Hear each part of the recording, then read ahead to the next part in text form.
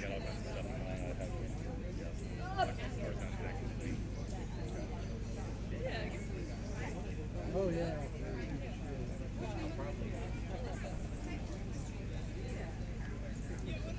There now. Well, they made it blow out for you.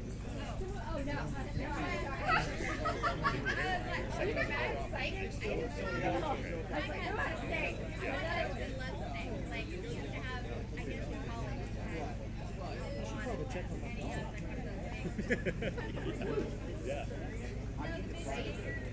Yeah, you can't bring them up here, so you have to leave them in the car. Yeah. You joke, but they're not good.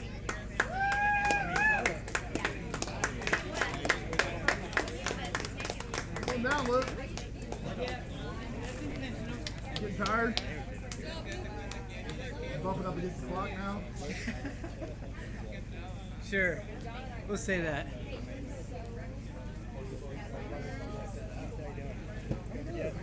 I'm going up. I'm very glad. I'm in. I think I'll be doing a little bit of hiking on Saturday. There's some running through there. I think I'll make come out on Thursdays and hike the line. I think that would be good.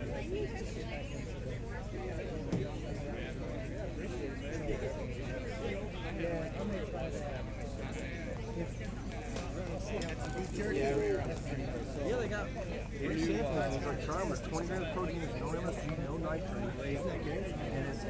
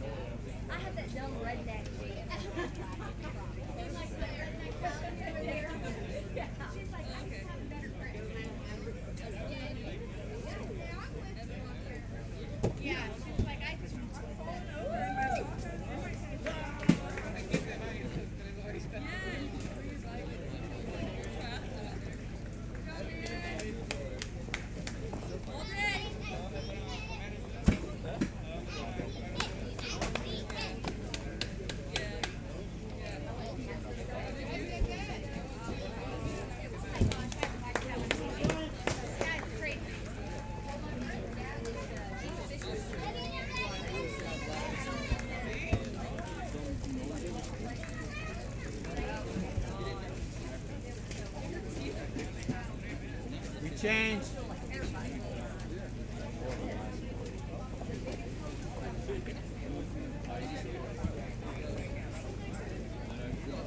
Fourth and last move.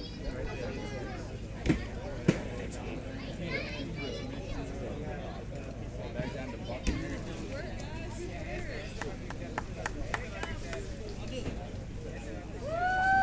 Y'all feel that breeze? It's already getting cooler. I hope y'all brought a jacket. It's going to get cold tonight. That whole high is 75 tonight. Woo! Hey, I mean, that's like a 30-degree swing almost. Oh, that'll be a lot different when you're running. Pretty right, slow enough it won't get hot. Oh, he's just coming last time at like a minute 15. Woo-hoo!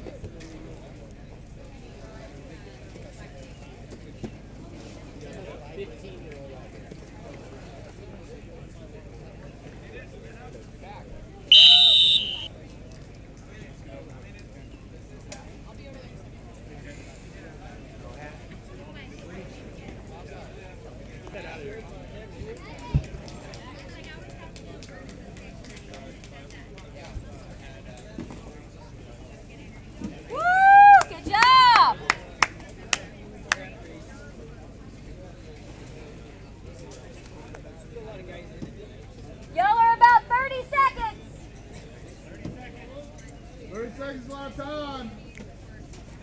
Think about how in 20 minutes you'll be done. Be on your way to a nice dinner and air-conditioned restaurant. Ball game's on TV. 15 seconds. Start moving. Let's go, let's go! Woo! Nice drive.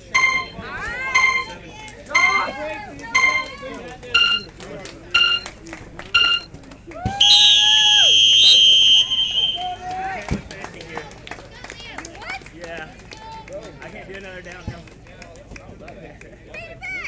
I know.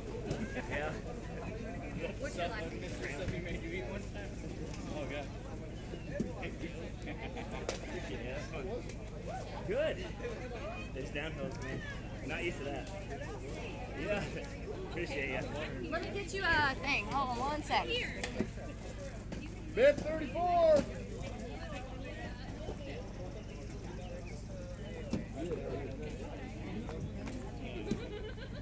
If your runners need pizza, we're getting them out as fast as we can out of the oven.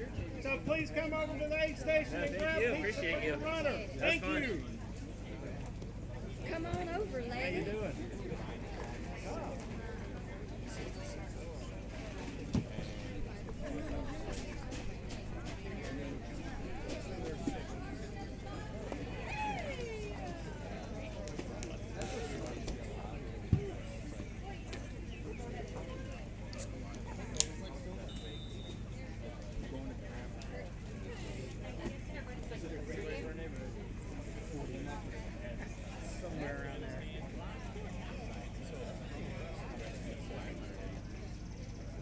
Oh, you know what that's gonna be? I saw someone post the trail text.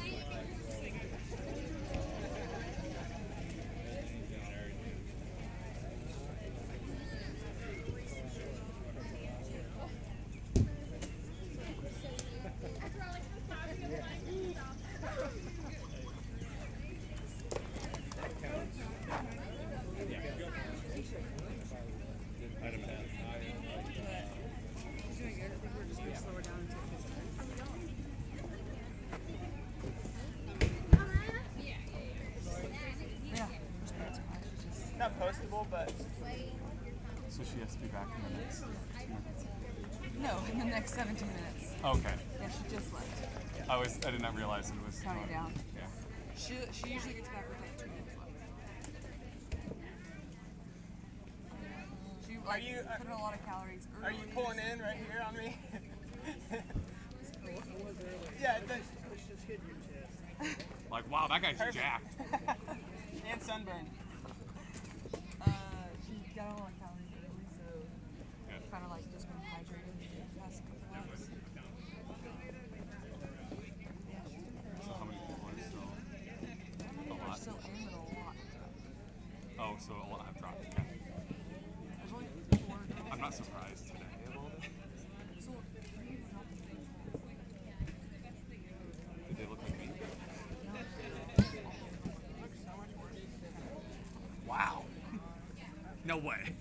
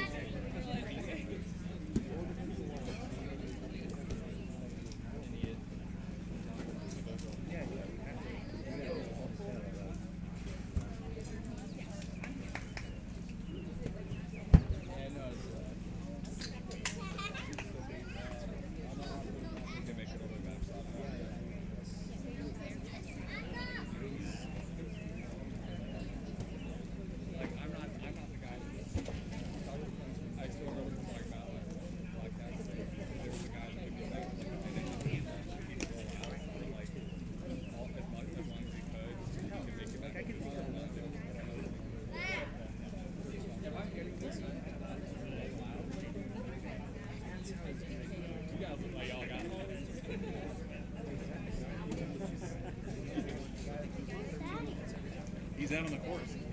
He's probably going up that hill we just went.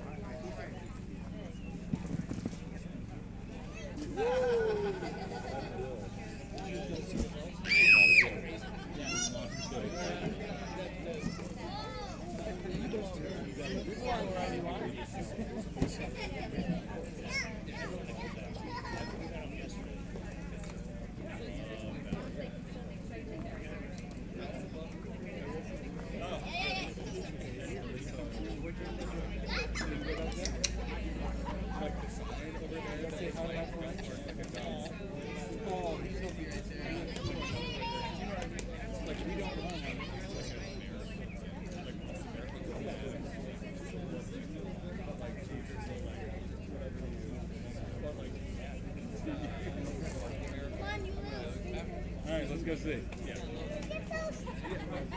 Everything about it's like somebody has a chance just so that they can get I love it. Yeah, they invite one person that absolutely does not belong. That thinks that they can do it just so that they can get lost. Yeah. I forgot about that, but anyway, they get the 50%.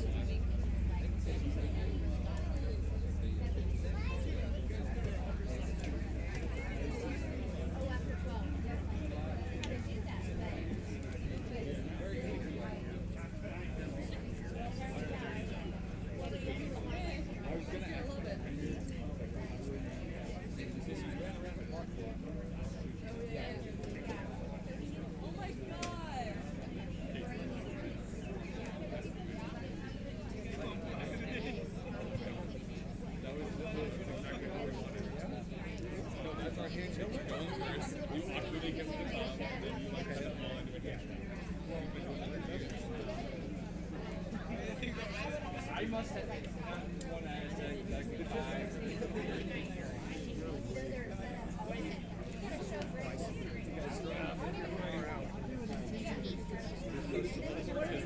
You're going to Frank. That's so funny.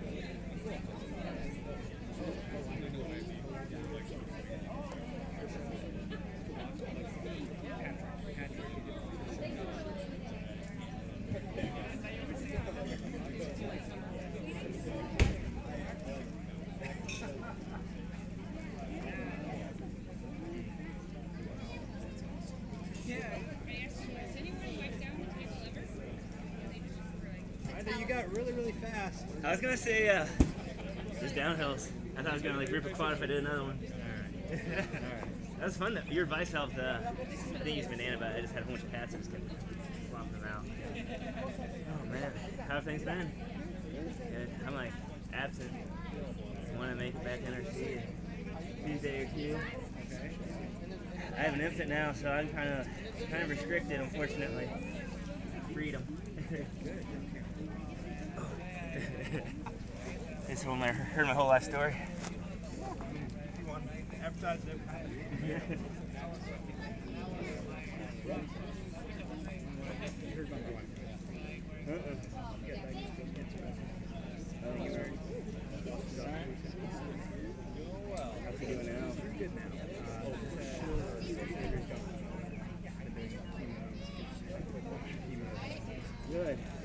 sorry to hear that.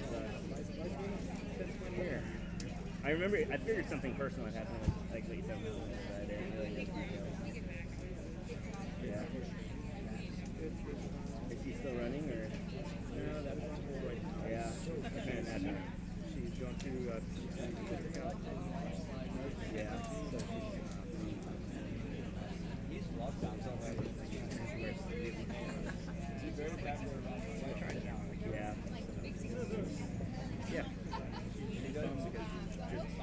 I remember seeing, like, she was at every race and seeing like that. So, oh yeah. Tomorrow morning, and that's great. People that are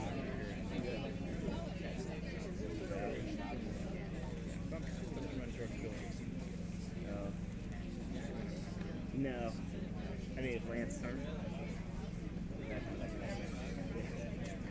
next year. Yeah. I'm glad to hear that things are going. So you got a little one. Yeah, Nice. it's awesome. That changes things. I'm lucky it still runs. I have like a 2-hour window, like 2 to 4. Yeah. If I don't do it then, I'm not doing it. Can you imagine just like Get it. there's like someone Yeah. just waiting in the Got to pass through this. Yeah, I did. It's just fun. A little harder than normal. Like you said, I don't do well to heat either. Honestly, I did a lot better than I thought I would. What, 8 hours? Was it 9:20? Yeah. Just short of 50K, I think. I don't know if you saw that. I remember you doing up and down with Smith. I'm like, I'm going to do that like 2 or 3 times this year. I think it helps. That is, yeah. It gets you ready for it. Yeah. It's still not the same. It's as close as you can get in the area. Yeah. Exactly. There's less, you're just going to run up and down, and you don't have the runnable time. Yeah. Well, I'm glad I got to see you before. Yeah, you too. One of these days I'll make it back out. Yeah. It's all good. It's all good. I'm running like Drake's been injured. Pretty much been I saw he's been running a little bit lately. Yeah. He's getting yeah. Thing is, he injured his hip. Okay. And he thinks it's running, but I think it's golfing. Because he's like, oh, I flared up after 18. I'm like, I think it's golfing. I don't think it's running. I know he's been golfing since Unesco coach. I'm trying to see 24-hour in I don't even know if I can see up 24 hours. my longest time is 19 hours. I attempted Scar, I think, Yeah. we made it, we had to bail, go sideways, but it was 19 hours before we stopped. Yeah. Yeah, that was interesting. Yeah. A little bit of dry heaving, a little bit of I'm like a 5K guy. Actually, it's not fun for me.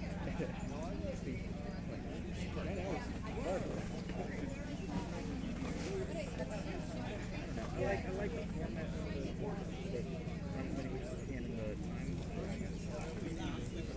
pressure. So what happened? I haven't. Like that's another reason I dropped off. I'm going to bomb hard. I don't know when. But I started getting behind it. Yeah, I can't make it to my chair.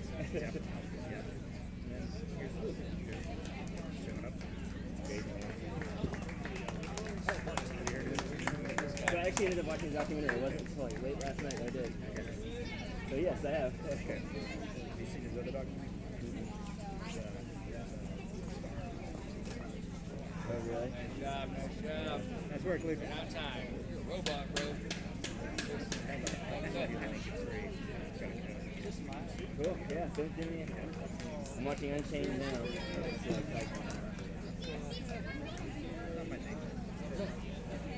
Not a big fan of this. I do like admire you guys. I can admire it. I have a flyer down on my bike. Yeah. I'm just too weird out. That's why I've been biking forever. Like down here is not safe. Like in Ohio, it's a lot safer. I have a mountain bike. I take it out on the ring line ride a little bit. Yeah. People in Trinity. Sticking right Yeah. at you, that's the problem. How long are you hanging out here? Or you get back Honestly, up I'm probably going home. Where can I pull my car up to? Or should I just, am I better off just stay here? You need an extra here. I got it. The thing is, I'm not going back up. I'm feeling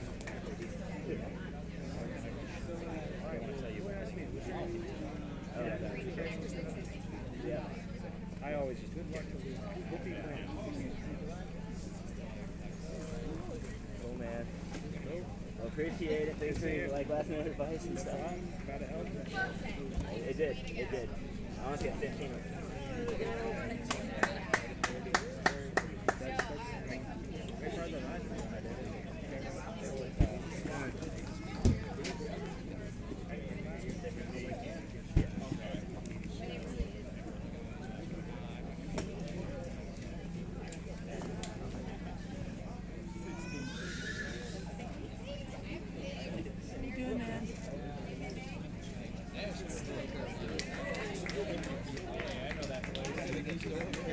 We all got the shirt. Yep, got the hat on.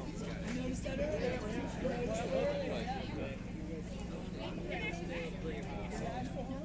No, some women just up there doing some running. Their wipes. I mean this very nicely.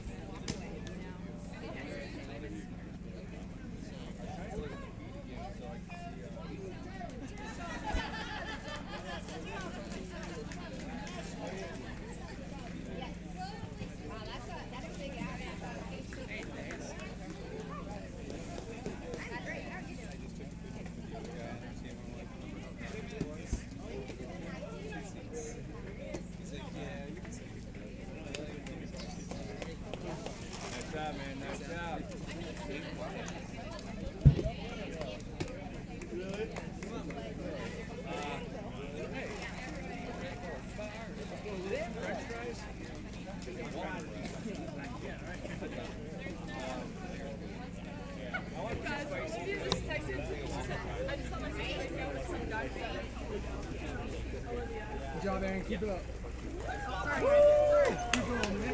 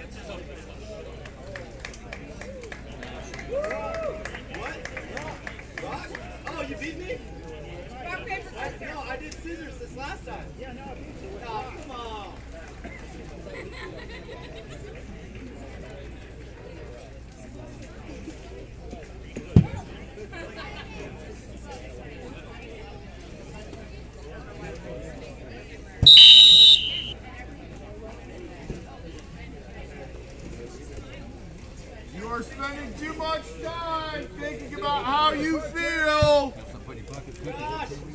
What do you want? Yes! Can I have one of those?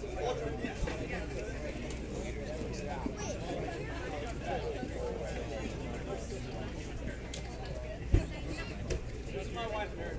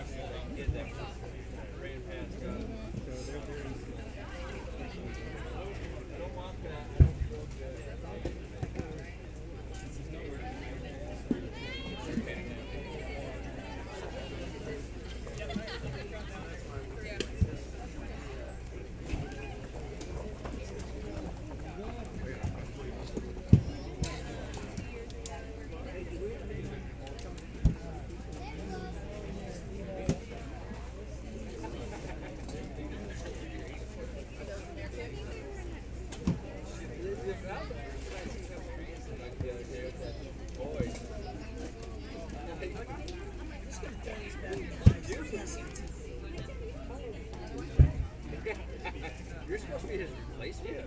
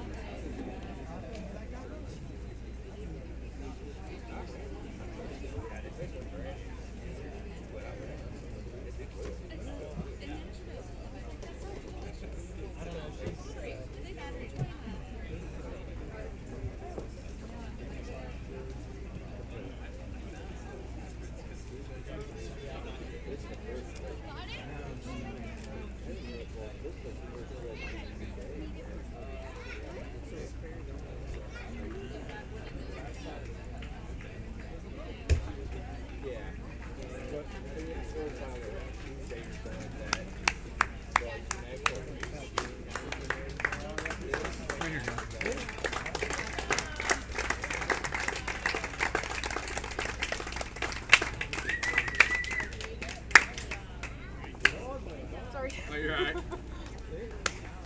31.9.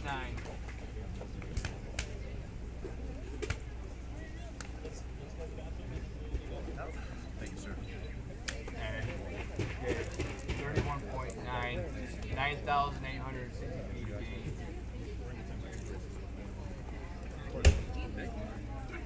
Brother 82.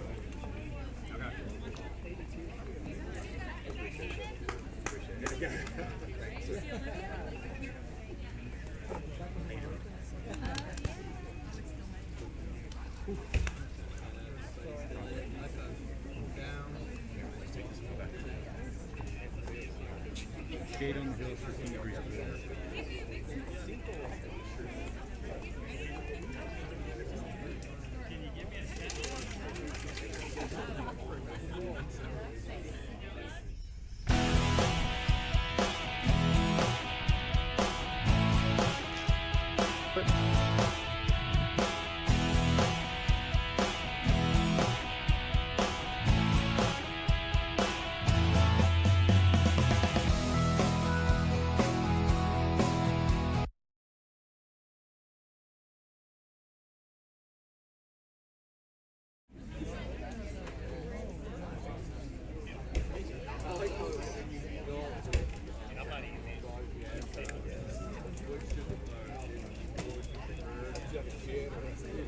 Winners get a jet, you get a Rolls Royce or something like that, or you go with anything.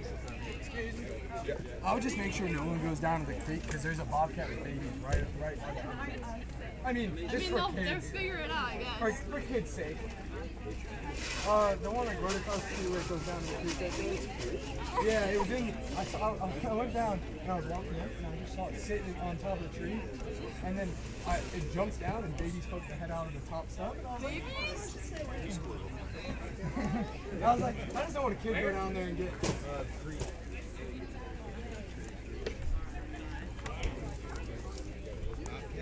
Yeah, that's what everyone says.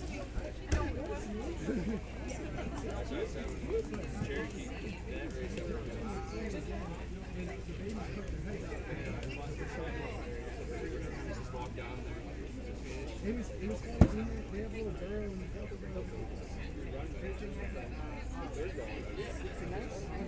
He said you can take kittens. Get a kitten. Go get a kitten. Yeah. It looks like a big house. You just gotta go and snuggle.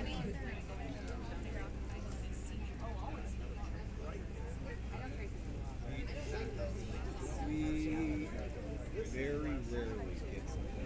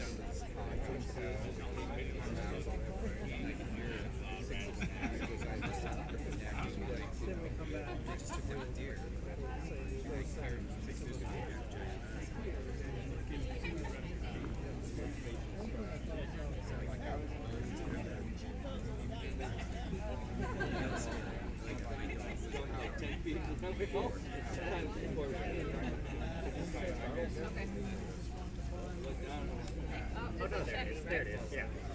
Can I just grab a bag? Yeah, it's in the cooler. Okay. She might be over there.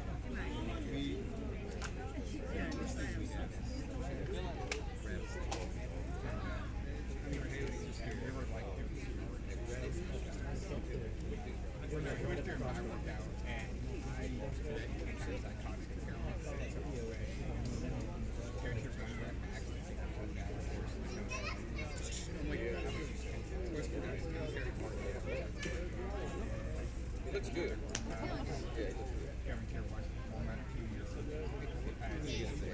See how this thing goes. I can't think of anything else.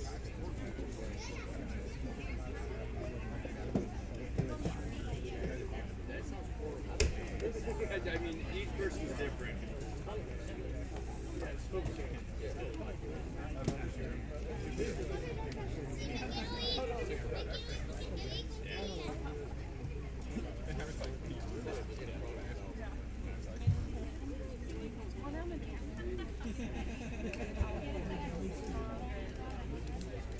You have other people with napping intervals, basically, so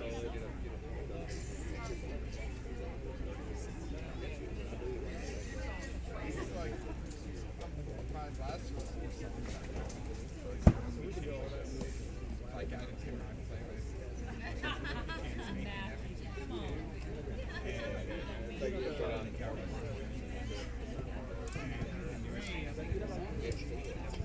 And then I think it's like Jack Price. yeah.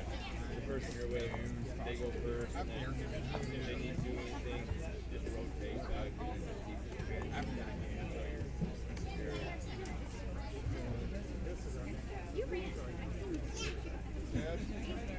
Anybody up yet? How you doing?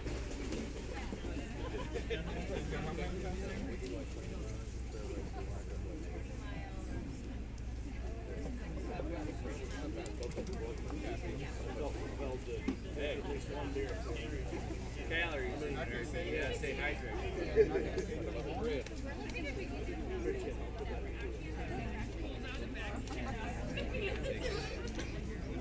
I was saying come on the water. I don't really have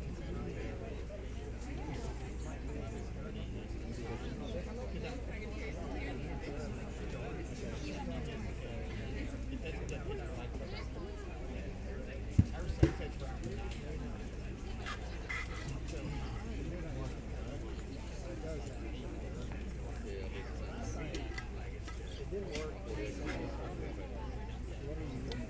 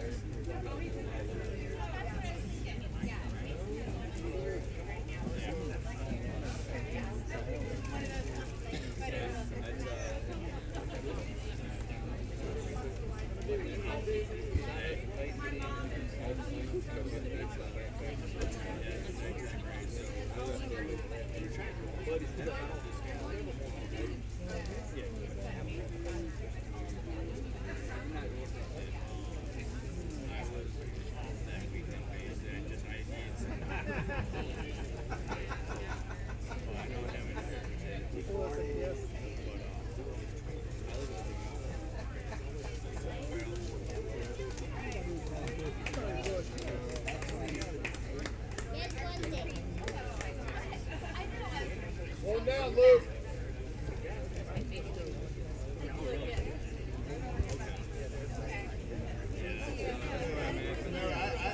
I thought he said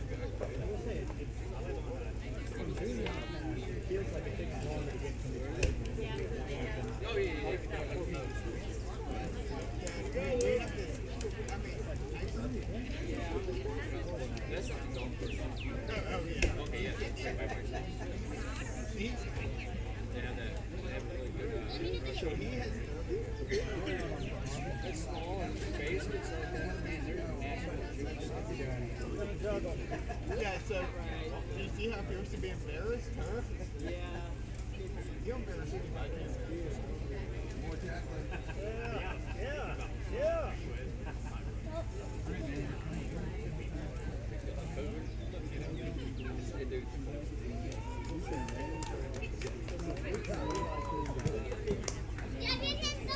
Number 6.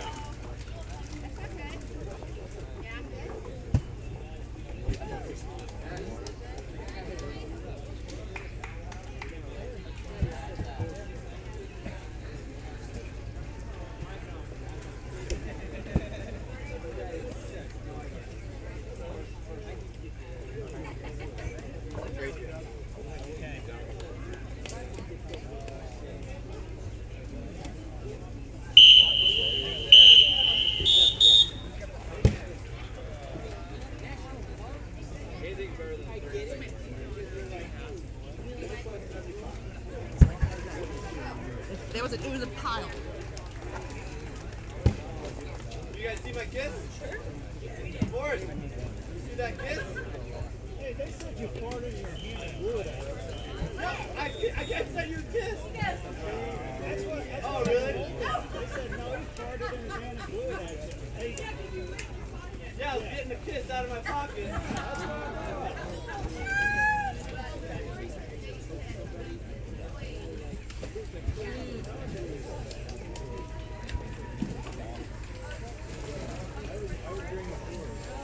Apparently somebody took a daily on here, Johnny.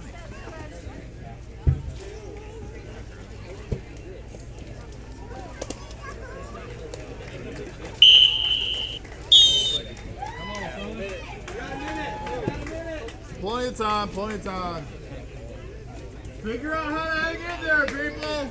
You gotta hang on. Get a break.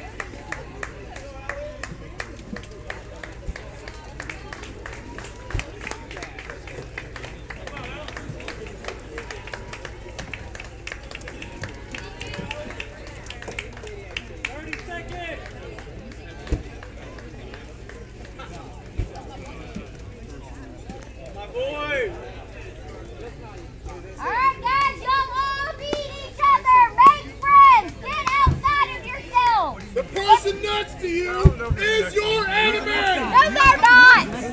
If it sucks, it's because you're not having a good time. Help somebody else. Charlie? Don't poop on the trail. Yeah, no more pooping on the trail. No more duties on the trail, people. Alright. That shouldn't have to be a rule.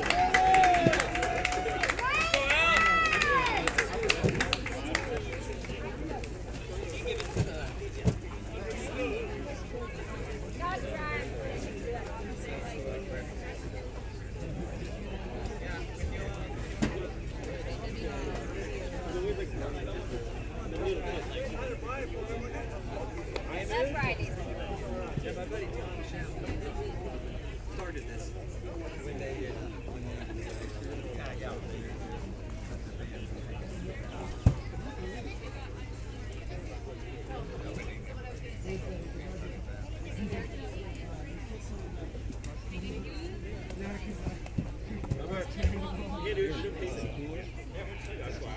Go to the crossroads.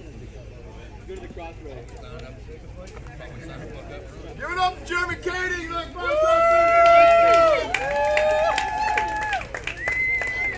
Bib 57. Jeremy, come get your bracelet. Lap 30.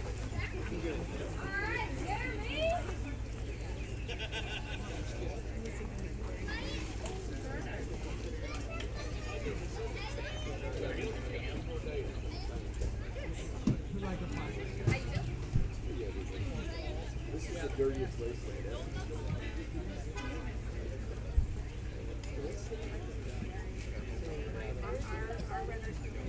If your runner's still in, that's all that matters. Focus on that. We don't want to talk. Someone needs to see how many miles we're going.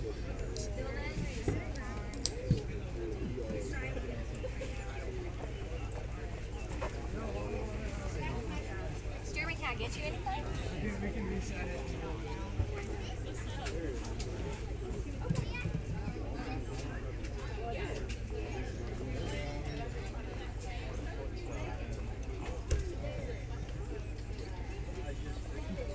You want to put balls in first also?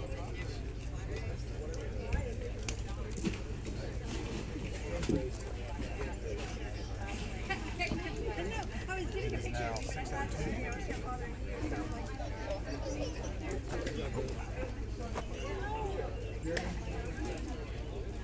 It is now 6:02 p.m.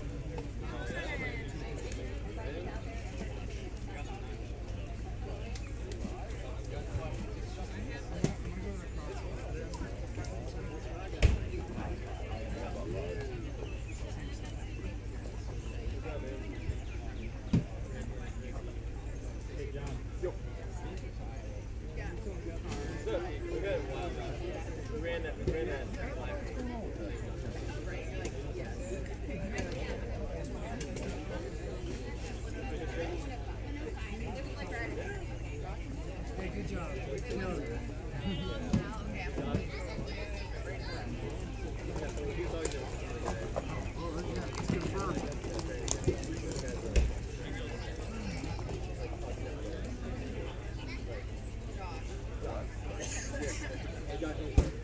if just in the side, if it was your runner that dutyed on the course, could you just, like, I don't know, going up to it maybe?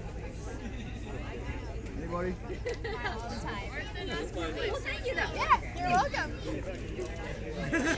Yeah. Hey, babe. Let's do an update. Hey.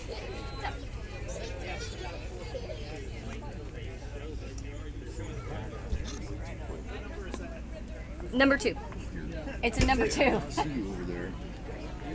I don't know, play a little bit of this and this, and I'm gonna.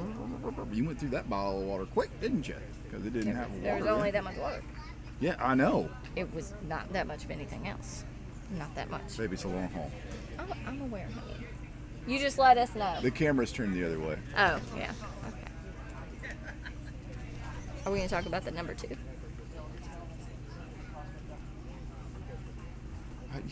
That's what you want to talk about, isn't it? No. Do we have any questions from the chat?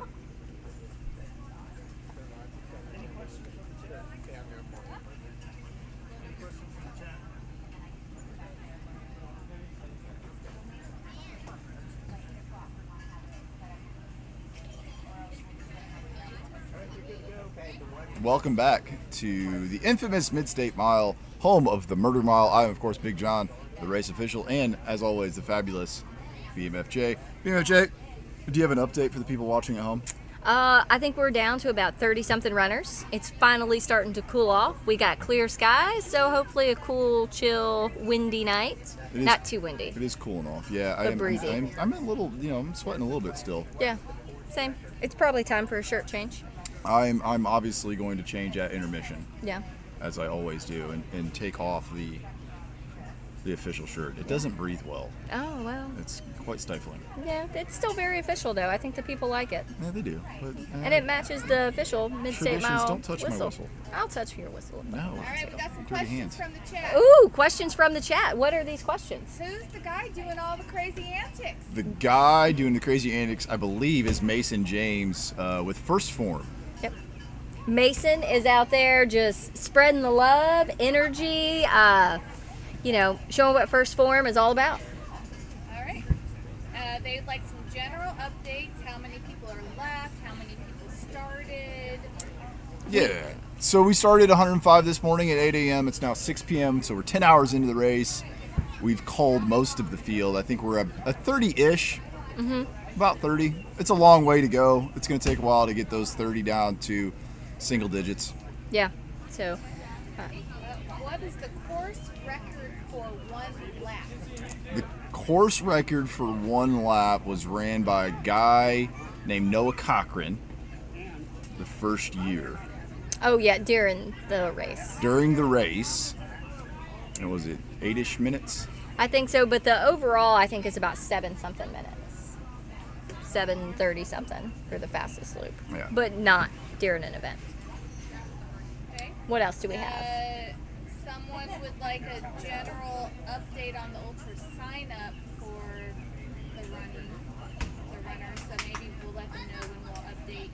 Yeah, we'll try to get a general update, generally speaking, for the ultra sign up. Yeah. Shortly. That's about it for now. All right. Well, thank you for tuning in. Please check out our sponsors. Yes. We are blessed. Click the links. Follow them. All amazing people. Want to thank Get Salty Britches, First Form, Team Nashville, Tifosi, Topo Athletic, Timber Hayes, Clean Freak. Yep. One more question. How old is Nicholas Leo? He is 16. 16 years old. He's making it look easy. Yeah, and he's been here a couple years, I think. The Leos have been to a couple of races, so very excited to have them back. Love seeing young talent out there just rocking and rolling and making it look easy. We take all comers here. We do. We are not age discriminate. No. If you want to be here, we want you here. So, also, if you want a little taste of what that's like, come out and join us in December for the Tennessee Mile. We have a 40-hour, 24, 12, 6, and 8. Run as much or as little as you want. It's in the first weekend in December. Registration is open on Ultra Sign Up. And it'll help you plan for Midstate. You'll figure out about where you're at and what you need to dial in for next year. When you say? Yeah, that's perfect. And it's nice to do it when it's not 90 degrees. Yeah, you can figure out your poop loop and figure out your... Speaking of doo-doos, there's been reports of doo-doos on the course. That's against the rules. There's no number 2s, especially in the middle of the trail. Yeah, that's weird. Yeah, I don't know who did that. I don't want to get to the bottom of that, but I definitely want to know who did that. Yeah, that's gross. Yeah. All right, one more question for John. Has Big John ever run this race? No, I host the race as the race director and the official of the race, so I do not run it. Although I do train out here. I have ran the Murder Mile It quite is a bit. Yeah, it is the training ground, but it is hard to run the race and run the race. So I stick with running the race, as does Miss Jones. Yeah, and not running the race. Although there is rumors every year that Miss Jones is going to run. One of these. And then she didn't run this year. We had a lot going on this year. There's a lot going on. It's a lot to do. Yeah, but maybe one of these years I'll just step into the starting corral and... No one will know. No one will know, except for the person who will be filling my shoes. They will know. Well, you probably need somebody to crew you. I'll be busy that day. So maybe like 2 people will know. 3. And that'll be it. All right. Jim? All right, thank you for watching. Back to you.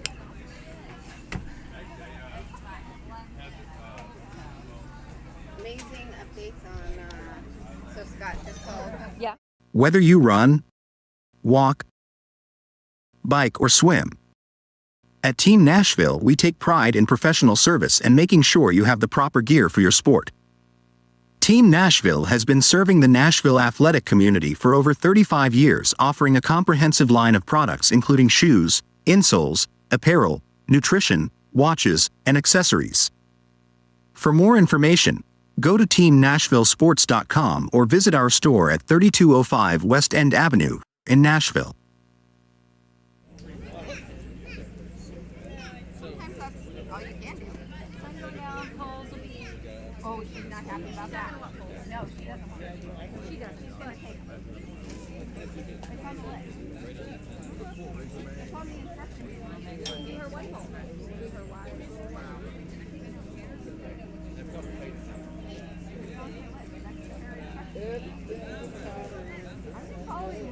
I'm a roll follower. I don't know if you know that or not. Sure she is. I know. Sure. That's what I do.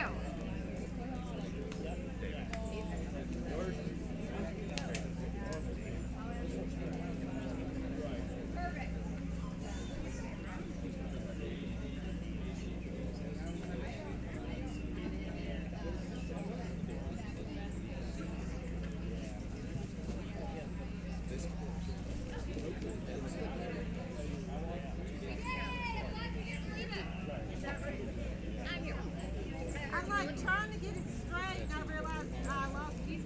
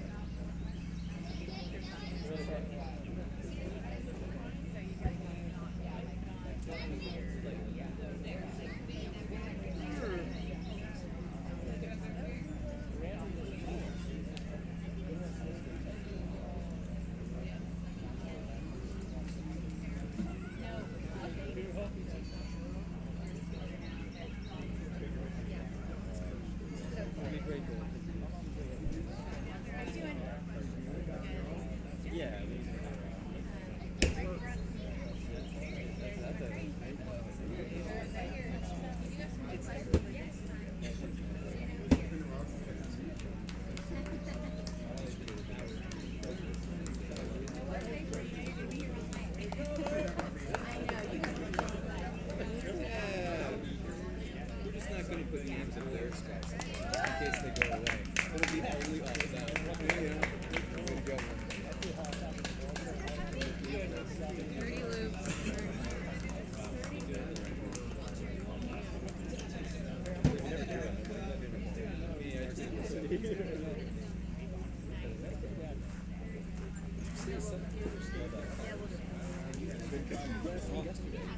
How about your ice bag? Or you want to leave that here?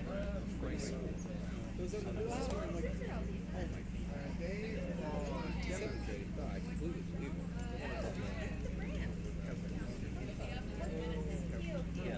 They are very similar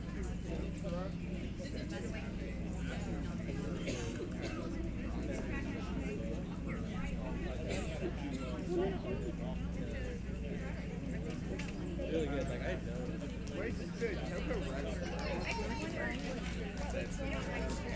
Okay, are they wanting people to try them out? Yeah, so they were here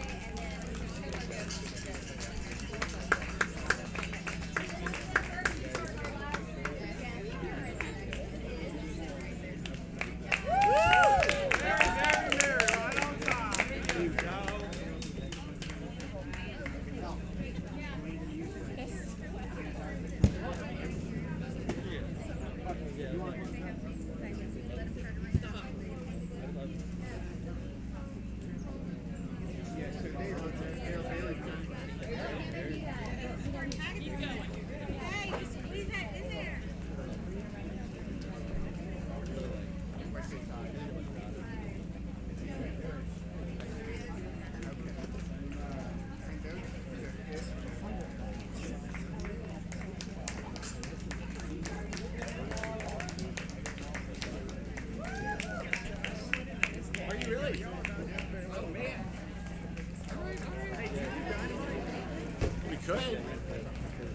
That's the only thing that kills rocks.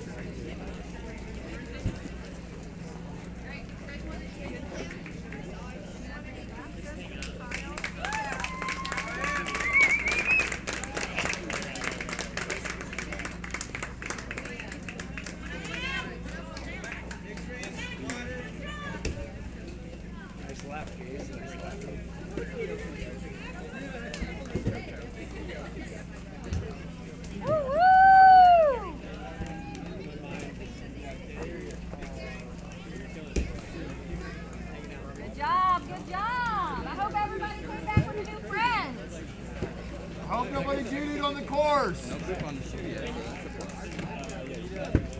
More course games. Doug.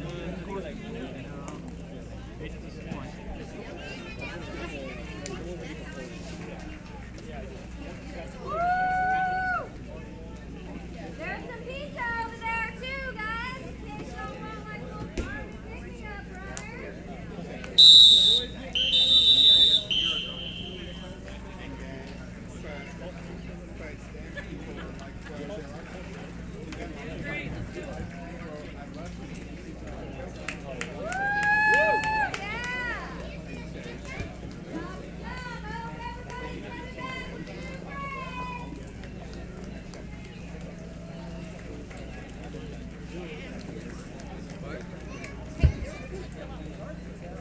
a pile on the right hand side of where's Johnny.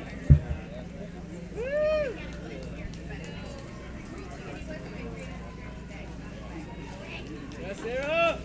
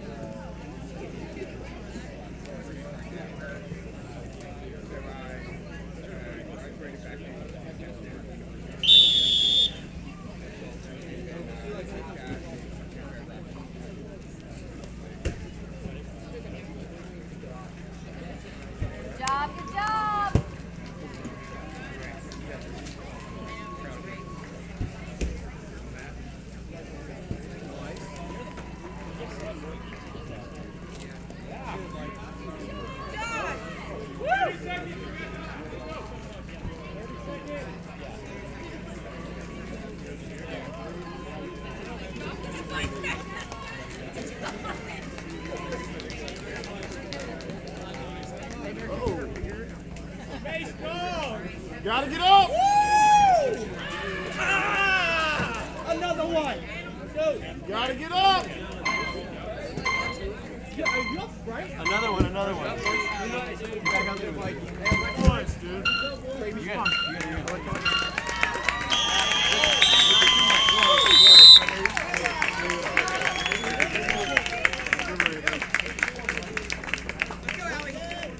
Cannot handle it again.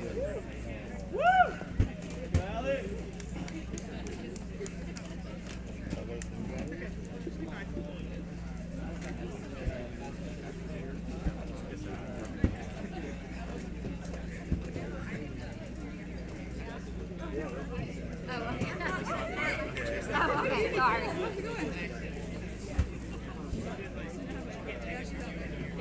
Oh, okay. You can't. Oh, okay.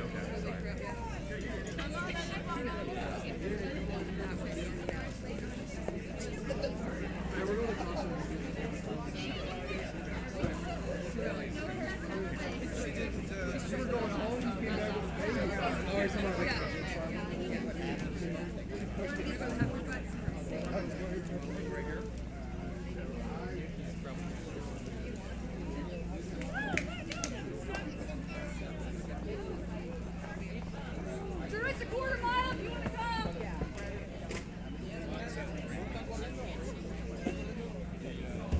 You just stand.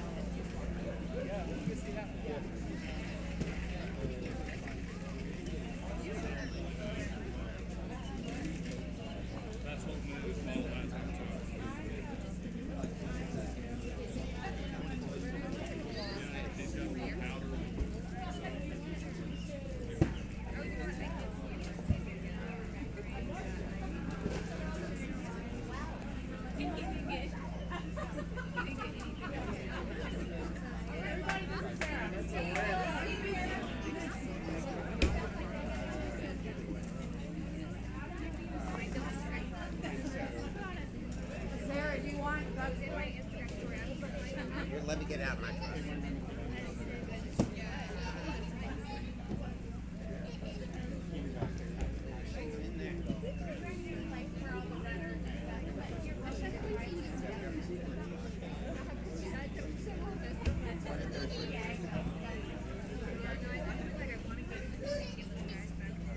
Garrett brought a baby.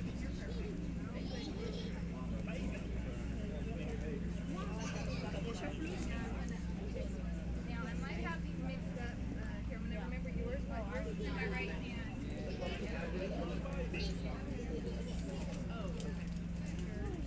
This smells like birthday cake. This is my brother.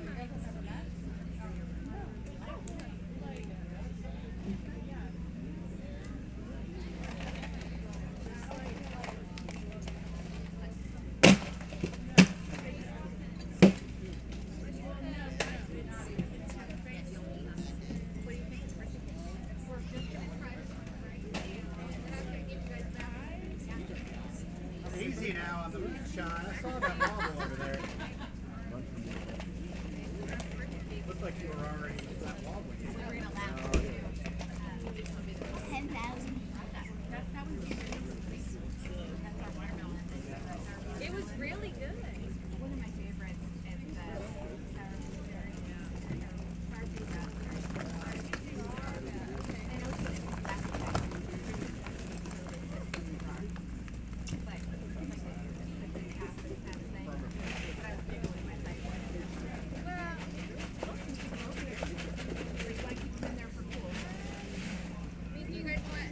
rotating and trying to oh my gosh, I love your house. Yeah, I'll come back. Thank you. Yeah. So sweet, Rose. I love it. Thank you. Thank you. We really hamper you. The quality of the video goes down. We're gonna cut you off. That's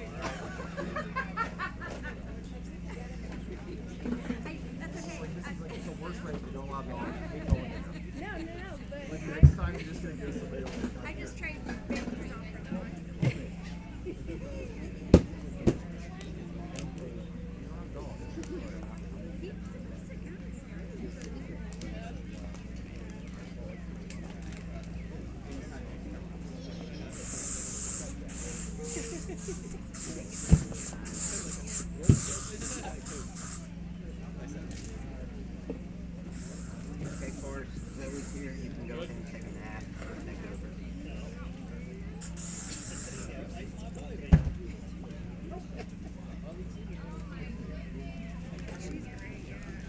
How's it going? I heard you guys had a few really late nights.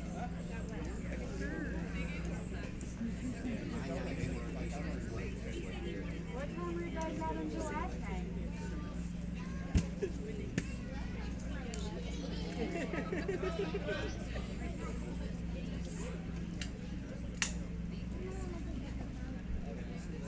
You guys got done maybe around 2 a.m.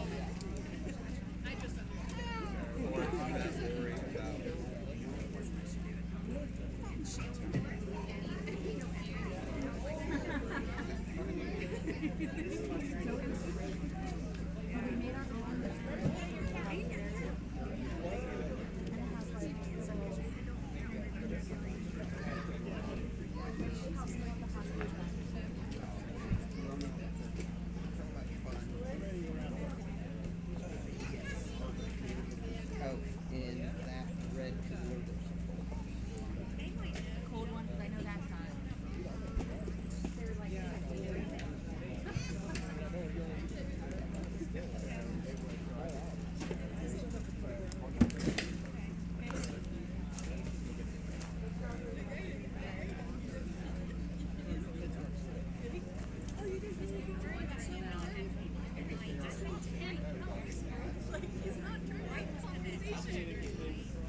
Yeah, he's like, I like your shirt. You're cross. He's like, where's right now?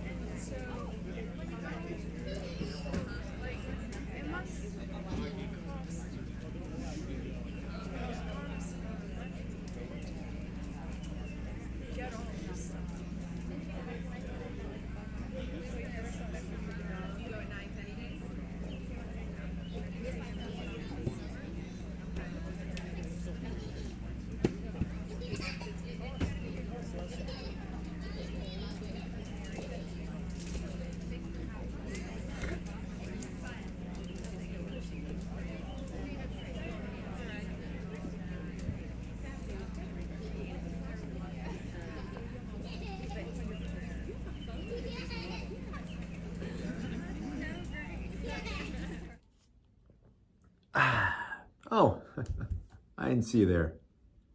Here at the Joshua Brandt State Farm, we take pride in providing our clients with coverage that has integrity. Insurance with backbone. A policy that'll do exactly what you need it to do, right when you need it to do it. Now, does that make me a superhero? No, I don't think so. I'm just doing my job. And if you want that job done right, call me and my team at the Joshua Brandt State Farm.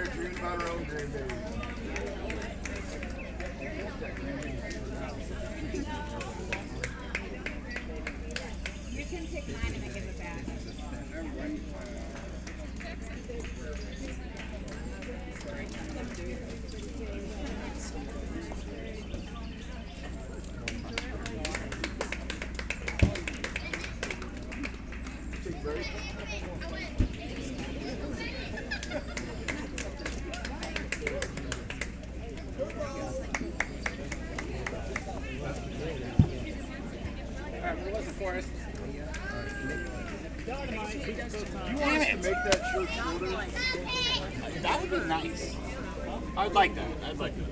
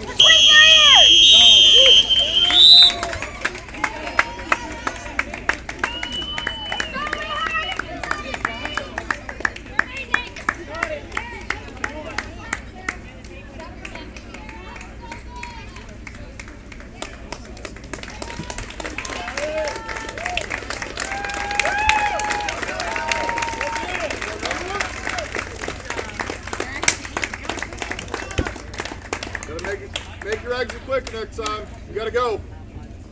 Let's go, Ellie. You got it, man. Let's go. Woo!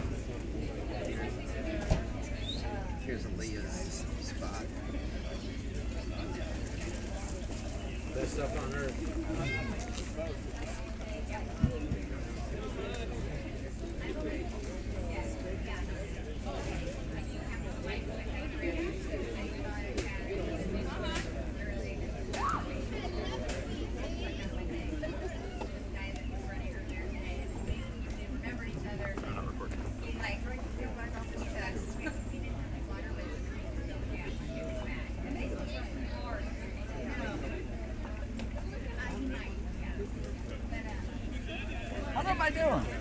Great.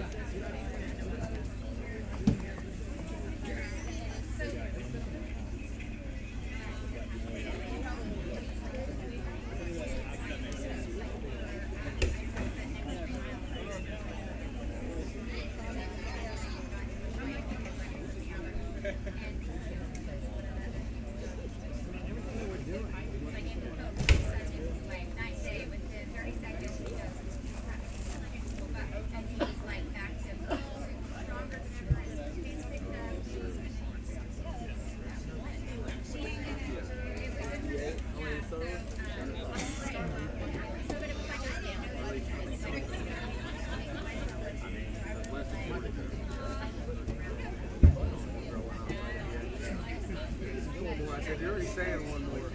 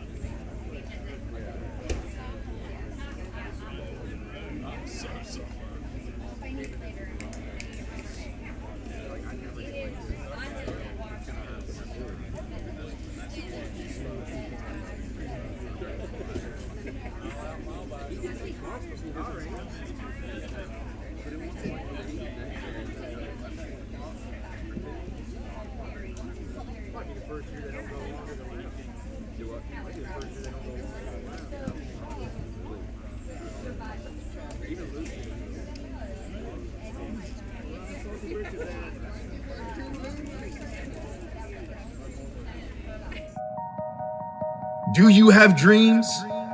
Goals? What do you want to accomplish in your life? Here's the thing. Whatever that is, it won't be easy. You have to fight. Fight the alarm clock.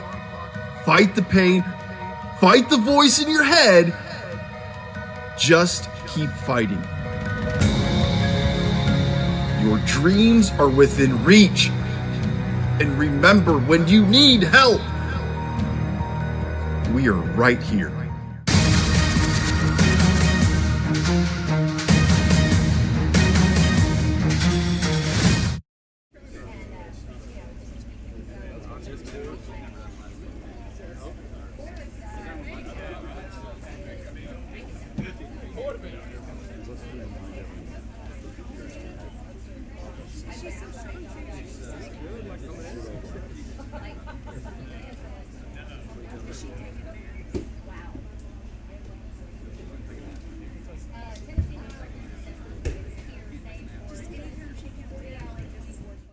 Timber Haze frames are handmade in a small wood shop at the base of the Great Smoky Mountains. These frame designs will add a custom finish that will only enhance the beauty of your artwork or prints. Eric Harris is the creator of Timber Haze and is living his dream creating unique hardwood frames in his wood shop in East Tennessee. Eric believes every face deserves a frame. That is why every purchase helps fuel the fight against child abuse and human trafficking. Here at the Midstate Mile, we are honored to present our awards in beautiful wood frames created by Timber Haze. To purchase your custom frame, visit timberhazeco.com.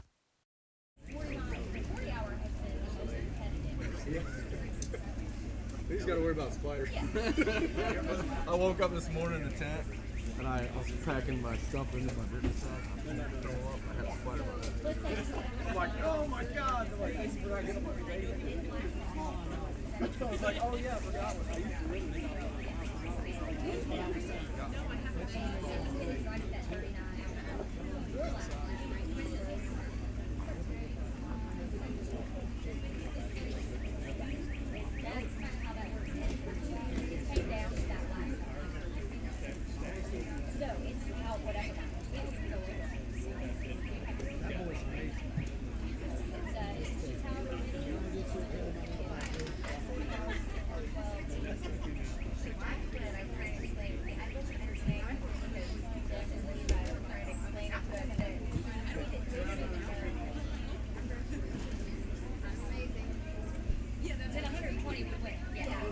Yeah, but if there's a tie, yeah. So, sorry, 2 years in a row, they went at ties. It was crazy because, like, I mean, I don't mind my feet being dirty. I don't know why you guys are doing that.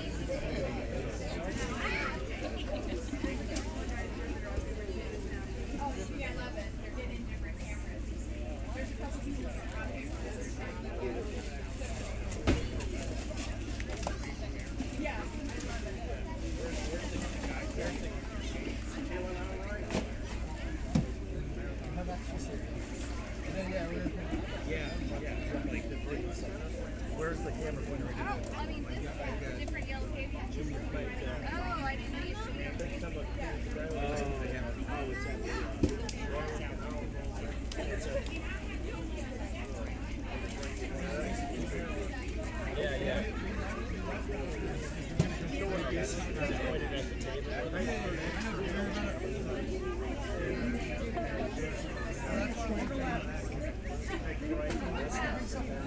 That's the race.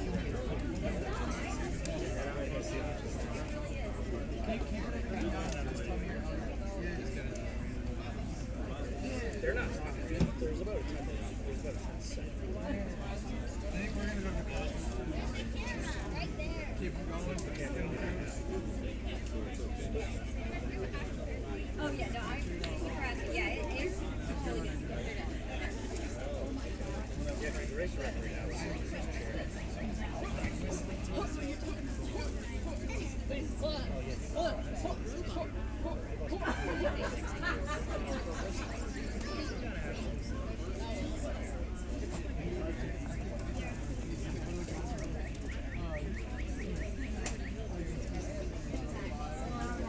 I think that was him. Oh, yeah, that's yeah, he stopped sweating. Really? That's the problem. You can't continue see, that's what they said that she was way behind Okay, cool. I was like,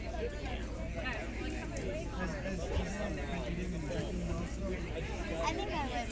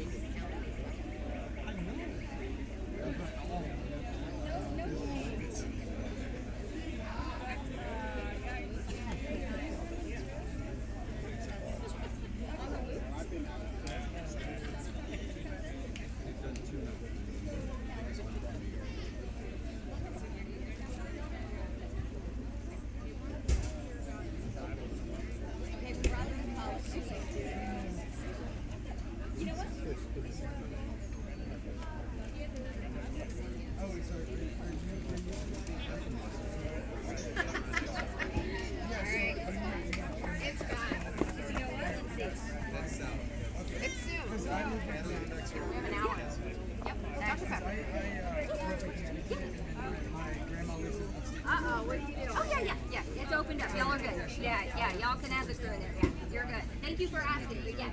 We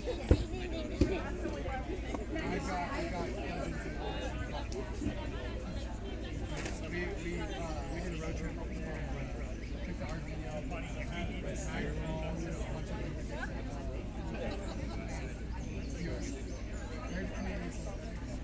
yeah, so I heard that, but we were just driving through. We went to Buffalo, Midstate.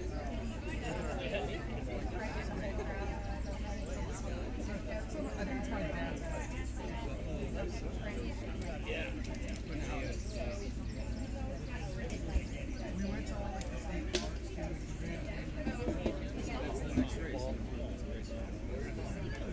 Oh, really? So I was gonna say we hiked a bunch up there. We went to what's the one that's like very touristy now where it's like you go walk down the side.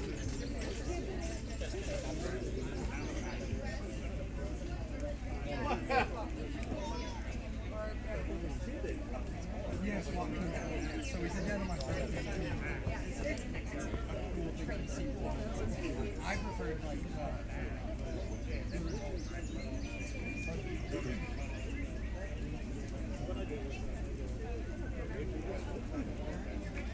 Yeah.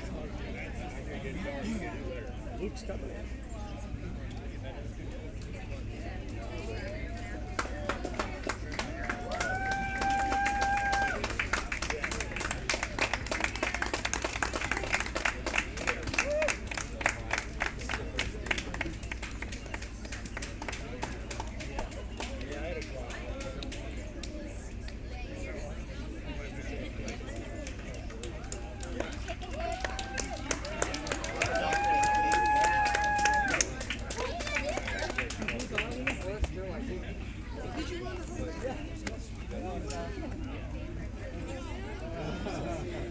We got 2 minutes?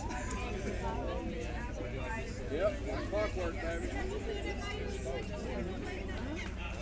Yeah, I did my first 2010. We got it. I was actually signed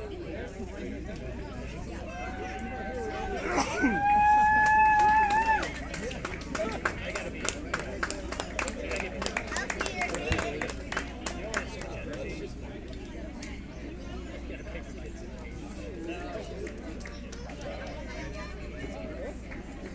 Good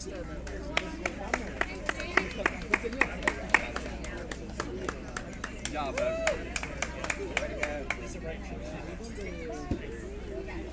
That's coming.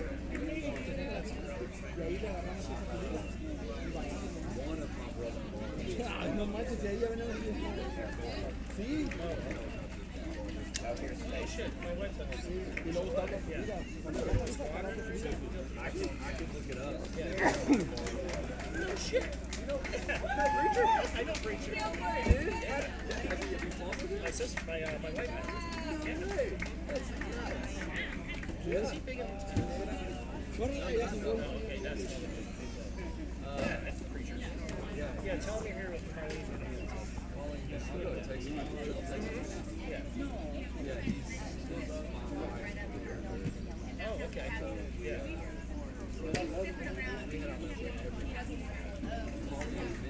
Yeah, it's like minivan.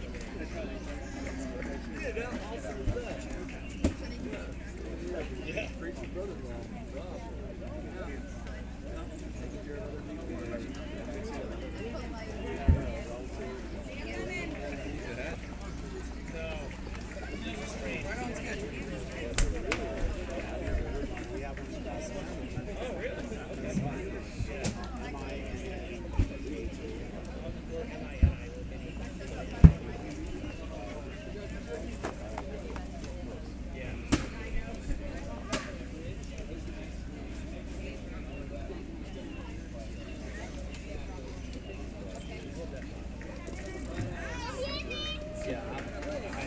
I don't remember what it was, but I'm like mid 55.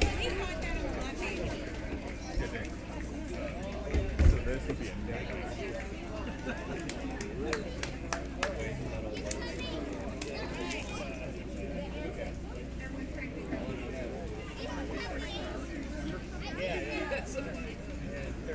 And every time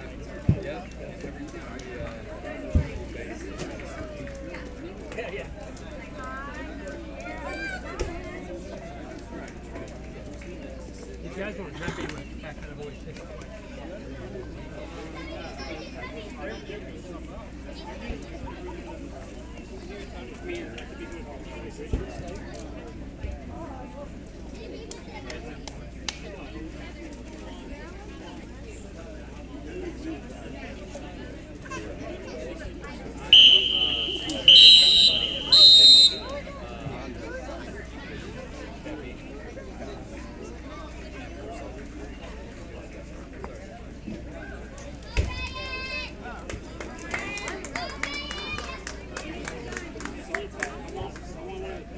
Well, 32, then 35 miles.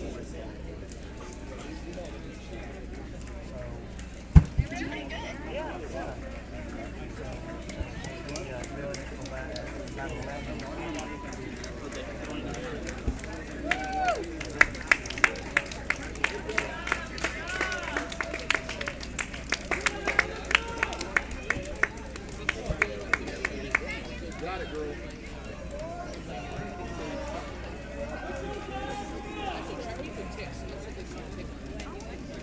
Stop sweating.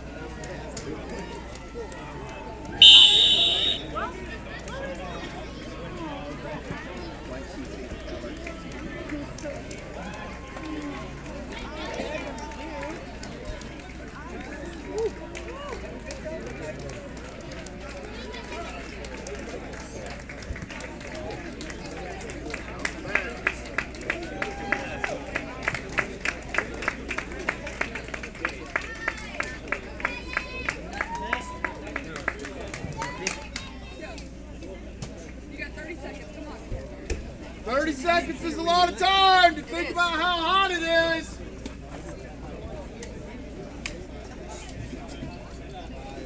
Thought it would cool off by now.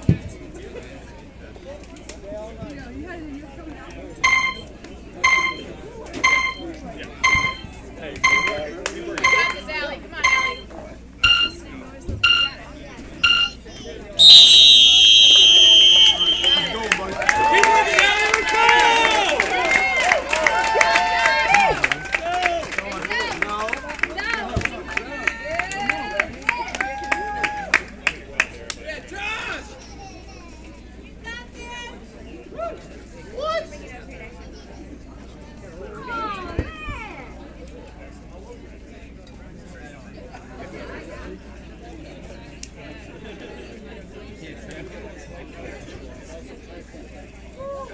Number 68.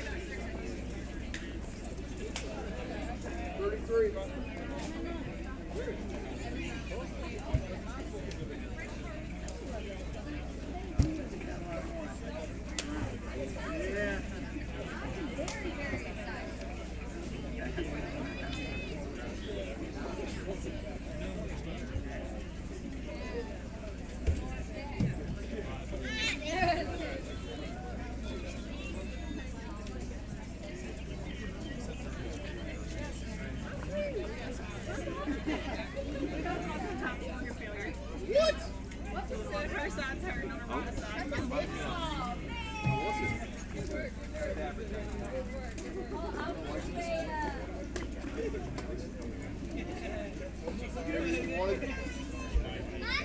One 14.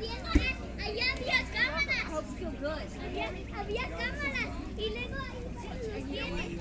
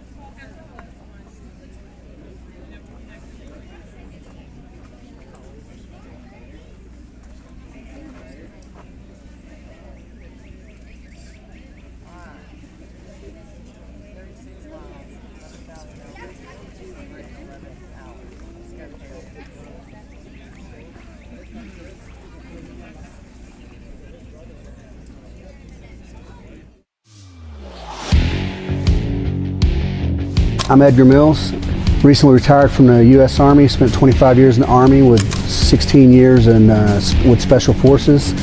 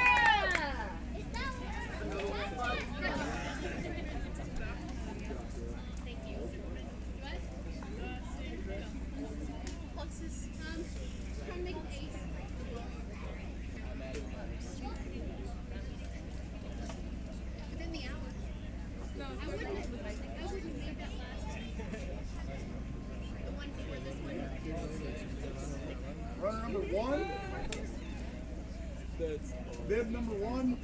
And I guess he did all this training. You're welcome. I'm proud of you. You've been here with me all day. Awesome. I wouldn't take this out.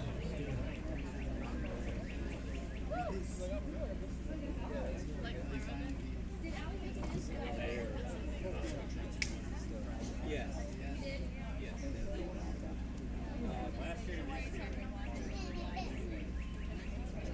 How we going?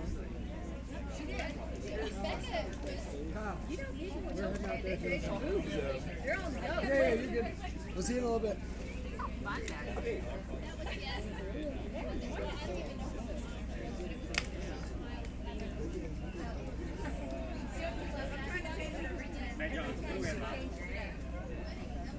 What is 3 laps?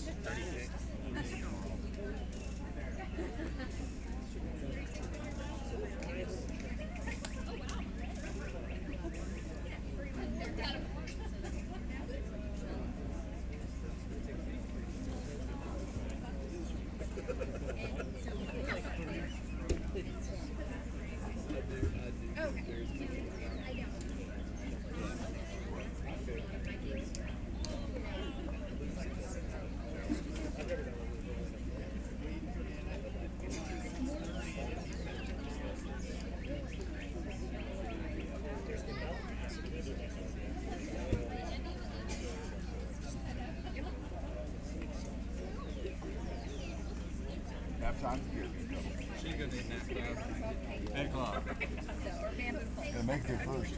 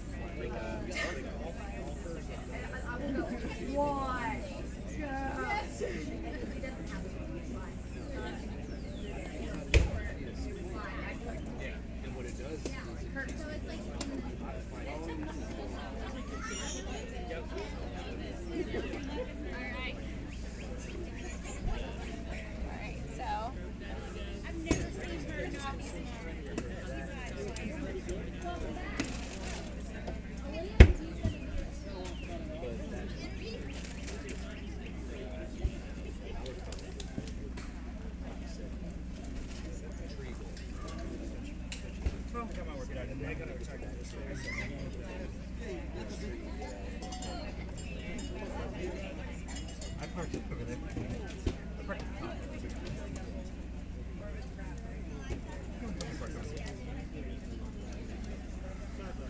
It's all good.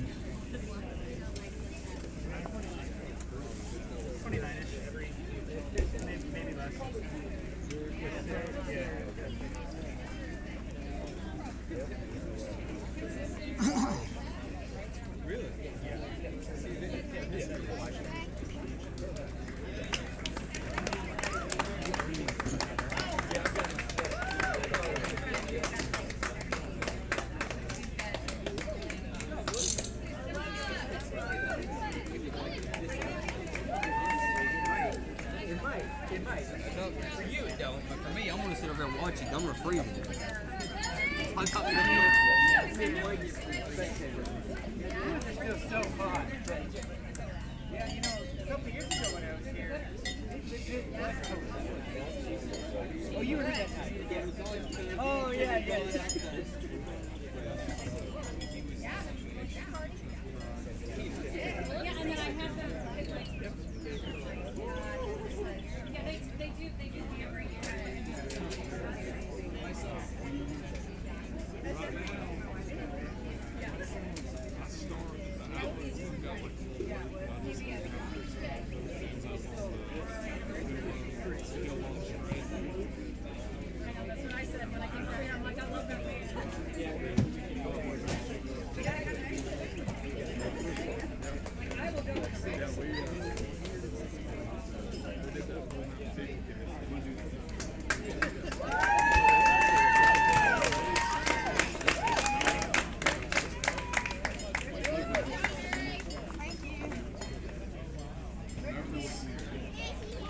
couldn't either. I didn't know until the second.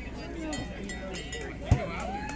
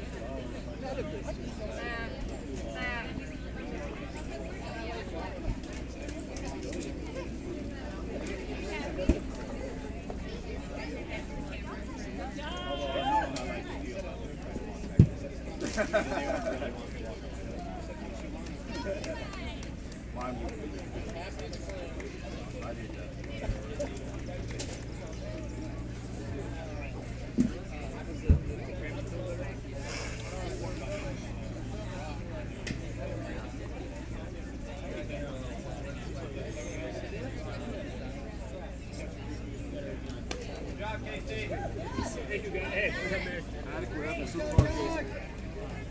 What's that doing? Adequate effort.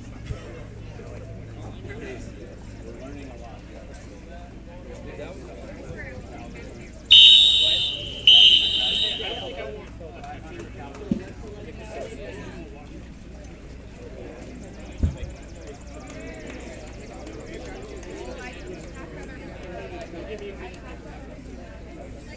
By the way, I'm basically trying to drink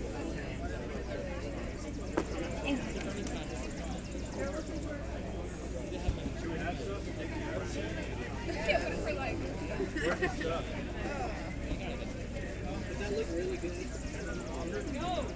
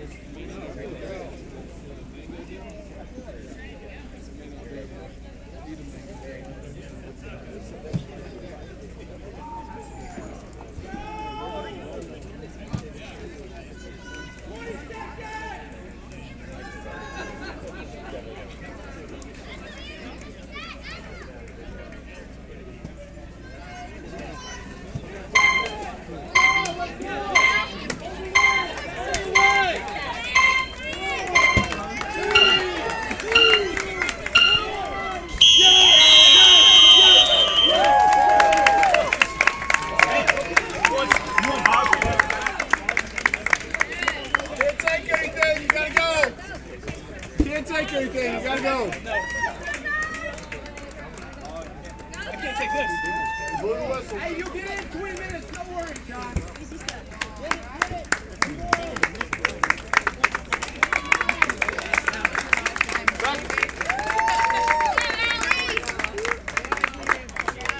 Technically, no.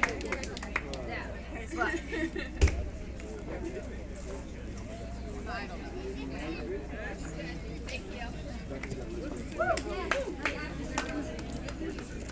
37. What do you think? You're welcome. Thank you. Is it what you wanted it to be? All right. Congrats.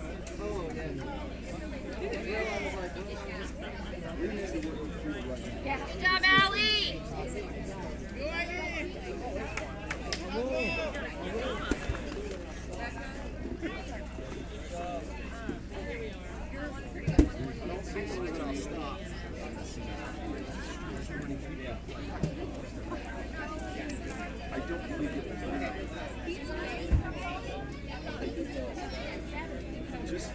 Just let him show up. Yeah. He's what, he's 2? Is that it? You can't get a waiver?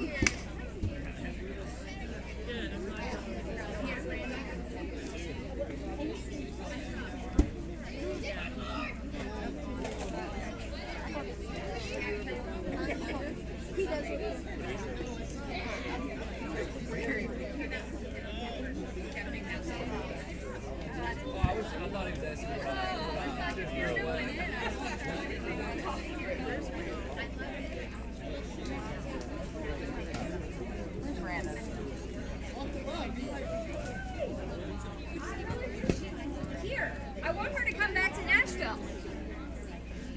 I want to get her out.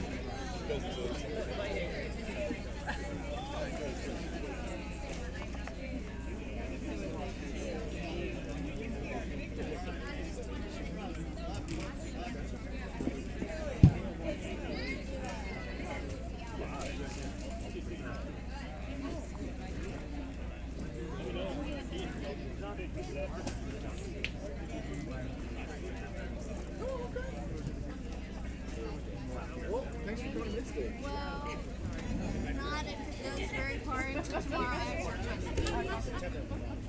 What about you?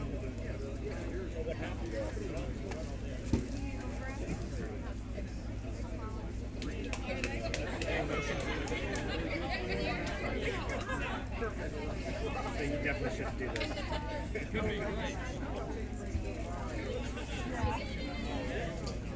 there not any?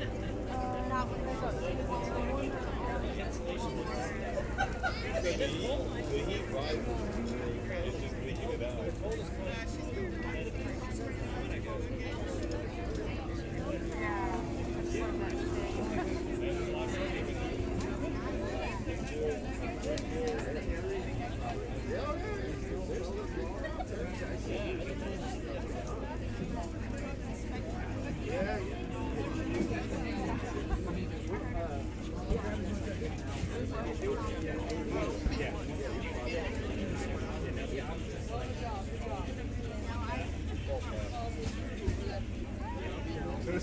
Yeah, you should go do that. I'm gonna stay here. I'm working back here.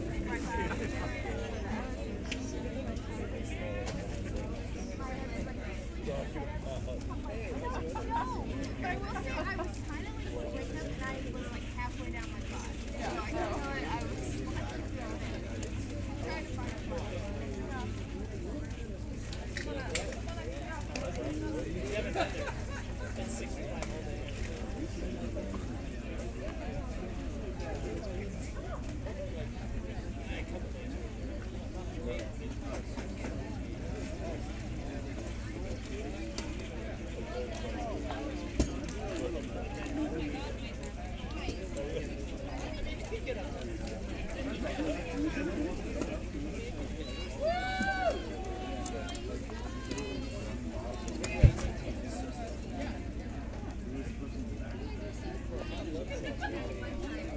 Maybe luggage, the suitcase.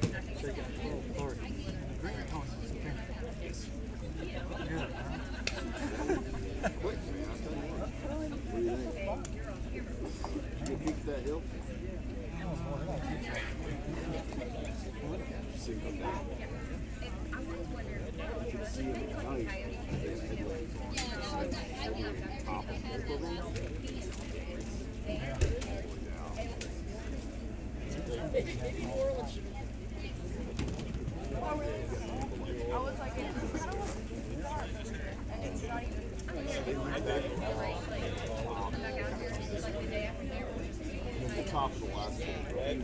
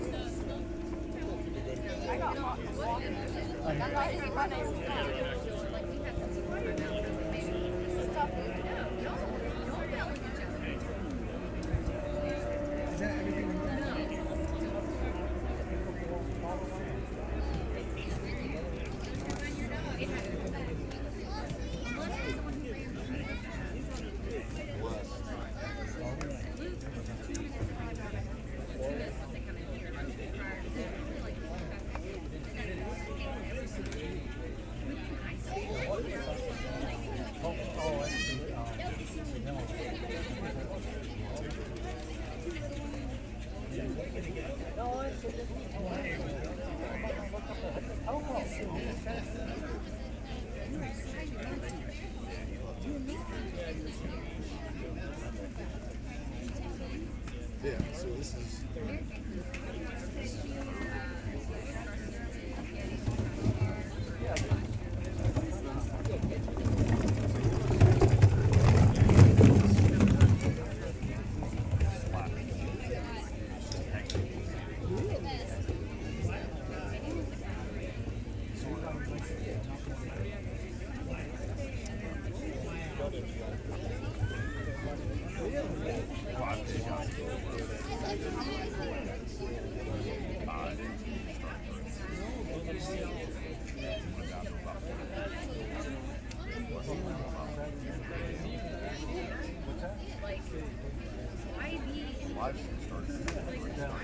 Oh, okay. You're very well aware of the fact that all that is. All night, then all day tomorrow, and then all night tomorrow night. Props to them. Okay. Yeah, it's supposed to be As soon as I walked out the door, I went, oh. this is the one I get to. 4:30. Well, and this is all direct sun. Till 4 o'clock. It's like Jaws, the dog game.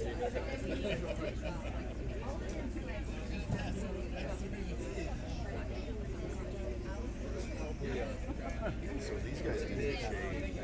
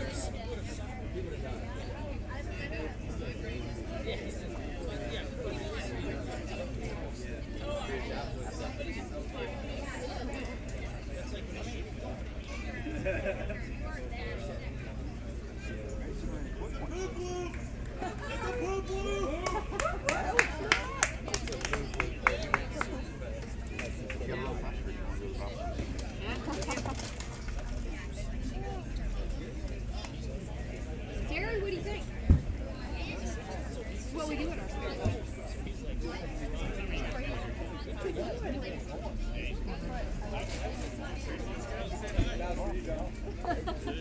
Thanks for not pooping on the course, Nathan.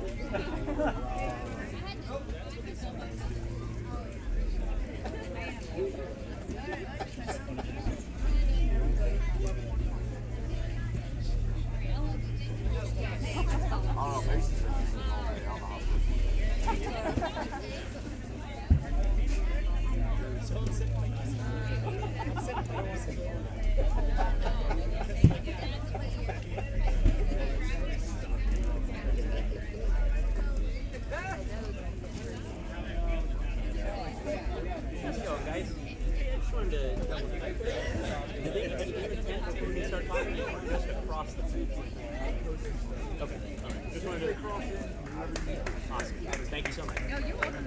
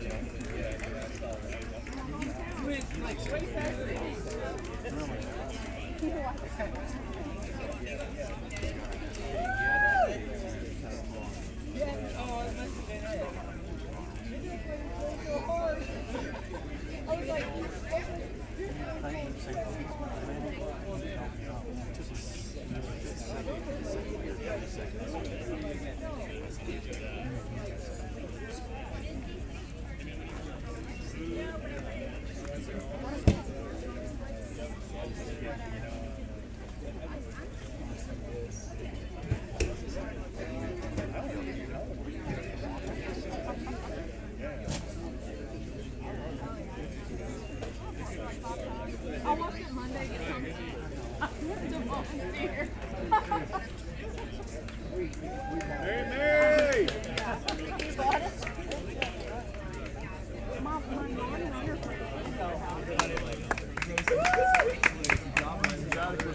Way to go, you're rocking it.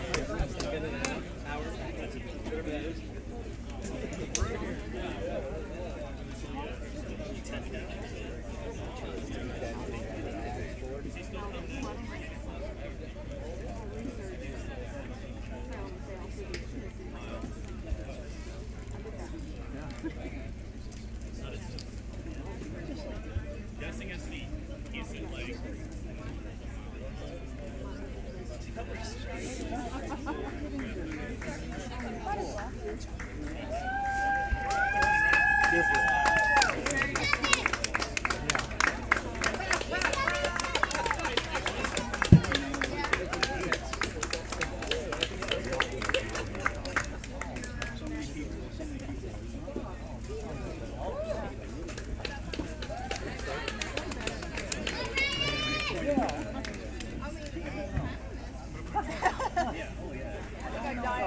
You'd rather get done in about 2.5 hours?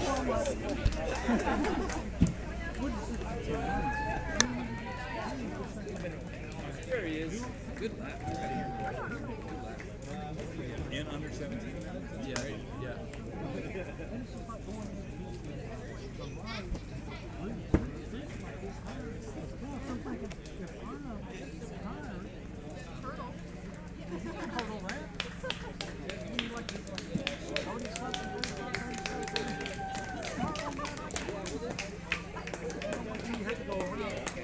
Pain in the butt.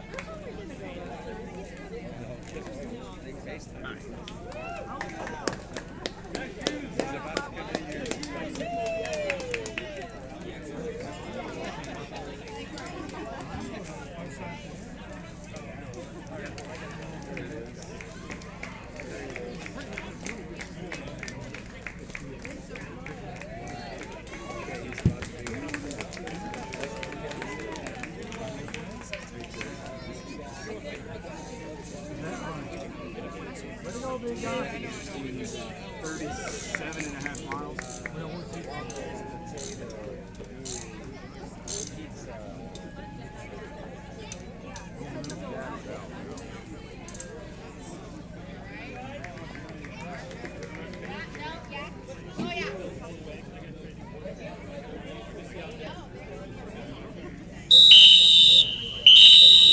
We're busy right now. Yep.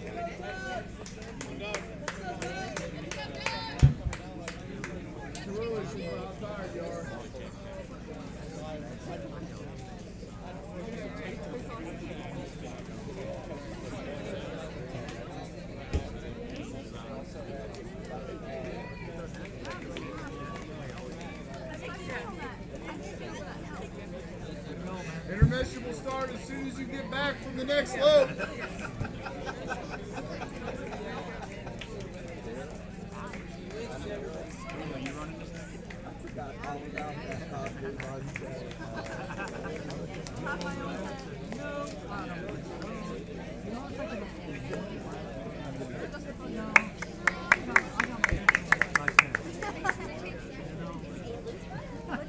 Let's work our way up. Looking good.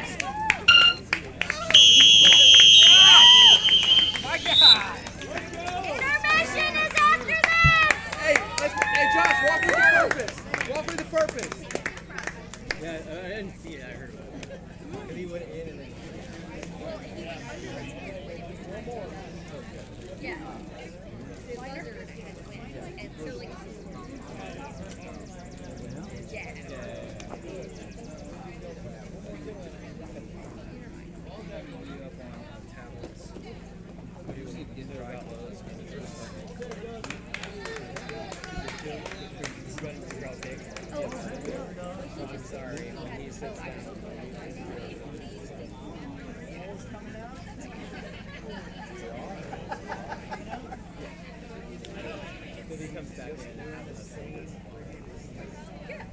All right, Jones. Yeah, yeah. 17. Yeah, it's hot.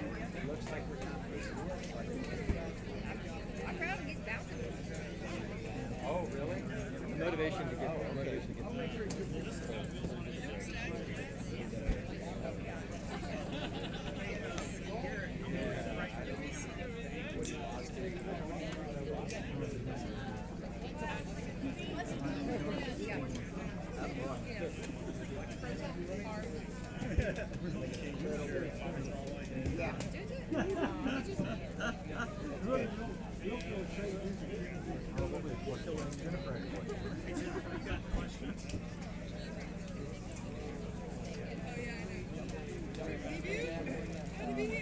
Okay, you're on, John. Whoa, hey, oh, we're back. We're live. Checking, testing, 1 2 1 2. We're coming to you live from the infamous Midstate Mile, home of the Murder Mile. I'm, of course, the race official Big John, and as always, FJ. We don't have a mic.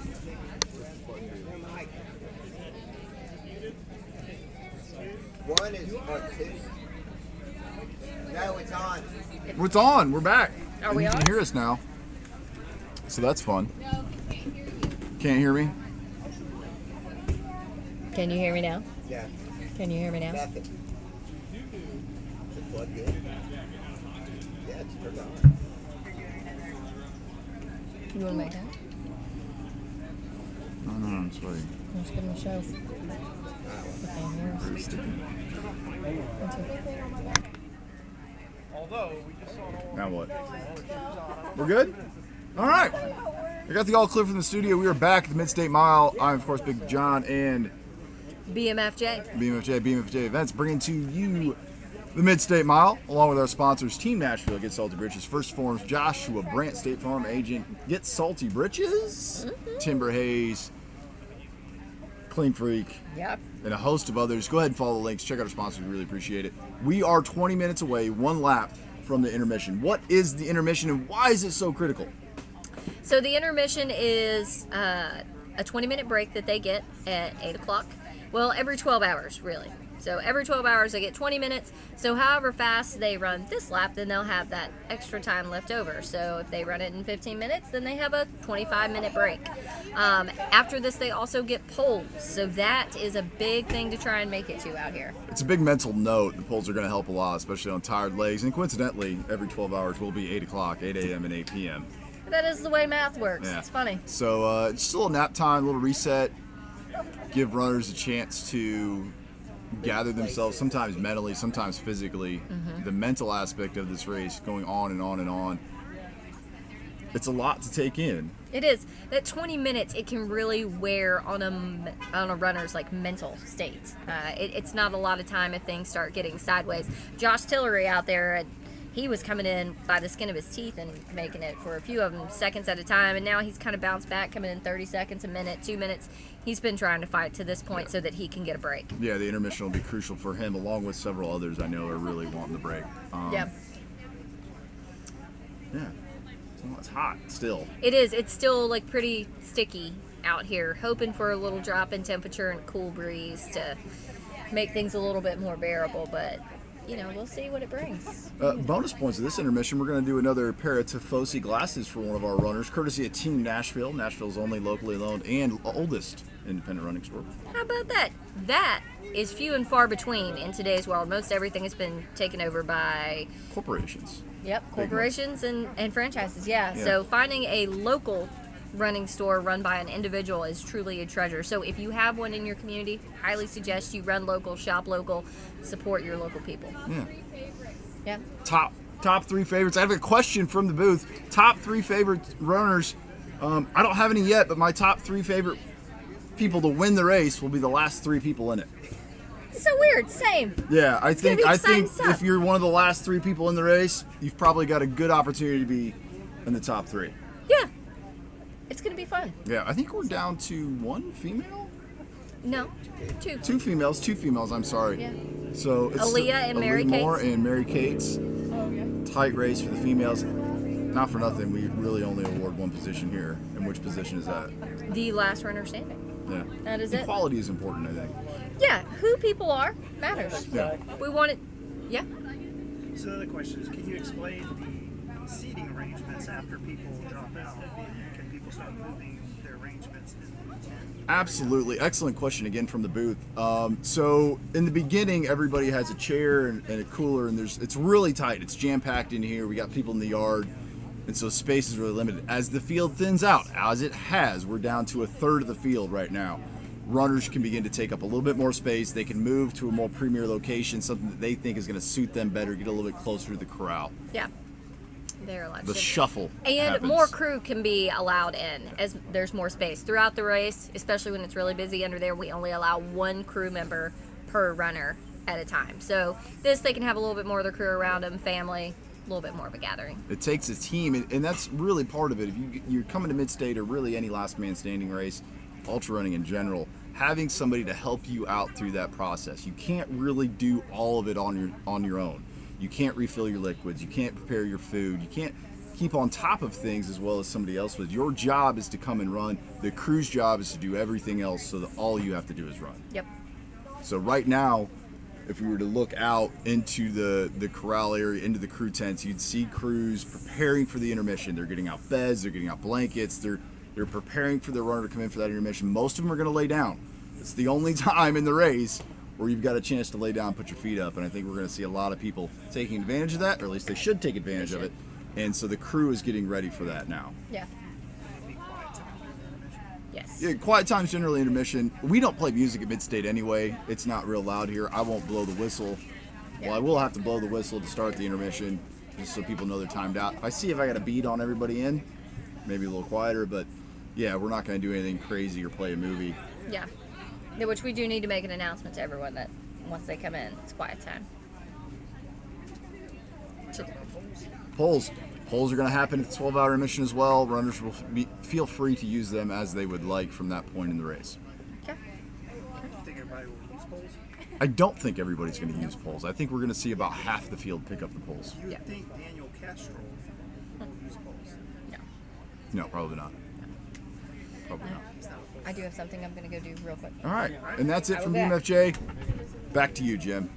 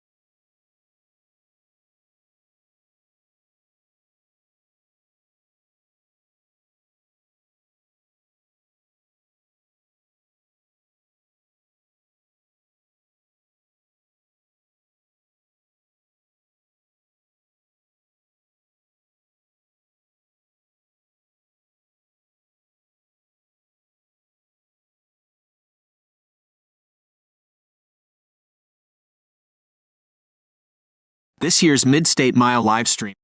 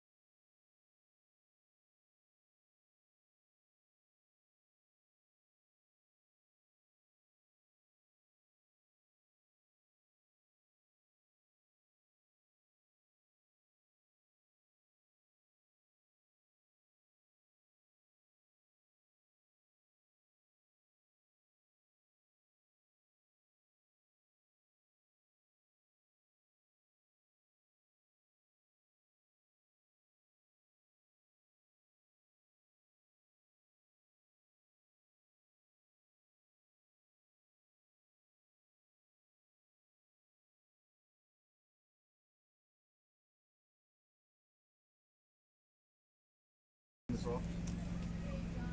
John, question. Is there an age cutoff? A reasonable age. Because that's a question on the chat.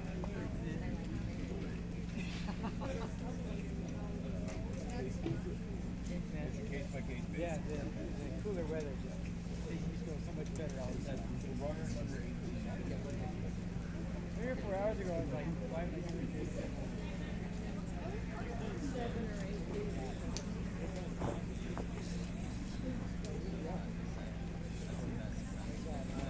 Luke, that was 12. Yeah, you sped it up that time. You're going backwards. Good job, Eric. Great job. Strong, Eric.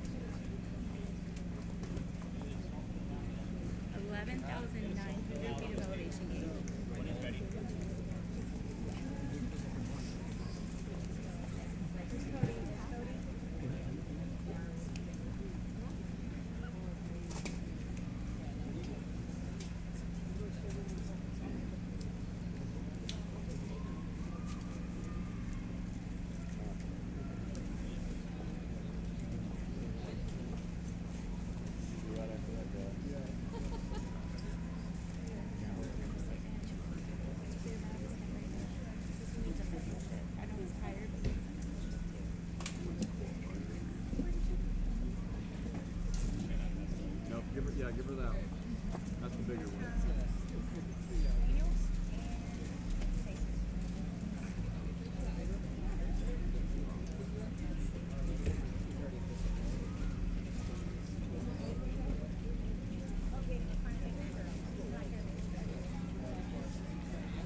No shirt, Daniel, huh? No shirt. Time. There she is.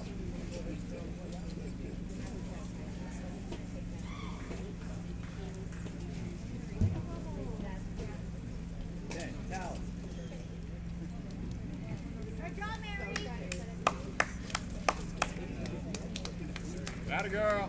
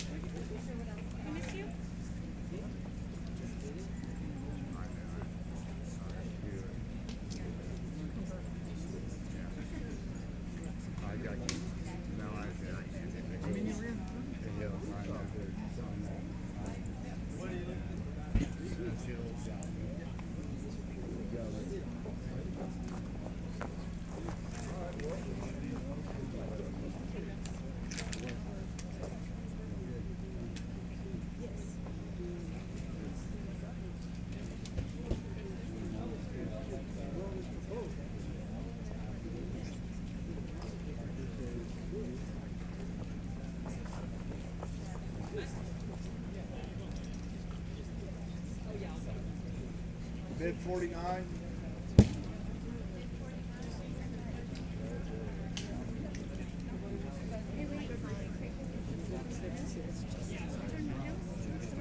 Yeah, you're talking about hills. I know, after doing it 36 times.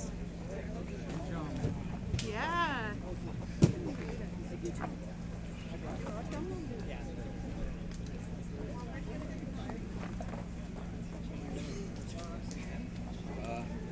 Cold towel over the eyes. Alright. Maybe one of them.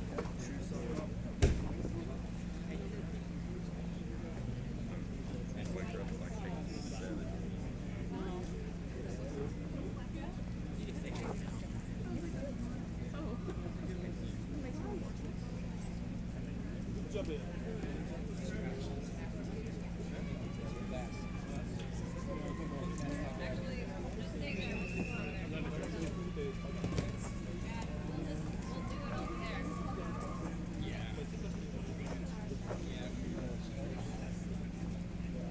a lay down.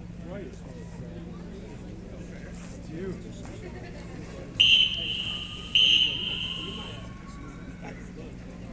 What? You're gonna put your head here. Back up close. So we have 3 headlines.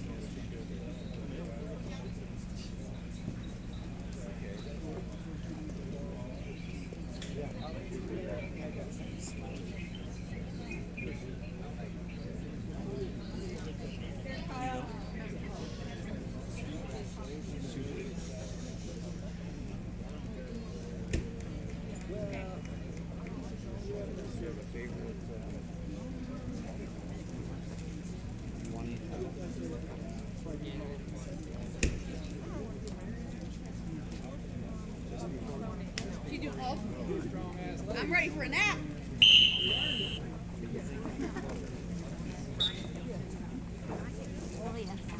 Yes, I got it. Yes. So it'll hit me while I'm. Yep. Thank you. Yep. You need anything? Okay. Oh yeah. Keep with your water. Or you want to go vegetable? We have it already.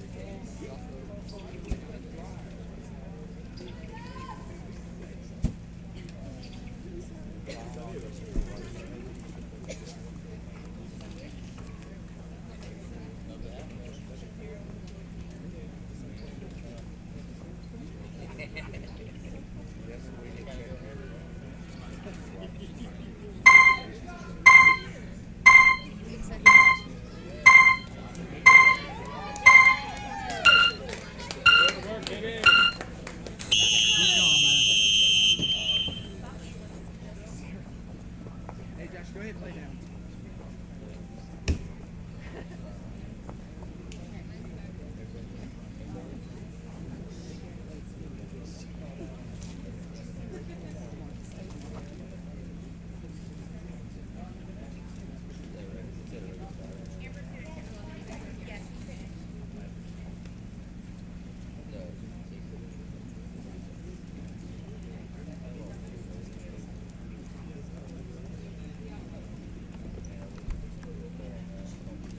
This year's Midstate Mile live stream is sponsored by Brandt and Michael Clark Peak Performance Coaching and Marisette's Vitamins. Are you ready to redefine what you're capable of? Brandt and Michael Clark, the go-to peak performance coach, is here to empower entrepreneurs, athletes, and anyone looking to perform at their best. Say goodbye to pain and hello to limitless possibilities.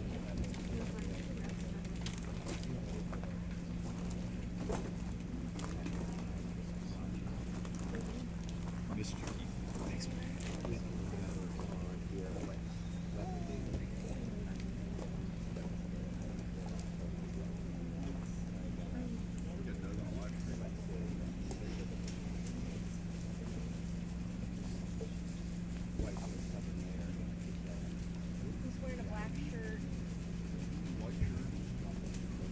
Black with short sleeves.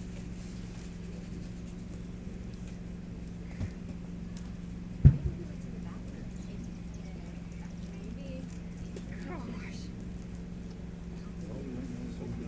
Right.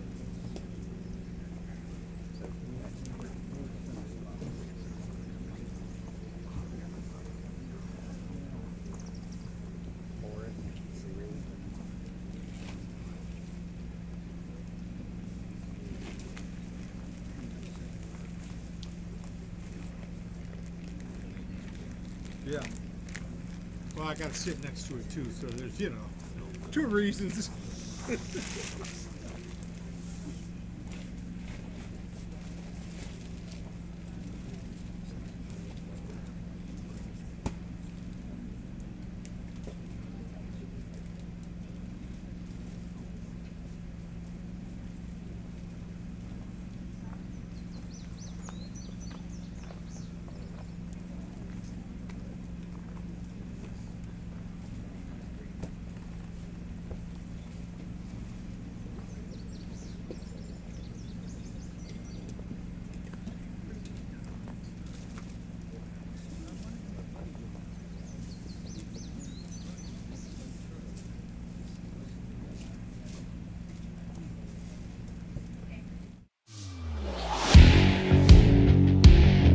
I'm Edgar Mills.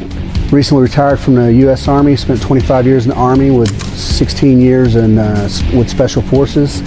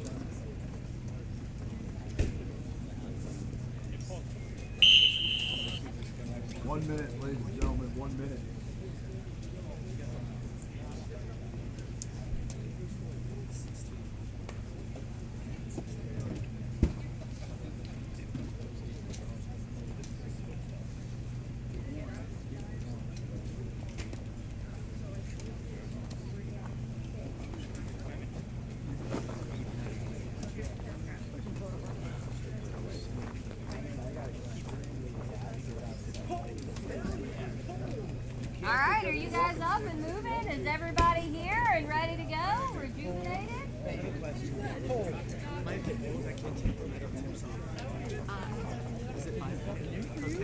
Do you think you could tell there's going to be two?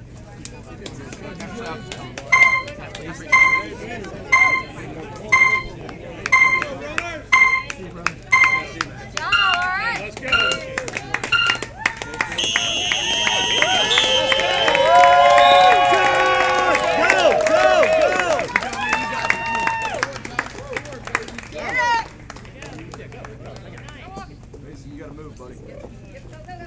Vamonos! Let's go! Nice time!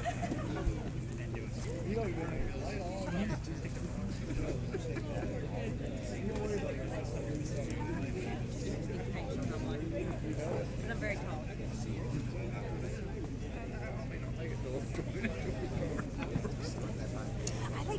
I think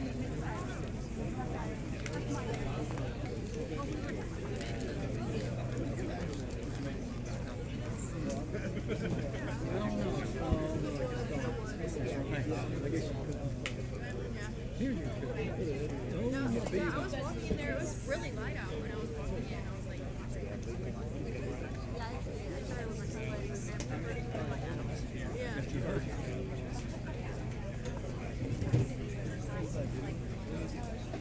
How you doing, sir?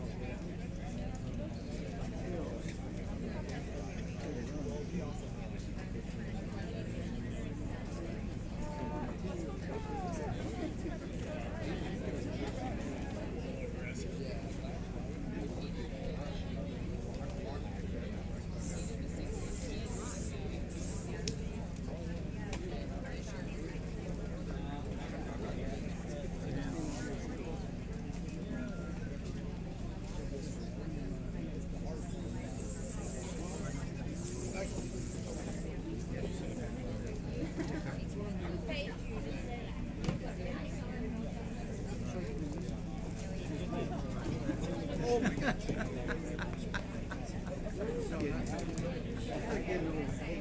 go and get one in there for old time's sake. You see all roses and pancakes around here.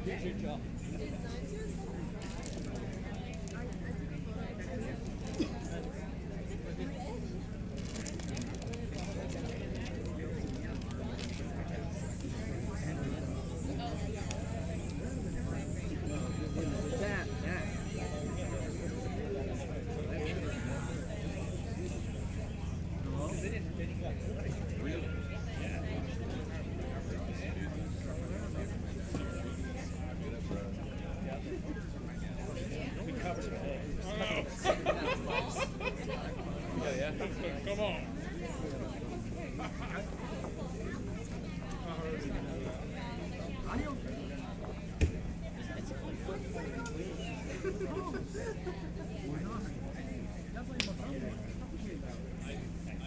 His sister Caitlin.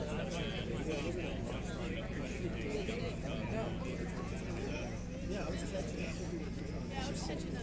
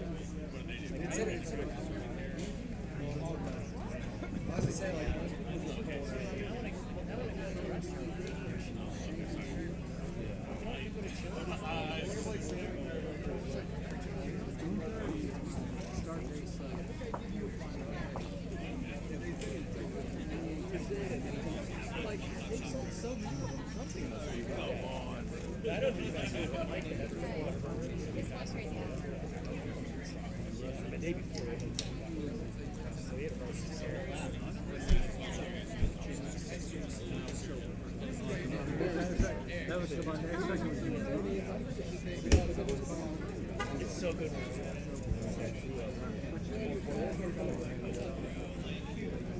That's it. It's like drinking a drug. It's so good. When you're doing it, then it's like you see it.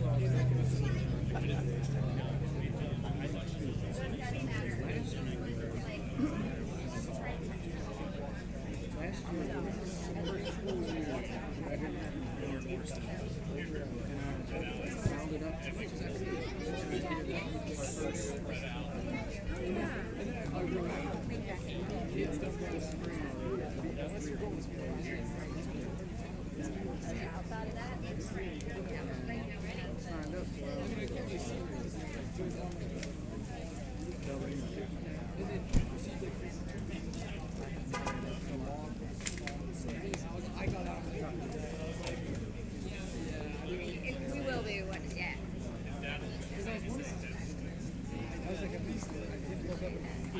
It is all coming together.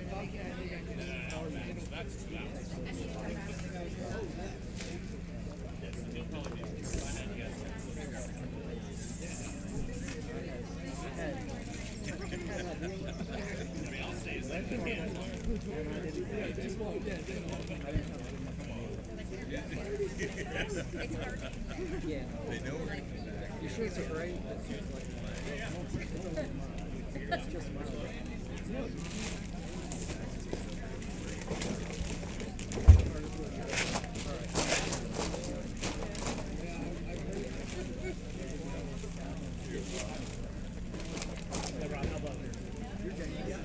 a two-person show. You give her more favor. Randy, you had one job? They completed 36 loops, so they're out on almost 40 miles in. It is not all miles are created equal. Yeah, right. So when you were walking your property one day, you were like, all right.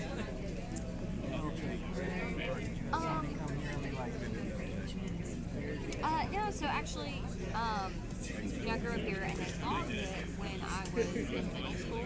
So I actually from cross country and track like trained myself. And yeah, my mom would be here and and sorry, Mom, if you're on the live stream, they're watching it in the living room and you can hear me. It was really mean. Yeah, they locked it. So the road was already here, and we just after that, like, I just did not run.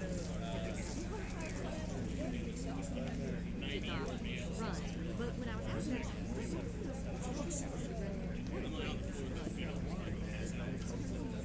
anyways, fast forward 27 years later, 5 years ago, I was training for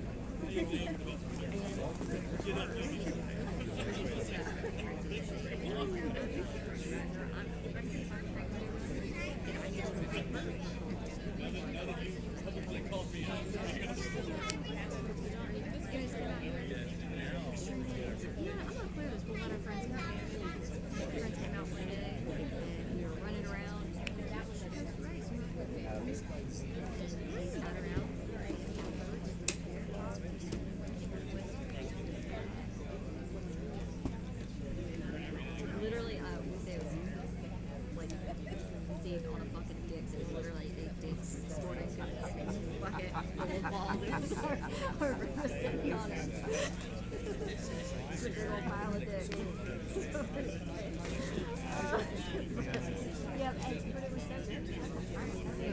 Our friends came out all the time. We were out here every weekend. I mean, we decided it was very quick.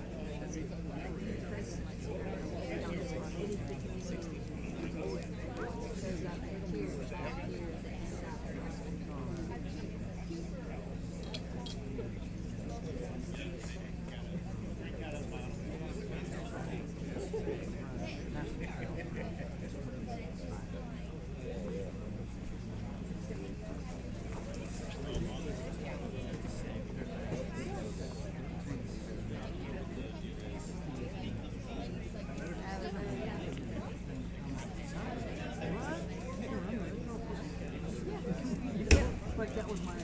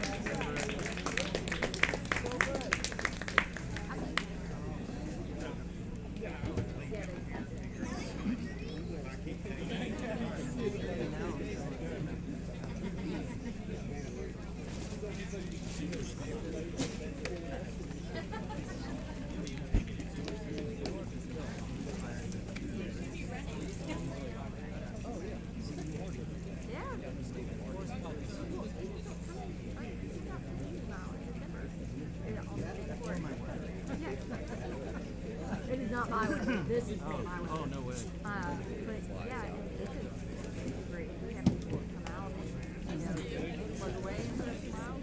It's because you see it's great. And there's a lot of people that watch it and take it.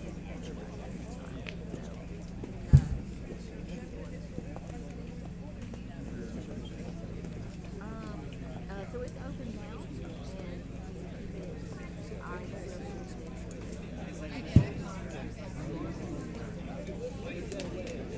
and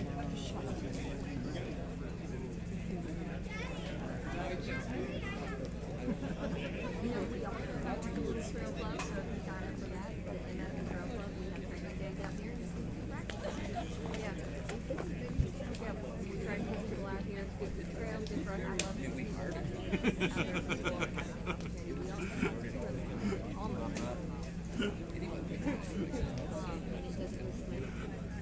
think they stole you.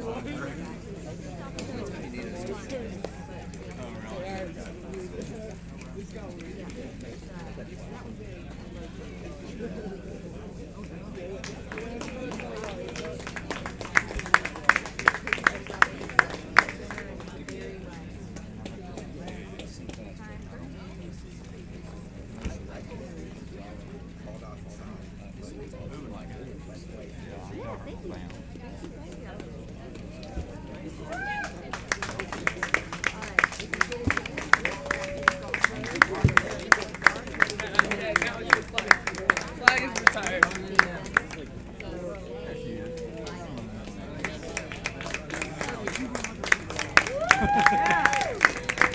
Good boss, lady.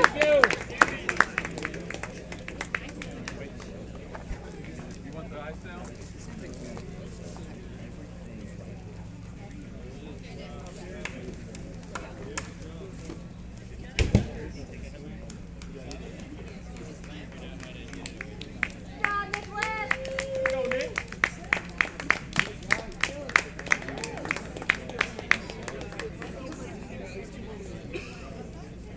Good job, Nick.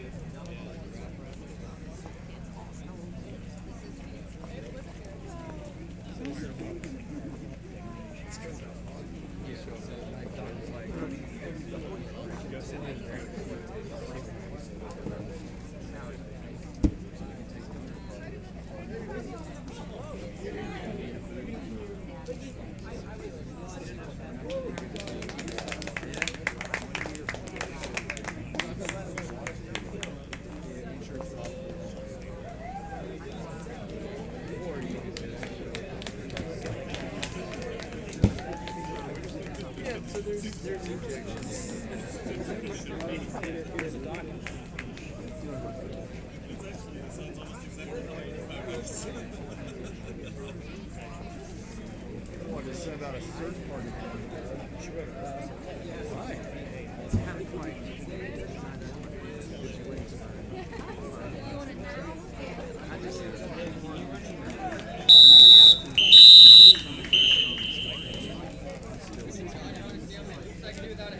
We got one down so far. Maybe better estimate.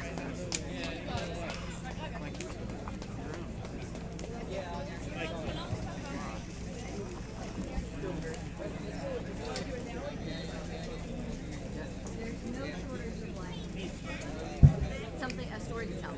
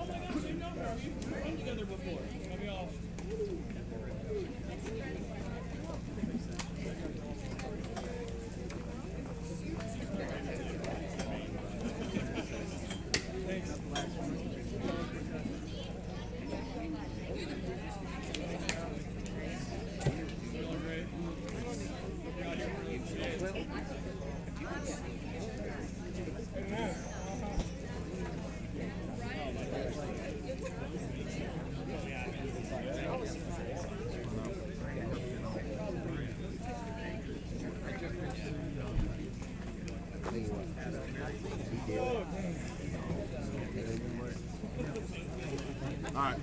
Be safe. Thank you, Terry.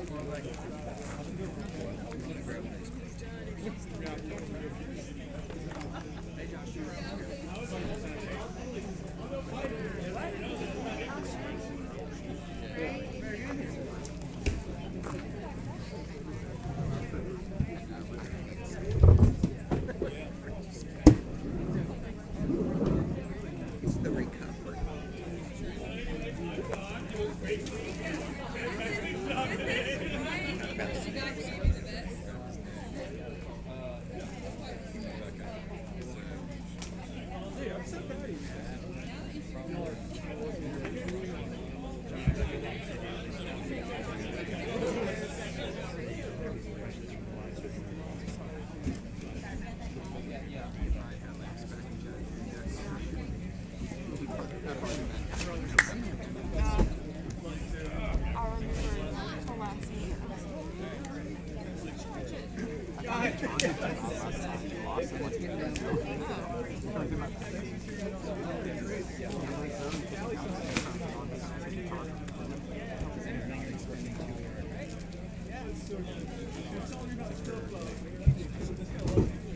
Yeah. They've got a run group. Yeah. We got so many. Yeah. Yeah. I don't really care. I went in which one?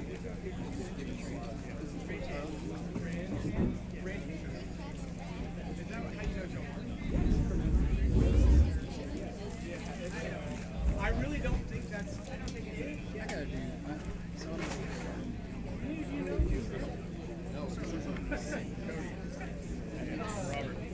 I was like, I saw that yesterday. So they're on 37 loops, 40 miles, 12,000 feet. Thanks, dude. Thanks for sharing. That's I saw the heart rate monitor and stuff. Of elevation gain every mile. It literally, the course looks like this. The first mile. That's it. They climb up, down, and you come out. That's the mile. How do they, so this happens all over, how do they determine, like, and this is, I mean, that's someone's house, right? So, like, how do they determine, like, where are these? Well, this is actually Rebecca and John's property. Yeah, I literally don't know. It doesn't make sense. And they started it in 2020. I was right on that first year. You learned your lesson? Right. Wiser. But it's just something that they do. This is different than any other. You know, there's the backyard all. It's like sprinting. This is the closing of that sort. The backyard, the whole backyard over 1 mile every day. This is 1 mile every 20 minutes. So, and it takes about 15. So Mary and Luke, they come in about 14, 15 minutes. Everybody else comes in 17 minutes. You get a minute or 2 to eat your egg, and you get back on the course. And if you're not here when the bell goes, you're out. You have to be in this corral, this green cone. No, take it right at your right. And once the buzzer rings, so like if someone comes in here, as soon as the buzz rings, they have to start with what they have. So eventually, it just wears you down. And those wristbands. That's what I was wondering. Because everybody just tap it out. This started with 105 and down to 30. Testing 1, 2, 3. Test. I did. I think testing from the control room. Test. Test. Can you hear me? Hello. That's another thing.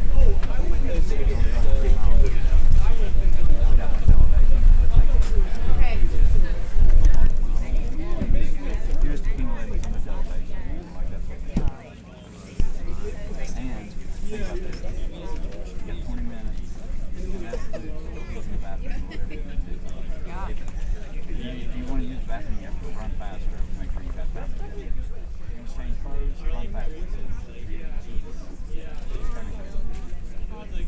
And so, you know how it is when you're running, or even any type of like endurance sport.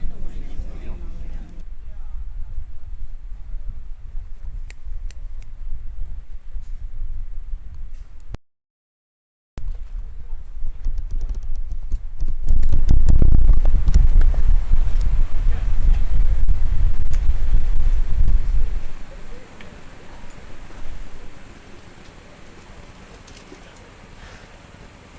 Testing 1, 2. Test. Testing.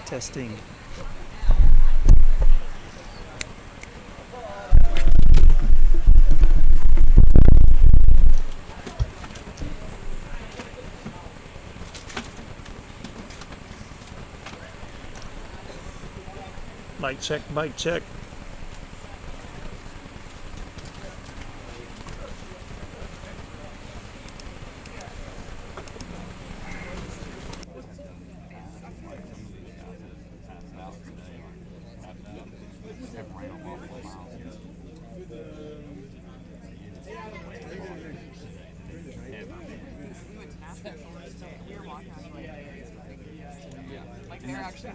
And that's why they're only running. This is way harder. He was awesome.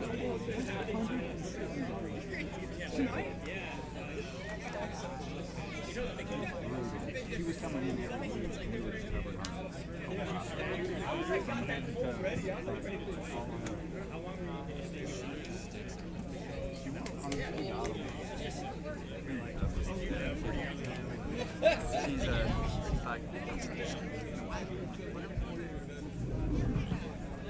I was like, at some point you may need them, so I'm bringing them. She's just gonna come and sit down and she'll be here. I'm like, this is it. This is it. Just waiting. I mean, when that gets down to 5 minutes, it's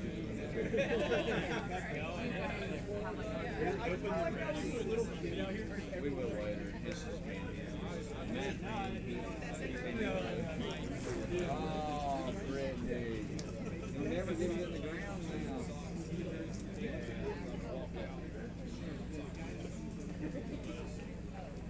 We're going to figure out a way to make it sleep.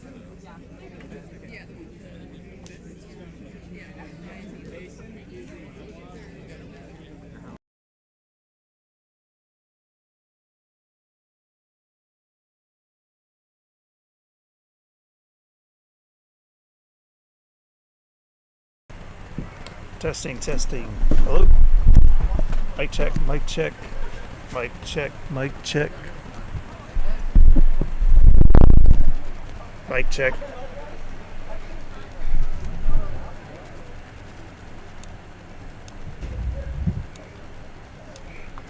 Dave, are you here?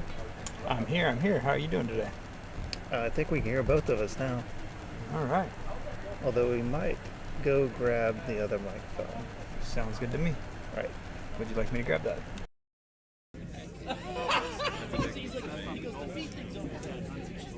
Yeah, the bombs is the golden ticket.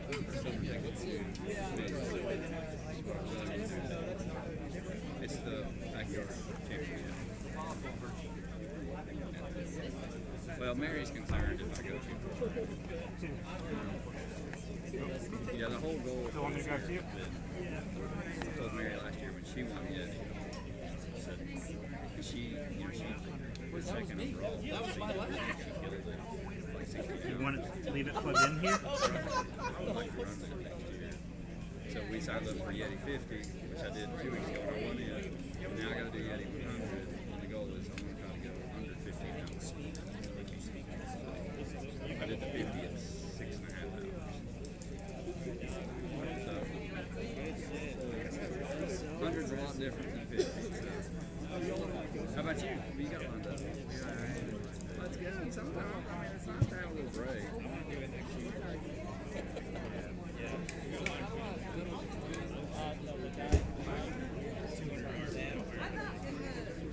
Well, she's working with one of our friends.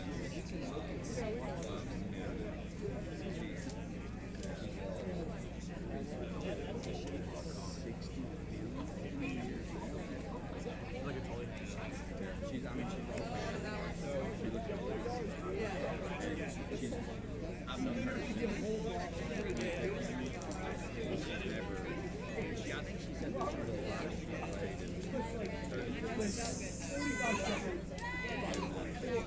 Mary gives, helps her with a little bit of you got to dial it in. Oh, that's so good.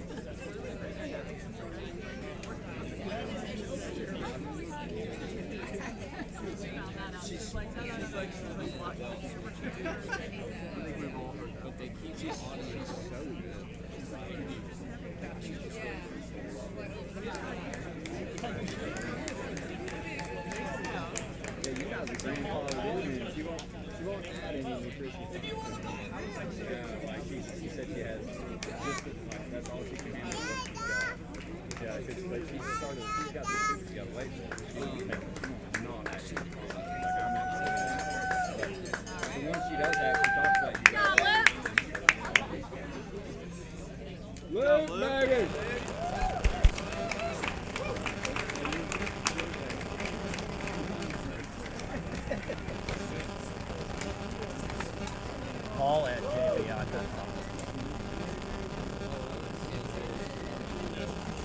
Yeah,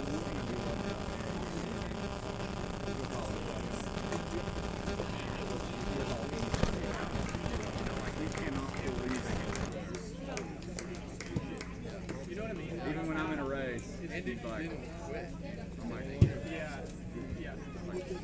it was Ball State. I was like, I hate this. I'm never doing this again. I'm not ever running this. I don't know if I should do the what can I help you with? I'm in the middle of the race. I'm like 150 miles in. I'm like, stupid. Don't have to do it again, but you have to do it now. She told you that. She told me that. Yeah, he was in the 70 miler and he's like, this is stupid. I hate this shit. I'm never doing this again. Look at this fun. Why am I doing this? She's like, you don't ever have to do it again.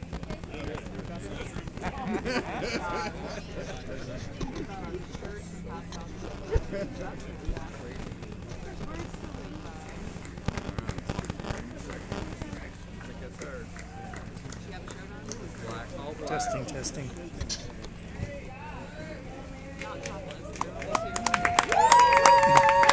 Testing, microphone, check. Control microphone, check. Can you hear me here? Do I hear you? Are you on live? I mean, I put my headphones in and see if I can hear you.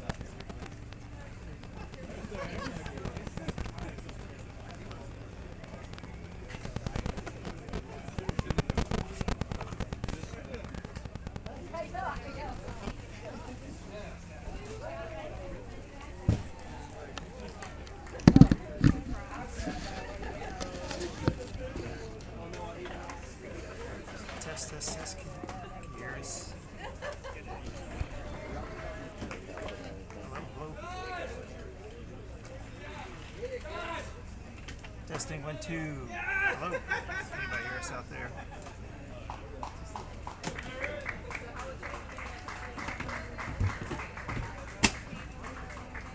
Testing 1, 2, 3. Test. Mic check. Yeah.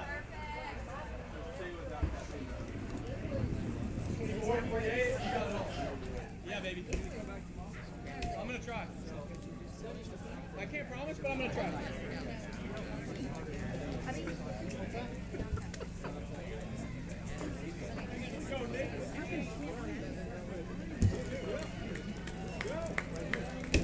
Yeah, big Bri. That's it, baby. You see him?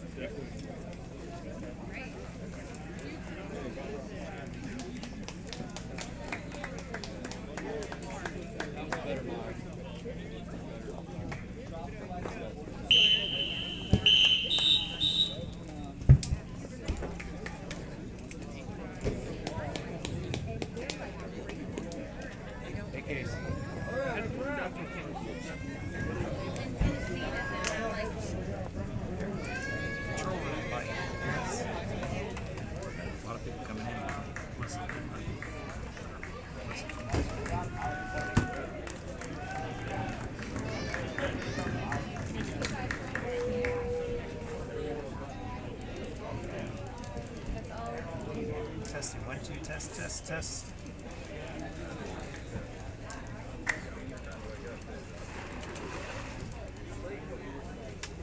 Control room mic test.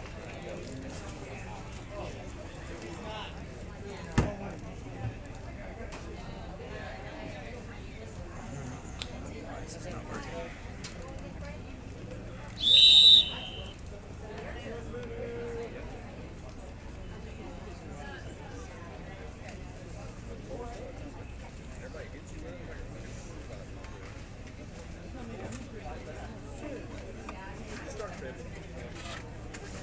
Dressed in black. Got one guy out there running with his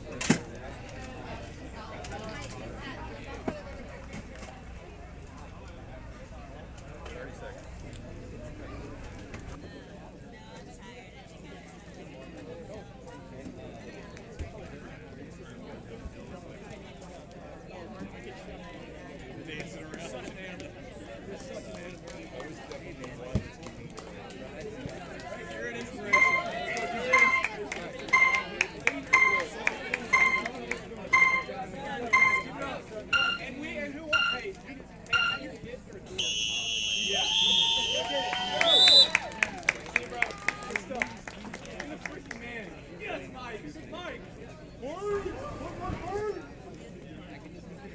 He just keeps going. We keep going across the chin. It's like every time he's scared, he's on pace every time. Wait.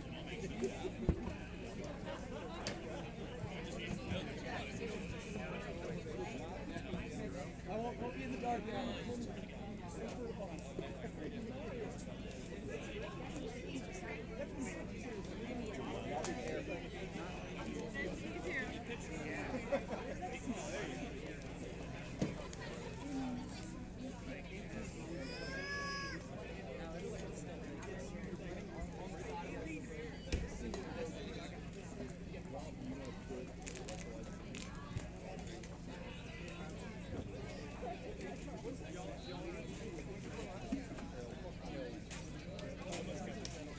Dennis Campbell, Pat Minahan, where are you at?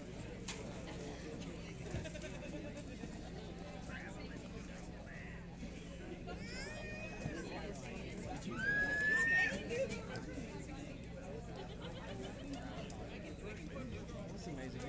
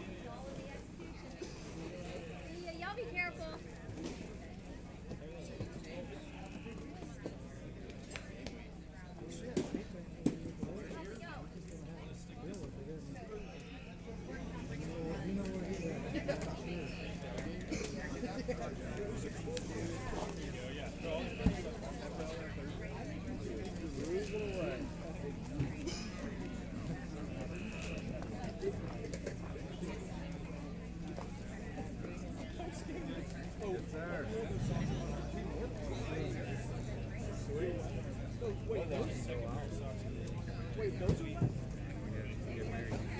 I never wore it.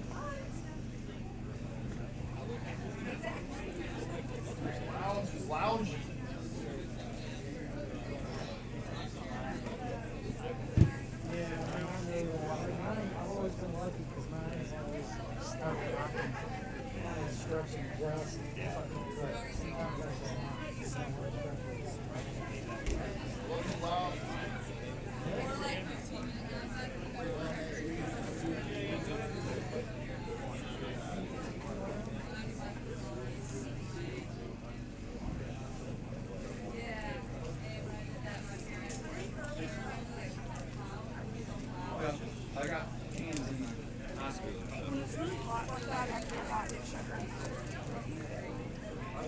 You've got several compliments on the wall.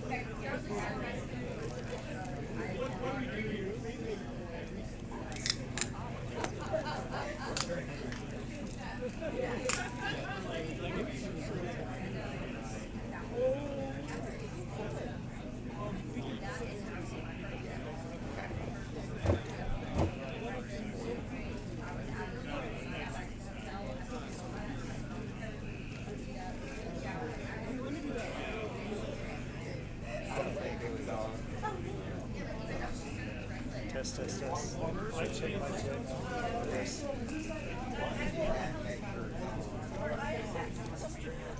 Mic check. Hello. Testing 1 2. Testing 1 2. Can you hear me out there? I can hear you. Can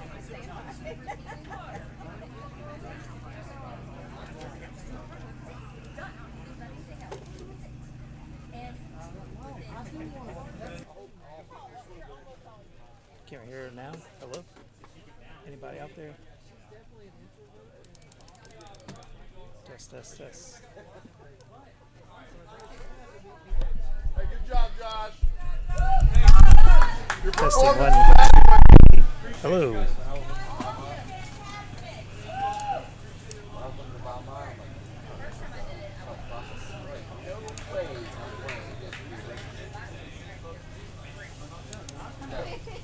Well, here's the thing. It's hard to write.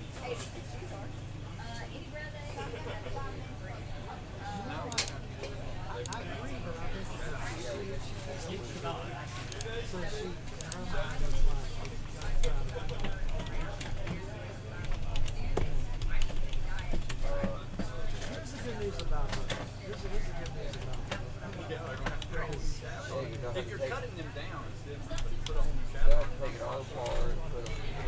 We just end up separating.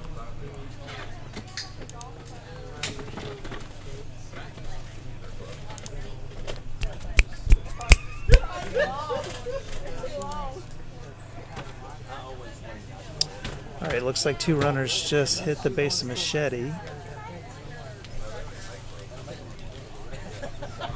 Dave, you didn't get an idea who that was, did you? I'm not. No, sorry, I did not get that.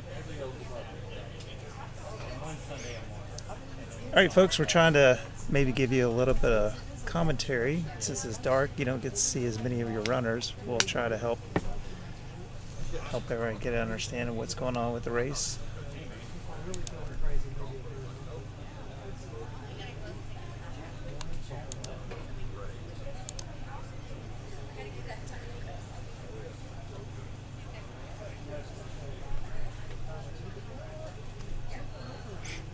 Based upon our count, we think we have 26 runners still left in the race. So that was Mary Cates and Dylan Ledbetter that just passed by. That's Darren Jansen. Not sure who was behind Darren. It could have been Eric. Nope.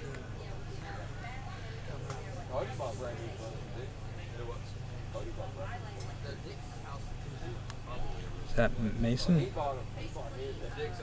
That might have been Mason. So Mason has taken off his baseball jersey. His first form baseball jersey. So if you've been watching the live stream all day, Mason is the guy that has been hamming it up at all the cameras. And we've been told he's going to make it even more fun this evening. Yeah, no, I think that was Eric right there. That looks like Eric, yeah.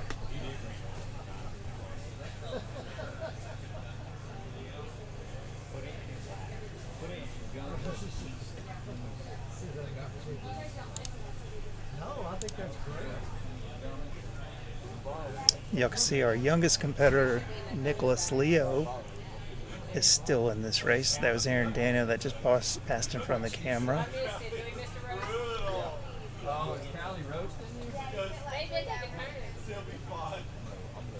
That right there was Daniel Castro. Nope, that was Dylan Ledbetter and Daniel Castro right there. Daniel is the winner of the Big Al's 200 back in March. That's out here on this farm. It's a different course, but it is out here on this farm. Look, that was Cale Jackson that just passed there.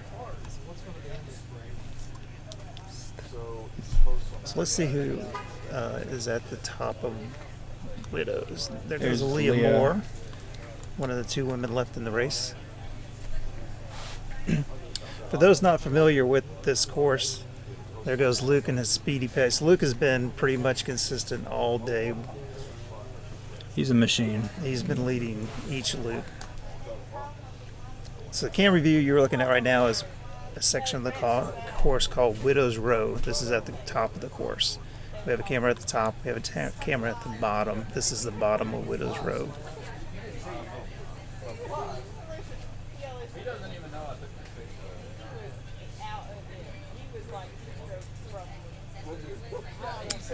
Now notice this guy earlier was just using a stick. And that's Blue Grove Hunt right there. And maybe with the stick, it might be Cody Eubanks. Here they come into the field. So as soon as they pass at the bottom of Widows, they come into the field, and then they'll pass through here. Now they'll come into the tent area.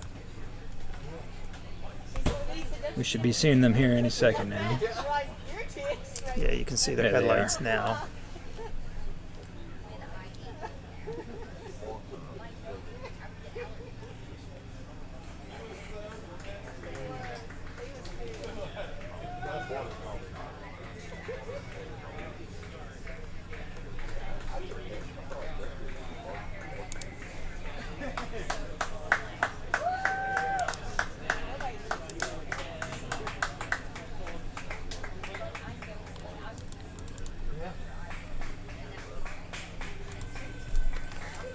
And there's Luke headed back to his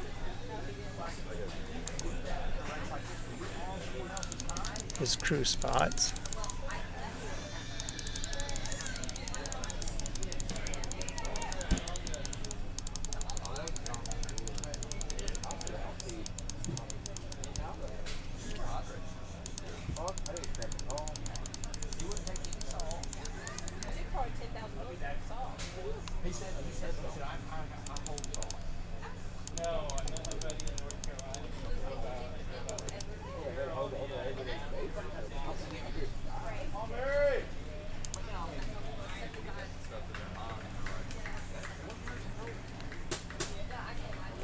One person's carrying their light instead of wearing it on their head.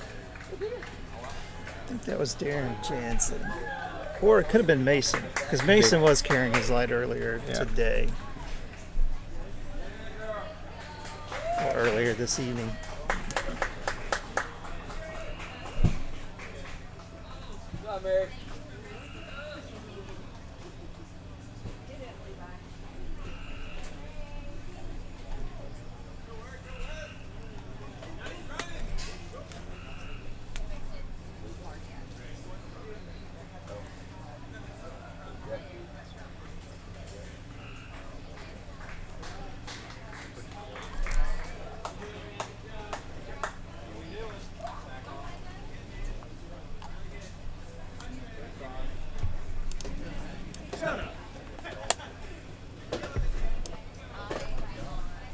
Daniel is not a pole user. At the Big House 200, I don't think he used a pole the entire 200 miles on this course. That's impressive. Very impressive. So I would not be surprised if we don't see him using poles.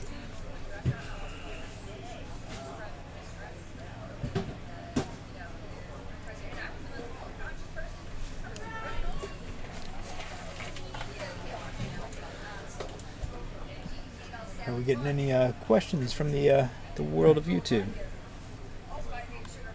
Current view is the last downhill on the course before they come into the field. I don't see any questions yet. Let us know if you have any questions out there, YouTube.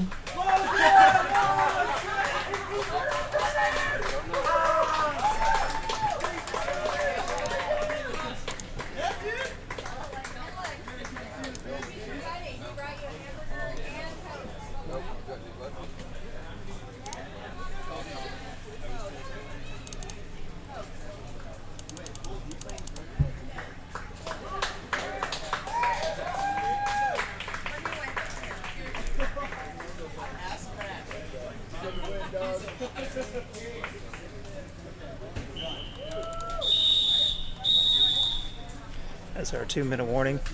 So the cameras that you see there in black and white are on night vision. The cameras that are here in the crowd, we have plenty of light to light those up, but the ones that are out on course where it's dark, they have to use their night vision to be able to see the runners.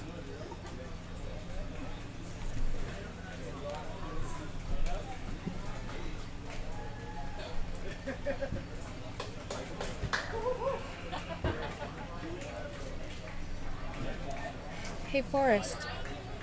Colin would like to know if there have been any changes to the course over since last year. There have been no changes to the course other than the one thing people have to understand, this course, every time it rains, it takes a beating. So every year right before the race, usually the weekend before, 2 weekends before, volunteers will go through and they'll sweep the course, get all the big rocks off, level everything out, and it'll stay like that for maybe a week or so. But a lot of water moves to this course because of these hills, a lot of hills. So a lot of water moving the dirt. But overall, the course is the same course as was the first year in 2000. Anyone who watched the documentary, you're seeing the exact same course. And anyone who's local, if you live in the Nashville area, or if you don't want to live in, or don't live in the Nashville area and you want to drive up, we'll be here tomorrow. You're welcome to come visit. You're welcome to actually go and walk the course. Get to experience these uphills that the runners are hitting twice each loop.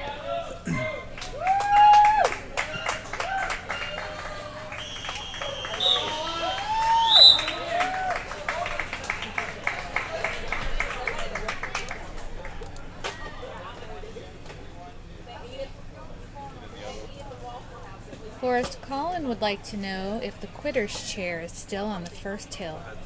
The quitter's chair is still on the first hill, and I do believe there's a skeleton sitting in it. If anyone's ever passed that chair, you know the saying is,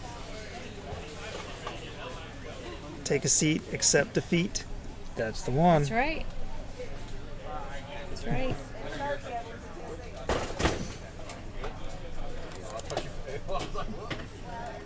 Does anyone know how Brian Neely is doing?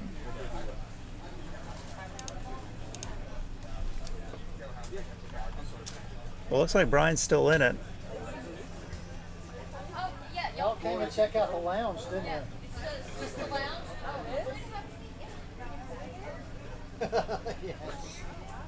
Well, we haven't had any reports of. Most of the runners, I think, on the course right now are running very strong. It's this is a time where it's cooled down and people are getting into a good groove. Yeah, everyone is definitely looking like that they have many laps ahead of them still. Right. I would say all the ones that felt like they were hanging on for dear life have now left the building.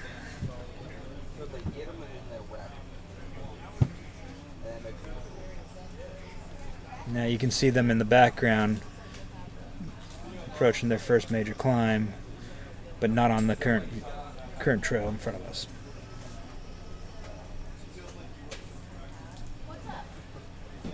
Forrest, how many runners are still running? Our count right now is 26. Yeah, that demo was funny as hell. Although we haven't done an actual head count, but based upon our photos, we think there's 26 runners still on course. We have a great question about how many veterans versus first-timers are still on the course. That is a good question. We'll need to look that up, but I will say there were 85 first-timers registered at the beginning of this week. So we had a lot of first-timers signed up. We'll see if we can't find that information. So we know we have. So Eric was our last year's winner. He's still on course. Second place was Aaron Dana. He's still on course.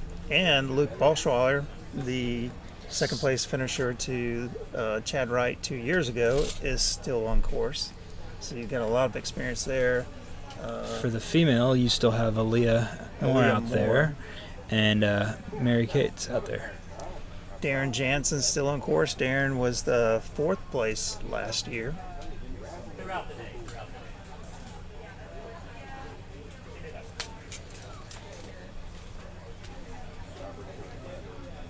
And I'm pretty sure Nicholas Leo was out here last year, the youngest competitor. Troy Dougler, I think Troy Dougler was here last year. Dylan Ledbetter was here last year. Dylan, I think that was Dylan's first ultra last year. I believe. Sounds about right. And he came back for the Tennessee Mile in December. I think what is it, the 24 hours he did, or was that the 40 hours? He did the 40. He did the 40. We actually got to see Dylan run his first 100 miler last summer. We went to a race called Hail Mary, put on by Hardwind Adventures. It's a fun race. It's a 1 mile loop in an open field in July. It sounds like a terrible experience, but it actually turned out to be a lot of fun. And Dylan got his first 100 miler at that race, and I think he's only been running 2 years now. I could be wrong, but it's not very long.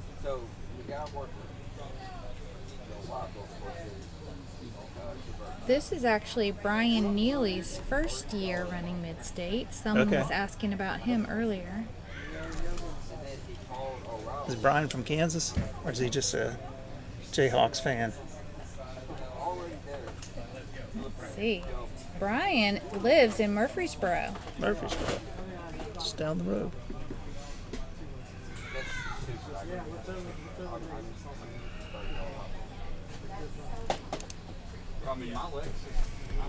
Mason Stevens with first form. Been keeping it very active on the live stream today. I think this is Mason's first time running Midstate. I believe it is. Troy Dougler, can you confirm if it's his first race? I don't think it is. I think he's a veteran.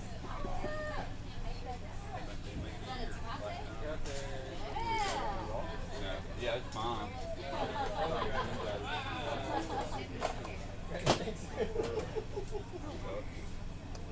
The young man y'all saw doing the little dance there, that is Aaron Dana's son.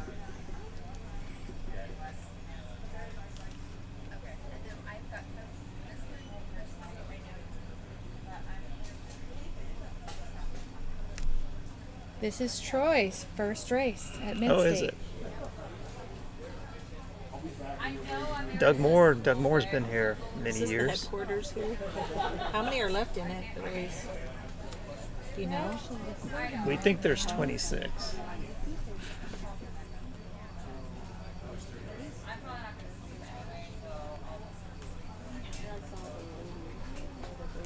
Levi Ray participated in the Tennessee Mile this year in the 40 hour.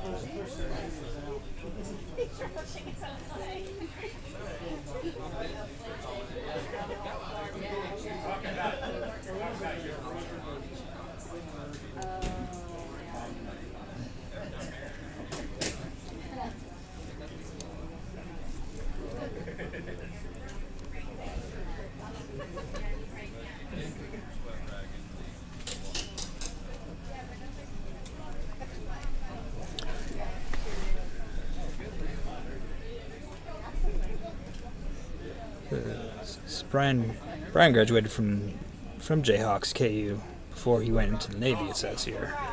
Okay, that's good information. Someone's asking for more stats on Nicholas Leo. I don't know that we have any, and Nicholas is under 18, so his stats might not be available for everyone. Do we have any bio information on Nicholas?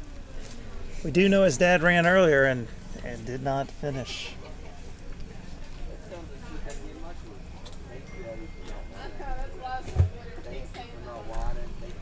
But he is the youngest competitor. And isn't he inspiring out there? He was one of the there were a couple of father-son combos out there today. One of the other father-son combos was one of the tallest. The son was one of the tallest runners, 6'9". So according to UltraSignup, Nicholas has ran the last squash standing, a last man standing back in 2021. where he was 20th overall. He ran in Thunder Chicken Squatch 17 miler, where he was 24th overall. And he ran Midstate Mile in 2023, where he was 28th overall. Wow, that's impressive. And he was 15 when he was 28th overall at Midstate last year. Nice. So he's improving. Yeah. Just to let everyone know, there are a lot of questions about when the Ultra Sign Up Live link will be updated, and unfortunately we are here in the control booth are not updating that right now, so I'm not sure when that will be updated, but we are removing photographs as people time out each lap. So if you look at the photographs in the top right hand corner, you can see all the active runners.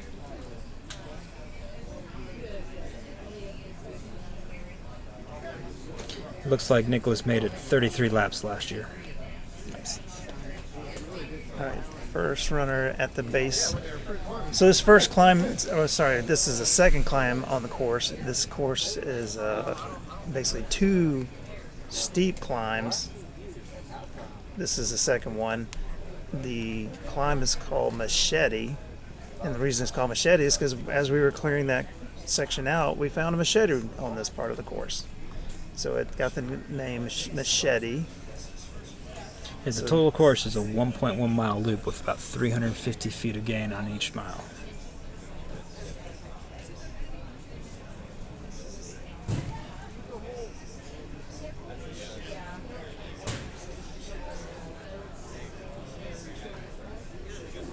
There goes Luke.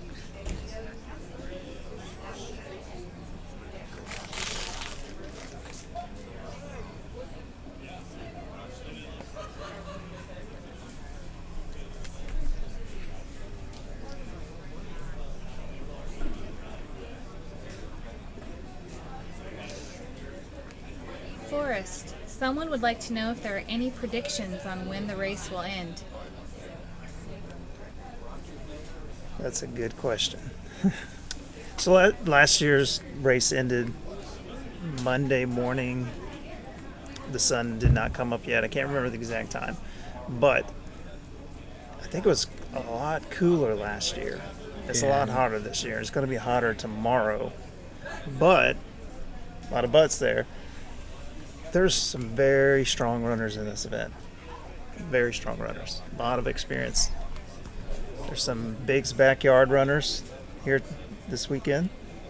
If anyone knows what Big's Backyard is, if you don't know what it is it's the World Championship of Backyard Ultras held in Bell Buckle, Tennessee at the farm of Lazarus Lake.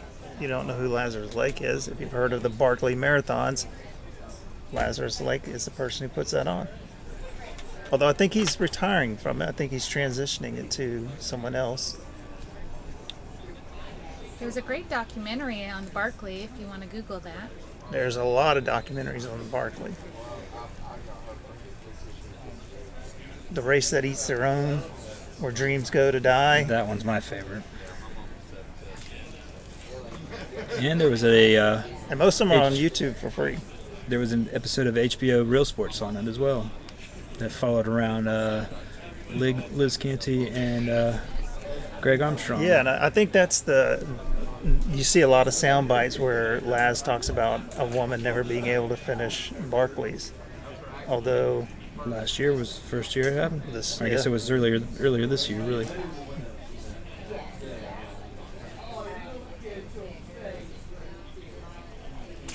Although when he said that, he was smiling. I think he really did want to see a woman I would agree finish with the that race. statement. He was just waiting for the right woman.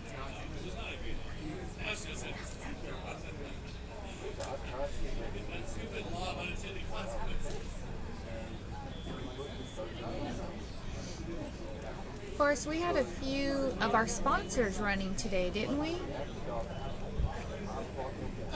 We have Mason from First Form running. Joshua Brandt. Joshua State Brandt Farm. from State Farm Insurance. Joshua is sponsoring All of the the food. aid station. He did that last year also.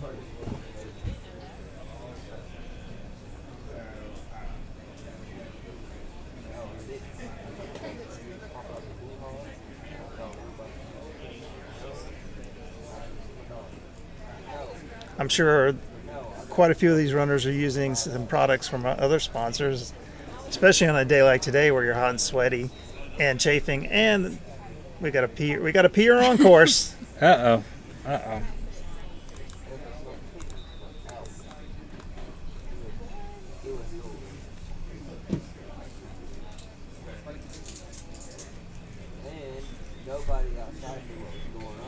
I think the official rule is you are allowed to pee on course, Pee but on you're course not isn't allowed to allowed. poop on course. Definitely against the rules to poop on the course. No one asked this question, but tell us a little bit about some of the animals that runners could encounter out here, and are there any dangerous animals? So today we've seen on the live stream, we've seen a turkey, we've seen a deer. We've not seen any armadillo, but if you're out here at night, you know how many armadillo there are out here. We've seen, me personally running this course, I've seen a mouse. I've heard an owl. We've heard coyotes. Oh, we hear the coyotes. We might hear them tonight. What we haven't seen, but we do know is in the area, is a cougar.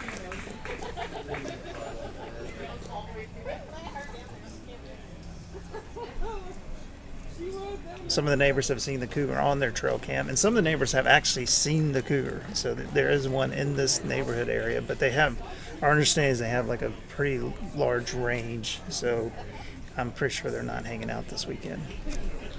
At least not here. I definitely try to stay away from the people.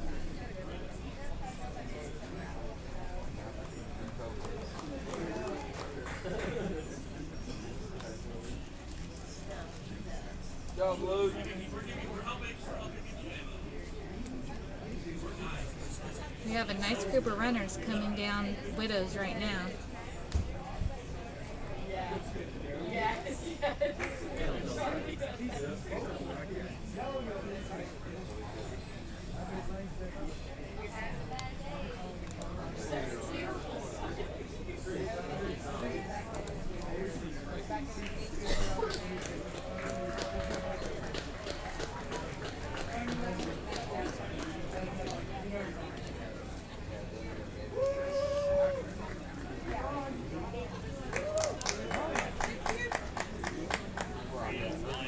Looks like that was Mary Kate's that just passed through the corral area.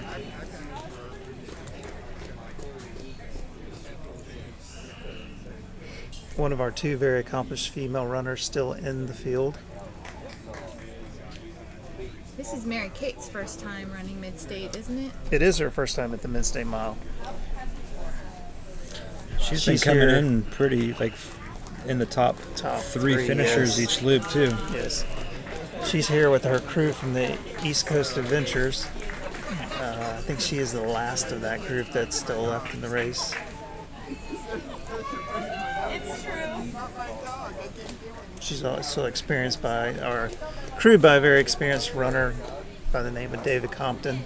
If you're familiar with this area, you might have run one of David Compton's adventure races, trail races, ultras. He just had a really strong finish at Yeti 50 not too long ago. Finished first place there. Oh, did he? Yeah. Nice. I think he might be coming back for an injury. But could be wrong. Not spreading rumors.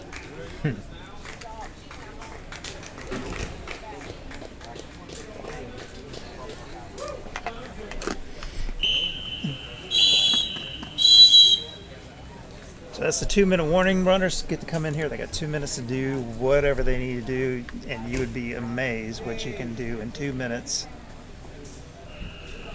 Some of these runners will sit down, get food, get water.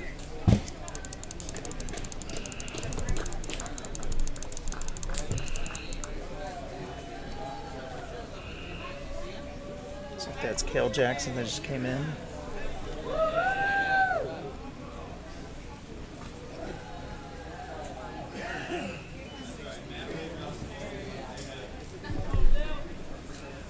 Dylan Ledbetter coming in there. I think that's Troy.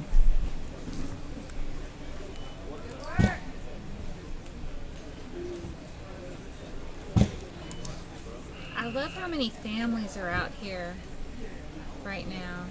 This is definitely a family-friendly event. Spectating is really nice on this route because you got to come back to the same point every mile. So it really makes it a great event to show up and support your family at.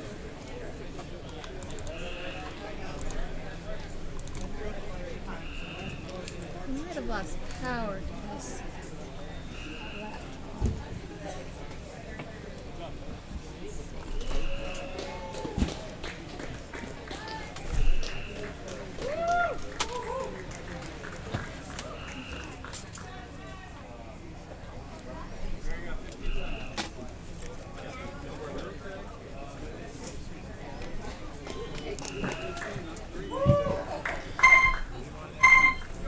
All right, 10-second warning.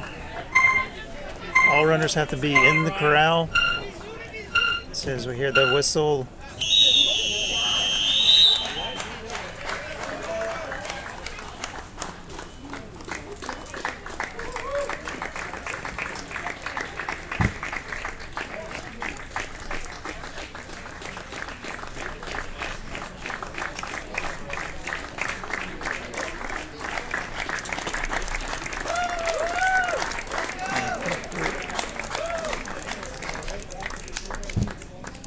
looks like we did lose a runner this loop.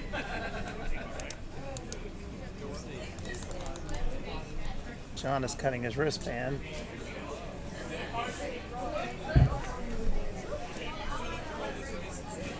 So John Cox will cut the wristband. 27, bib number 27. 27 is Trenton Drawn.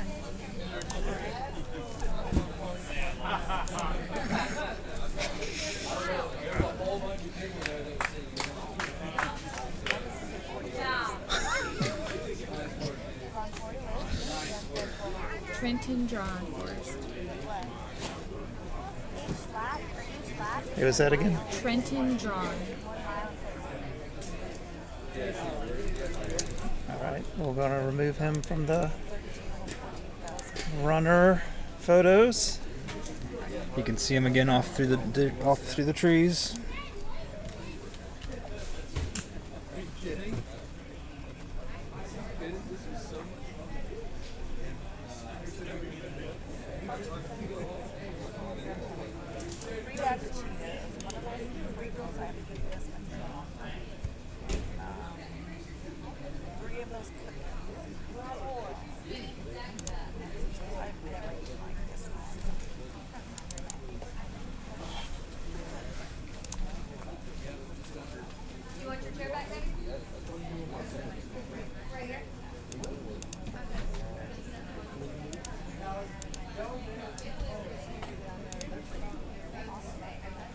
We have re-updated our runner photos. Removed Trenton. Completed 40 loops. That's 44 miles. 13,600 feet of elevation gain. So his longest distance before today was 50 miles. And this year he also plans to run rim to rim to rim.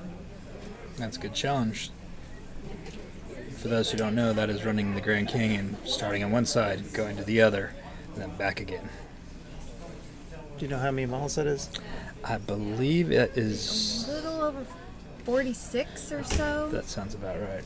I can find out. Approximately, yeah, we can Google it. Does that take a day, 2 days, half a day? It's usually about a 24-hour. Please hold as I look up some past rim to rim runners.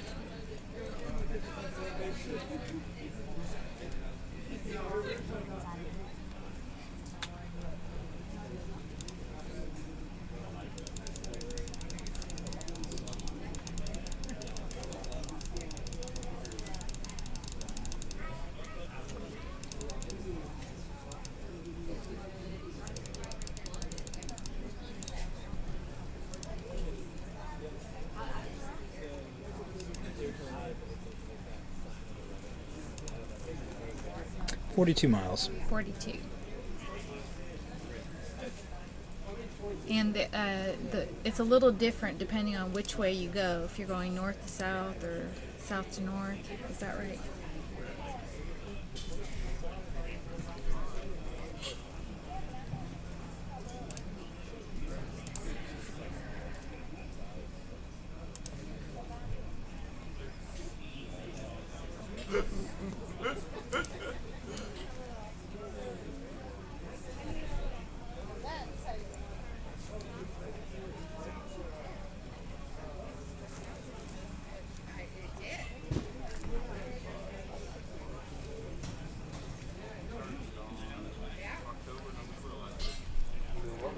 Of course, last year, Darren Jansen got 112 miles here at the Midstate course. 112 miles. Mm-hmm. Yep. Darren is he is a former Canadian. He might still be a Canadian, but he lives here in the Tennessee area. He moved down to this area, I think, during the COVID that sounds years. about right. Brought his wife and his family all moved down here, and I think Darren is now he's making portable saunas, or as he pronounces it, saunas. And I think that's actually the correct way to say it. I'll give Darren a shout out. Darren has helped me lose 10 pounds just from an Instagram post. Really?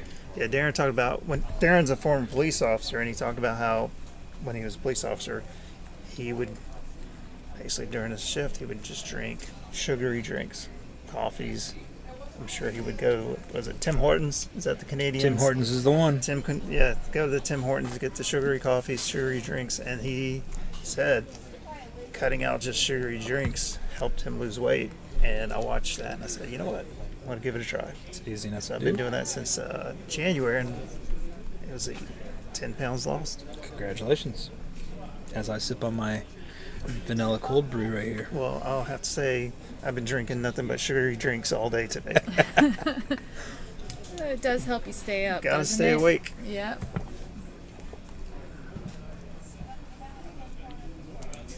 I think this is Trenton finally getting a rest.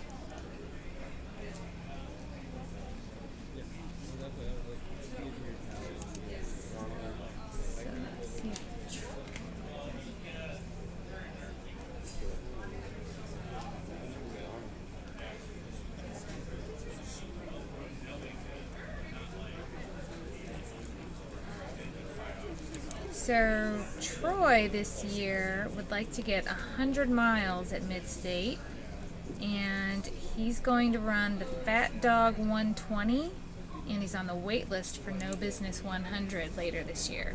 All right. Did Troy run the Tennessee Mile? Did he say? I feel like he might have been a Tennessee Mile. We will look that up.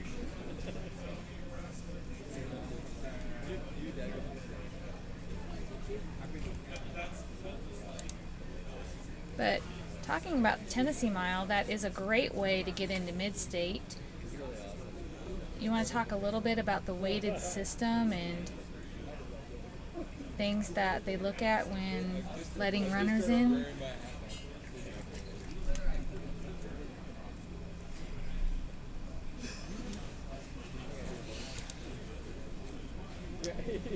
So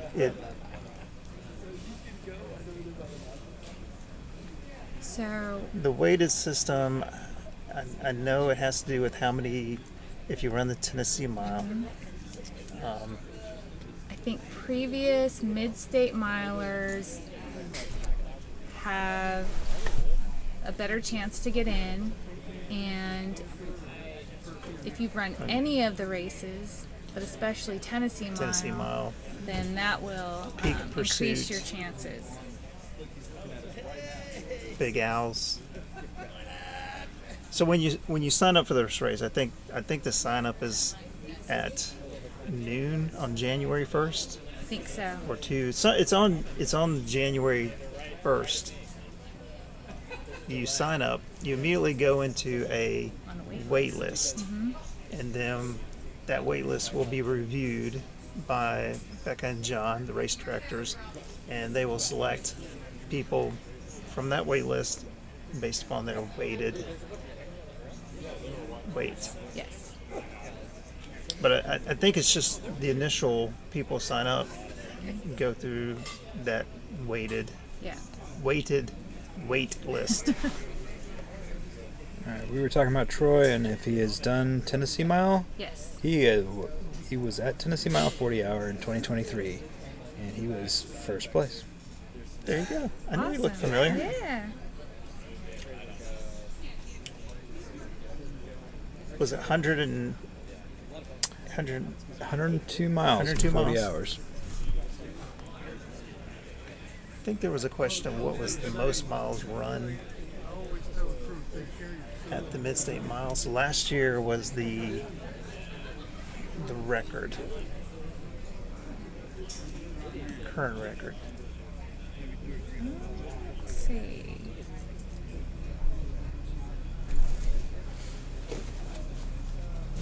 Let me get an ultra sign up.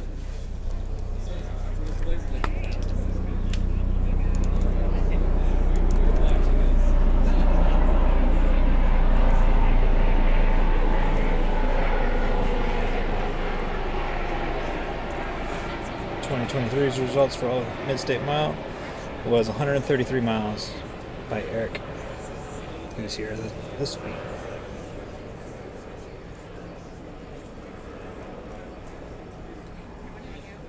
Aaron Dana was 2022, 107.8 miles for the Tennessee Mile. And our very own Forrest Sanders has run over 90 miles at 92.4 miles out here on the course. That was 2021? 2021. Yes. Yes. One of the top performances on this trail. Great performance. I can tell you from personal experience, it's not the uphill. The uphill, you can go slow. Tennessee Mile, that is, not here. Tennessee Mile, you can go slow uphill.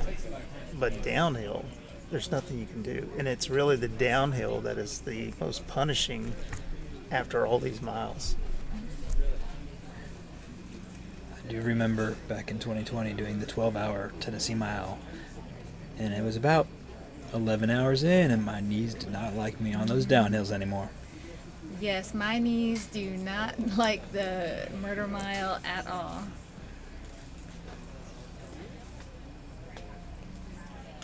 I don't know if anyone follows Becca Jones on social media, but she posts these great workouts that help runners with their knees, their hips, basic maintenance, and she posts them for free. They're so helpful. Everyone who follows them tells me how great they are. She's one of my closest friends, and I keep not doing those exercises. So shout out to Becca for everyone she's helped, and I need to get on board and do them myself. Yeah, I'm good about doing those exercises for once or twice, and I Yep. fall off the wagon again. Exactly.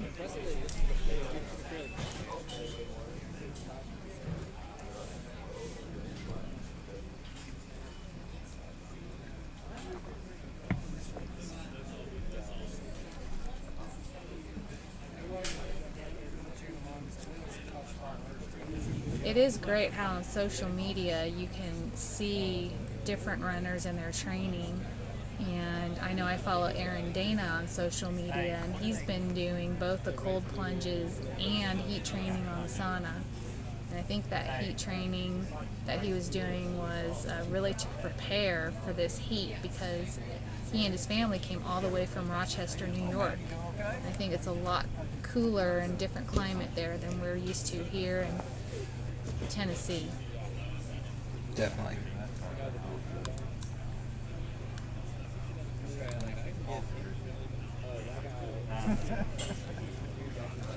I do believe Aaron is a big Buffalo Bills fan. Ah.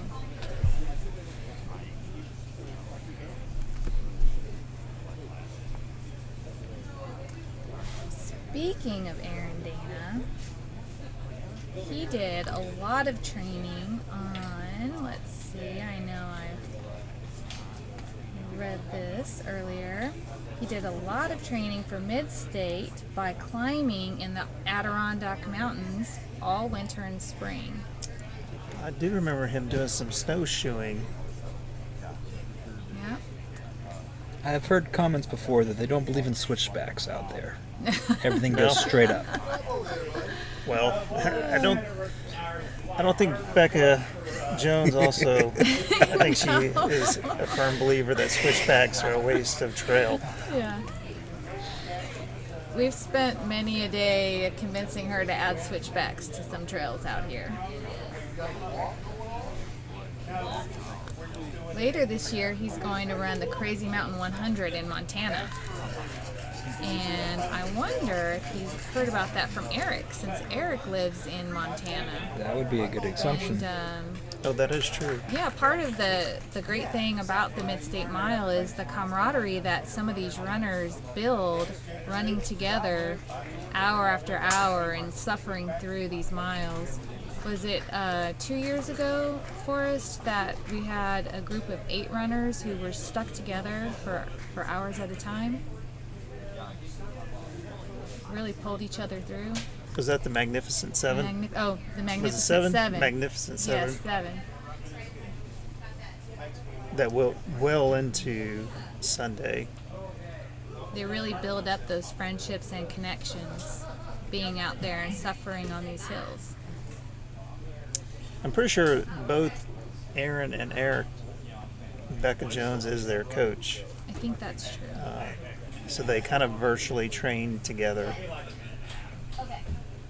It's always fun when you have someone to help push you. A little bit of competition. Yep. But that friendly competition. Friendly competition is a good thing.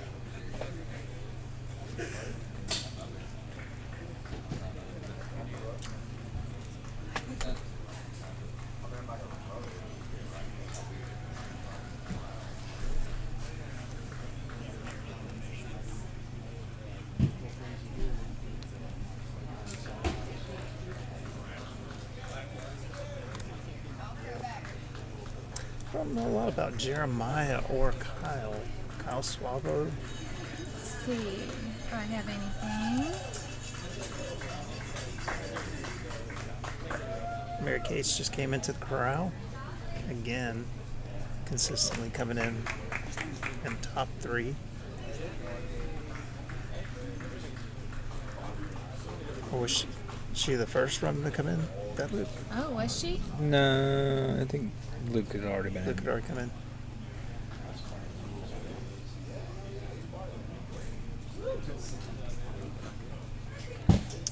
I don't have any information on Kyle.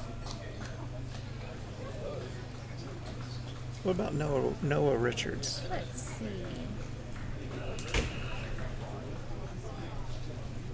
A lot of first-time Alright. runners this year. I do have some information on Noah. All right, He let's hear about Noah. Yeah, so Noah came here all the way from Denver, Colorado, and he is 26 years old. He's been running for only 9 months. 9 months? Yes, isn't that crazy? That is crazy. Oh my gosh. So some of the things that he's done to prepare for the Midstate is doing extreme hot yoga every day. Yeah, I can see that working. So yeah, and he has a goal of 100 miles this year. And he also plans to run the Leadville 100 and the Arches 50K. So That's some really big goals for impressive. somebody who just started running 9 months ago. But Exactly. the fact that he's still here is very what's the word I'm looking for? It's really inspiring. Yeah, definitely inspiring. So we asked some people if they wanted to shout out anyone in particular during the live stream, and since we're talking about Noah, he actually wanted to shout out his mother Sarah. she's not able to be here, but she's been supportive of him despite being concerned about his well-being in doing all of these extreme races, and he loves you so much. So Sarah, Noah is doing amazing out here, and you should be so proud of him. Oh, I think Terry was 1 minute warning.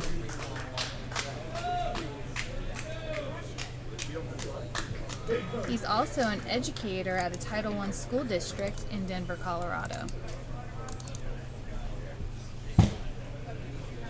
Do we have any information about Cale Jackson? Cale with a C? C-A-L-E. Alright. Jackson. I do. So, Cale is from Cumming, Georgia, and this was his first Midstate. He wanted to run Midstate to push himself to the absolute limit and break his body. He's only 26 years old, and he's been running for 2.5 years. His longest distance before Midstate is 50 miles.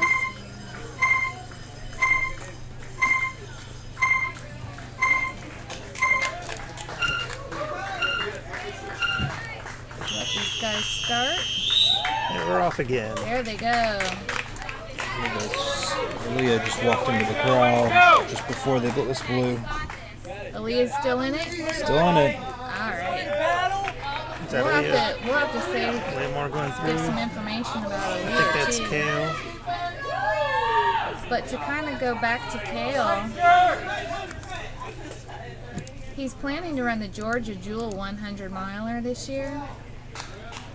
So And Georgia Jewel is in September, I believe. Third weekend in September. Dave, have you ever been on the Georgia Jewel course before? I have run the Georgia Jewel course 7 years now. 7 years.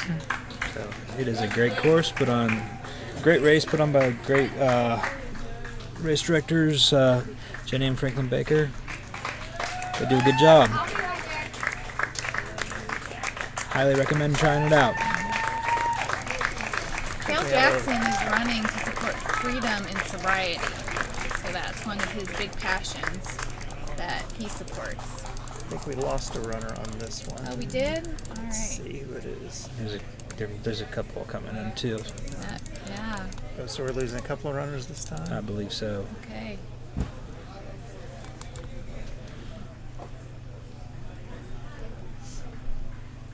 Let's see.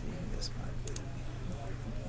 Of course, Greg is asking, and I don't think we. This oh, might sorry. be Kyle Sabo. That's.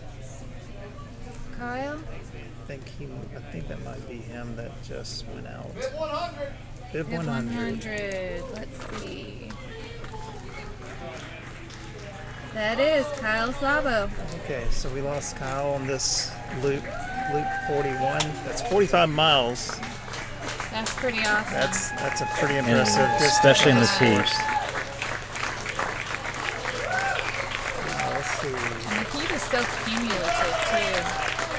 Do we have another person coming in right now? Yes, we did. I think this is Chad Meldrum. Oh, I have some information on Chad in here too.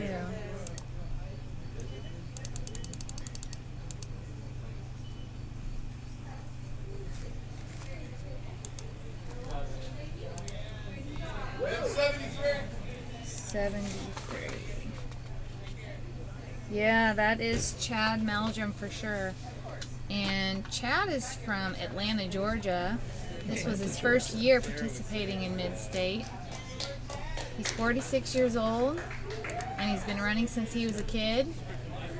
His longest distance before Midstate was 100 miles. Did you list what 100 miles he ran? Let's see.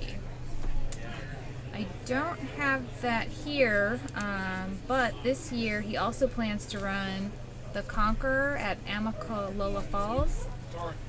Amicalola Falls. Amicalola Falls. And he runs to support and honor his 10-year-old son, the mighty Quinn Meldrum. His son actually has spent 7 years at St. Jude. He was diagnosed with brain cancer on the morning after Father's Day in 2017. So this is a really emotional time for Chad, and it's really important to him to honor his son and show him how strong someone can be. I think one of our runners who's currently in the race is I think she's had brain cancer twice.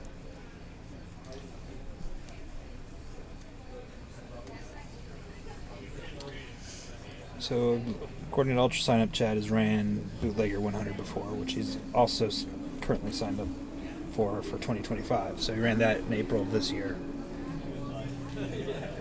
Well, Chad, we're sad to see you out, but you did an amazing job out there.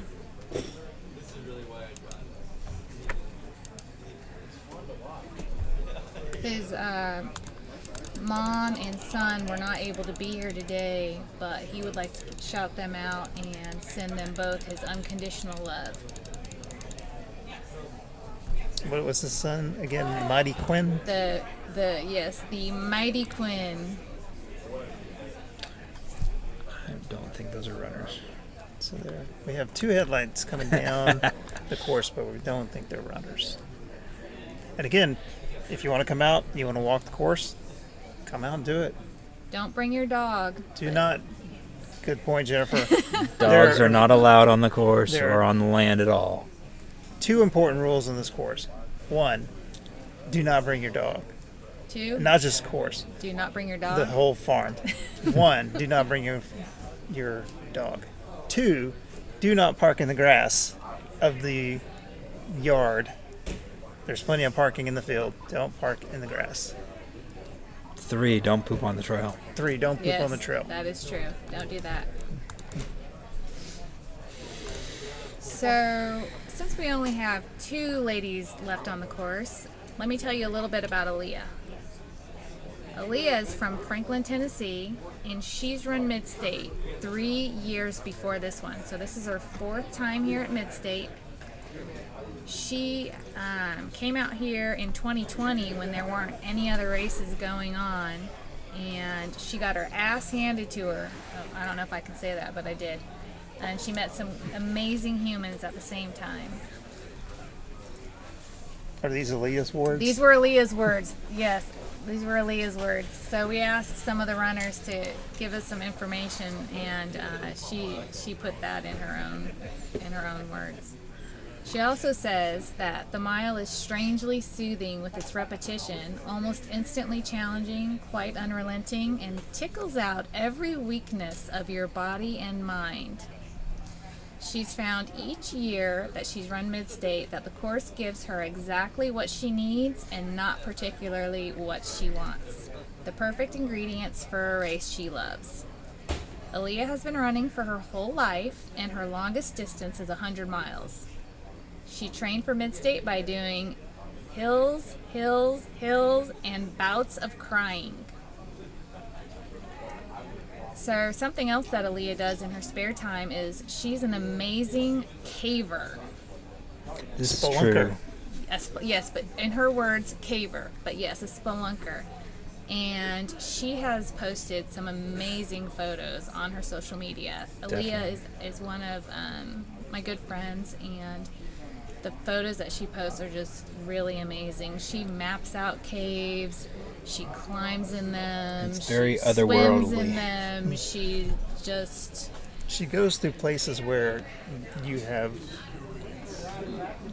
barely inches to get through. To crawl through these holes. Yeah.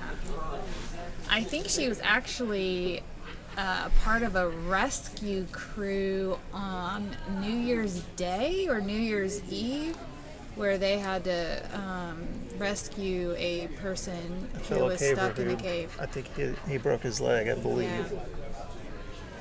She also likes to pick up snakes. Oh, she's a snake charmer. She is. I've never seen anyone who can not only lure all the snakes out from. She finds them everywhere. She picks them up. I think she might even kiss them. She was also the last female standing in, was it 2021? You know what? I think for a time she held the course record for the female out here. I don't know that we do male-female course records on the we Midstate, don't. so we won't say that. But she has the longest distance of a female out here on Midstate before it was taken away from her the next year. It's not official, but It's not official. we do keep up with it. See if I can. She also runs the Tennessee Mile several years. I don't know if she's done it every year or not, but she's always put up really competitive numbers, and I think she's been in the top. But let's go ahead and look up some of Aaliyah's stats. Well, this year she was not in the top. She ran the 40 hour. Maybe not this year. This year. Well, she decided to stop at 50 miles because she had a cave she wanted to go That's explore, right. and she didn't want her legs to be tired. That's right. Yeah. And so Priorities. Sometimes it's running, sometimes it's caving. we were all tenting in the same area, and Leah said that, and we all kind of thought, 50 miles sounds good. Or was it 50? I think it was 50 loops. I think we said we were just going to do 50 loops. Let's see. You're probably faster at looking at people on Ultra Sign Up than me, Dave. Let's see. We don't have a bio from Brian Neely. Oh, let me see if we do.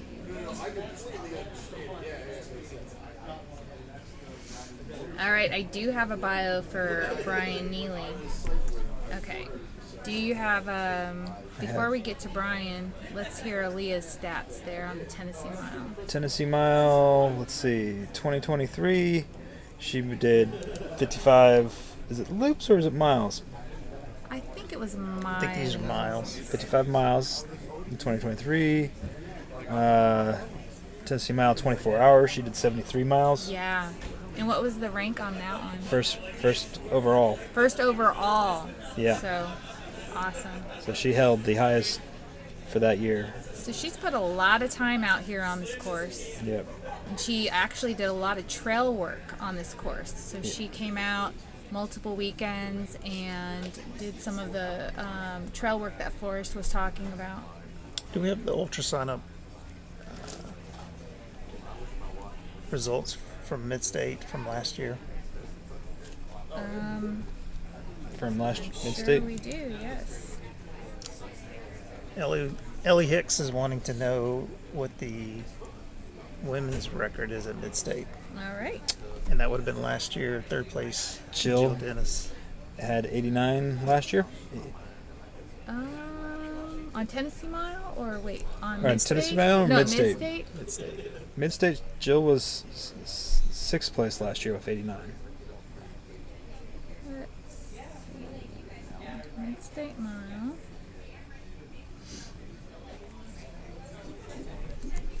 That's the year before. Oh, sorry, wrong year. So the top, the Jill in 2023 had 113.3 miles. All right, Ellie, there you go. 113.3 miles. And in 2022, she had 89 miles. That was the year of the Magnificent Seven. Yep. That was a phrase coined by Aaron Dana. So Brian, we were talking about Brian. So Brian Neely is from Murfreesboro, Tennessee. It's his first Midstate. I think we did mention that part earlier. And he wanted to run Midstate because he wanted to push his mind and his body to the absolute breaking point.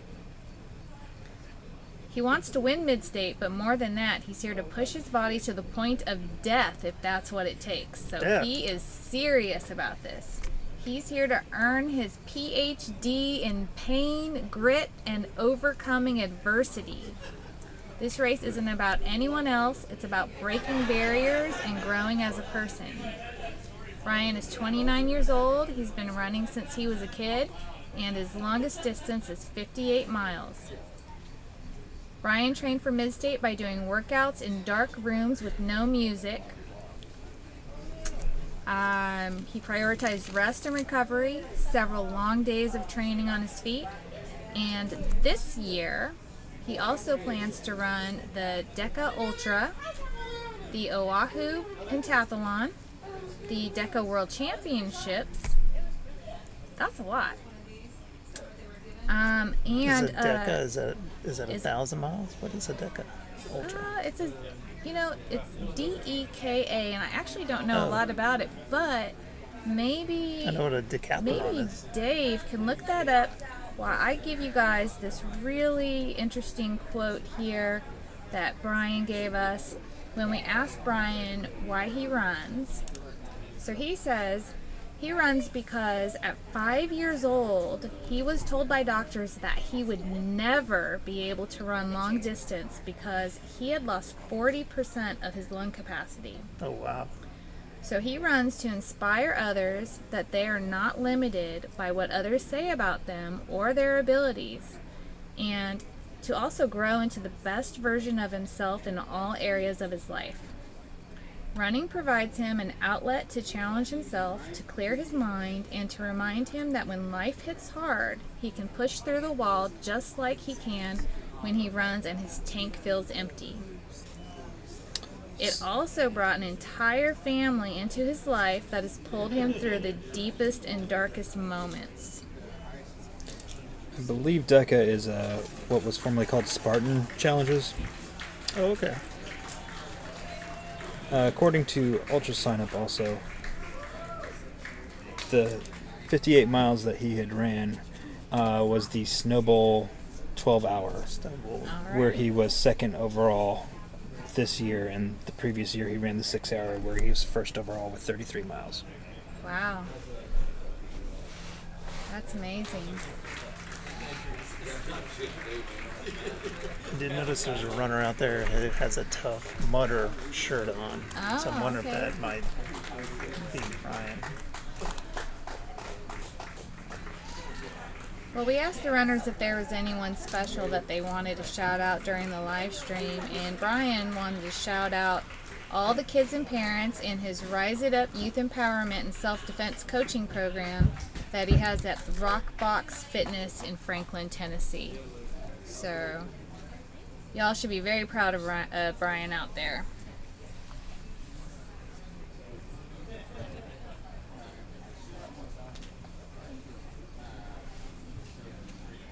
Yeah, I have seen in the chats people cheering for Brian and saying, "Rise up."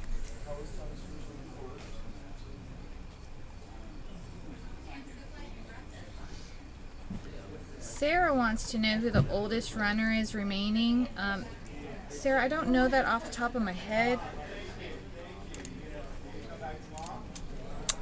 We'll see if we can't find out.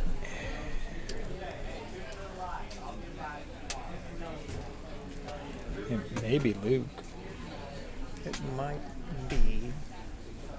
We don't have exact ages. We have age ranges. Yeah, we just have age Ultra Sign Up. ranges. But looking at the runners, that's a dangerous thing to do. That is one thing about ultra running. Anyone who's new to ultra running, it is a sport where people of varying ages can be very competitive. Yeah.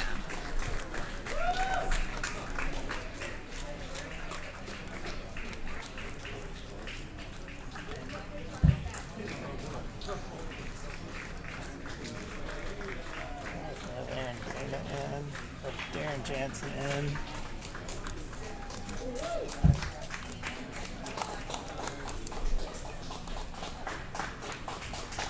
Okay, it's just came in.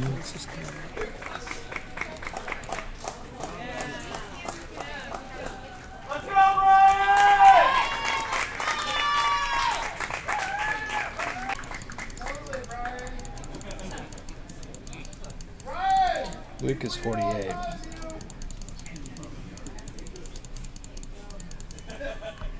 At least he was at Bluff in February. He was 48. So we know Luke is 48. Luke formerly held the SCAR record, running the 72-mile stretch of the Appalachian Trail through the Smoky Mountains. He actually had a documentary Yeah, Did he? he did. Ultraman.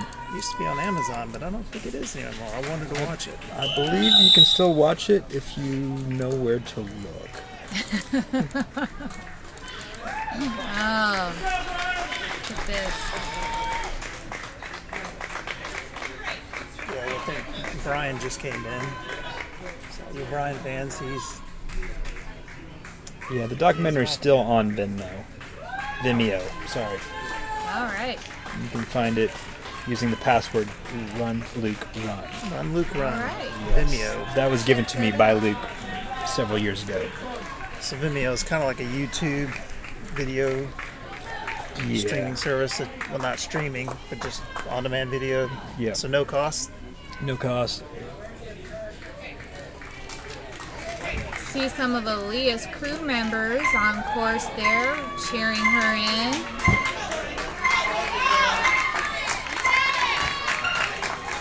Three, two, one.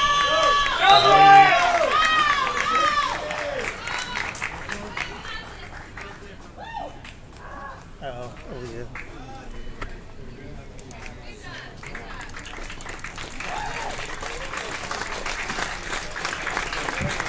That is Aaliyah, who just narrowly missed that last loop. She did amazing out there. Very impressive job, as always.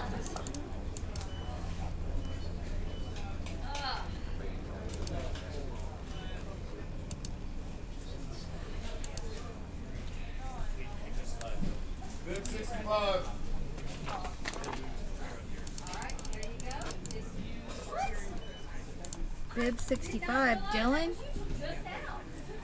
Is that Dylan? Give it up for Dylan and Aaliyah, everybody.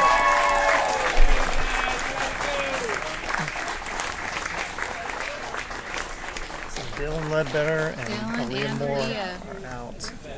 Unfortunate. Two of the local faves. Yes. Anyone that knows Dylan knows. Big cornhole fan? Yep. Yep. Big cornhole Yep. fan. We don't have a bio from Dylan, but we met Dylan last year when we were doing the live stream, and he's a very inspirational young man. I was neighbors to him during Tennessee Mile. I came out and did the 8-hour, and he was working on I think it was the 40-hour right next to me. Yeah.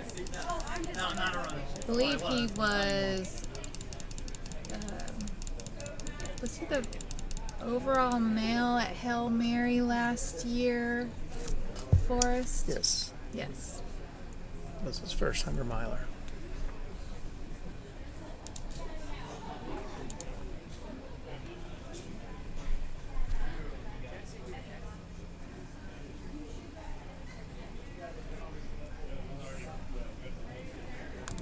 Temperature has really changed here at Midstate. Sitting here, I'm feeling a little chill now when we were like sweltering hot earlier today. Yes, it's definitely cooled off compared to earlier. Would you like to guess what the temperature is right now? I'm gonna guess 64. That is not correct. Okay, I'm what going to is it? guess 76. That is correct. Really? 76 degrees. I did not look. I promise. I was guessing. Clear skies. A little bit of moon. All right. We are going to remove Dylan and Aaliyah from photos.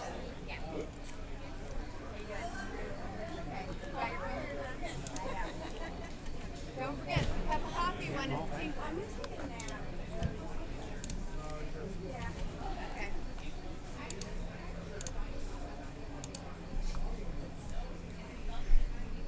Maybe we can get John and Becca to sit down for a recap here soon. We've got a live mic in here, John, in case Ooh, you we didn't got a live know it. mic in the studio. Yes. Coming at you from behind the screens. John, you just have that radio voice.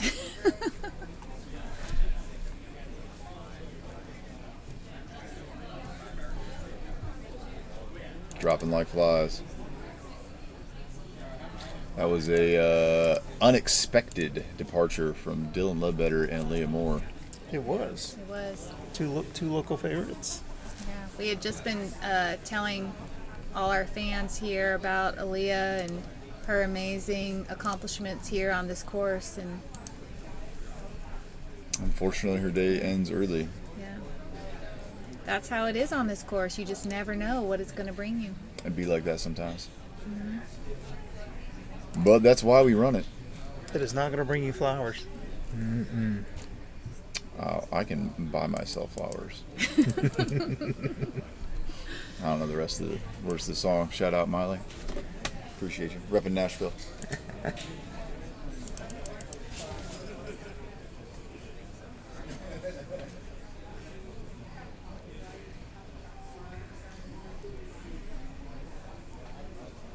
Almost see Aaliyah there sitting in her canopy. She's got her dad crewing her right now. Or I guess his crewing days are over. Well, there's Until next year. Yeah. He's been a great, consistent support to her. He has. He's from the Georgia area, I believe. Right. Well, they're all from the Georgia area. I believe that. He's known for bringing some amazing popcorn from Georgia.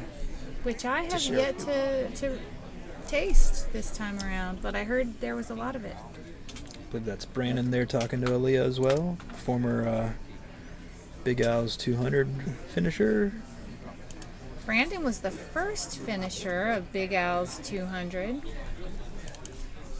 Brandon is one of only 2 people that have finished the Big Al's 200.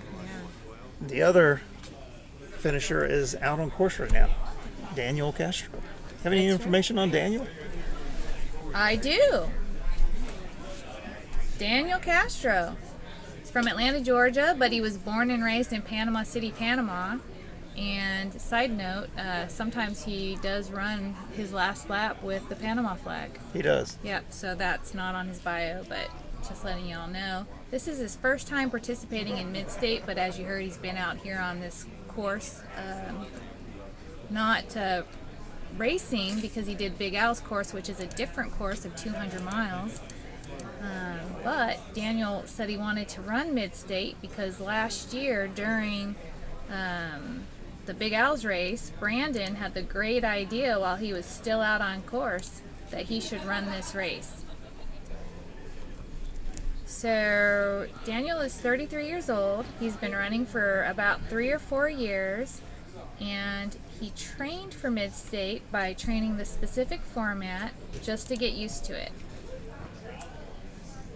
When we asked Daniel why he runs, he said that he made a fantasy football bet in 2020 against his uncle, and if he lost, he would have to run a marathon.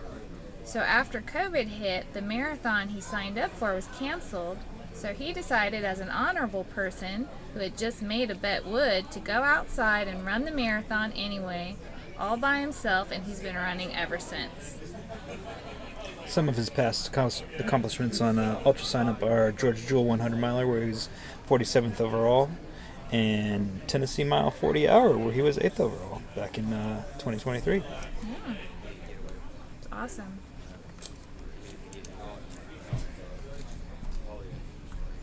He wanted to shout out his wife, Carly Beth, and their 2 dogs, Rocket and Rory. And also a special shout out to his Uncle Elmer, who started him out on this crazy journey. So Astro Tennessee wants to know the female record on Midstate. So we don't do male and female records like we were saying earlier, but I think we gave the longest distance that a female has run out here on Midstate, which I might have already forgotten, and I think it was 113 miles. That sounds about right. That was last year. Last year.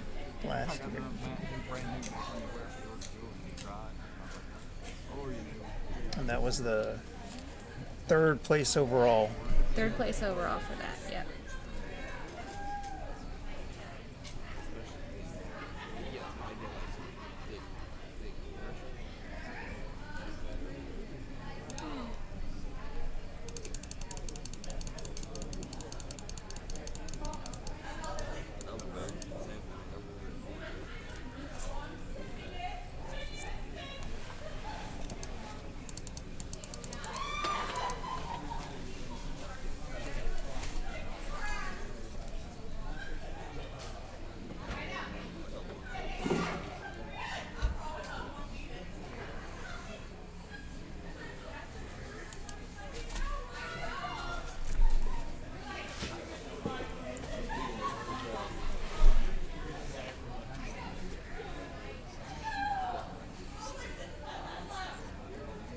Do we have any information on Daryl Lehman?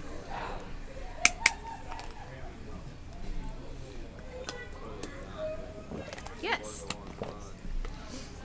All right, so Daryl is from Red Lion, Pennsylvania, and this is his first Midstate. And he said he wanted to run Midstate because he saw footage of Greg Armstrong's epic effort shortly after the first year and has been a big fan of the race ever since. He finally has a year where life commitments allowed him the space to train for and run the race. Daryl is 48 years old. He's been running for 18 years, and his longest distance is 100K. How close are we to that right now, Forrest? What are we at, 43 miles? So about 20 miles away.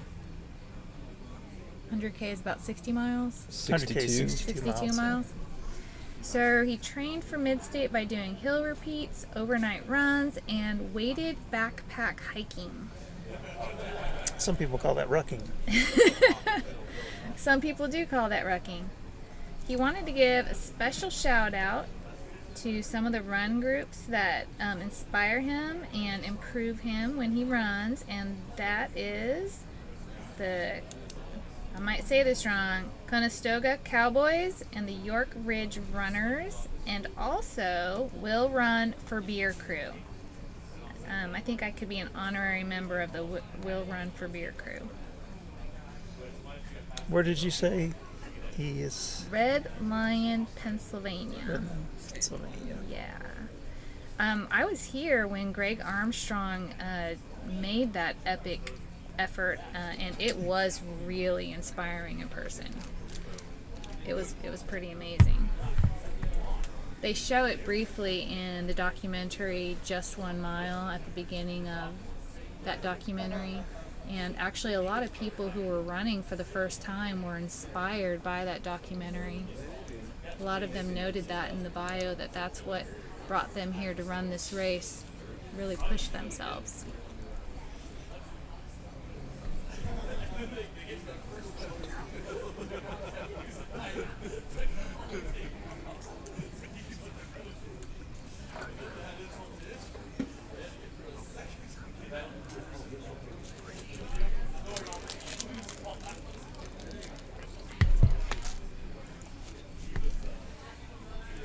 I believe we have his ultra sign up here. Daryl's ultra sign up, that is.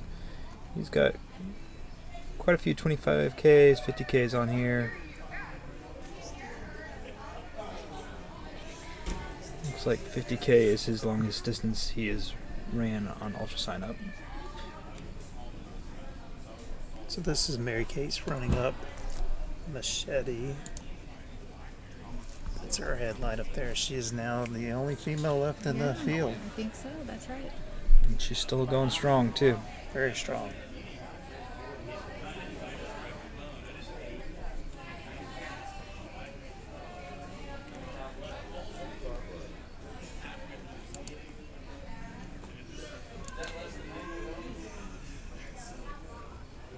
Probably more, actually.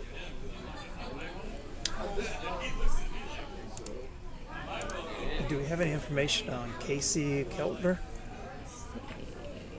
Casey with a C? Casey with the C. I do. Oh, okay. So Casey is from Los Angeles, California, and this is his first Midstate. And Casey says he wanted to run Midstate because his brother-in-law signed him up. So that's fun. Oh, I did. I think I heard that there were two brothers. So there's, yeah, so Casey's here with his brother-in-law, who is also running today. He's 45 years old. He's been running for 5 years, and his longest distance is a 50K. He trained for Midstate by running with his dogs at night after work, and then he ran the Santa Monica Mountains every weekend. And his goal is to give it everything he's got, and he's out there doing it right now, so that's awesome. This year, he's also going to run the Los Angeles Marathon and the Mountains to Beach Marathon in Ojai, California. And he was really inspired by his wife's running. He watched his wife run a marathon, and it really inspired him to become a runner. And he'd like to shout out his wife and daughter at home, Laura and Liv. So Casey is out there crushing it, and you guys should be very proud.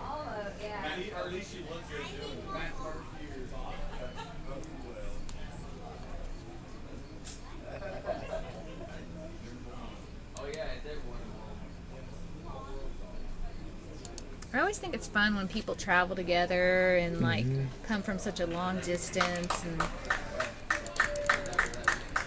really push themselves. You know, they do training together and keep each other accountable. And Do we know the farthest away people have come for this race this year? So I did have some stats, but only on the people who turned in information. So I didn't go out and get information on everybody out there. Let's see.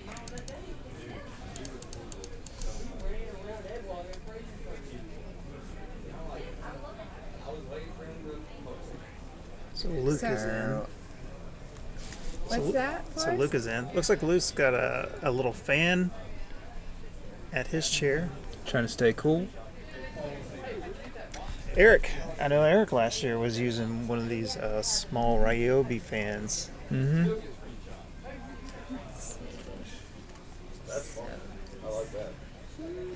So So Chris that was a sub 16-minute loop. Still, that's pretty speedy for being 14 hours in. Chris Wheat traveled here all the way from Gilroy, California, I think. He says 2,227 miles. We have several people here from California. That's a long way to travel for a race. Mm-hmm. I remember last year we had a couple of people who flew in from Hawaii the day before and ran the race. They might not have been from Hawaii, but they live on them.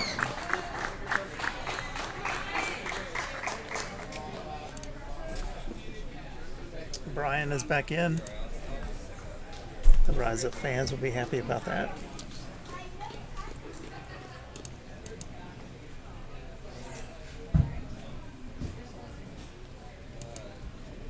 See if we can get a shot, see how he's looking. He's got a big crew helping him. definitely has a lot of support both on site and on the live stream. You really can't underestimate the influence and the importance of the support that these runners have from people in their crew or people texting them, knowing that people are watching them on the live screen.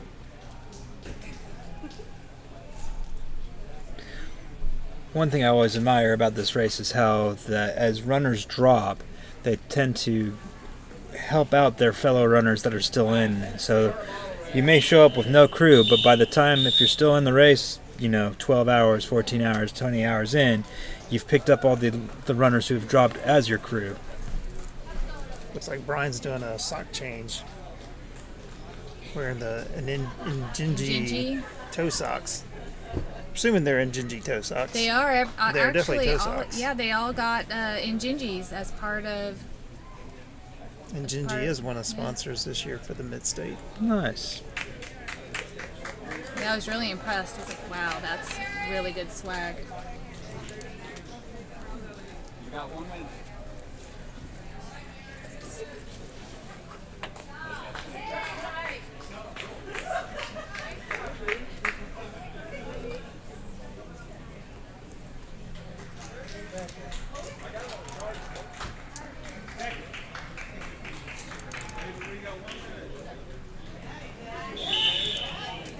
Okay, we got about a minute left here. A few more coming in. Yeah.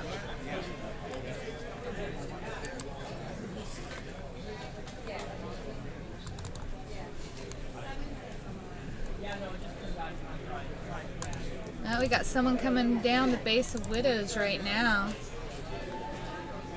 Let's see if they make it in. I didn't see who it was. You should be seeing them in the field. I don't think that's a runner. Well, oh, Right I here. see, yeah. Oh, right. There's one. Here he is. Yeah, right there. Can't tell who that is, folks, but we'll be able to see that in just a minute.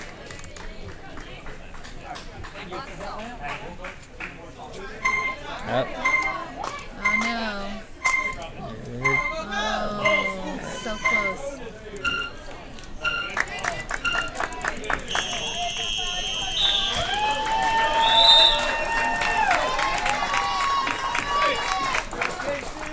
I see, yeah.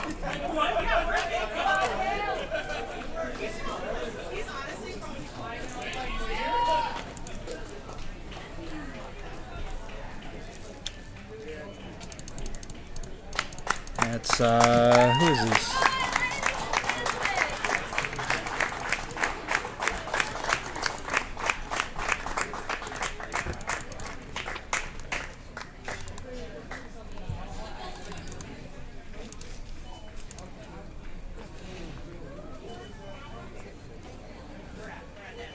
I think that may be Troy. Troy Duckworth, the Tennessee Mile winner. Number 28 is Troy Dolgar. Dolgar. Sorry, Yeah, Troy. unfortunately, Mispronounced name there. Troy is out. What an amazing push he made, though. So close.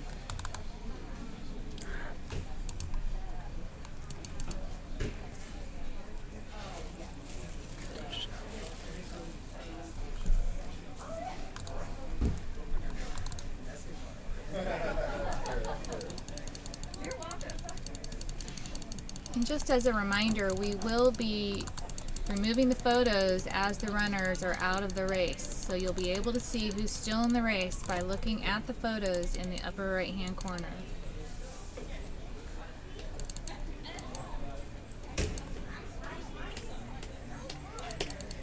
Are you coffeeed up, Bethany? No? Just doing this all vibes?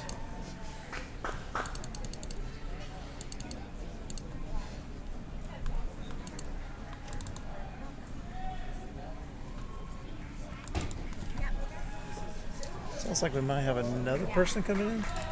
Noah? John says it is Noah. Alright, looks like Noah did Noah Richards. not make it. I'm not sure of his number yet.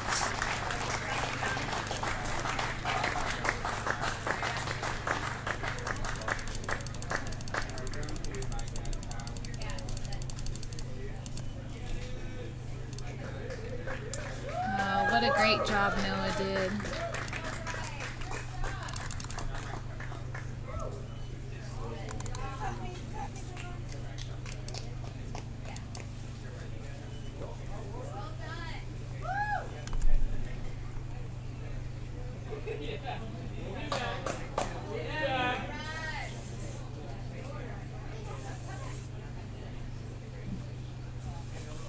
That was Noah Richards, folks. Big 87.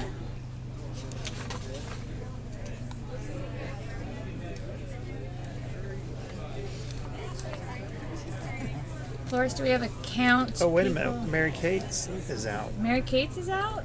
Yep, John's. Yep. Mary Oh, Kate's hold on, folks. Let's see. We got Mary Kate's out, our last female. John's cutting her bib right now.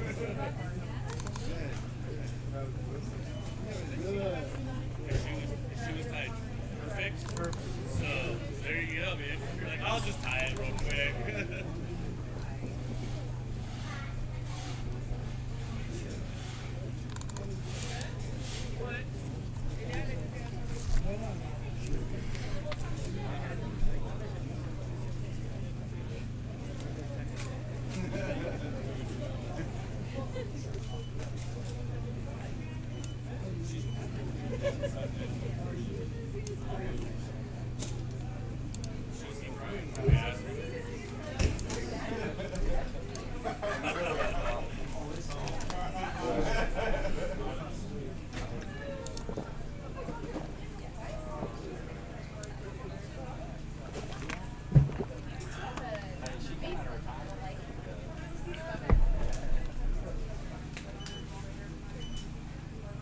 Kelsey. We'll give you an update in just a minute on how many runners we think are still in this. I need some like emotional buzz. I know Mids is waiting on. Oh, gosh, I love you so much. You're just such a light. You are just such a positive light.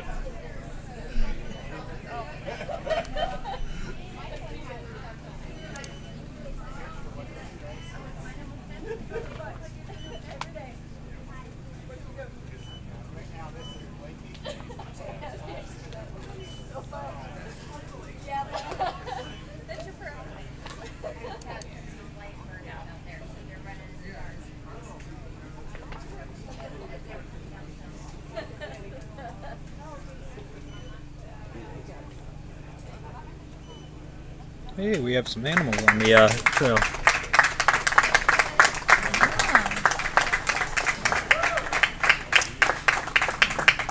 Top of Widows, a raccoon just crossed the trail. So cute.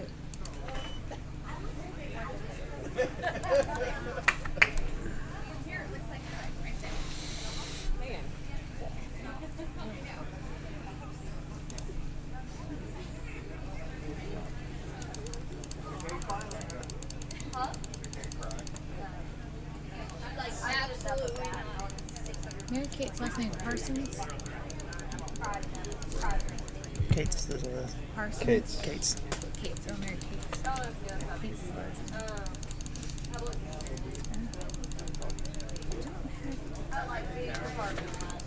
So that's Leah Moore and Mary right there. The last two females on the field.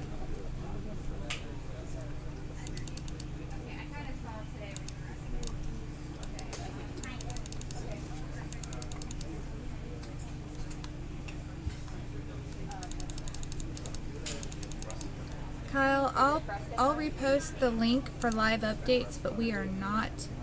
That's not being updated right now. So your best option is looking at the photos in the upper right-hand corner, and we are removing people as they are timing out. So we'll have that updated in just a moment when our current runners are when we're done with this league.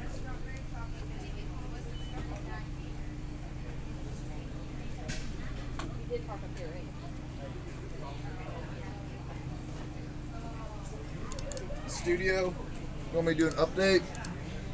Oh, is it that time? I don't know. If they got time, I got time. All right. Should we introduce our interim assistant race official? Oh yeah, you're gonna have to come over. Yeah. Interim. You'll take my seat. I thought he said intern. Are we? I don't know. The studio will let us know. This was just like too much light. Here, I'll turn the light on for you. I got it. Okay. Are we good? About to blind somebody. Okay. You gonna put that Fresca down and do some talking? I just came over here for the Fresca. Welcome back to the Midstate Mile, everybody. Obviously, I am your race official, Big John, with BMFJ. BMFJ. We're here. It is pert near 11 p.m. Is it? I hear Luke is going to tell his ghost story at midnight. Luke That's how. Buffalo's got the famous ghost. The problem with that is that people are going to have to run fast enough to keep up with Luke while he tells stories. Maybe he'll slow down. He probably will. This is how he lulls people into his game plan. A bit of a race update. We are currently, I think, at 20-ish, 20 participants left. I did a quick count, and I got 80, and then I think we've had about 4 people just drop, notably the remaining women in the race. Yes. Wonderful, amazing women. Some of our favorite people. We're 18? Yeah, studio's just telling me they buzzed in 18 runners left, but 2 amazing, strong, incredible women are no longer, unfortunately, in the race. And, you know, it's a tough blow a bit. I like to see these ladies come out here and really put in the work, and we're proud of them. They did. Yes. This was a rough day for running, I can tell you Oh, for sure. That heat wrecked shop on some souls. Yeah. And some game plans. And oddly enough, we're still seeing runners time out due to the heat of the day. Yep. Which you would think It's 11 o'clock. It's been dark for hours now. It's cool. It feels noticeably cool in the corral. If I'm standing walking around, you can get little goosebumps even. It's not chilly, but it's cool. And yet that lasting heat of the day has still taken its effect on runners. Oddly enough, Aaron Dana is still icing down. He is a smart one. He is smart. He did the first year he was here, and he's not doing that again. He's still running with an ice pack, which is a good game plan. Yep. What's your game plan to get through this weekend? I've been blessed with an assistant interim race official. The Colonel's wife is here. Yeah. I'm going to let y'all meet her. Ooh. Coming to the studio. Still waiting on that Fresca deal. Oh, yeah. Welcome to the race official studio. Thank you. I'm excited to be here. Yeah. So this is Bethany Glandorf. Hi, everybody. She's going to take over officiating the race. I'm going to take a bit of a nap. Very excited about that. I've not had an official assistant interim race official before. Yeah. So none more qualified than Bethany Glandorf here. Get the night shift. Yeah. Lawyer. Yes. So obviously the rules won't be a problem with her. And husband's occupation? He's also a lawyer. Also a lawyer. Yeah. Well, he does other things too. He does. Yeah. Overly qualified for the job. We're excited. I'm excited. Do you have any questions? I don't think I have any questions. Perfect. I think I'm ready. Yeah. I haven't tested my whistle out yet because I couldn't blow it in the house. And I was afraid my neighbors would freak out. So I probably need to test it out and make sure it works. Yeah, we'll do some practice rounds. Well, left seat, right seat in the officiating. I think it's appropriate, sir. Do a little ride along. Yeah, we can do that. Do we have any questions from the studio, Jim? Any questions? No. Bethany, any advice for the runners out there, just from your observations over the years? Oh, I think consistency is key. I think having a plan and keeping consistent with your plan, not trying anything crazy, especially at this point. Make sure your headlamp is charged. I heard somebody's out there in the dark right now. Oh. So, make sure your crew has your backup headlamp ready to go because you're going to be really sad out there alone in the dark. Yeah, it's not against the rules to run without a headlamp. It's just not advised. It's not a good idea. Very dark out there. It's very dark. It's very sketchy. Very, very dark. Yeah. Well, we want to thank you for tuning in and check out our sponsors. Follow the links. Couldn't do this without them. Get Salty Britches, Team Nashville, Topo Athletic, Timber Hayes, First Form, Josh Brandt, State Farm, Insurance. Watch the ads that are running to Fosi. We're very blessed. Back to you, Jim. Thanks, Bethany. Yeah. That was fun. Nailed it, Bethany. Thanks.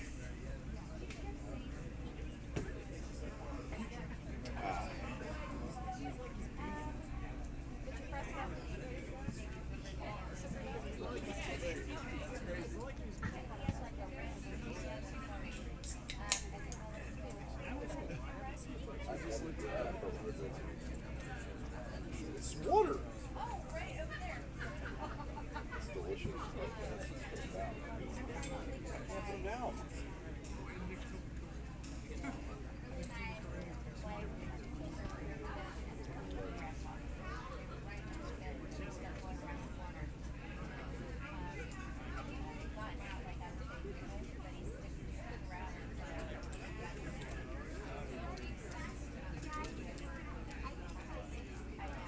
Let's go in the studio.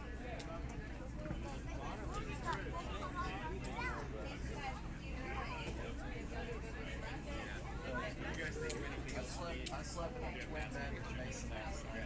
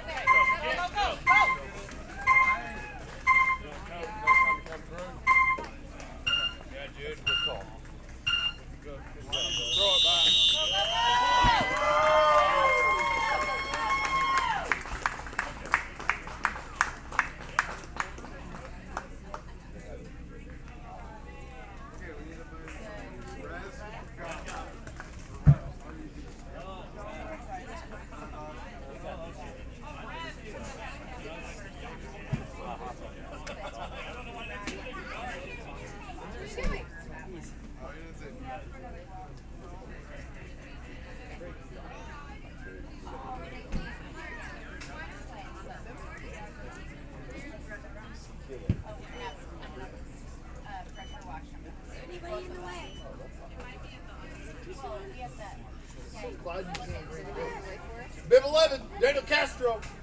Out.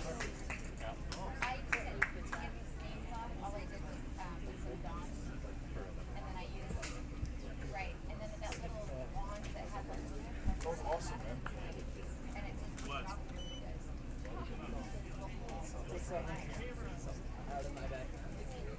Alright, so that's the only weakness you have in your game right now, bud. Thank you for coming out. It was a pleasure.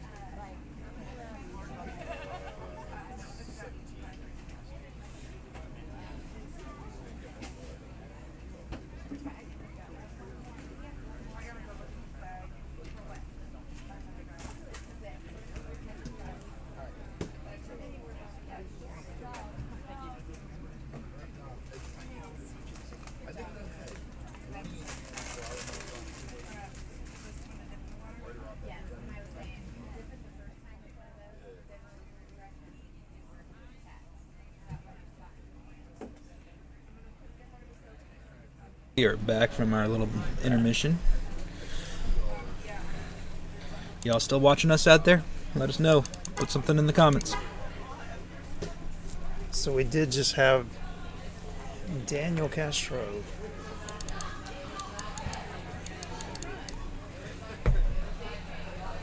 Was not able to finish in time on that loop.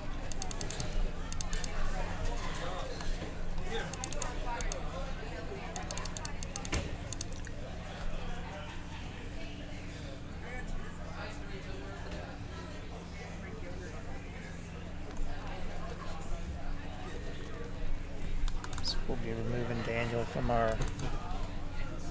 Someone's coming down. Yeah, the Shanessians are still here. So we have another runner that's going to be dropping on this. Looks like it.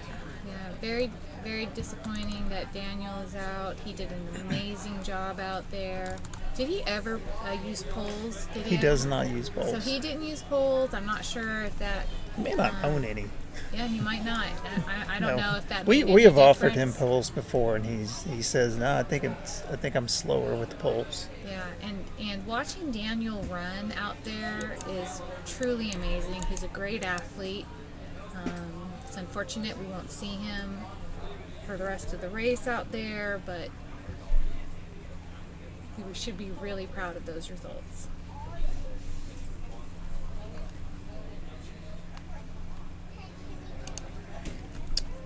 Let's go to our on-course cam because we do have a runner coming down. the last descent on Widows. We think it's a runner. I believe so. He's got poles, so I don't. A couple people, it looks like, doesn't it? Multiples? Yeah, he may have some spectators walking down with him. Often what crew will do is if they know the runner might be last loop, what they do is they walk out to the crossroads. They let the runner do that first hill. Yeah, first hill, and they'll meet him at the crossroads and walk with them back in.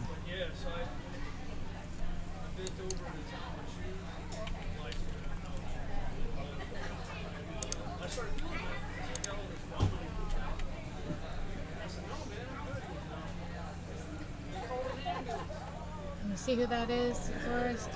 Oh, I think that's DJ, but I'm not sure.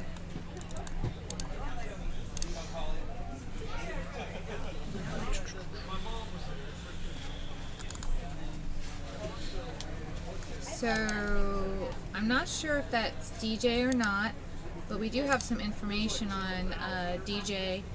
He is from Nokomis, Florida. It's his first Midstate, and he wanted to run Midstate because he just wanted to see how far he could go.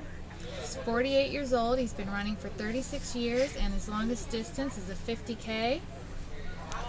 Coming from Florida, that's a very impressive finish he's got here.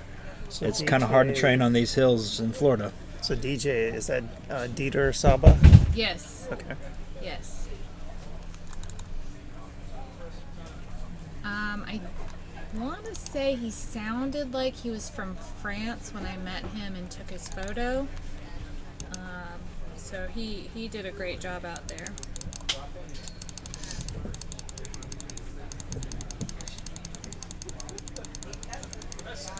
But I could be wrong about who this is, so stay tuned. Let's wait. Let's wait this out.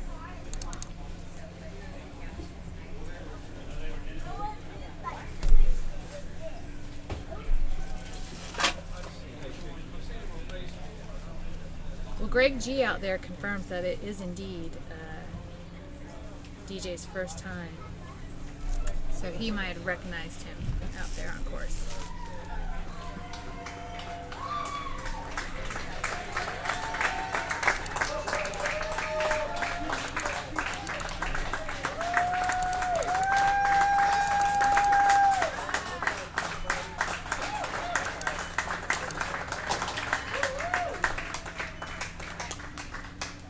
Look at that great support crew he has.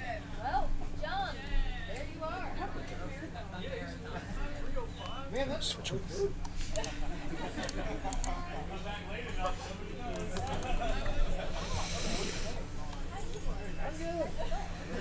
It's moving pretty well.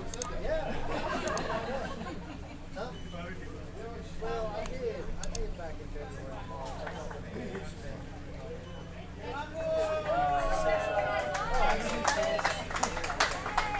Good morning. But it's definitely going. Yep, that is DJ Saba. Great effort from him. You know what? It's not like really.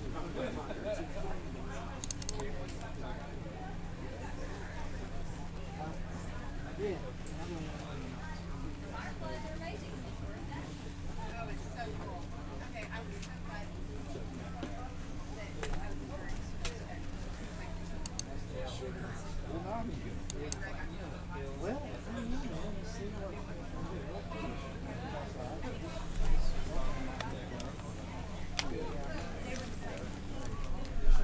Looks like DJ has a big support crew.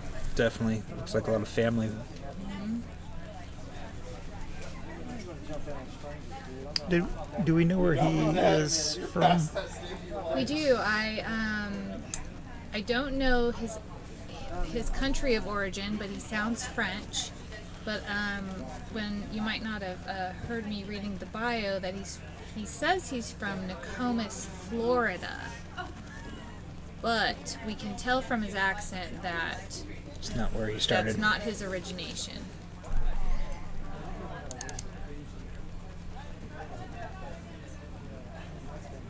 There's never been a more overqualified person to play this race. His goal was to run into the night. He wanted to get at least 15 hours, but he made it to the night. So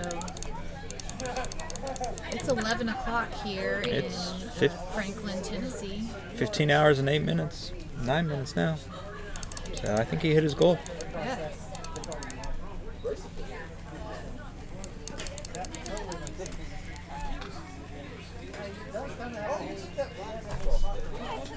Having his photo taken by Misty Herring. Hmm? He's having his photo taken by Misty Herring.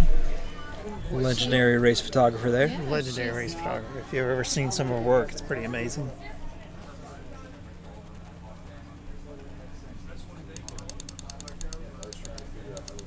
She also does a lot of really cool nature photos in addition to her race photography. Yeah, quite a bit of photography in the Great Smoky Mountains. And hummingbirds. And she had, I think, a recent trip to Africa and Greece where she took a lot of photos as well.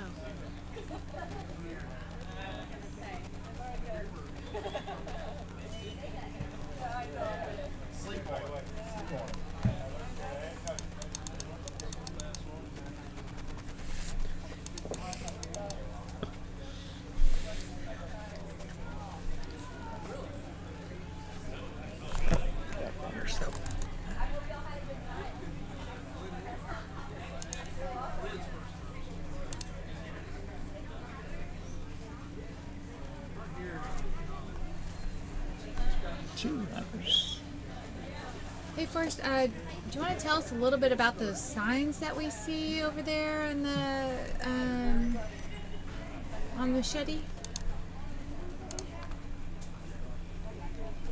Sure.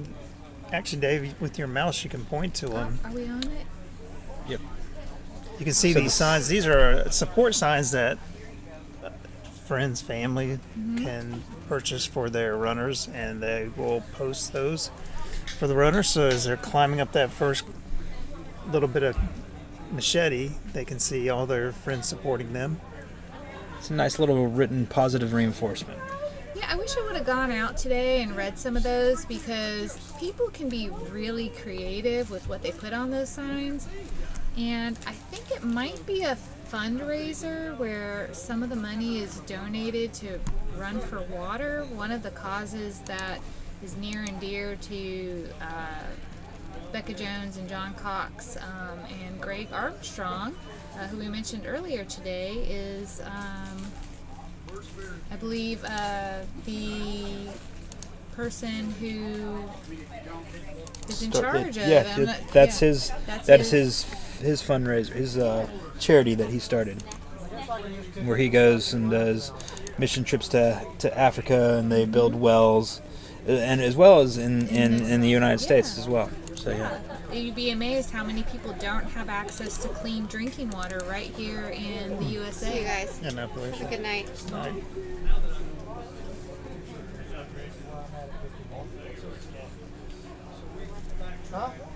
So, Molly, you're asking about the photos that Misty's taking and where you can find those.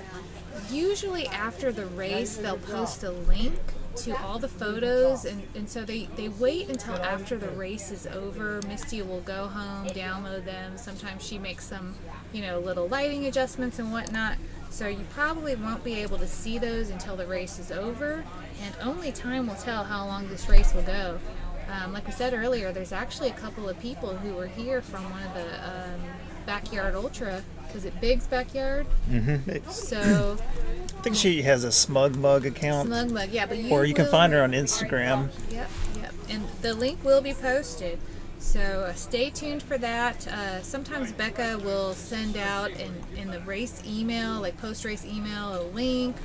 It'll be on the Midstate Mile Facebook or Instagram page. Misty Herron will post that link as well on her own personal page with, you can download pictures and things like that. I'm not sure if they're for purchase or that sort of thing, but be on the lookout for that. I think you can purchase the high quality The photo. high quality resolution ones, yeah.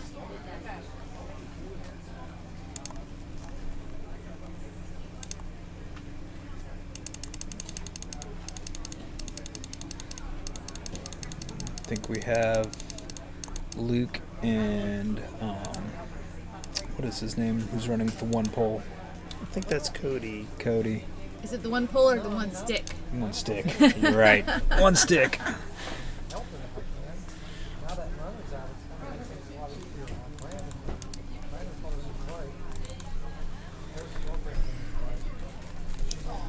Might be interesting to know if that is Yeah, his it'd be normal way that he climbs. Yeah, if anyone knows Cody out there and wants to post some information about that, love to hear it.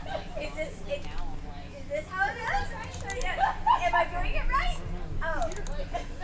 No, you're not. No, you're not. You're not smiling right.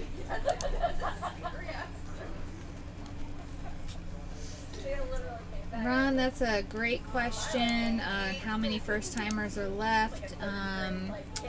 We actually don't have that data like easily accessible to us.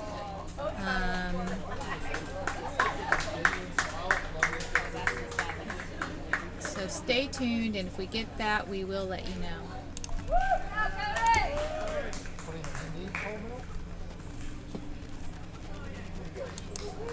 That was not Luke. That was. So for those of you who are not looking at the chat, I have heard from some people that they can't see the chat because they're watching this on their big screen TVs, which we love. Ron says that Cody does whatever it takes. So who knows if that's a stick or not.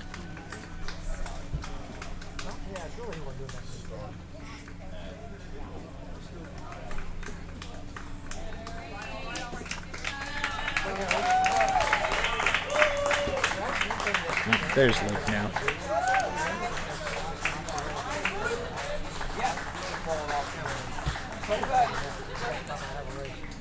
You need a heater? That would, you want to stay warm? Really easy thing to get down. Looks like Eric just came in. Yep. The current last man standing. Current record holder. Current record holder too. That's true. I don't know if we've told everyone about Eric. Yeah, I don't think we've talked about Eric. Yeah. So Eric turned in some information on our bios, and Eric is from Missoula, Montana. He actually is one of very few people who have run Midstate every year.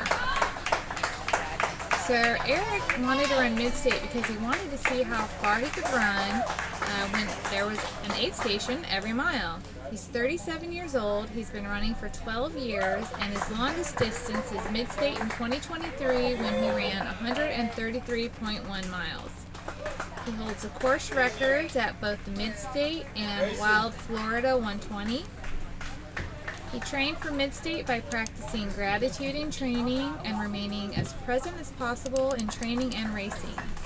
He plans to be the last man standing again this year at Midstate. And this year he also plans to run the Crazy Mountain 100, which I believe we said Aaron Dana was also running. So,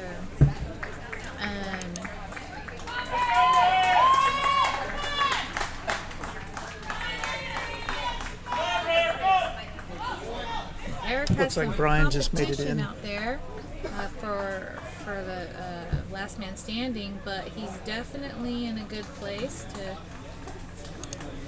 be competitive and hold his title. Yeah, there's definitely some steep competition still out there with multiple last man and assist runners out there. And you really need the other runners to push you. You can't do it alone. I Yep. remember last year when Eric finished, he could have kept going.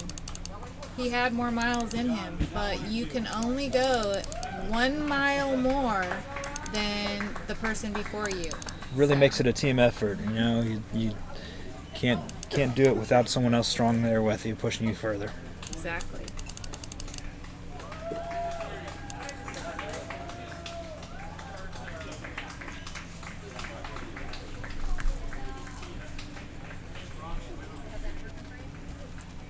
Who do we have coming in now? I believe that was Casey Keldner. Got somebody coming in.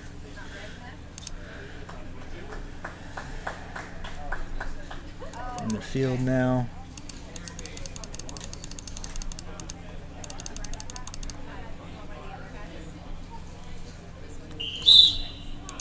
Have about a minute left in this loop.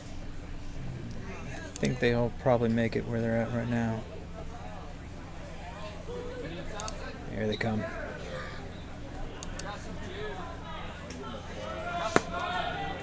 Oh wow, Ron says Cody went 250 miles at Queenie Backyard this year. So wow, if he and Eric could push themselves, we all better get a little bit of sleep tonight because this could keep going.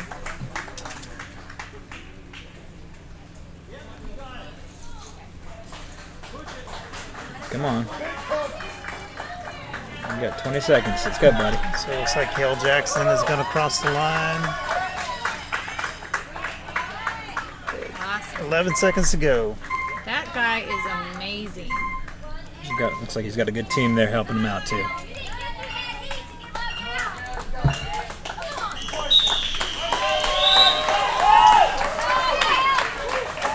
What a strong group we have out there.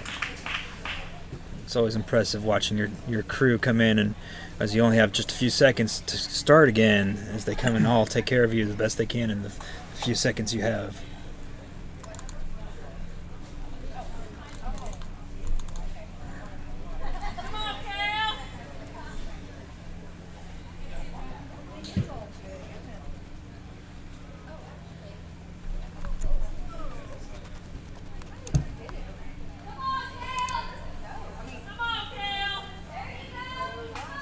Do we have someone coming see a light? Is there anything happening over there or no? Okay.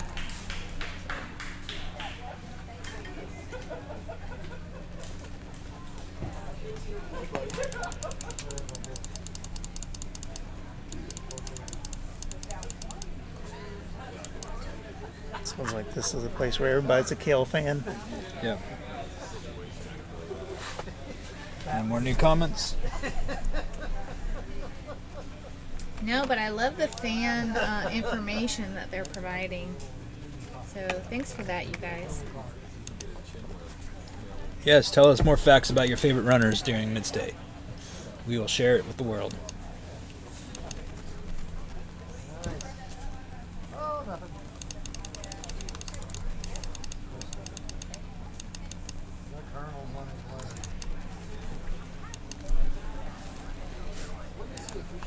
That's definitely one of my favorite night shots. We can see the runner's lights out there on the right-hand side of the screen, right below the photo of Brian Neely. You can see, maybe Dave can point them out with his mouse. See those? And it's just on the other side of the creek there too. You know what's also really cool out here is the fireflies that come out this time of year. Yes, You definitely. can't really see them right now, but all of the people that are here have the opportunity to walk out to the crossroads. Actually, Can we see them? let's see if we can turn off the infrared light, and we can maybe.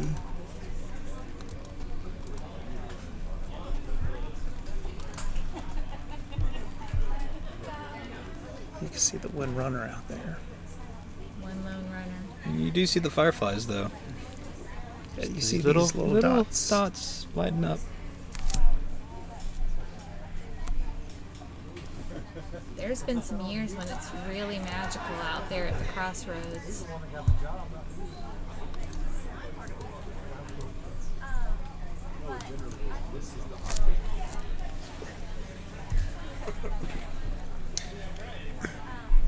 But that does go to show you, when we turn that infrared light off, you can see how dark it is out there. It is absolutely pitch black out there. It is.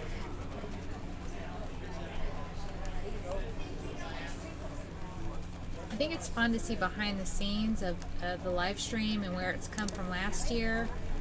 For those of you who watched it last year, you might remember that all the cameras were either right here at what we call the corral area, or I think we had one at the field, and couple of times we had people, Forrest went out a few times to try to capture some footage with his cell phone camera. But this year, there's actually cameras wired all over the course. And that was quite an endeavor and a huge improvement over last year. Yeah, it's been fun watching it improve every year. I remember it started out with just Instagram Live and Facebook Live videos, and to the live stream last year was awesome. Watching it. In the first year, it really was. So Chad Wright was racing that first year, and he had a couple of runners came with him. One of them just happened to be Jesse Itzler, who took over Chad's Instagram and was really keeping updates. We actually had people drive in and said, "Hey, I've been watching this on Instagram. I thought I'd just come out and watch." I'm like, well, great. Go walk the course if you want to. Yeah. It's definitely a different experience when you're on the course versus seeing it on the camera. You will be humbled if you walk this course. And that first year, Greg Armstrong and Chad dueled it out until I think it was Sunday midday Sunday. It was just shy of 100 miles. Yeah, it was a rainy weekend that year. Rain off and on. Well, it didn't start rainy.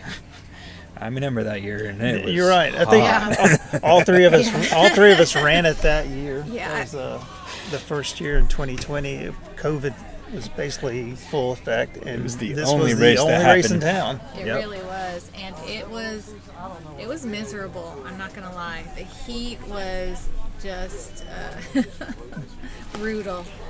One of the only reasons we were able to hold that race was because one of our friends who's sitting in the lounge was getting he was already married. And that served at his wedding reception, and you could allow gatherings. One was wedding receptions. Yep, exactly. So Keith's wedding reception was the reason we got to run this whole race. Yeah. That first lap, several of us run with little bow ties.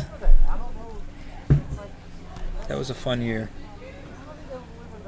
I think I finally tossed my bow tie this year. Yeah. I don't wear a bow tie. You don't wear bow ties on a regular basis. Oh my! Not running. No.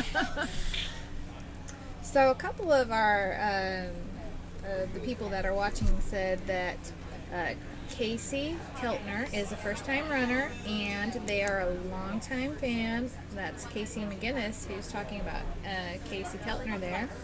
And also, Barb Gassner is 100% behind Casey Keltner. And our friend Gabby says that Mason Stevens is also a first-timer in this race. He competed in the High Rocks competition in Nice, France, just last week. And wow. Y'all remember Mason is the guy who from First Form who has been keeping us entertained all day long. And with his juggling talents. His juggling and his rock, paper, scissors. scissors. I'm still beating him. He did cartwheels like 3 times. He has done multiple cartwheels. And he's still making it on time. I don't understand that. He's doing amazing. It's been quite entertaining. Even when I started my day at home watching and then before I came out here, it was family was laughing every time he came past.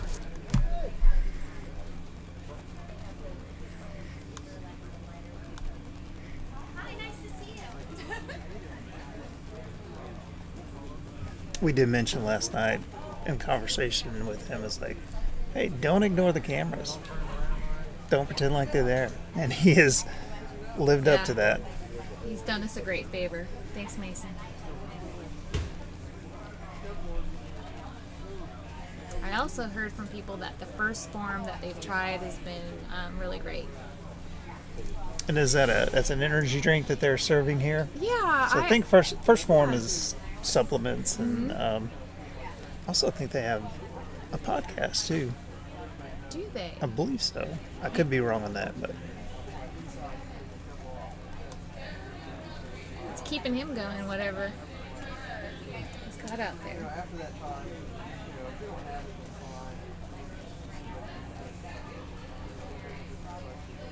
fine. We should see runners coming into Machete here soon.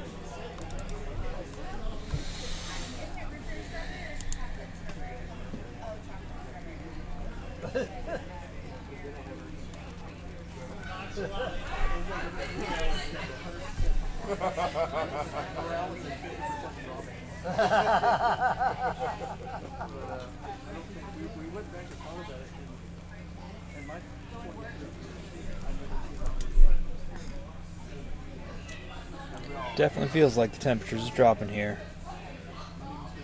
You're smart bringing in the sweatshirt. It's the only thing I had in my car. Well, 2 years ago, it was a funny sight because we had the large stand-up propane heaters, had to pull those out, and everybody was huddled around those propane heaters During in summer. June. Wow. No, I remember. It was a hot day, Yeah. but then that night, I think we were all just I think not that- acclimated to that 50-degree weather. I think that's also part of it is that you've been sweating all day. Oh, there we go. There we go, Mason, as we just talking about him. I'm not sure, is that Mason? Oh, I'm not sure if that was Mason. Mason, it actually. looked like he went off in a bucket hat. I might have missed that.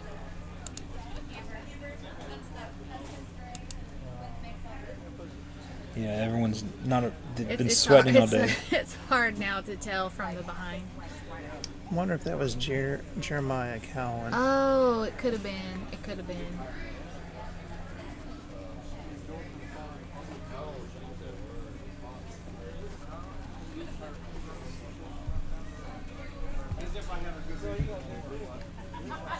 Yeah, I remember 2 years ago I had gone camping and I was on my way in here and I texted and said, does anyone need anything? And someone told me, bring all the ice you can buy, it was so hot. And then I got here and thankfully I had all my clothes from camping because like Forrest said, it was freezing cold that night. I had to put on all my clothes. Yeah, when you've been sweating all day, those temperature drops, it can really affect you. It's hard to believe you can go into hypothermia in the middle of June. And last year we had a torrential downpour. Do you remember that, Forrest?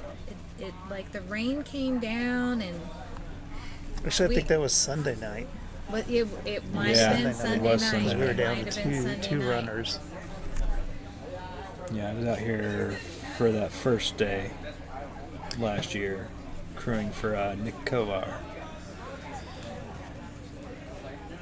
He made it about 9 hours. I think it was right around. There's Nicholas. Yeah, there's Nicholas. Look not at him. on the next.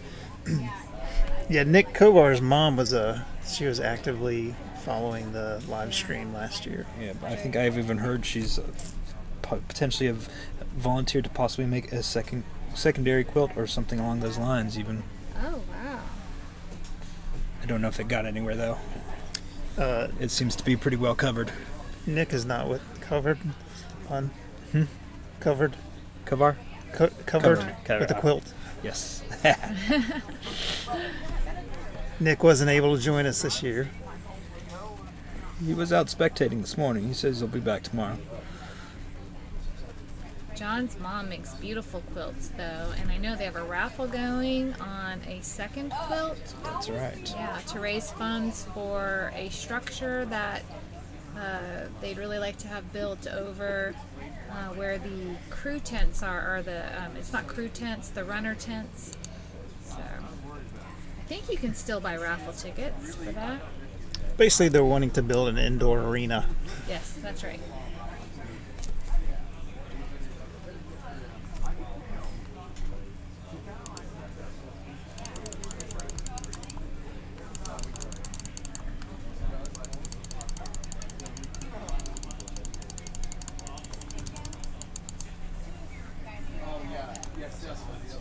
So you can see all these covered carports here in the current shot. Those are temporary, not permanent fixtures. And that is what they're wanting to replace with a more permanent structure. So these poles that the lights are on top of, that will be a part of the new structure. Those poles new this year? 2 of them are. Last year we only had 2 poles. This year There's 4 now? I think 2 on each side, I think it is. I think a Correct. total of 4 poles were added, though, weren't there?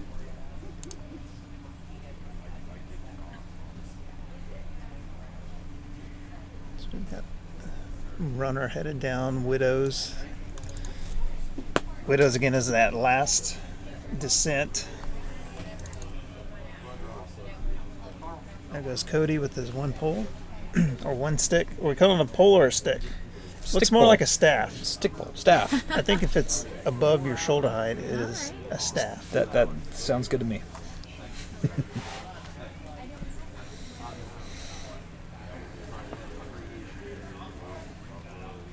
So how many viewers do we have right now? I don't know if that's. I don't know the legality of staffs, poles, or sticks. I bet it has to do with measurement. When Garrett Asher comes back tomorrow, You ask legality. we'll ask Garrett. Well, I'm kind of a nerd, so I'd probably think of it more like a staff, a stick, or what was the other one?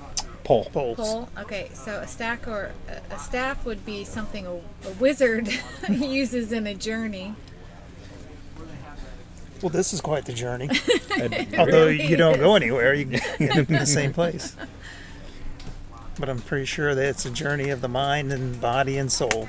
Agreed. There you go. So this runner has got both a headlamp and a waist lamp. I'm a big fan of the waist lamp.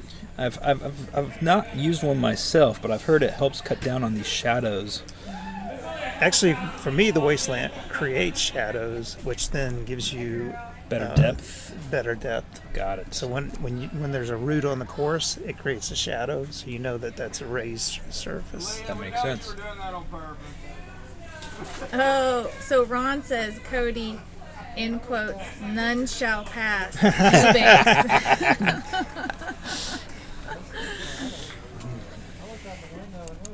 That would be a Gandalf quote there Exactly. as well. So he must be a little bit of a nerd like me. Nice, Ron. That's a good one. So do we have a total viewer count right now?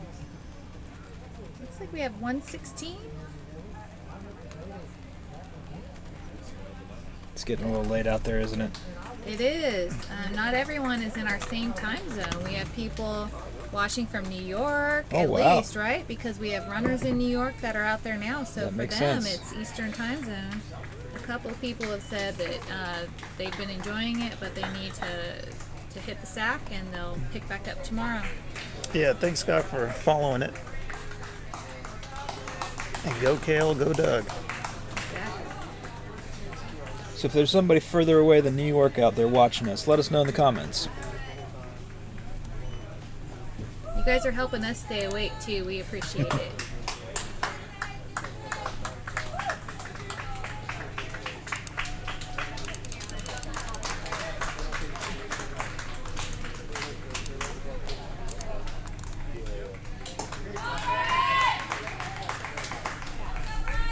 Brian is in, Nicholas is in. They're coming in with some good time banks still. Yeah.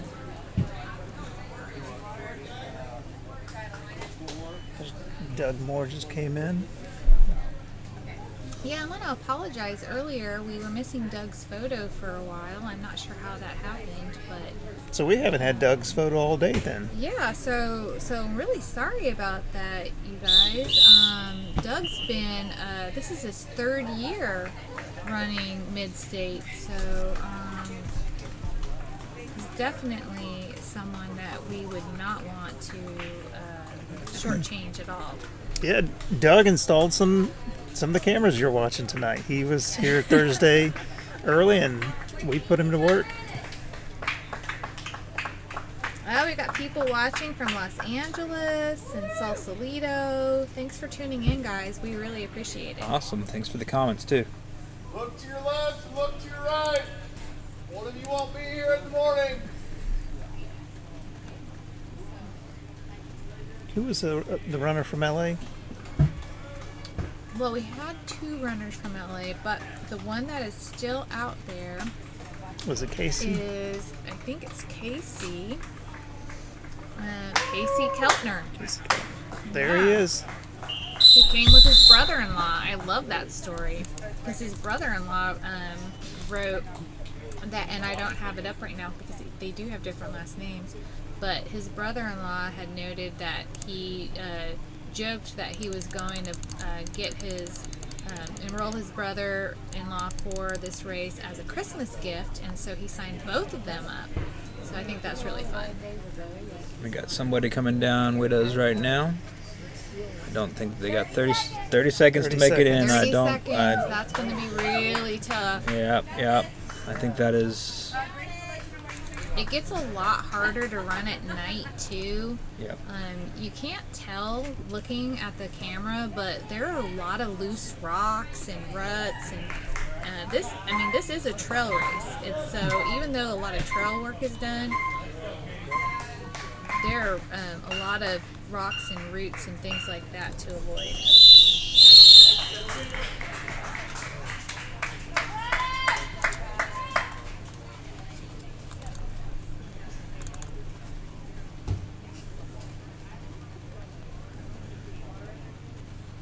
We have one runner coming in after the whistle. All right, we'll see who this is. Thanks for tuning in, Darlene from Manchester, Tennessee. Appreciate that. Oh, it's Kale. Kale. Brilliant effort. At this point, you're sad to see every single one of these amazing athletes turn out. He ran it all the way in. Yep. Yeah, I mean, he did amazing.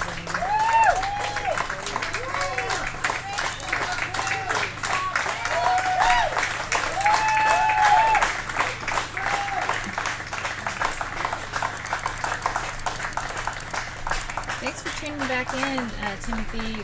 We're really sorry about not having Doug's photo. I'm glad you tuned back in.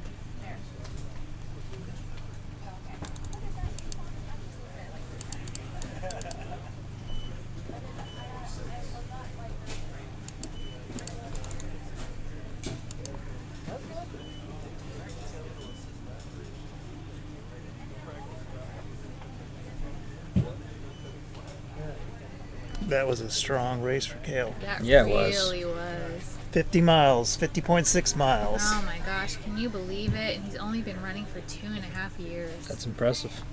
Almost 16,000 feet of elevation gain. Folks, for a 50 miler, that is a lot of climbing. That's a big 50 miler. This is no joke, you guys.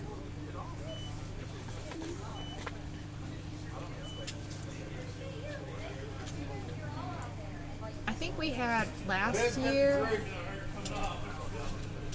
some people were crawling up the hill. Is that right, Forrest? Because it's so steep and it was just up to that point. That first year, there were people crawling up the hill. I remember Noah. Noah was bear crawling up the hills. Yeah. I mean, you guys cannot imagine by looking. We don't have video of the steepest hills that are out there right now. Maybe another year, but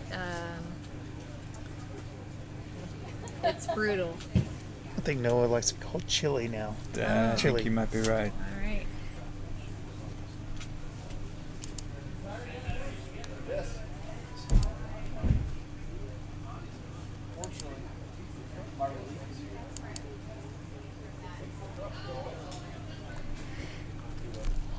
Those of you joining, that's Kale. Kale just timed out.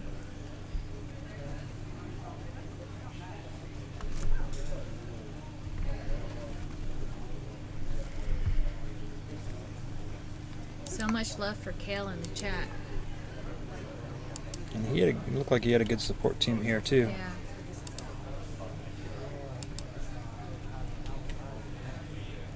Got some shout outs for Levi too.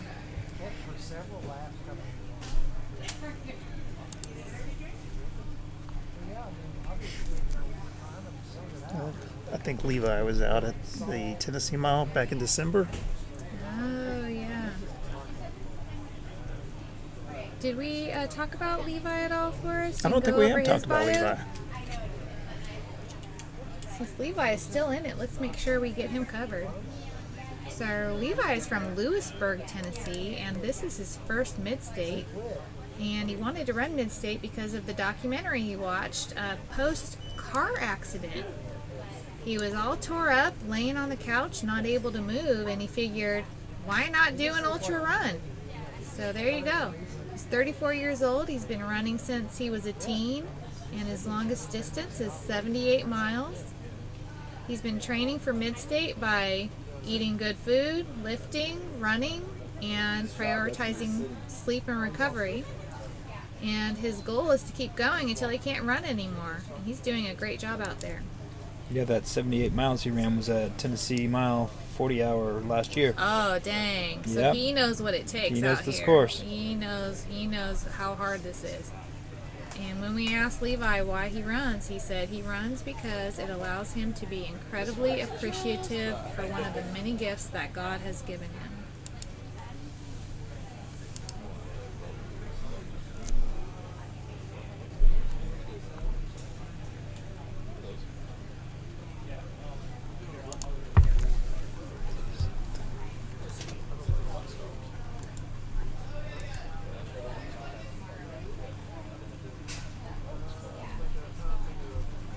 We still don't have him.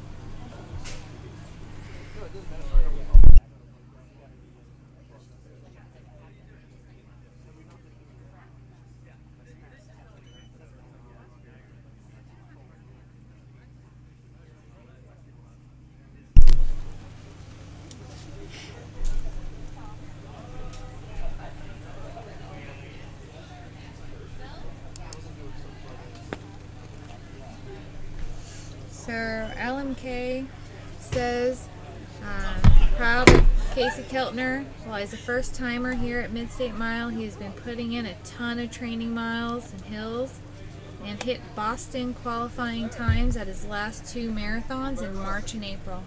That's impressive. It's not easy qualifying for Boston.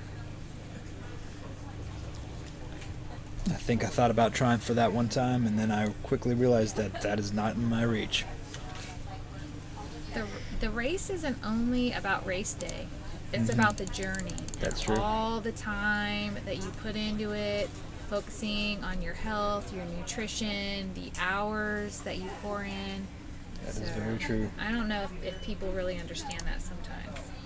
It's a big commitment.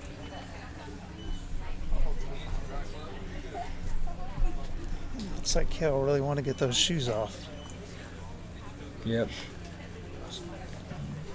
A lot of times what happens in runs like this, your feet begin to swell. So Also, with the amount of sweating that you do at this race, quite possibly you get a lot of blisters too. That is a good point. But you know what helps to prevent salty britches, and what's good after you have blisters and chafing? Salty britches. I've heard that from a lot of people. So we were talking about Greg Armstrong. Let's go ahead and play Greg Armstrong's Run for Water ad. Let's do it. Run for Water is a nonprofit organization that strives to raise awareness and provide solutions for the worldwide water crisis. We are not the typical nonprofit organization. While we operate on donations and want to make a big impact in the world, we also want to inspire others to use their talents and abilities to make a change in the world around you. We offer our resources and experience to individuals from all backgrounds to perform a monumental task. Run for Water has projects in 6 countries, working with communities and bringing clean drinkable water to thousands. We accept most projects regardless of their size, and we use creative thinkers to complete those projects. To learn more about our outreach, visit runforwater.net.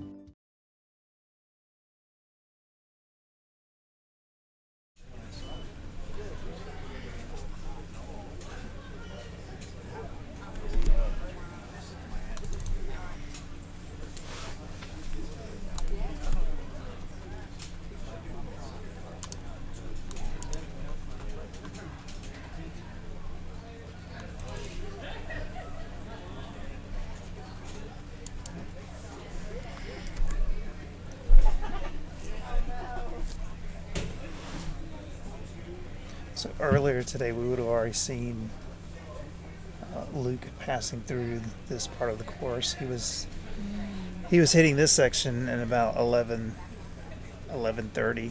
You're right. His pace has definitely slowed down quite a bit since earlier today, it seems like, but I'm sure he's in it for the long run though. He's definitely an amazing athlete. Mm-hmm. The one thing about this course, so if we look at years past, Chad Wright came out years 1 and 2. Chad I think he was home roughly an 18-minute loop. Yep.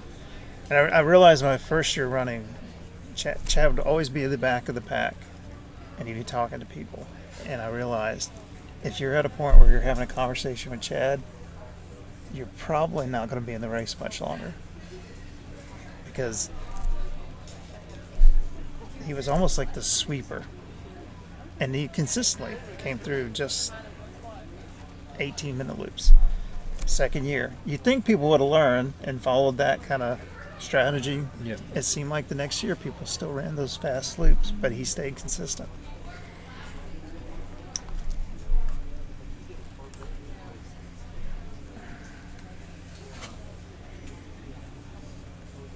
There we go. We have our There first goes run. Cody.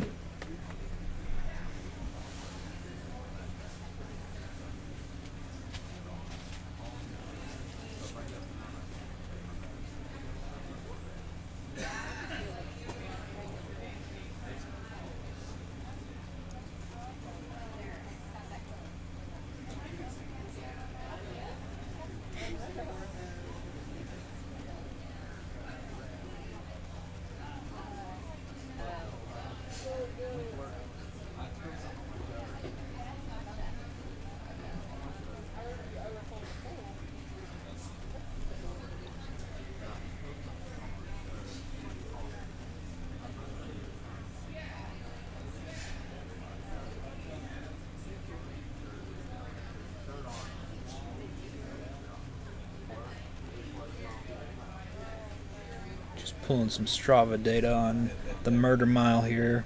Looks like Kevin Mills still owns the fastest known time according to Strava. According to Strava, I think that has been beat. I believe someone did 7 minutes. Do you remember who that was? I do not. That is impressive. And I think they may have done it this weekend. Okay. Not during race time. Okay.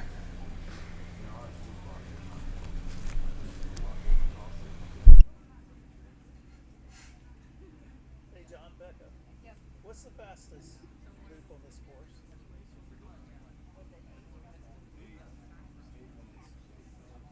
Kevin Mills has 8:02, so he still has it. Yeah, but he didn't do it during the race. Right. But yeah, I think 802 is like the. So no one's done it in 7 something. I guess how loud? It might feel like someone's done like a 750 something, but I don't remember off the top exactly what it was.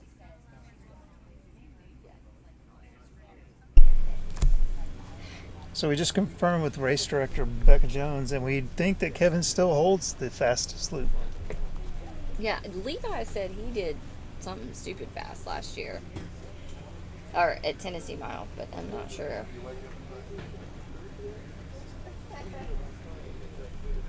What his time was. Becca, do you remember what the fastest loop was during this race? Not necessarily this race, but the... It was 8 something. 8 something? Yeah, it was Noah. Okay. It did not work out well for him. Chili. Yep. And that one is not on Strava. No. Man, I tell you what, Nicholas is just killing it. Kid? Young Nicholas. Yes, he is. So stoked for him.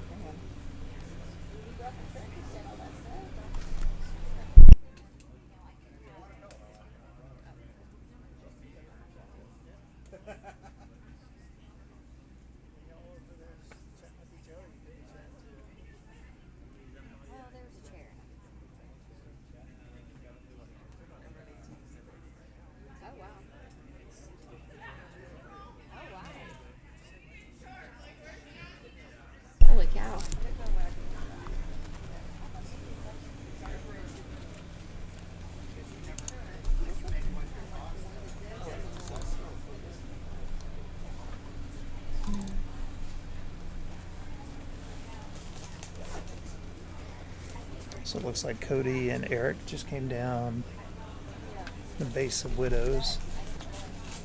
I think Luke was right behind them. It's definitely gotten a lot harder to tell who's who. Yeah. With infrared cameras. So who is that that's not running with poles? Is it Jeremiah? Jeremiah does not have poles. Okay, so Jeremiah and Cody then has. I think that's Luke that just crossed the screen. Yeah, so Luke just passed. So that was Cody, Eric, Jeremiah, and Luke that just passed through. Passing through the field now. And then going back into the corral.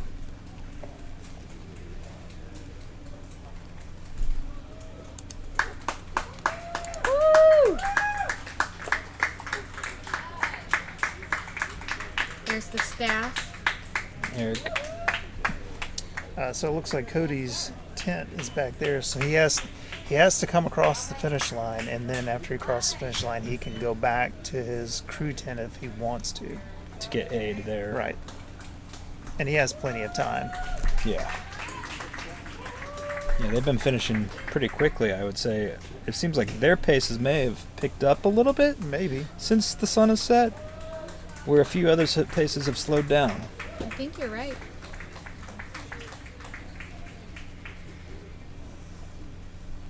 Telling a ghost story on this lap. So apparently Luke is telling his stories. If anyone's seen the documentary, is it just one more mile? Just 1 mile. Just 1 mile. Everybody knows that Luke is he can be a chatty person on the course, and he tells stories. There was a funny scene in that documentary where he is chatting with local runner Terry Keenan, and they are talking about peeing while running. It is quite hilarious. Peeing? Peeing. Oh, peeing. Yeah, you know. Making some room in that bladder. Fancy shirt.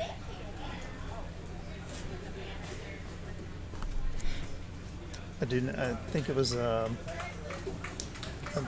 the year of the filming when Greg Armstrong showed up the second year of the race. Morning of.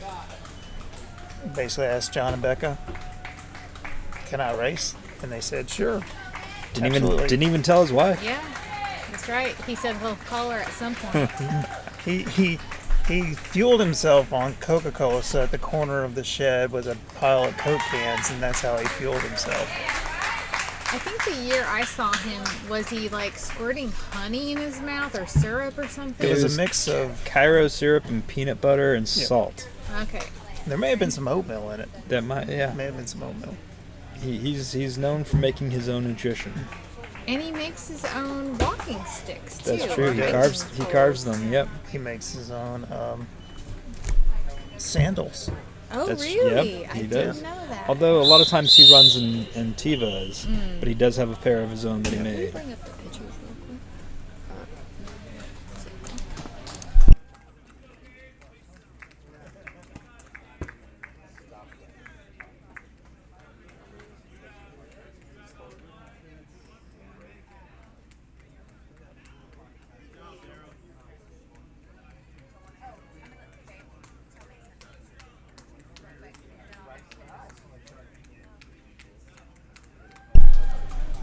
So tell a little bit of story that year they did the filming, and Luke was Greg I don't think was fully healthy when he ran that race. I think he may have been dealing with injury, but I remember the loop where it looked like basically Greg was not going to make it, and they left out of the start line, and I watched Luke basically walk with Greg and encourage him. I mean, just was there with him until they got to that first climb, and then Greg just kind of let him go. But just the camaraderie there of knowing that that was going to be his last loop, and he wanted to have a conversation with him. What was really somewhat inspiring. People are competitors, but they're not enemies. Yeah, Yep. exactly.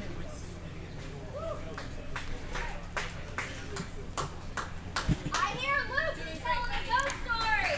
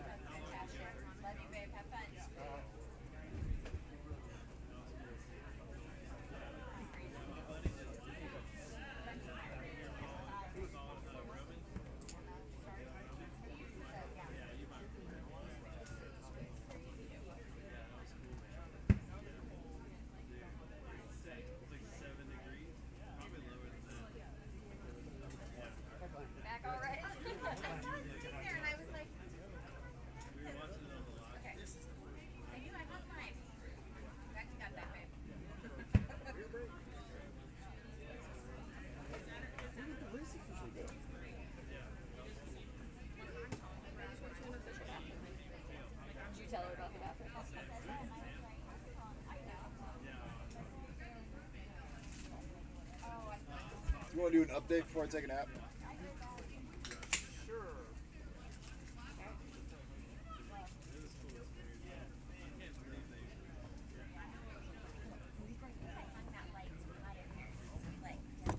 There she is.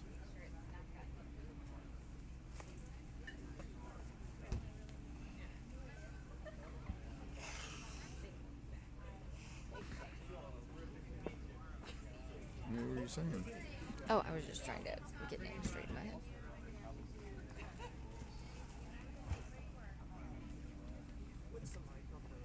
Two. Yep, 2 to you.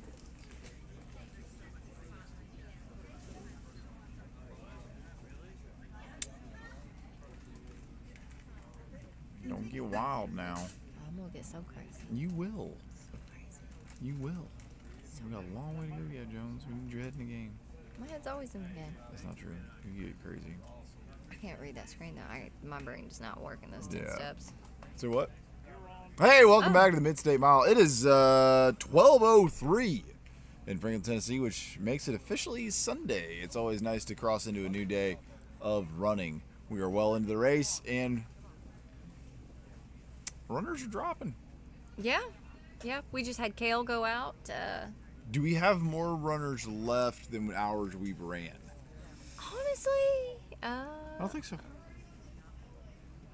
It might be even. We're really close. More hours. 16 hours we have ran, and we only have 15 runners remaining. That's down from 105 that started at 8 a.m. this morning. Again, they have 20 minutes to complete a 1.1 mile loop and be back in the starting corral to start the next mile. That's 340 feet of elevation gain and loss. This is Midstate, home of the infamous Murder Mile. I am, of course, Big John, and as always, the fabulous BMFJ. although it's cooling off here, the humidity is going up. I think the cumulative fatigue and heat is really still kind of getting to people. But those that are left, some of them are making it look really easy, and some of them are, you can tell they're in a fight. Yeah, there's a couple that are in a fight. We just watched a really good fight, and Kale he said he wanted to quit at mile 20, and he's been out there and digging and coming in with just a few seconds, and then coming in with 2 to 3 minutes, and yeah, he was grinding, especially before that 12-hour intermission. It looked a real touch and go for Kale, and he really wrapped it back up, and he finished really strong.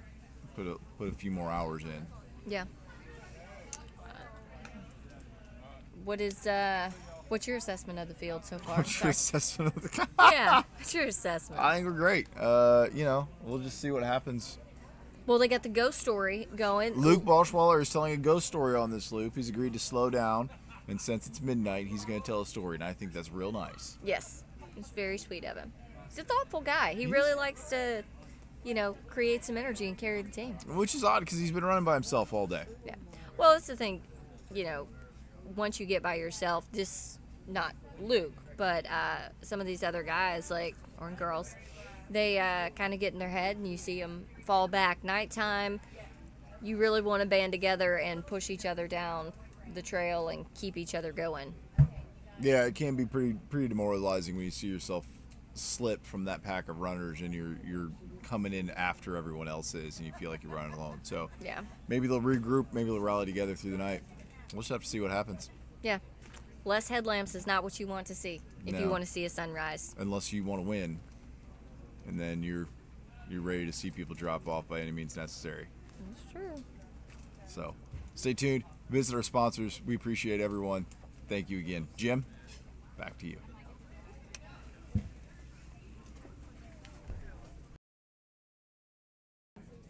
You're it.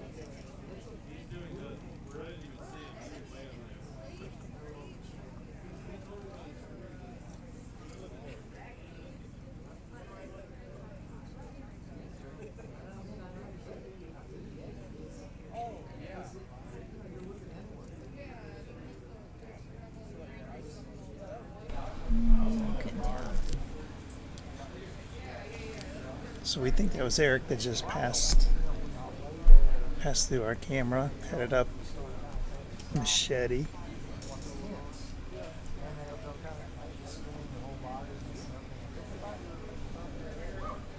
Thanks for hanging in there with us, everyone. We know it's late where most of you are. There's Cody. Cody and Jeremiah just passed through.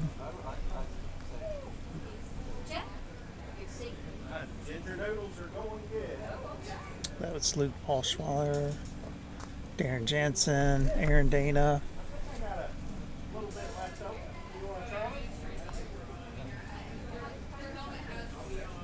Going up the last climb. The last climb for this loop. The last climb for this loop. Exactly. They only have to do it who knows how many more times. So, and there's Nicholas still out there. So I think that was Matthew Johnson that might have passed in that first group of 3. Oh, do we see Matthew? I don't think that we have actually given Matthew's bio yet, Forrest. Matthew Johnson is from Flowery Branch, Georgia, and this is his first Midstate, so he's really hanging in there for his first Midstate.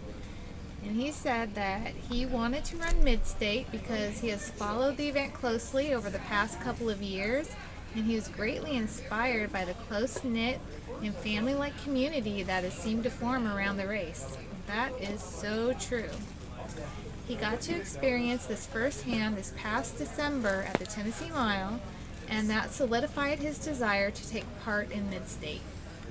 He has never participated in a last man standing format, and he's looking forward to testing himself in a new arena of ultra running.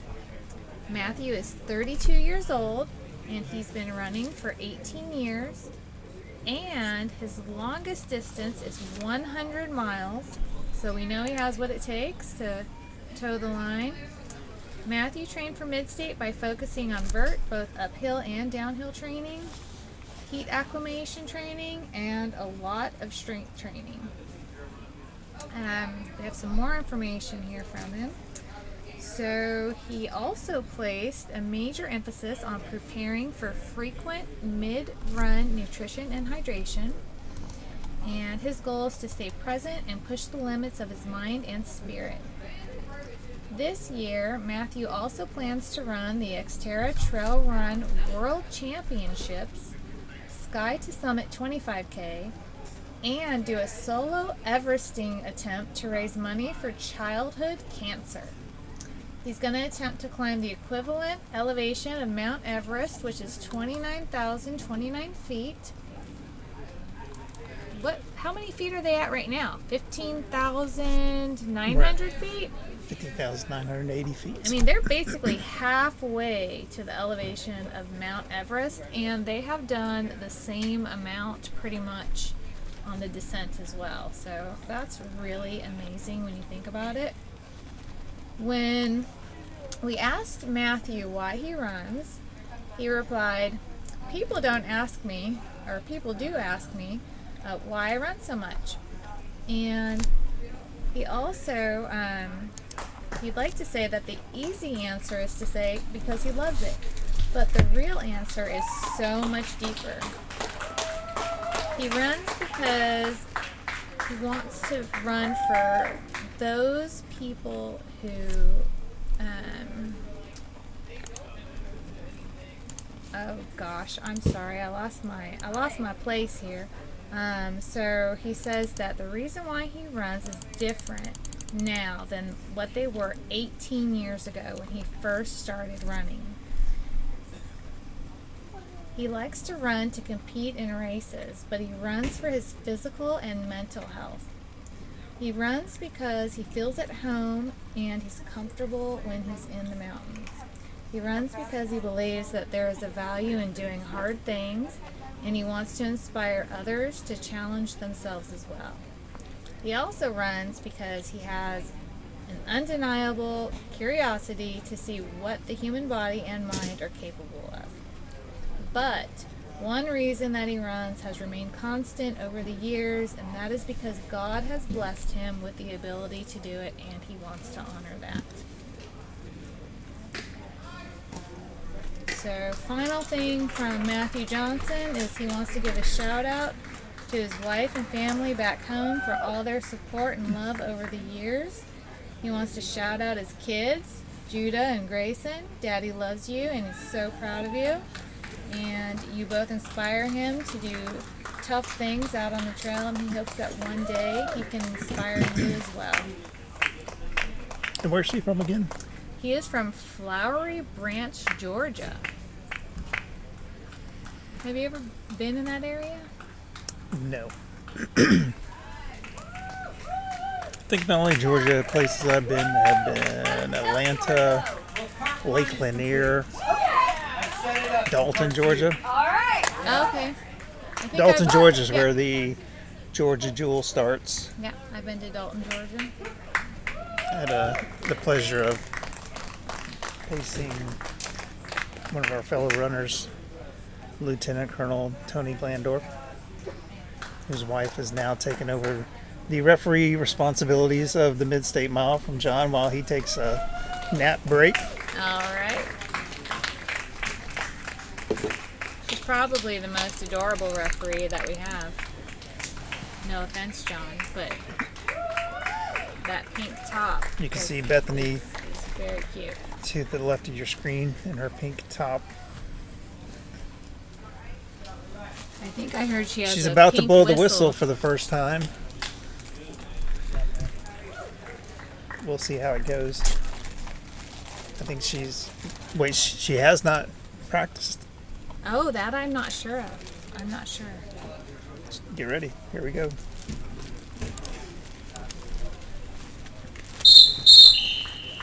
That was a solid whistle. Yeah, that was awesome.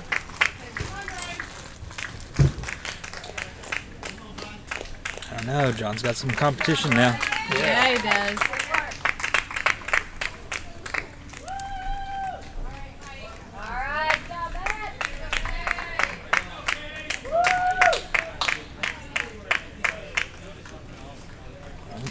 Just going quick.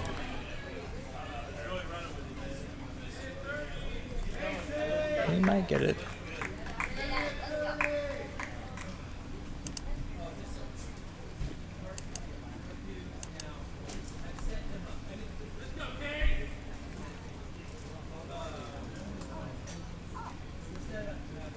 So I think that's Casey Keltner. Casey Keltner. Definitely a fan favorite here on the That must be live his stream chat. brother-in-law yelling for him out there.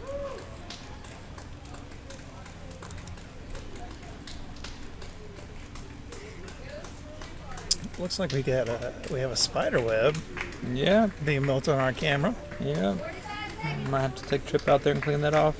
I think what it might be is our cameras attracted the bugs and the spiders have figured it out. That's a good. It's like a buffet. Yep. We just had a comment from Garrett Asher who says, "Go Mason" from Eli, and we're going to give a shout out here to Garrett, who has been an amazing contributor to this Midstate before we started the commentary. So, thank you, Garrett. Garrett, Garrett thank you so much. Garrett has done a lot of work, very helpful, and he's provided us radio so we can communicate to each other. We're putting these cameras in. It was amazing. I think that is it for Casey. Wow, what a great accomplishment though that he's done. Is this Casey here? Yeah.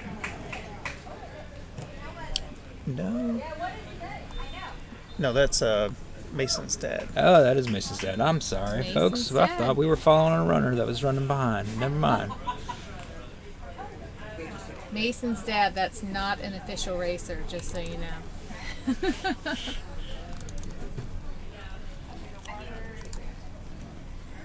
We're here for you.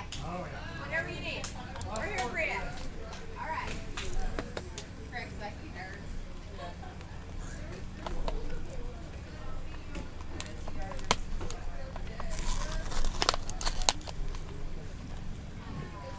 Wait, why is Garrett not in bed? Yeah, Garrett left here to go to sleep. Garrett, why aren't you in bed? We let you leave the live stream so you can go rest and come back tomorrow fresh.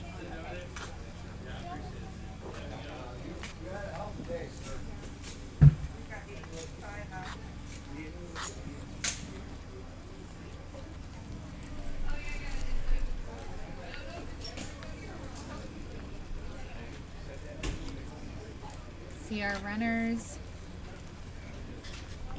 coming down the only nearly flat part of the course on their way to the first and steepest climb after they go through the crossroads. I don't know. I'd say about a third of the course is probably pretty flat. A third of it. Yeah, I mean, it could be. The rest of it is so steep. It's complete opposite of flat. Yeah.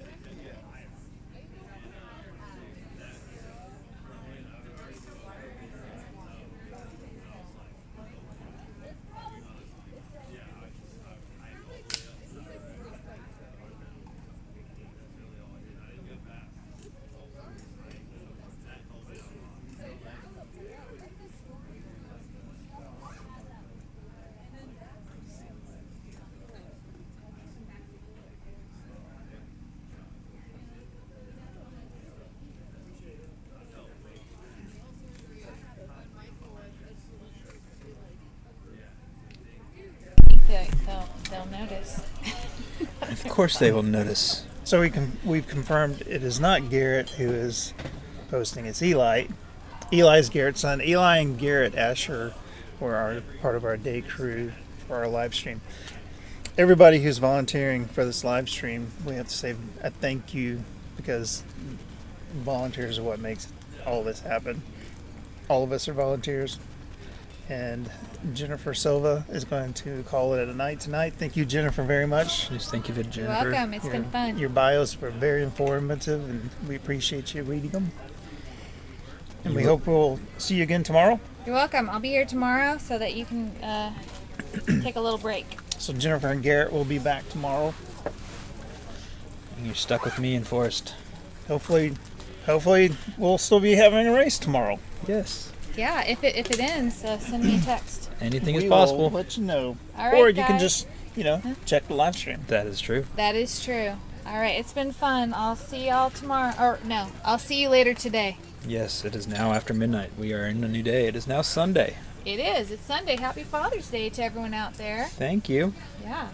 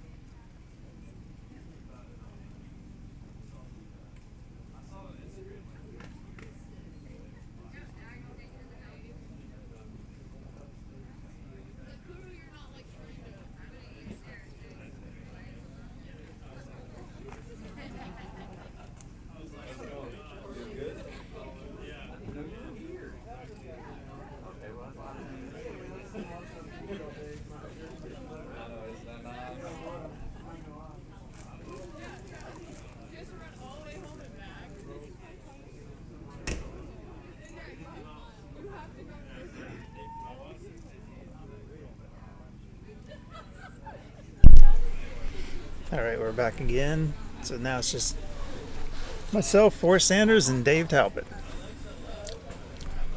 Hope to entertain you all out there.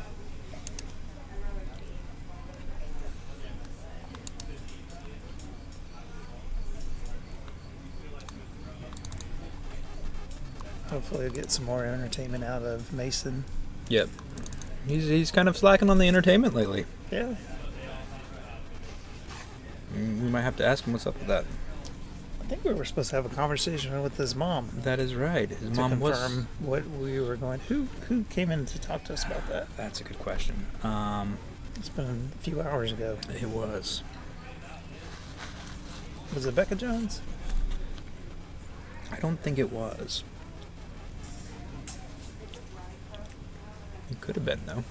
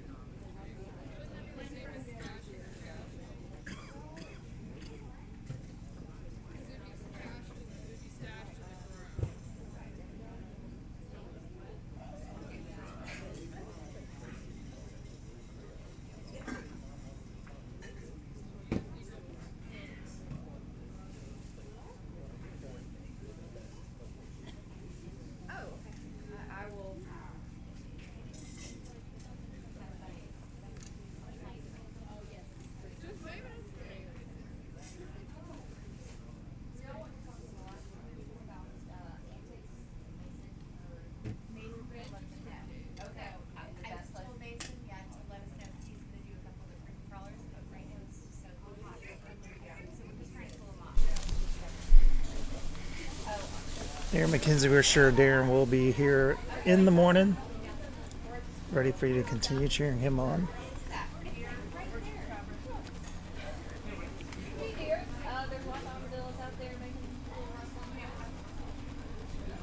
I hear some talk about noise behind us here. It could be deer, it could be armadillo. We saw a raccoon on the cameras earlier. We did. Lots of nature out here. Here goes some of our runners coming in, going up Machete.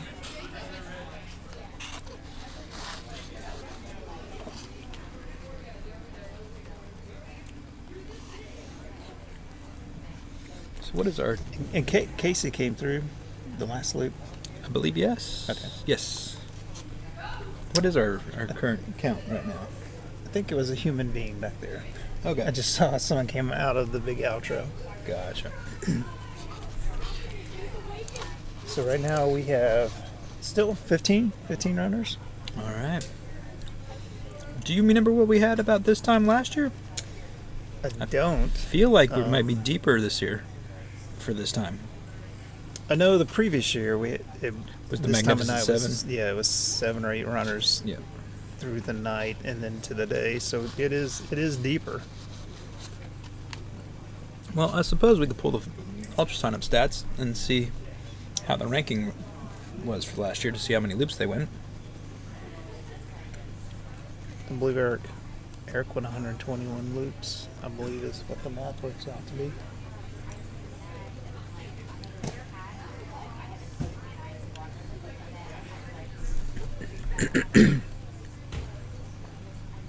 There's young Nicholas, still out there. And That it's is so impressive. Amazing. Absolutely amazing. Just 16 years old. You know, I can't say when I was 16 years old, if I would have been comfortable or confident enough to be challenging these grown men like he's doing right now. Agreed. I see a bright future for him. So, looking at last year's results, it looked like we had. So, what is our loop count right now?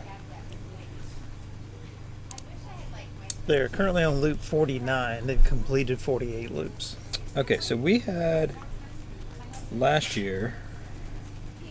There was about 17 runners left at this time last year.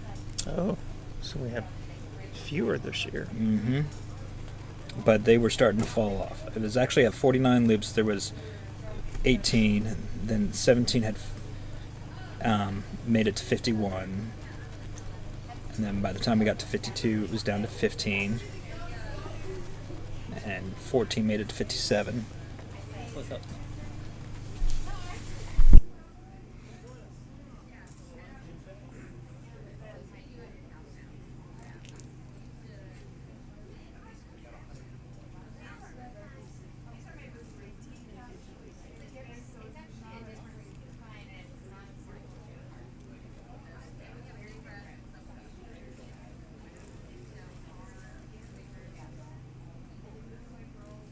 It's creepy looking. All right. It looks like a trailer, or like, you know, like abandoned cabin or something in a way. So we are joined with special guest Brandon Michael Clark. How's it Brandon, you were the live stream sponsor last year. Oh yeah. Brandon's the one who got this up and going. He helped purchase a lot of this equipment that we're still using today, and we very much appreciate it. It's all you though. It really is. The equipment's nothing without the operator. So Brandon, today you were supporting Daniel, right? Yep. Daniel Castro. Yep. So how did we haven't? Oh. I believe that was Casey. It wasn't like a farewell sign, was it? No, I don't think so. I was about to say, moving too good. So. Yeah. Well, they only have 4 minutes. Where's that camera? Oh, that's That's going at the up. base of Machete. Let's see that now. That might be the that might be. Although the last loop he came through, he was pretty close, I believe. Yeah. I know. Well, they're taking time to read the signs. So they're calling it. Yep. That's. Yeah, that's it. You got to move. Enjoy. You got to be at the top of the hill by 14 to have enough time. I will say the last. Mason's dad was coming down the hill with 2 minutes left, and he could have made it to the finish, but he wasn't actually racing, so it didn't count. Yeah, and after 52 miles, also, you Yeah. know, can you push that hard, being that tired? Truth. Yeah, and it's nighttime, so you can't see as well. So I didn't see who this runner is, but they are taking the time to read every sign. Yep, they are. I mean, if you're out there, they'll enjoy it. Enjoy it, absolutely. Like last year when I dropped, you know, me and you walked back, and it took us like 35 minutes for me to complete that loop because you were taking pictures. Yeah, and that's true. we were cutting down branches or something, like. But I mean, I was just enjoying the moment while we're out there, and It's not unheard of us to do trail work during a race. Yeah, during a race, yeah. At Black Toe one year, I remember doing it during the middle of my race because I forgot to put my time on the board because of it. So again, this is Brandon Michael Clark that joined us. Brandon is the OG 200-mile Big Al's finisher. So only 2 people have finished Big Al's 200. It was you and Daniel, who you were crewing today. Yep. Who I talked into doing this at Big Al's this past year. That's awesome. Yeah, because he wasn't going to do it at all.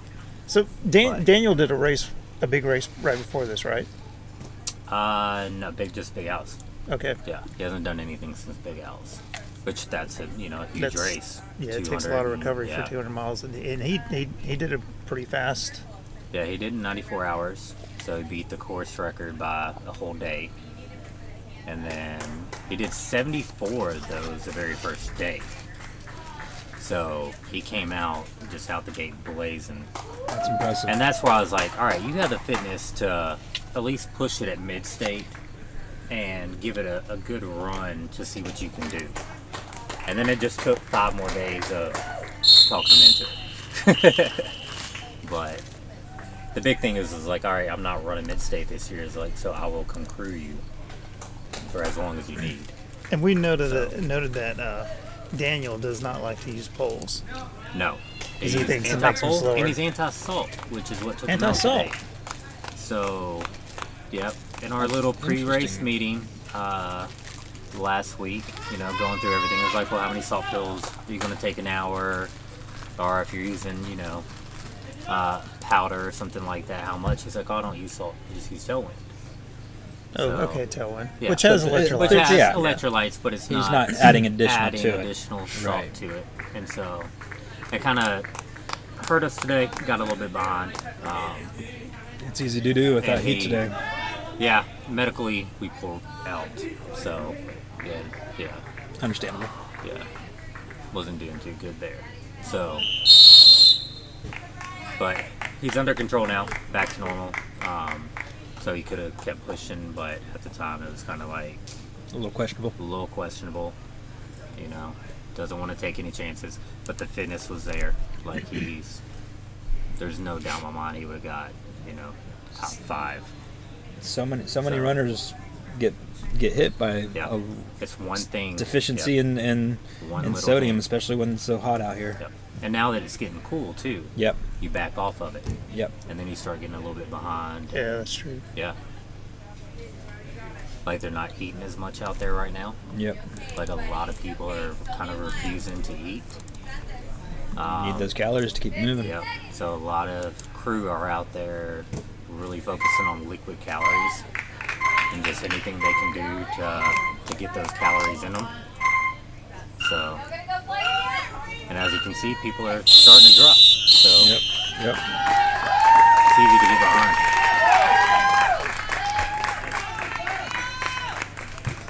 Did that runner come in from that was still out there reading I signs? think they are just coming down. I think they are coming down right now, actually. We will go see if we can find them. There they are. Oh, so there's 2 of them. Yep, 2 of them. Two runners. They've had their limit, and they're taking their time coming in. They are allowed to soak it all up. As they should. So bleed. Especially if you're coming from out of town, a different state. Yep. Like definitely. Got a few comments in. It may be someone from a whole different coast. Yeah, that's true. We have people. Our country. I mean. Yep. We've had a couple people from California chime in saying that they're watching us. Some from New York were chiming in saying they're watching us. Let's see who that is. So I think that's Casey. And I don't know who that was behind him. Looked like they were wearing glasses, but. By the way, I'll have to give props to Mr. Nicholas, who is amazing to everybody out there. Young Nicholas. Oh, and I yes. think deserves the Forrest Sanders Award for giving it all, because he is still looking strong. That's interesting. It was a toss-up. For the record, the award might have my name, but I don't get to choose the winner. I can lobby is all I can do. Here, let's for those the race for those picks watching. the winner. For those watching, can you explain what the Forrest Sanders Award is? Forrest Sanders is the Spirit of the Race Award, and it's awarded to someone who embodies the spirit of what I think the race director wants the race to be. So last year the winner was Evan Farrell. Correct? Yep. Yeah, Evan. Yep. Evan won the award because Evan, Battle. for loops, and loops would come in with seconds to spare. So Evan's father would stand right there at the finish line and would hand him off his whatever he needed right there, and he had no time to waste. And so he would come through and finish, and it's just like loop after loop after It went on loop. for hours and hours. Like, So yeah, it looks like that was Casey. It may have been the person behind him. Might have been. It might have been just a friend or crew. no. No. They were climbing machete up there. Was it Mason's dad? That's Yeah, true. it was Mason's dad. Mason's dad was doing it. Okay. I like how Mason's dad's just jumping in and doing loops. So it was Yeah. just doing loops. Okay.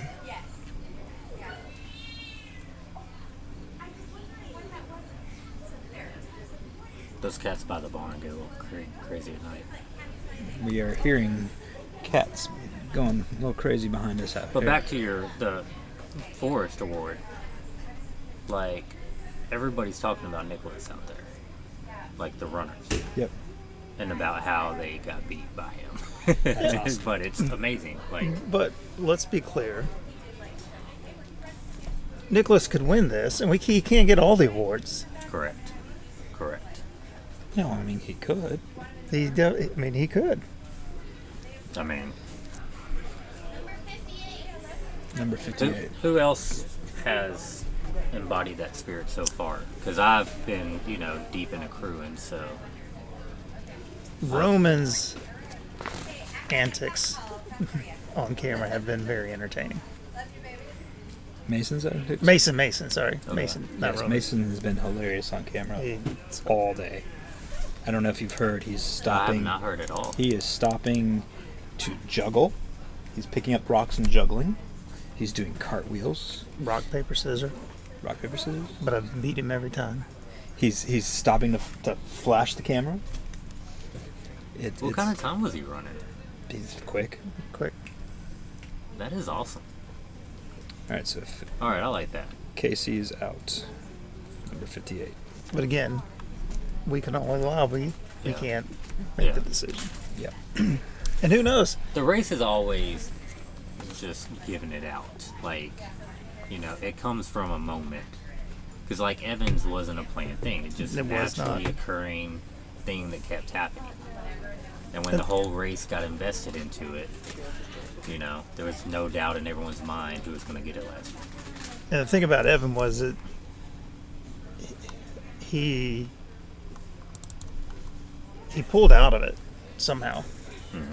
Because we saw him basically cutting it closer, and then suddenly 17-minute loop. he starts Yeah. getting it back. So what do you think that is? Do you think that's more mental, or do you think that's more nutrition and...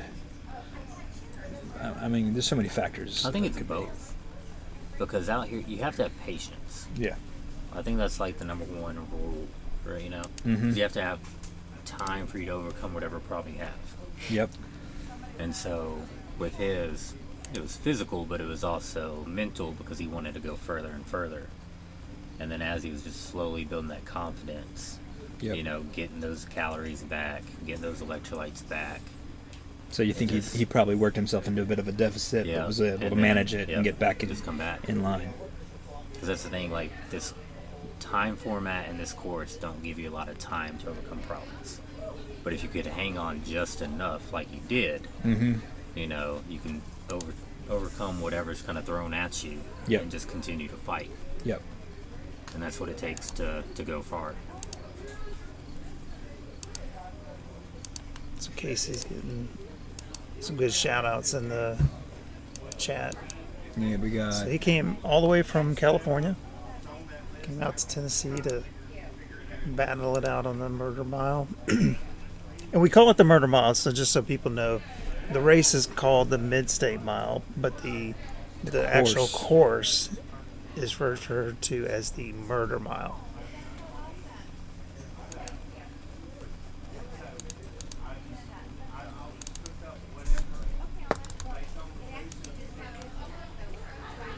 So Mason's still in it. Yes. Nice. We see Casey here Well, glad he's getting recovering his after money's his worth. long Yes. Coming all the way. 49. Casey completed 49 loops, 53 miles.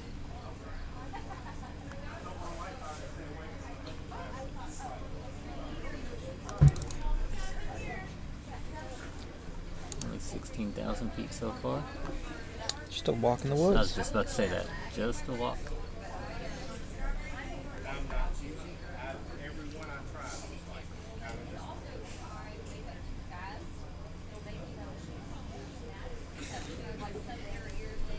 So have a lot of people been stopping at the signs and taking. This was the first time that we've really noticed it. Yeah. Really, the biggest focus has been Mason goofing off in front of the camera, and Eric's joined in on it a lot with him too. Nice.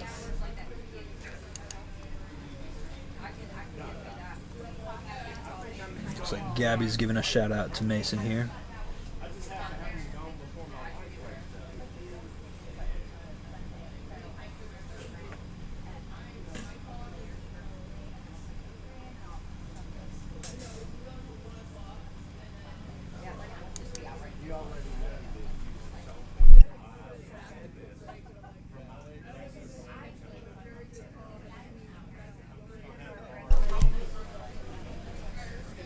Casey will be back next year. Coming from Casey. Casey says that Casey will be back next year.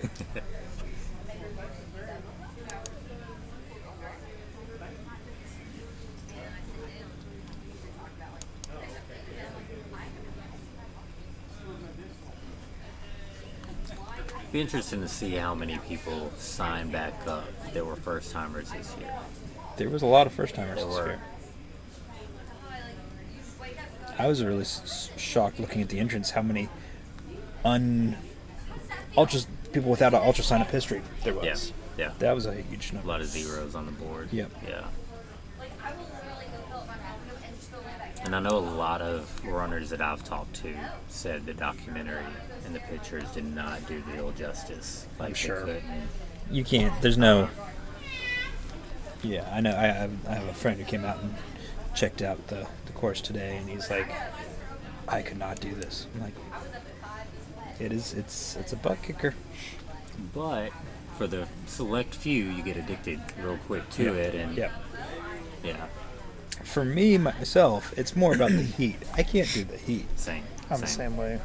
Tennessee Mile. Yeah, that's my I can do cold and rainy. Yeah. But I'm a very heavy and salty sweater, Mhm. and I have yet to figure out the right mix to do something like this in this time format and with the adrenaline going like it is. Yep.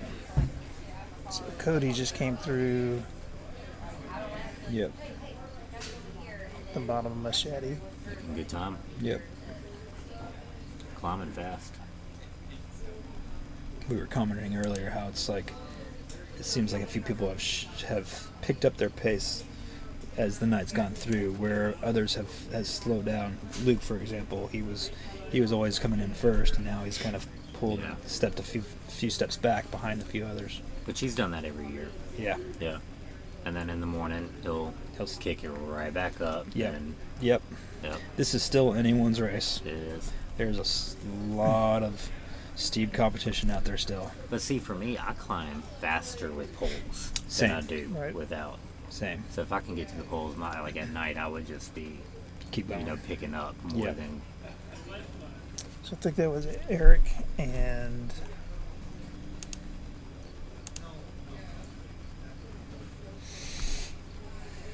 I guess Eric and Jeremiah, I believe. Maybe, yeah. And sometimes sometimes we can identify people based on Yeah. the length of their hair and the tattoos. Yeah. That was There's Darren Jansen, Yeah. Luke Boschweier, and Aaron Dana. So apparently Luke is telling bear stories right now. I think he's told the bear stories before. I know I read a few But of he his was bear stories on There's young Nicholas. So last loop should have been part 2, because the one before that he was starting part 1. Gotcha.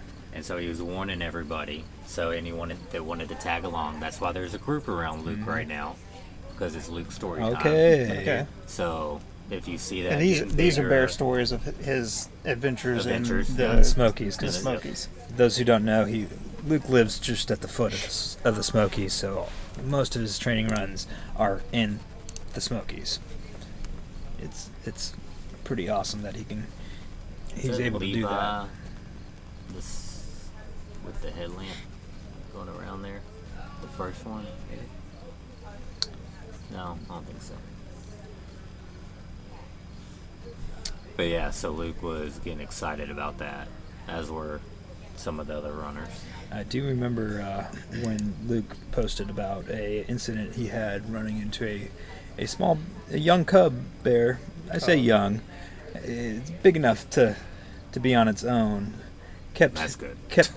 kept chasing him, as in he started in Elkmont and was heading up the mountainside, and this bear comes out of nowhere, just starts chasing him, and he turns around and scared off, and then it's right back on him again and again and again. So this is over miles. Yeah. Wow. And he posted in that story that he will no longer run without at least an air gun or something to deter the bear. Yeah. I wouldn't either, not out there. I don't run out there enough to have actually used one, but I lived in bear country. I'm good after that before.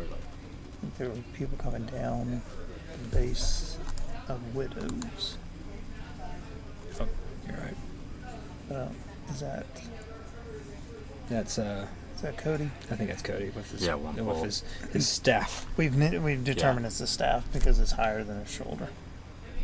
Ah. Is it though? Yep. I think yes. I think when he uses up here. It would be interesting to know. Obviously, there's a reason why he has that. It would be interesting to know what advantage that gives him.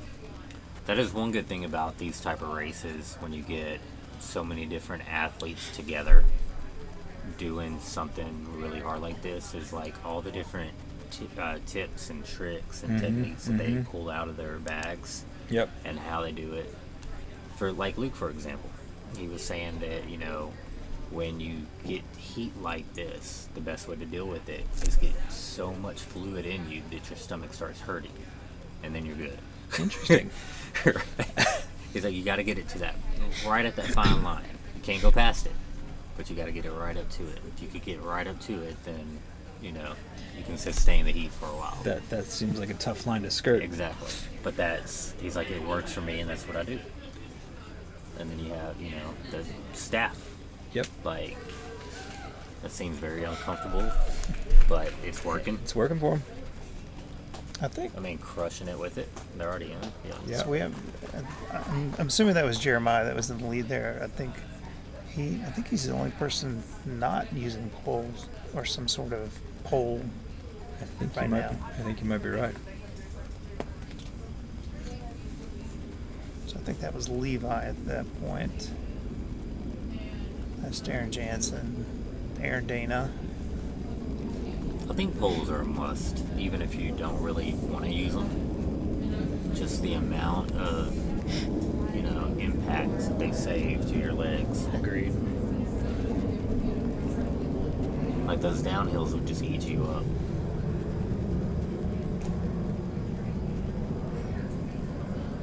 But they do slow some people down. So, yeah. I get the whole thought process. You're not used to running with them all the time. Yeah. And that was actually during last Tennessee Mile. I did the 8 hour, and that was one of the things I was most excited about. Was for the 8 hour, you were able to start with poles. So I always do the hard ones. So you get poles from the very beginning. Yep.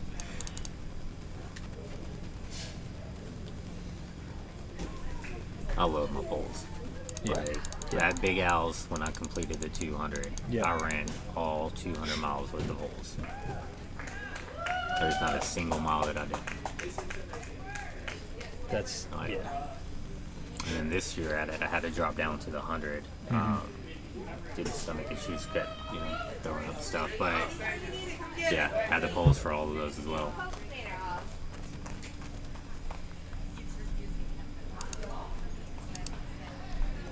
That one ain't Looking a little wobbly a there. little tipsy. That one probably needs to call it, whoever that is. Or they could be just running like that. No.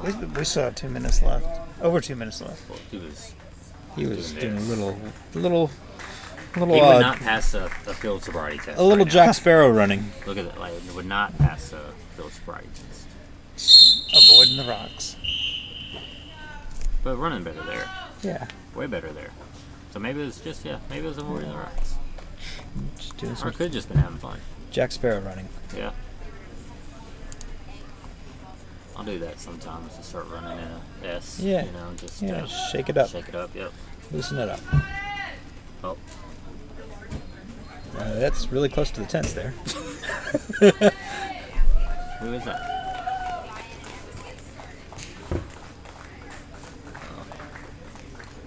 I think that is.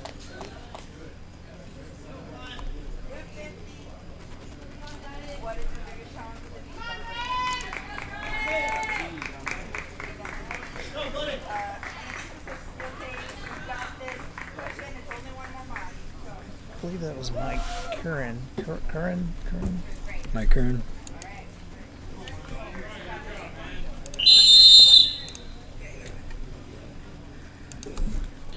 Waiting for anyone else out there? I don't think anyone else is out there. I think that was it. Okay. Well, go back. There's one. It just Yep. going down with us. So. Yep. So we are going to lose one runner this Yeah, loop. they're not going to make that in. If it is a runner, though. Yeah, that might be Mason's dad again. Because I think that Could was be. pretty far back. There's Mason right there. Do they have poles? They have poles, the way they're moving down.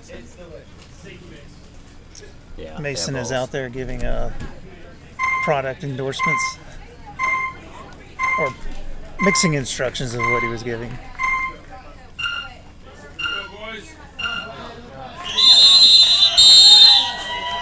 Yep. Mason's dad. Yeah. Was he just in fun loops? I think so. He's getting a workout in. Well, props to him. It keeps throwing me off though, because I'm I like, know, you're thinking, yeah. it's like, It's wait, like, oh no. Well, hey, props to Mason's dad for bringing the drama Yeah. at 1 o'clock in the morning. definitely, and keeping us on our entertaining- toes. Exactly. That's how they do it in reality. They script it. So Yep. it's just all scripted. So we have 14 runners still in the mix. So Aaron Dana, Brian Do you Neely, Cody Eubanks, Darren Jansen, Daryl Lehman, Doug Moore. How do you say Eric's last name? Keno? Keno? Eric Keno? At least that's how I say it. Jeremiah Cohen, Levi Ray, Luke Bolschweiler. Bolschweiler. Bolschweiler. I know the first year everybody was saying his last name wrong. Mason Stevens, Matthew Johnson, Mike Curran. Yeah. I wish we knew his correct pronunciation. And I shouldn't say little. It's a big guy. Young. That's a big Young. guy. Nicholas Yeah. Leo. That's Young a big dude Nicholas. right there. 16 years old, out there just making it look. That kid is going to do whatever he wants to do in life. Agreed. Because at 16, I know I did not have the mindset or the mental strength to come out here and battle for 55 miles and 17,000 feet in 95-degree weather. And the discipline to keep going. For however much time we've been going, Yeah, like I said, 17 hours. At that age, I didn't have the confidence to be out here doing that with these guys.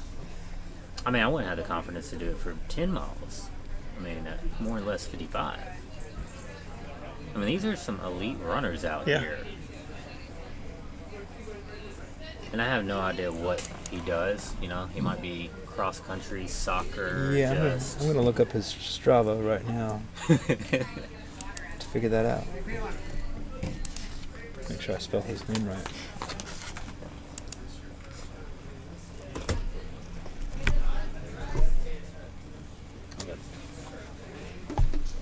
I'm glad Keith came to help because I just left it dirt high and dry over there.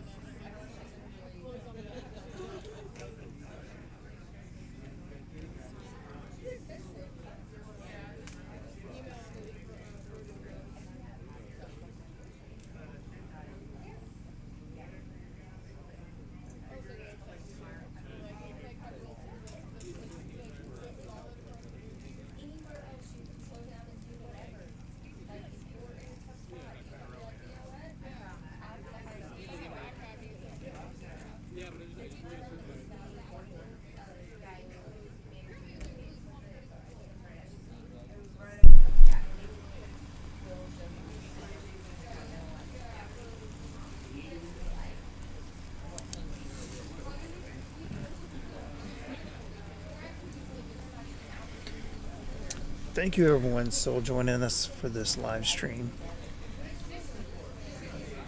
Day two of the Midstate Mile. Officially day 2.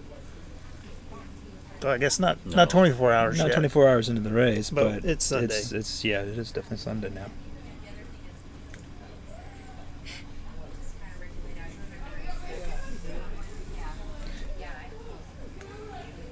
Do you all in YouTube land have any questions for us? Give us something to do. Give us something to look up.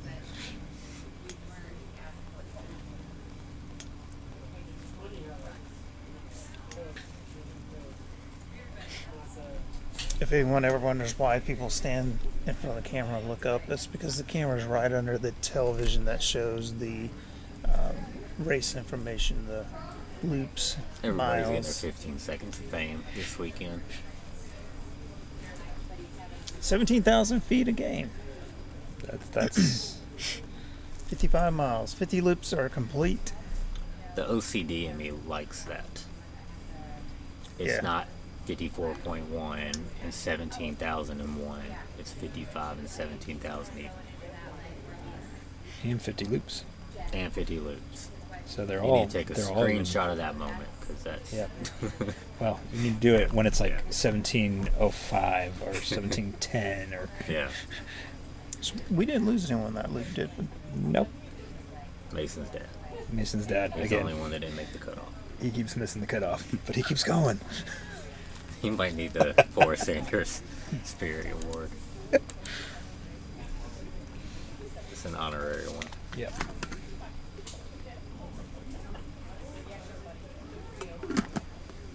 Yeah, I really don't think you'll probably lose too many more. I think you might lose like 2 or 3 until closer to sunup, and I think you might lose, another 2 or 3. I think you might be down around Jack the top 10-ish. I don't see Jack Sparrow lasting much longer with that run. Nah, I think he's gonna go another. I think he'll be fine. Think so? Yeah, I think it's the rocks. Oh.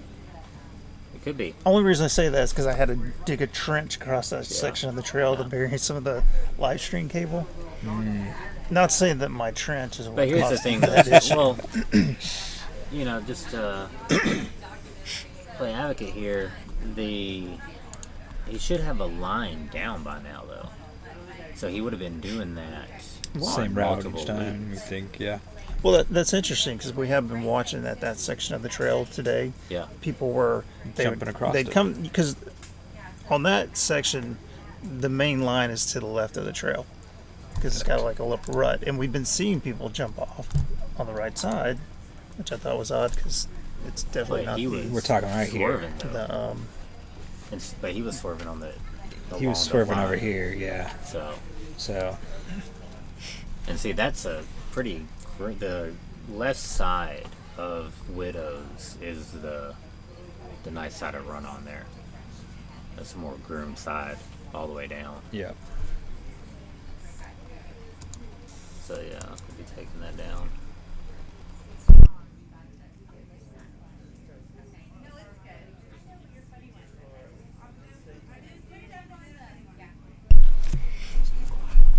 So we've been joined with another Midstate alumni, Tony Glandorf.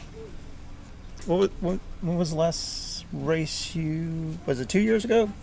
2 years ago, I think it was. I think it was 2 years ago. It was 2020. Actually, 2021. I believe. 2022. 2022 is the last time I did it. So, Tony, you actually ran the year that the documentary was filmed. I did. That was 2021.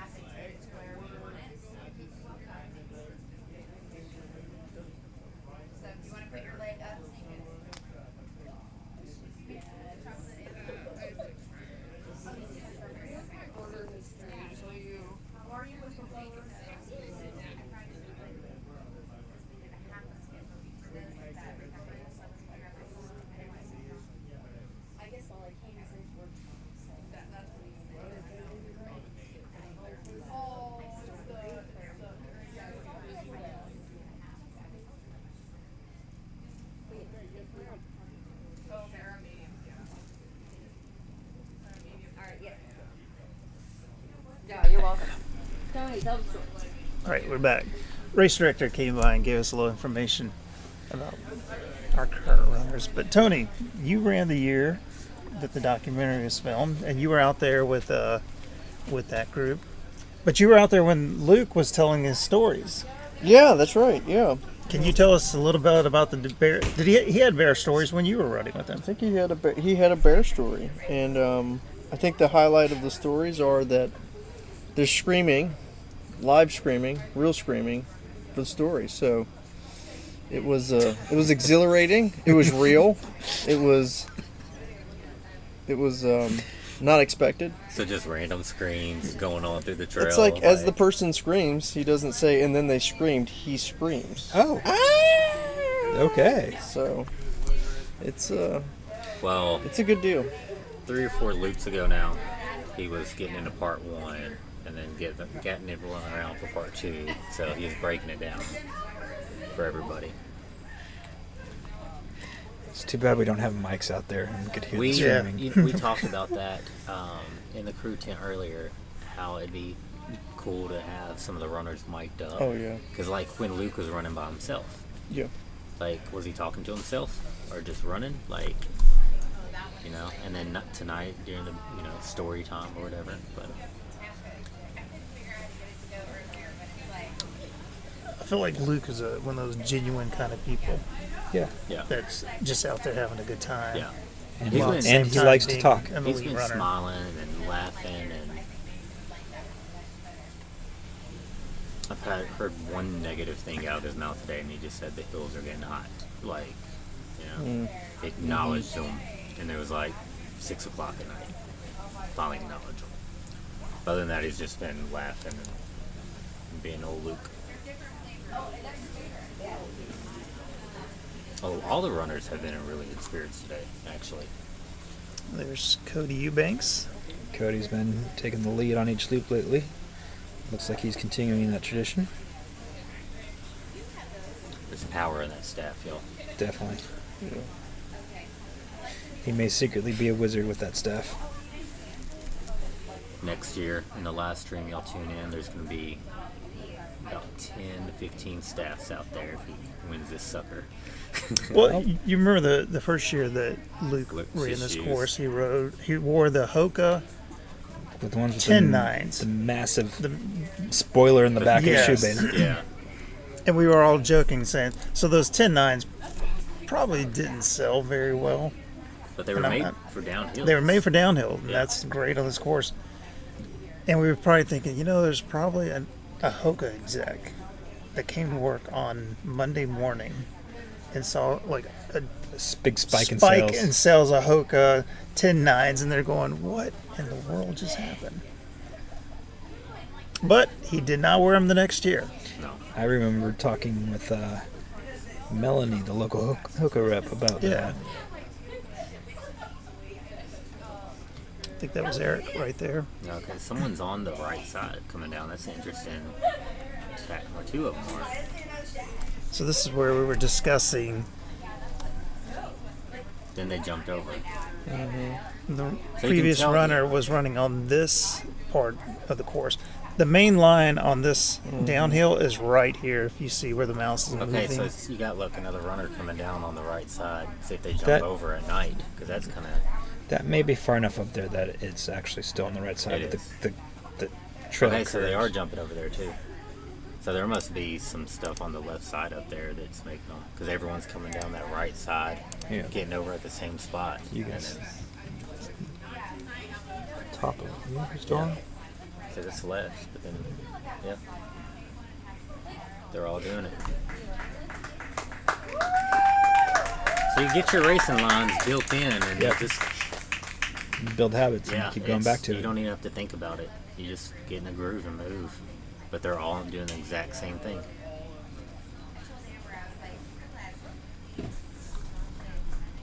And it is interesting. I don't know how if you're like this, Tony. I know Forrest is, but you get your racing lines. Oh yeah. When you're doing these loops, and it's like Yeah. you try to hit the same spots. You will. Every time. You will, because there's like a little bit of almost muscle memory that you build into it. Is that you follow that and you'll remember the cadence of the steps and position of your poles. That's kind of interesting. Seen a lot of people that are passing right there that they're putting their poles neutral on their hips. I tend to put my poles out in front of me to kind of slow me down so that I don't have to use my knees as much. Brace But impact. Yep. But everybody's a little bit different. Some people, we got some not even using poles. We got some beasts out there. So Jeremiah. So again, you see the runner comes in, they cross the finish line, and then they're going back to their tent. Because they're not allowed. Okay. Because they still have 3.5 minutes. So that's to go another back. interesting tactic that I was thinking about. So the field's cleared out. So why not move to the corral? Because that's extra steps that he's taking. It is. So during the 200, I had an extra 7 miles from just walking to the little house where check-in was today, and back to the starting corral. That's that extra. That's a lot. That adds up. That adds up. yeah. I thought about that earlier too. Why they hadn't moved their stuff. crew area to the Because then open he just spaces keeps over here. moving forward versus turning around and then having to run back into the corral. That gives him more time in the chair. Yep. So, and you know, another 10 seconds of rest every loop. Yeah, adds up. Hasn't been impacting them yet. No, not at all. Mm-mm. And that's the thing, you know, don't mess with it. It's working, so. So what shoes is Luke wearing this time, anyways? I'm not sure. It's I think not. he It's has not some, the. He has Hoka's. But it's not the same Hoka's. No. I think they're just the normal style trail. I know he's having shoe problems early on, so he's changed shoes already. But I'm not even sure if Hoka's actually still making those shoes. They're not. I've seen. So they have switched to doing a similar. They have a 10.9 boot. Yes, I've seen that. There's actually. So my Tuesday run group runs at Smith Park in Brentwood every Tuesday. And there's some guy that hikes in those 10.9 boots. He's out there like maybe every other week or so.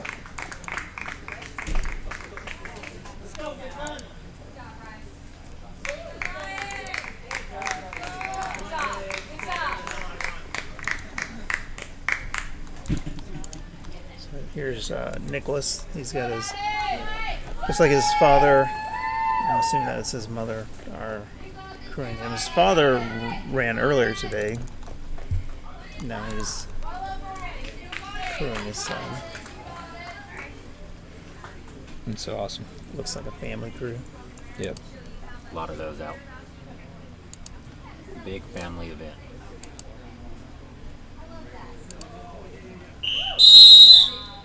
Looks like they have the percussion massager on his legs. Smart. That's smart. That'll help stimulate everything now. We're saying it's amazing what you can do in 2 minutes when you come in. So you ran 33 miles last year. 33 miles last year. As a 15-year-old. Yep. And he's at 55 right now. Yep. Well, that's actually, yeah. That is complete. There's Mike right there. So if he can make it 3 more hours, Cody. he's going to double what he did last year. So next year, he should throw down 100 miles. He might hit 100 miles this year. He might throw it this year too, yeah. Yeah, we'll see. I mean, he looks good. He looks strong. He's doing Like, good. He's shaking those thighs out.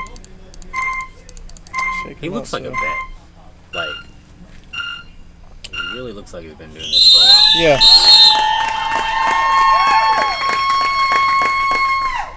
Because even his like facial expressions out there have not been, you know, he's not grimacing, he's not showing weakness or fatigue. No. Yeah, he looks like he's concentrating. Yeah, He seems like he's He's got it all locked in. together. So Yeah. if he's fatigued, he's not showing it. Maybe he's just So- kind of internalizing it. But Cody's leading them out. Cody must like the night.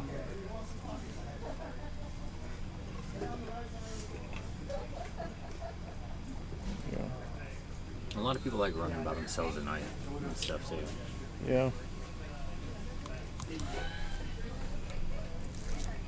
Yeah, that's true. Sometimes you just want to, be away from some of the conversations because, obviously in some of those conversations, some people can be more positive or some people could be more negative. But, a lot of people just like to have their own thoughts and just get in a groove, and just keep. To me, I like keep at going. night. Yeah, you kind of, if you want to think through anything, That's right. or just take some time to reflect, stuff like that. It's great. Visually, you kind of have the blinders on, so you just have your headlamp, what's in front of you. You can kind of limit what you see, and sometimes there's a lot of comfort in that.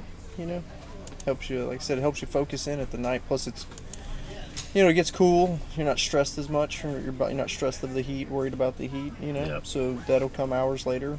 As the sun starts to come up, you'll start to feel warm again and think about it. I would predict that come the next break at 8 a.m. some people are going to start to make that decision whether or not they're going to go and chase the heat. Well, they got to start working on it probably about 5 a.m. All right, kind of start preloading, start. 5 a.m. It's already starting to be daylight. It's going to get daylight at 5 a.m. So they're going to maybe a little bit before, that's a good point. You see that little sliver of sunlight coming.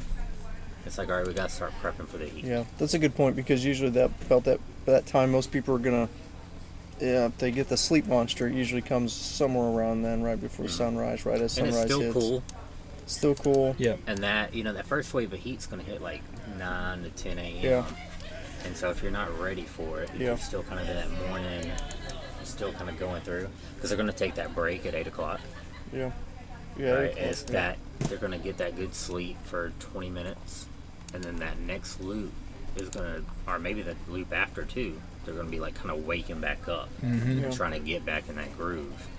Yeah, now's the And time. then the heat's going to hit. Yeah, So now's the it's- time. Yeah. yeah. Hit that hydration now, because it's gonna be hotter tomorrow than it was today, and Like and that's they gonna need to be- get their electrolytes as close to balance as they can, because everybody probably came into the race as best as they could, and now whoever can get there, keep them in line. Yeah. And that's honestly what's probably taken out most of the field today is Sure. electrolytes. Sure.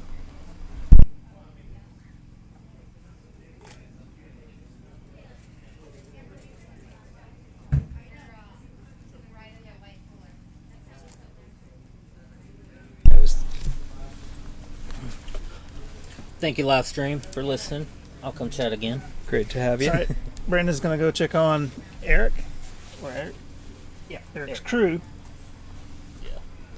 Keith Overbay is crewing Eric right now. He's stepping in for me. Yeah.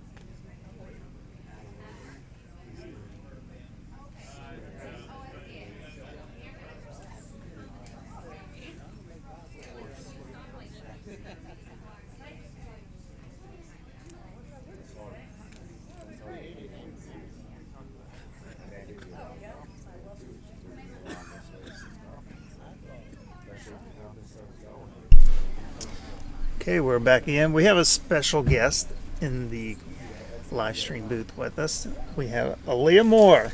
Hi. Aaliyah. Glad was to be the here. Second female today. Yes. You and Mary Kate. Yep. Were the last two. Yep. She was amazing, by the way. She was strong. Oh my goodness, it was great to see her out there. She did really good. Yeah. So did you. Oh, well. Thank you. So tell us about the heat. Was the heat a factor today? So, it was the hottest Midstate run that I have experienced. Now, how many yet. Midstates have you done? I've done Is this 4 three? out of Four? 5. 4 out of 5. Yeah, yep. You ran the second year or first year? I ran the first, second. So last year was the But first last year year you was the didn't run. only year that I did not run when I was crewing Jill, who did amazing. Yeah, this it was warm. It was warm early and stayed warm, which really affected my run.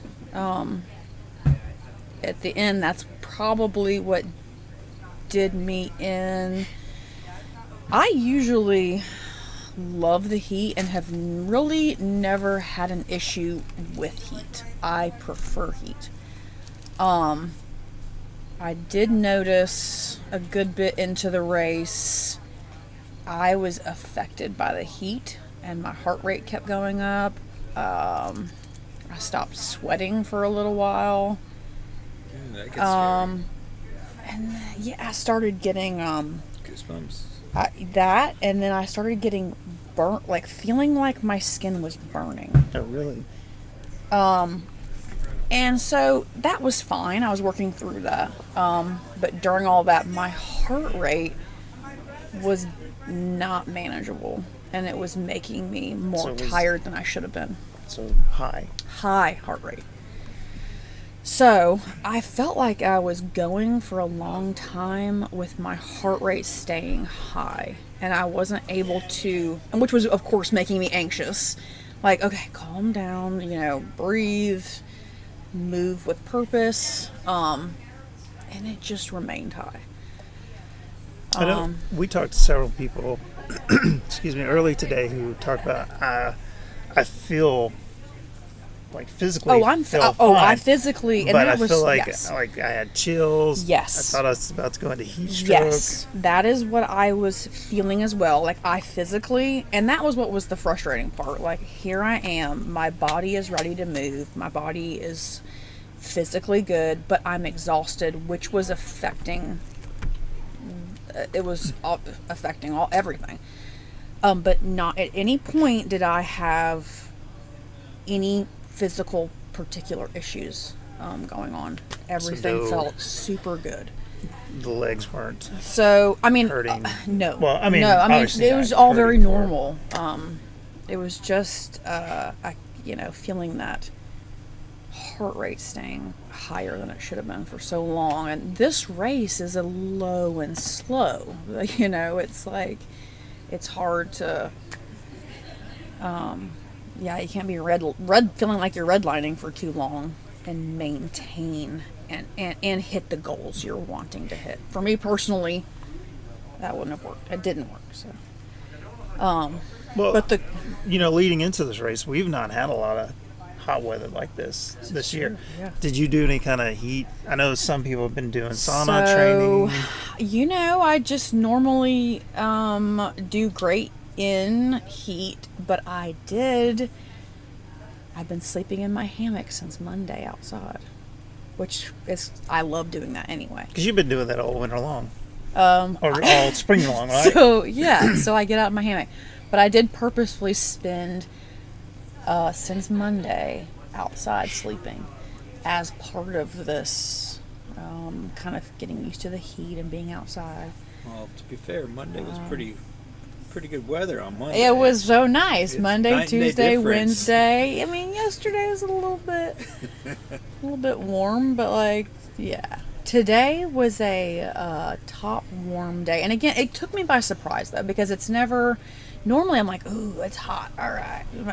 I don't know if the humidity. I don't know what was different. If the humidity was higher, if it was this just special combo of things. But that's what I love about this race, and I talk about it every year. You can come to the table with whatever goals you have, and this race will show you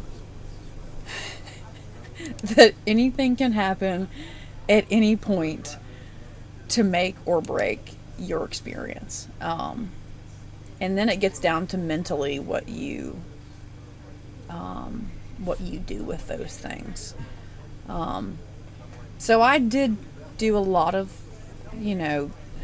peaceful self-talk while, some of the hard parts were happening. So that was good. I tried to very much stay. What are your thoughts about young Nicholas here? oh my gosh, I talked to his parents so early on I noticed Nicholas following behind this guy, which I later found out was his dad. He was lockstep. Because his dad was racing earlier Yes. today. And Nicholas was within arm's distance away from his father the entire time. And of course, I have a 14-year-old son, and so I'm looking at him like, okay, he looks about my son's age. This kid isn't he is incredible. So it was cool to see him run with his dad. It was amazing to see how steady and strong he was. And what about him out there just absolutely annihilating this tonight? It has been so cool. So after my race ended, I did look, I was like, where is this guy? Who is this boy with? And I was able to talk to his parents. And I know they are super proud of him. And oh my gosh. I mean, just look, he's like this kid. Yeah. So steady. Did you remember him from last year? So no, I never. So because I was crewing Jill, I was very focused on crewing, and I really didn't see a lot of the other runners. So he managed 33 miles last year. I had no idea. He has a amazing running career ahead of him. Definitely. How exciting for him! How many 16-year-olds do you know who can run 55 plus miles? Yeah, and not only that, he is coming in so steady. Like, the mental aspect of this race is just as important as what you can do physically. Sometimes, a lot of the times in this, if not more, the mileage. Okay, so you can come out and run 50 miles. You can come out and run 100. But all of this, all of the intensity and all of the elevation combined, and to see him come in so steady and so focused. Seems his to have face a lot of is very confidence calm. and maturity for He is very his calm. young age. So this is Cody Eubanks. We're kind of wondering about the single pole. We're calling it a staff because it's higher than his shoulder. Yeah. We're kind of wondering, is there an advantage? Well, you to know, that, in the or- previous years, I've always run with just one pole. Just one pole? One pole. I didn't know. I didn't realize that. I did run with two this year, which was fine. But I don't know how his climb is, but I've found that holding on to my side and pushing with just one pole gave me a better gait. I don't know. It kept my body upright a little bit. I'd be interested That's to what see. I was going to say. I think sometimes with the poles, it keeps me more upright instead of kind of like hunching over, which It'd be interesting to see is what he probably a stronger position. You know, I didn't even notice him coming in with a pole. I'll run with the staff. So we're looking at the base of Widows right now. Did you find yourself like taking the same line every loop? Because we notice there's some people keep jumping kind of over to the side here. There were certain parts that I would, but not enough to be like super repetitive. I would notice I would gravitate towards it, but it really, if someone was beside me or like, it would be like, okay, I'll go this other way. But yeah, there was some points up Machete that if I stayed in kind of this little drainage dip, the step ups were like little step. Instead of if you get to the left, you're like, it's a little bit more steep. But I think I noticed I shifted over there, just easy step it up. So when it hits the nighttime like this, do you find yourself just kind of focused in your own race, or are people out there chatting, talking? When I have run the nights before, because my pace normally is about 17.5 to 18 minutes coming in at night, I have been, there's not a lot of people with me. These guys, they're coming in at a very fast, well, in previous years, they were coming in at a much faster rate. So a lot of my night running on the Murder Mile has been with maybe like one other person or by myself, which I like that. I'm one of the things that disappoint me most about my timeout is I love running at night. I love seeing this glow of my headlamp in front of me and just zoning into my own world. I was telling my crew people, Tracy and Diana, they're awesome. Yeah, I we'll was talk like, about. I look forward to crawling up into my brain and going to sleep. I was looking forward to that feeling. So I would hear chatting with the little fasties ahead. Luke would tell like hilarious stories, and I would hear them like laughing up ahead. But I really love that little bubble of the, you know, like I said, like the 18-minuters coming in. You did a great job of locking in on that 18 minutes too. Normally that would have. I'm disappointed that didn't last longer, because I do have places. I'll run with 2 watches. I hit certain points on that trail like clockwork, and that gives me a sense of peace, a sense of you hit this here and then. So touching on the 2 watches, what's the purpose of having dual? So the other watch that I wear is simply for the stopwatch. Okay. And so I start it as soon as at each lap I restart it, and I am at particular points in the race. I look at it about 4 different times, and I say, yep. And so I'm able to. So you're not having to do math in your head based No. on the clock. Got it. No, don't math me while I'm running. Well, don't math me at all. But definitely don't math me while I'm running. I don't mess with any of that. Got it. So, yes, and it's a very calm feeling. Oh, and then if I get to the top, at the final hill, and if I've been going too fast, okay, I stand there for like 5 seconds, take my breaths, slow my heart rate. Well, attempt to slow my heart rate like this in this run, and then make my way down. And that's big. I am not a sprinter. I am not a fast runner. I have found that this. I disagree on that. Not a fast runner. Well, I've seen you move quick out there. I don't like to move quick for long. That pace, the 18-minute pace, I've had a lot. It hits my body responds to that wonderfully. And I wish I could have maintained that for longer at this race. I had high goals for myself personally. What was your goal? I will 24? not say that. You won't say it. No, I will not say what it was, because, another year, so. Hey, Huh? your daughter wanted Oh. Hey, baby. I'm doing a little talky talk. Can I call you back in a little bit? I'm coming home eventually. I'm sitting here watching these amazing runners do amazing things. You're sitting there? Well, I'm actually in the middle of if you turn on the YouTube channel, I'm talking on the YouTube channel. Let me hand you back to Granddaddy. Hey, you can turn it on to YouTube. Go to Midstate Mile, and you can see me talking. I'll give a shout out to you. Oh my gosh, you would love that. That was for the listeners. That was my daughter FaceTiming me, asking me when I want to come home. How old is your daughter? So my youngest is 10. Okay. I have a daughter who's 16, but that was the 10-year-old being like, Gotcha. "You gotta come home, Mama." They know this weekend that I'm going to be gone all weekend long. I'm like, I might go home to sleep for like 3 hours and wake up and get showered and dressed as fast as I can to come back out here to see the continuation of this amazing weekend. Oh my gosh. It's incredible. I'm always so thankful to be able to witness some badassery thrown down. We got a Sydney. It said Happy Father's Day to Daryl and to all the other dads out there running today. Yes. It's now officially Father's Day. Oh, it is.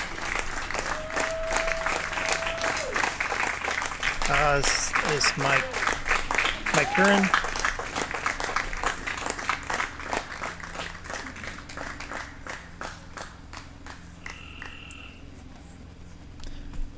What is that feeling like right there? Is it relief, or is it? Well, what kind of emotions? For me, there was no relief. This year was. It was 98% frustration 2% was relief because my body was feeling exhausted. Yeah. 98% frustration because I knew what my body wanted to do and what it's capable of doing. And while my body was remaining, nothing was going wrong. But you only missed about like seconds. Yes. Oh my like gosh. Seconds. I don't like so 3 I was seconds or sprinting. something. I was sprinting and now I don't know how many more laps. Obviously, when you're sprinting it in, I didn't have aid. I think for 3 bells because I was coming in. Oh, well, one of them I had a little fit and I was like, I don't want anything. Well, that was my own problem. The second one, I feel like it was like 22 seconds. I don't remember, but I was like sprinting in and I was thinking, how am I going to go on another lap? I was so thirsty. Again, like just so hot and so thirsty. But I thought I made it. I was like, oh, I made it. I mean, it was so It was close. It was so really close. And yeah, that feeling of like, oh my gosh, I was just feeling so exhausted. That's another thing about this race. What's that? It's the slowest mileage. The most exhausted feeling. I think I did 45 miles, which, all of us ultra runners, that's not a lot of miles.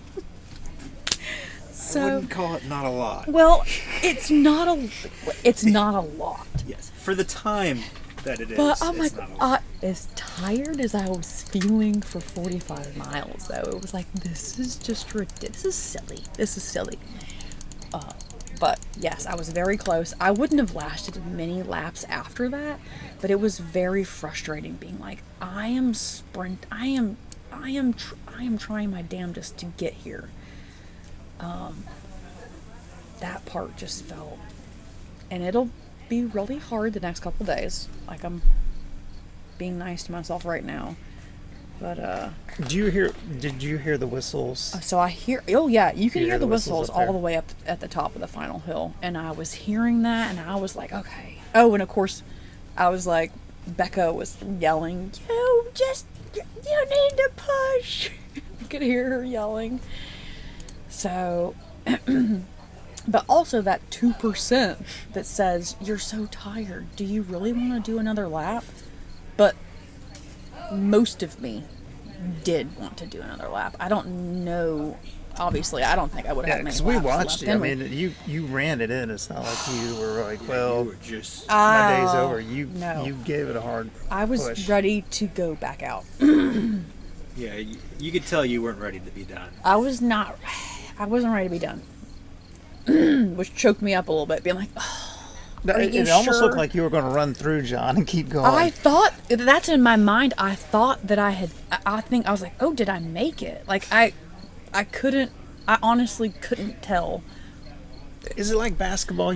Like if you shoot the, Should the I have ball before dove? the buzzer, Like, just as long as you I swear, come across, I think I you was just like have to get buried. one finger over the line, and then he like, yeah, I saw him. He's like, your day's I would have kept over. running because I kind of looked like, did I make it? He's like, no. You know what? It was a great day. It was an amazing day, running with friends, eating snacks. Tell us about your crew. Oh my gosh. Okay. So my crew was Tracy and Diana. And these are friends that you run with. So these are friends that I run with, and we do a bit of running with Tortoise and Hare, and they were so calm and so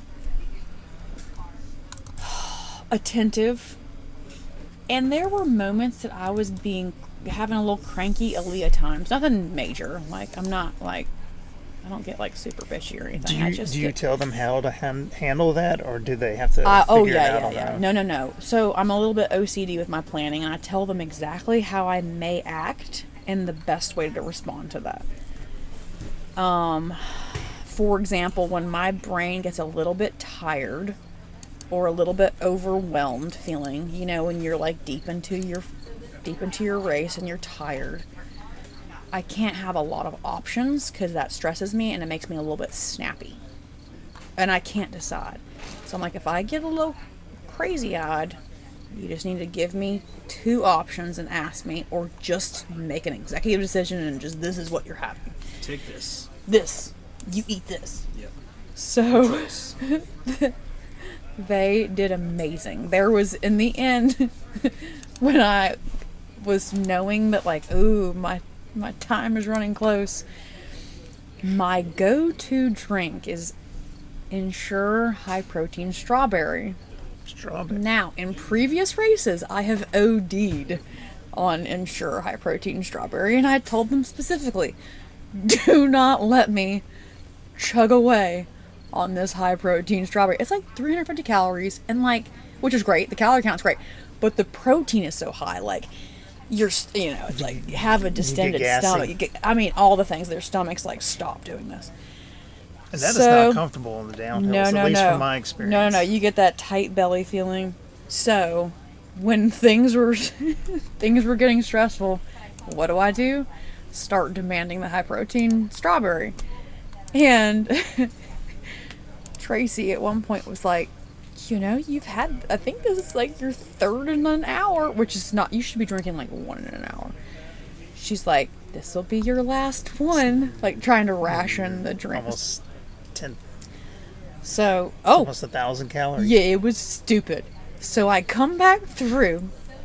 So I said, give me.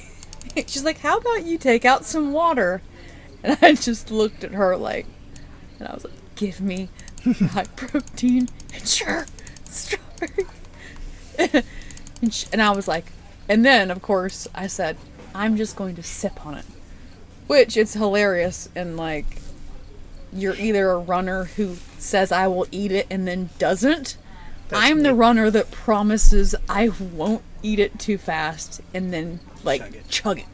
So of course, I think we're all the opposite. I was like, I'm just gonna sip it. I'm not gonna. She's like, are you sure? I was like, sure.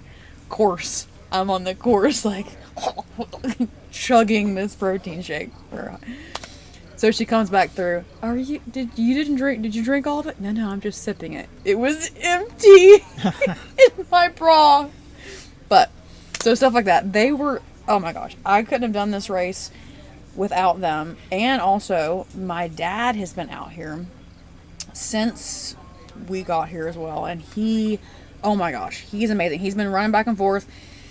He went to the store, bought a fan to be able to like stick it on the side of the pole and like blow air. And he's crewed for you multiple times. Yes, so he has come out, I do believe, every year that I've been out here. I think he's been here for the 4 years that I've been out here. I think he is. He is amazing. If anybody needs ice, he's like, I'm gonna run to the store and get ice. It's incredible that he just jumps in and helps. And while I'm here talking over here hanging out, he's just been hanging out watching the runners, and I'm like, Greg, are you doing okay? You getting tired? He's like, nope, I'm having a great time. He could be here in the early morning hours until I'm ready to go. He just hangs. So it was awesome having my crew, having my dad. And he will just say, for us, he's known for the popcorn he brings, because he lives in Georgia, right? Yes, so he's from Georgia. I should pull up the name of this popcorn. I mean, it is the best okay, this is the popcorn that this is Mama D's. Okay, shout out to Mama D's Gourmet Popcorn, Edgewood Avenue. So this Miss D's Gourmet Popcorn. Is this in Atlanta? Incredible. In Atlanta. Yes. And apparently she has 2 locations. The one that's listed on the popcorn thing is Edgewood Avenue. But whenever he comes up, I'm like, bring this in there. I don't even like popcorn. And it is like this cheesy caramel. It's cheese, caramel, and something else. It's almost like spice. Okay, so one it's not spicy, and the other kind that's a buffalo is the cheese with a spice. And hey, so I will bring some tomorrow. We have a bunch to bring, and y'all we just eat away. I'll put some in the lounge because he brought a ton. So he buys some, and then the lady that makes it, like, just gives him, like, extra. Look at this kid. He's just moving so steady. Yeah, he's doing awesome. I love seeing this. Now I get to watch these guys cruising on through. So what else do you got on your calendar for the year? So I don't like to race. So I usually just do one or two things a year. I'm doing Georgia Jewel, the 100 in September. I'm looking forward. This is your first year doing Georgia Jewel, Just right? yes. I'm looking forward to it. I was looking for a new 100. I did no business clockwise and counterclockwise, and I love that course. I'm going to be pacing Tony when he does the no business. So I'm like, okay, I'll be pacing, so I'll be out there at least enjoying that. But yeah, I was looking for kind of something, new, and I've heard nothing but good things about it. So We always have a big group from Nashville down there. Nice. Dave, Are you going down? Dave Awesome. does it a lot. Okay. Yeah, this is like my 7th year. Of like running? Yeah. Awesome. So I go down there, and I typically run the 18 now because I get down there on Thursday and volunteer all weekend, and then run the 18 and then just hang out and cheer everyone. Yeah. Oh, awesome. And the fun part of that race is the last, quarter 18. mile? Oh, yes. Isn't that it's the- called Mount Baker. Okay. Yeah. Okay. It's fun. I've walked up okay, it. explain what it is, because I've heard people talk about it. So it is a old. At one point, it was paved service road that goes up to the top of where like a cell tower is. It is definitely too steep for any normal vehicle to drive, and it's nothing but potholes now. But it is at the end of your race. You have this You last have this slap in the shebang. face of a hill. Like, I mean, it is kind of comparable to the hills out here. what? Like how much elevation is this? It's like Myers. Okay. Okay. But I feel like it's it might be longer. a little. It might be steeper, and it might be a little bit longer. Okay. I'm Okay. going to pull it up. I have heard about it. I haven't had like specific. I need to get that in my mind of like, all right, at the very end of your experience. You'll get to experience it twice because the 100 is an out and back, so Okay. you get to run down it. Down it, which will be fine in the beginning, but it won't be. It won't be like, it'll be spicy in the end. Whoop.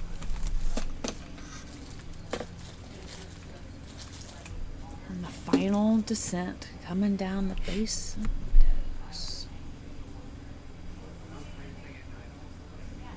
So who was the last runner we had? Mike on the last loop. So I need to take Mike out of our. Oh, by the way, y'all, this whole live feed has been phenomenal. I've gotten multiple calls and texts being like, oh my gosh, this is amazing. Like, they've been on watching. My friend who visited today was like, oh, I just had it on while I was doing stuff around the house to see. Oh, saying like, oh, Leah's still running. That's so, this is super. This is all these all the cameras. Yeah, we're glad we can show people a little bit more of the course this year. Because last year we only had this area here, the corral, and people were watching. Yeah, It's like, this is cool. Okay, Mount Baker. All right, 1/10 of a mile vertical. Okay, 187 feet, 32.5 degree grade. That's steeper that's than steep. here.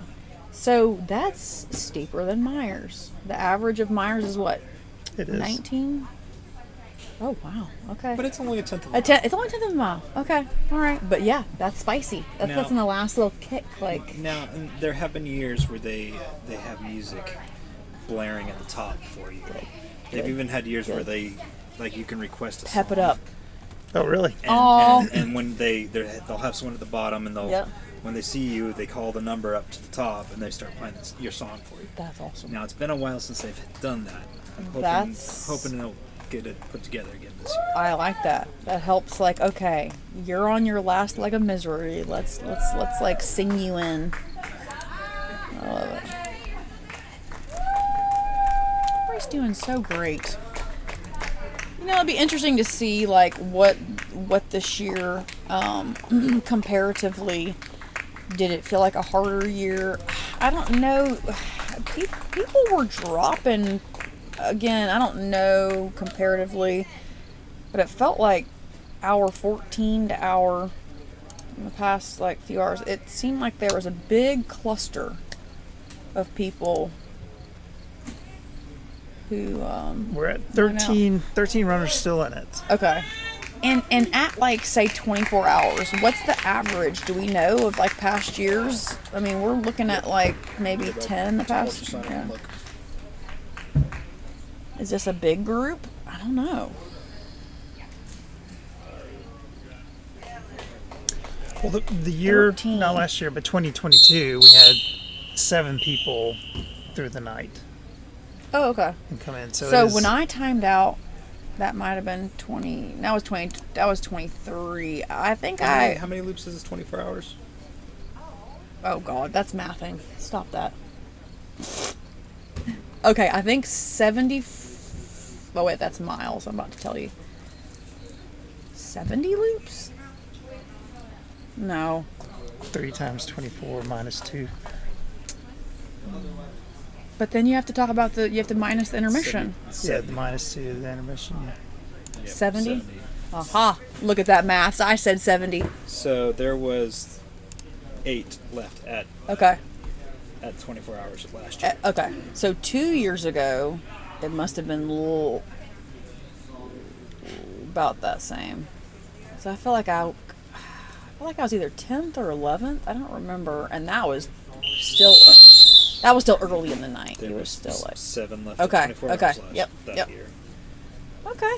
Well, you know what? That seems like that we're trending Trending towards that. I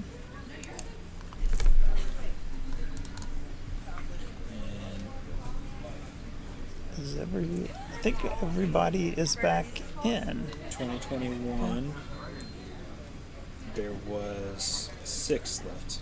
In fact, Tony, who was with us earlier, was the 6th. Yep. The first one to get out past the 24 hour. Oh, so Tony and I have done a lot of running together. Mm-hmm. And it was I think all the Midstates, you know, we've shared a lot of miles. So when he came in, I'm like, man, I really missed sharing miles with like someone you run with a lot. And I think that makes a difference. Having the familiar face. Yes. And even if we aren't like right next to each other, I could look up and be like, or look slightly like, and be like, oh, they're okay. Another regular who's been out here a lot of times with you is Tim that we've Forbes. shared. Yes. Oh, and I thought he was going to be signed up. running. We don't know where Tim was today. Tim, I missed doing miles with you as well. He is always so positive. Oh my gosh, I love sharing miles with Forbes. It's always really, really nice.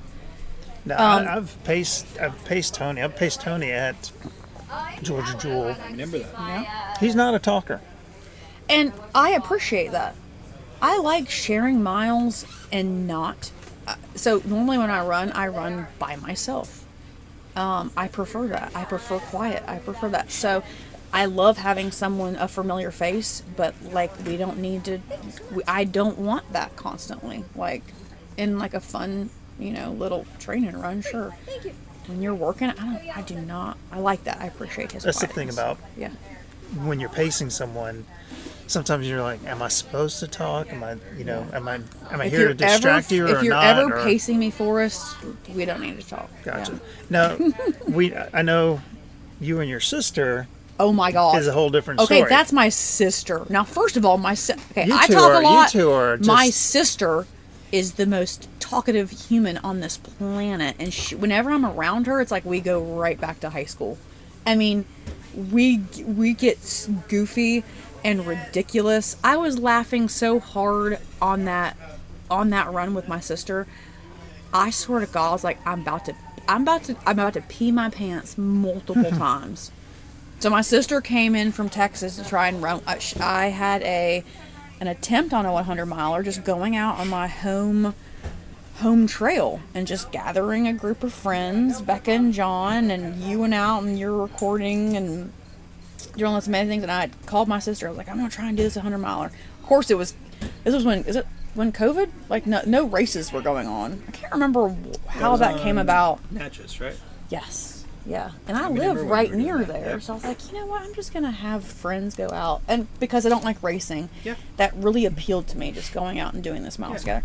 This was in conjunction with the Hardwood Adventurers. Well, it kind of fell into 50. place that way. It didn't end up, we weren't planning it, Oh, so but you it didn't seemed plan like, it like no. that. Okay. We had just planned it around that time, and this trail is not maintained at all. And so John had gone out and done some trail work, and I was thinking like, oh, that's perfect. We could just do it right around this time and like not have to go and like, you know, bushwhack all these briars on our own. But yes, it was amazing to have my sister come out and share those miles with me. And this was an attempt. I got to like 83 miles, and before I was like, okay, so this is 100, and let's reevaluate it. It was a good learning experience. But she actually ran her longest mileage, I do believe, running with me. She got to her first 50K, I think. I think so. Yeah. Nice. Oh my gosh, she was amazing. But yeah, we blabbed our mouths way too much. I think I possibly lost a lot of energy laughing and like crying and like telling stories, and it was amazing. I wouldn't have it any other way. She was And then Scott, your husband, went out there, just threw on a backpack. Yes, at mile 70 when I was rolling around on the ground. I think he did 10 miles because, no, I'm sorry, more than that. I think it was more than 13 miles, because if I stopped at 83 point whatever, the maths, maybe I was a little bit over 70. But yeah, he saw that I was crying into a bucket of fried chicken and was like, he's a fixer.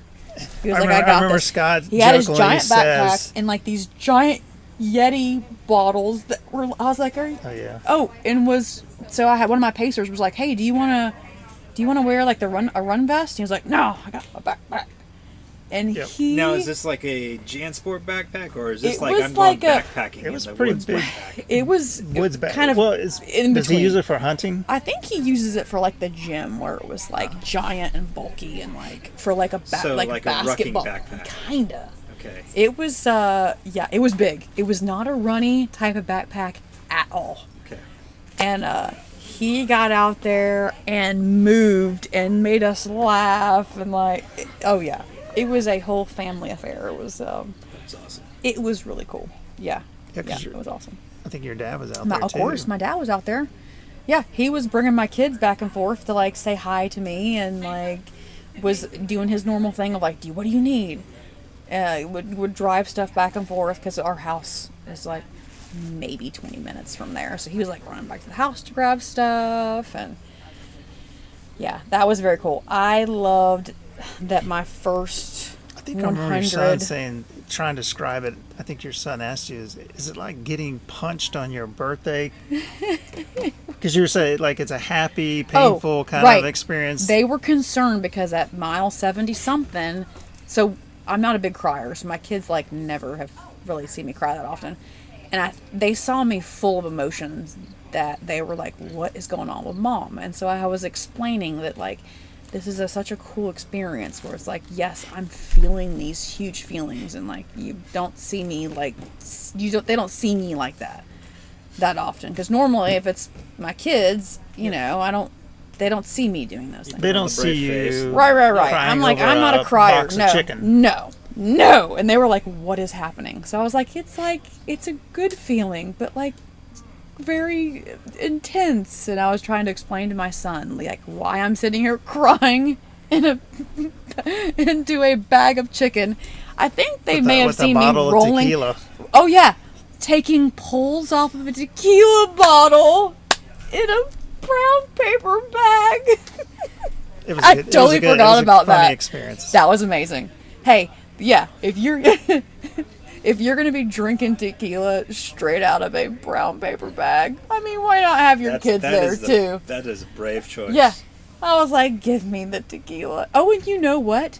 Becca, love Becca. She knew that I was in a hard spot, and she called Scott and was like, bring the tequila. I think Scott had my dad drive and get the tequila from the house and bring it back. Like, this is a team effort. When they know that me taking pulls of tequila in a brown paper bag it just might kick me back into a place where I can continue. So today, what about the honey buns? Tell us about the honey buns. Okay, another shout out.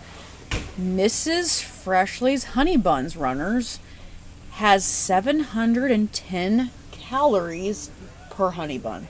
You can go on Amazon and buy an entire case of Mrs. Freshly's Honey Buns. So I love these are not like running nutrition. These are just honey buns. Straight up honey buns. Straight up honey buns. The thing about these honey buns though, like, they're dense, but they're like melt in your mouth. They have icing on them. I mean, they get a little warm, and it's like a magic. It's magic. So I brought my carton, case, whatever, of Mrs. Freshly's Honey Buns. Sadly, I think I only ate one honey bun on this run. And if anything frustrates me, the fact that I wasn't out there long enough to enjoy more honey buns. Because I love a honey bun. I don't normally eat, obviously, honey buns outside of a race scenario. So it's always a great opportunity to be like, I'm racing. I'm going to eat like a million honey buns. This is amazing. And it's another one of those things that, like, get me, like, all kind of pepped up. Like, I was talking to my honey bun. The one honey bun that I ate, I'm like, oh my gosh. I ate some of it. Was this early in the race or later in the race? Well, like, it was late enough that I was like, all right, pull out a honey bun. This might be the magic ticket for me. So I had like half the honey bun. Because, of course, you can't have 710 calories in one sitting. Because then that's a whole nother sort of weird thing where you're going to be having stomach issues later. So I come back around. And I'm looking at my honey bun. I'm like, oh my gosh, I missed you so much. Hey, honey bun. Like, oh my gosh, you're so hot and warm. So yes, it was really good. Oh, my crew was joking about when I was doing my little nap time at the 12-hour mark. We've been talking before about putting the honey buns like around me and like taking a picture.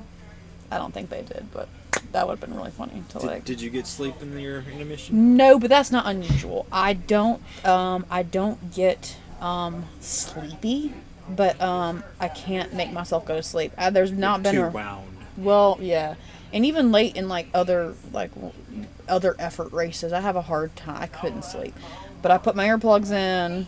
I laid there very quietly and very just very still and was talking sweetly to myself. Like I was having some positive dialogue. I was like, all right, look, your heart rate's going down now. Here we are, we're breathing. This is fine. Your heart rate's going to stay low. It did not stay low, but I was very optimistic in thinking that you temporarily brought it down. I did. Yeah. I mean, and there was a number of laps after that. I was like, okay, I'm really still hot. Here I am now. It's 2 a.m. I'm still in like a sports bra. It's like, it's just, I was like staying hot. But yeah, it was. 2 years ago, this time at night, 2 years It ago, was we had cold. the heaters out. Yes, I remember that. The heaters are sitting right next to our control night, booth. that was when We're I all had huddled under those heaters. After my race was done, I was like, I need to go home and change or get like warm clothes because I wasn't prepared for it to be as cold as it was. Yeah, I had to run home and like get some like actual like a sweatpants, combos. But he's doing so good. I'm looking at the faces scrolling through. Mason, is this his first year? Has he run before? This Matthew is Mason's first year. I don't recognize. So Aaron, Aaron's Oh, a there's veteran. Darren, Brian's first year, Cody's Okay. first year, Darren's second year. Or Oh no, he's been here. No, yeah, I think Darren's been here. He's missed a least. year, I Oh, think. yeah. I think Daryl first Okay. year. These Doug's are been here. Eric's a regular. Uh-huh. Levi did Tennessee Mile. Oh, he didn't do Midstate before? I don't think so. Okay. Jeremiah Levi's doing great. might be first year. I got to share some early miles with Levi. He had a very good personality. Of course, Luke, of course. And then Mason has been really playing it up with the cameras. He's kept us entertained through the day. I love it. Like he has stopped and picked up rocks and juggled in front of the cameras. Really? He's a good juggler. Yes. Oh, that's fun. He did multiple cartwheels. It's been hilarious. That's cool. I mean, we were watching. I didn't get out here till 5. Yeah. But we had it on at home. That and is just watching fun. him every time he steps in front of the camera. It's like doing a little something. I love it. So we were talking about 24-hour finishers earlier. The first year, there's only 4 that passed the 24-hour mark. Okay, I remember the that. first one to get out past that 24-hour mark was Eric. Okay. I feel like the year that I went the farthest in my personal Midstate journey, I think Eric was talking about he had some heat issues and he timed out early on that year as well. He did. That was 2022. 3? Okay. 3? Yeah. 2023 maybe. No. No, he won 2023. Okay. 2022 he was second place. Well, there. And then the year before he went out early. Okay. It's 21. Yep. I wonder. Yeah, that might have been another year that was. Did we ask you if you saw any animals out there? You did not. So we've seen a turkey. We saw a raccoon. Okay. So raccoon was up here, right? Yep. Right. It crossed right in front of the camera there. Did we see a deer? We saw a turkey up there. I'm trying to think. Was that today or was that when we were doing trail work? Maybe that was trail work. There's been a deer regularly out here when we were doing trail work. Yeah, we heard some cat squealing back here. Did Yes. you hear that? Yes. Yep. I hope that was a house cat. That wasn't a bobcat. No, I didn't see anything. I heard some rustling. I was hoping to find a snake, because that's good luck while running. I did not see a snake, sadly. Oh my gosh, it would have been great to catch a snake and like stick it in front of the camera for all to see. What were you saying about my snake? When you were talking about, talking about me. What were you saying about the snakes? Oh, we were talking about. You're a bit of a snake whisperer. Yeah. Oh, I do love snakes. They're just they're very misunderstood. They're very cute critters. We talked about your spelunking activity. It is caving. You can't say spelunking. Did you say spelunking? You have to say caving. Are you not a spelunker? No. You're a caver? Caver. Cavers cave. Spelunkers get rescued by cavers. Look at them, peppy. Look how peppy they are. That's a fresh. tight group. That's great. Luke must be telling stories there again. Oh my gosh! Can we just say what a breath of fresh air, Luke? I love his stories. Did I say that there was one year that I was kind of struggling at night, and it was probably maybe around midnight. I don't know. It was early in the night. It wasn't like too crazy late. And you know how fast Luke is. He's doing his miles pretty quick. He knew that I was struggling, and he came all the way back to the slow crew. I think it was just me, and told me this really great story about bears.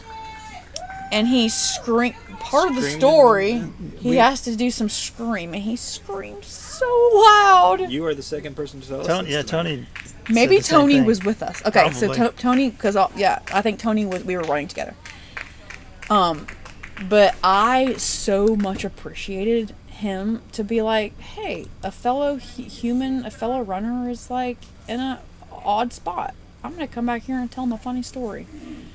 And in all of my like tiredness and kind of like, oh, I'm just not in a good spot right now. It was so cool to have him do that. And that's his character. Like he was telling ghost stories like a couple of laps ago, and was like, hey, if we come in a little slower, I'm just telling some ghost stories. He's like part 1 and part 2. I'm like, that is nice. That's a good human. Yeah. Right now, there. The ghost stories, are they different from the bear stories? It was different. Okay, I wish I was out there to hear stories? it. Yeah, I don't know. I don't know because I'm not out there. Well, not that I would be up there running with them anyway, but I would at least hear the story from way behind. I like a good ghost story.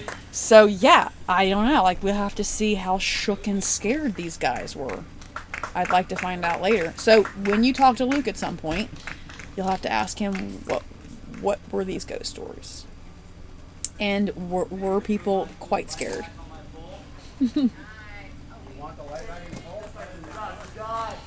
I talked about the 1 year when I was doing live stream where I was actually following Greg Armstrong. It was going to be Greg's last loop. Everybody knew it. And Luke ran with him because, again, back of the pack, slow. Yeah. Went with him all the way till they got to Myers. Yeah. Went up with him halfway to Myers, up halfway to Myers, and then finally, Went on ahead. went on. But yeah. But the whole time, he's telling Greg how much he admired his work with all his charities. Yeah, that's a cool dude. I remember reading a story, hearing about it.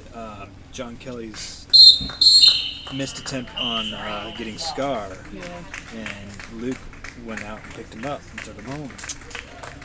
That's cool. I love meeting, really. I met Luke out here. Yeah, the people that you run with and you run beside and get to know. This race, there is no other like that that I've experienced than Midstate. One thing I appreciate is you're all starting back in the same spot. Like Luke, if it were a normal race, a here-to-there race, I would see him for the first 10 to 20 seconds and that's it. at the beginning, and I would never see this level of runner again.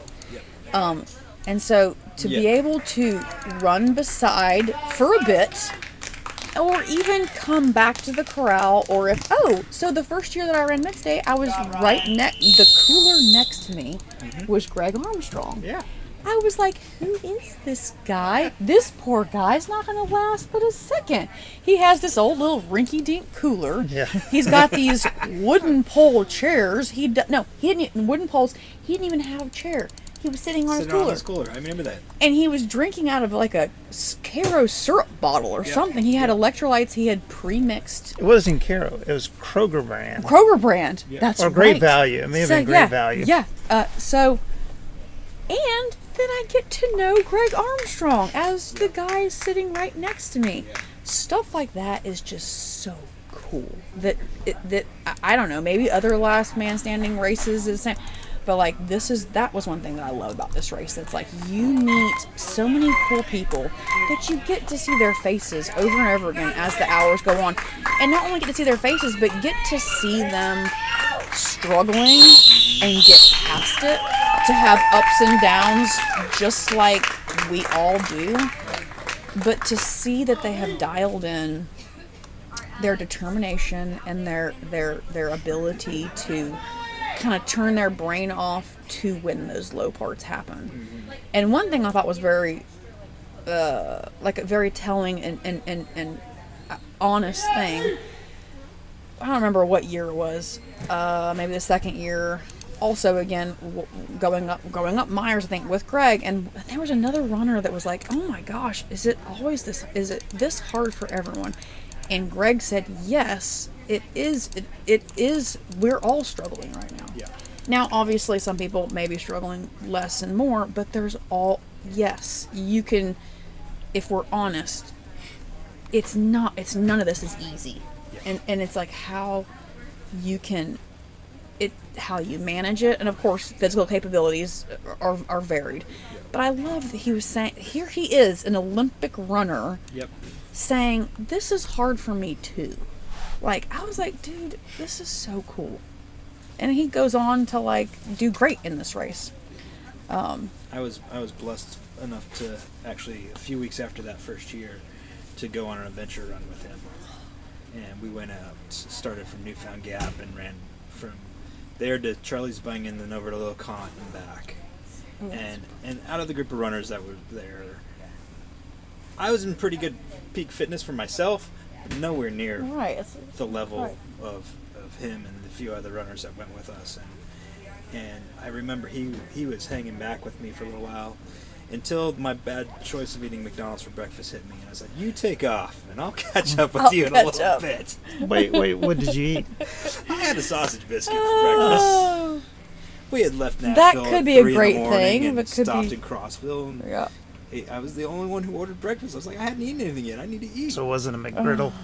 It was just a sausage biscuit, but it definitely hit me wrong about 8 miles in. Oh my gosh. If it hits wrong, you know it's hitting wrong. Yeah. It's going real wrong. It's like, I'm going to need a little pit stop over Oh, here. You go on ahead. Oh, that's so funny. Oh. Another fun story about like sharing miles with another really great runner. The year, well, I won't say who it was. I was going up Myers and I came across this guy dry heaving violently on the side of the trail. Like just just emptying his guts. And I was like, oh my gosh, are you okay? I didn't know who this person was. You all right? In my mind, I'm like, ooh, God, I hope he's gonna bounce back. And he's like, oh, I don't know. So we're trotting up together up Myers, and like, I probably lost, we weren't together after that. And then the next loop, the same thing, the same guy just dry heaving. I was like, oh, this dude's about to go out. Like he's like trying to walk and throw up dry heave at the same time. Like, man, it's like anything you need or like, he goes, I tend to do this.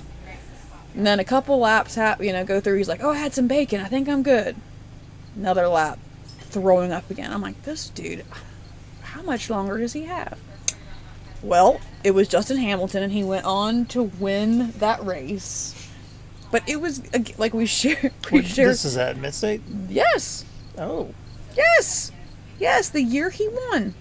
He went through a long bout of nausea. Now you mentioned Very that, long I think bout. I do remember that. And now I got to meet him because he had fallen way back because he was puking his guts out. And we were kind of I was like, well, I normally get to Myers at this point, and I get up to here at this point. He's like, that's exactly what I'm aiming for now, too. Like that. Okay, yeah.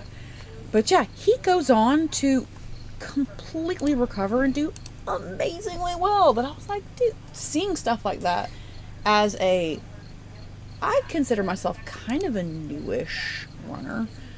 To see these ebbs and flows, these peaks and these lows, and then to see that movement past it, it just always leaves me in awe, because we all know how hard those lows are, and if you're not careful, it's so easy to like get into your own head and be like, oh, this is it, like this is it, this is done. That story reminds me of that first year. Leading up into that first year, a saying Becca used to use a lot was the puke and rally.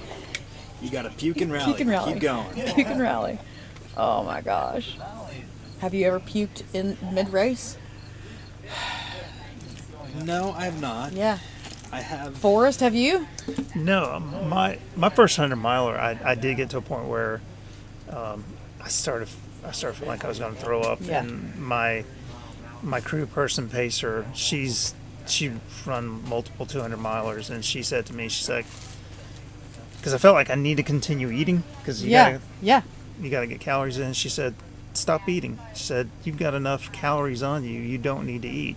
Just stay hydrated. Smart. Because she said, if you start throwing up, you're going to lose all your hydration, and then it's over. Yeah. So I just slowed down and didn't eat for a long time, and it worked. I mean, I wasn't running fast. If I was running fast, it'd be a different story, but I have not puked during a run yet. Now I have gotten to the point where I'm dry heaved. Okay. It wasn't a race. It was a attempt of scar. Okay. 19 hours in. So the dry heave, but nothing came out, which was good. Because there was nothing to come out, which is probably why I was dry heaving. Yeah. Now, for those who are not familiar, what is SCAR? Okay, so SCAR is the Smoky Challenge Adventure Run, which would be going either north to south or south to north for the AT section that goes through the Smoky Mountain National Park. It is 72 miles with about 18,000 feet of gain, and it is no joke. And I've attempted once. I've made it.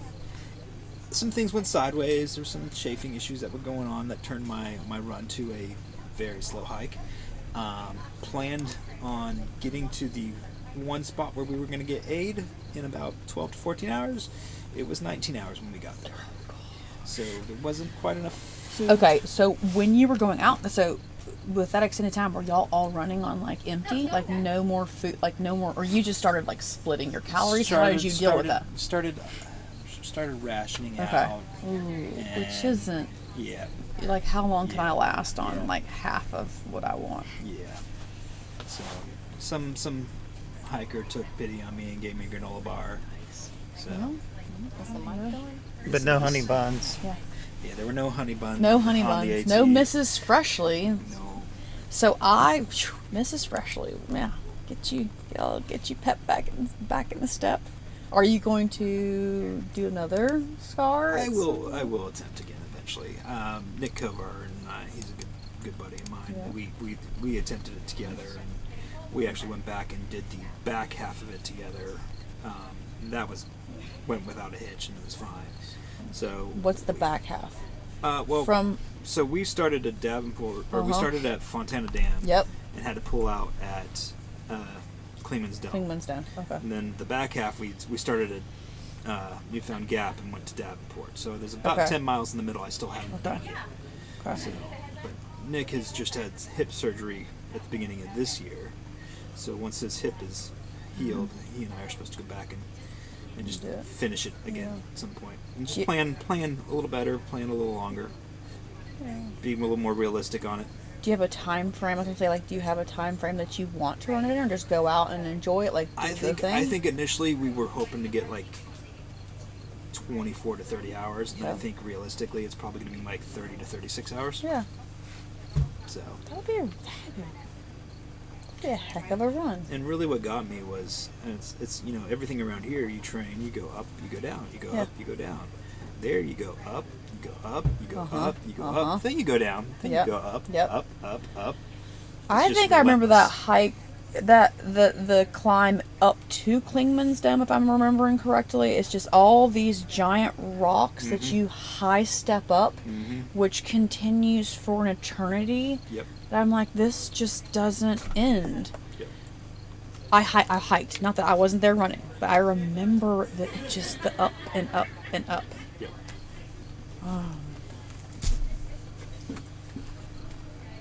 Speaking of Scar, Luca for a while had the FKT of that.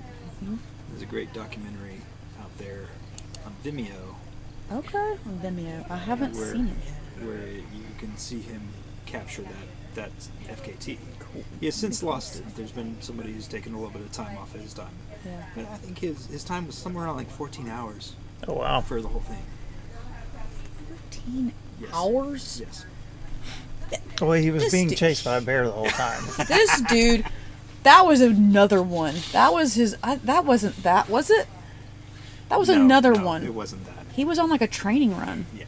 Tony told And he's us- like, the bear kept coming at us. I was like, why coming at me? I'm like, why didn't you just stop running? Like, he's got to keep running. Yep. It's like when you read all the things, like what to do when a bear is chasing you. Like, stop. It's not run. He's like, well, Unless it's a he's grizzly, very then you play focused. dead. Yeah.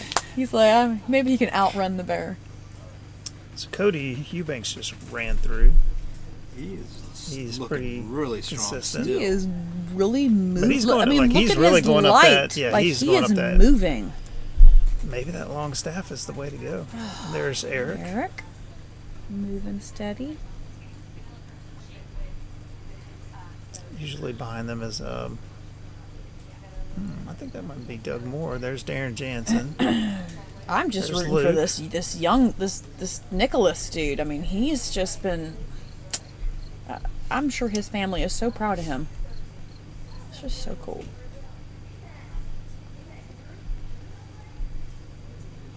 Aaron Dana there.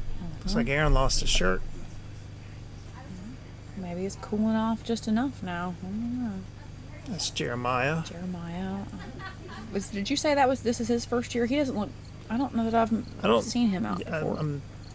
I don't think we've seen him before. Yeah, they're doing great, man. Is anyone running this year without poles?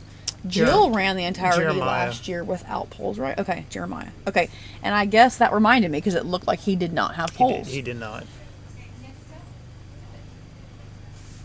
I wonder what the pros and cons of having poles. Obviously, it's saving your legs, but for me personally, my gait is changed, and it. I don't like poles. I don't think it benefits my running stride. There's Nicholas. All right, Nicholas, come on. Doing great.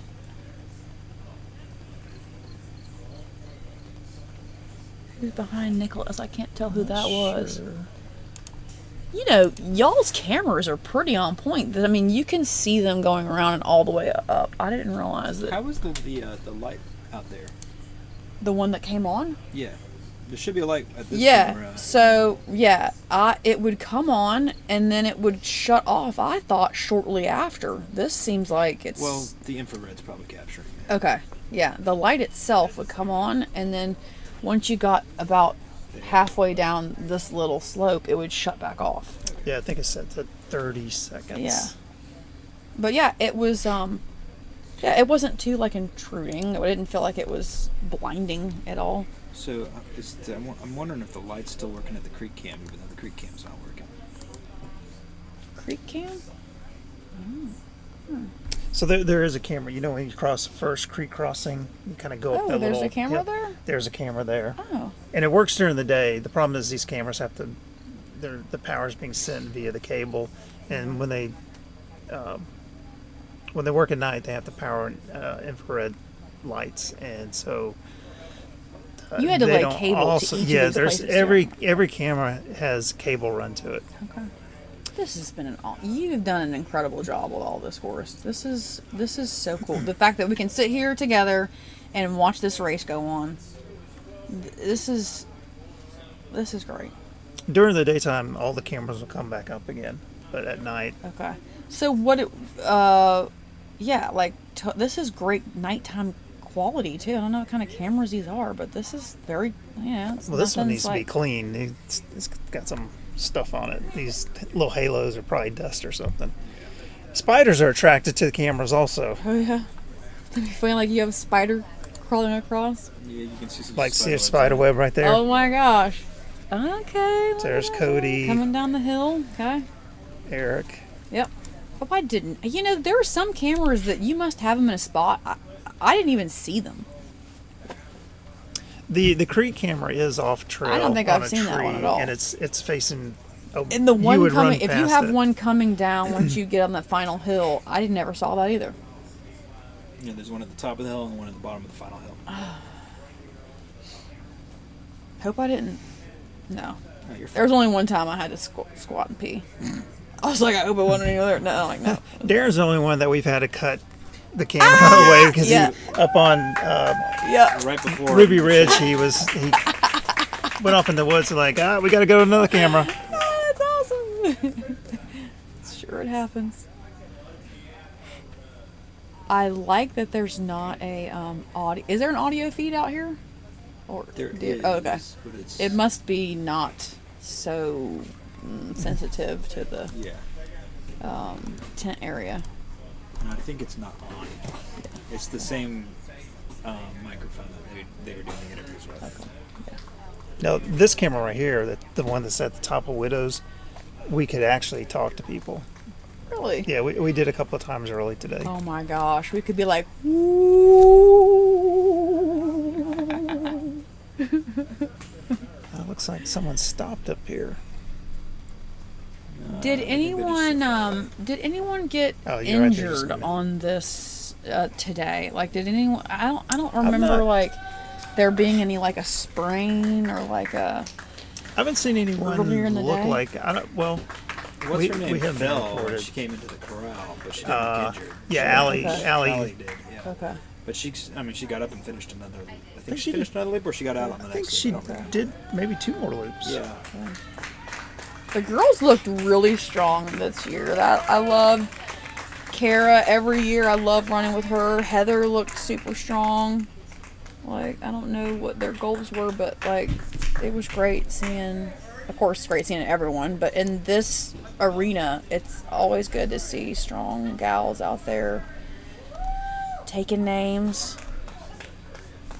So Heather's now Hadley. Okay, Hadley. Nice. Okay.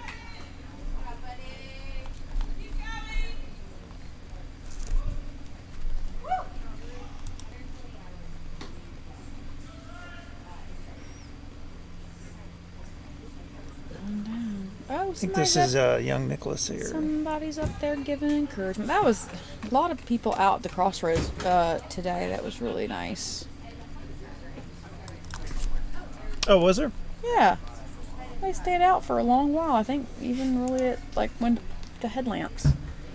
Yeah, Nicholas is still looking strong because I mean he's coming in just shy of the 2-minute mark. What's the mileage now? So we're at loop 55. So do the maths. It's right there. Okay. You don't have to do the math. Okay. 59.4 miles. We'll call that close to 60.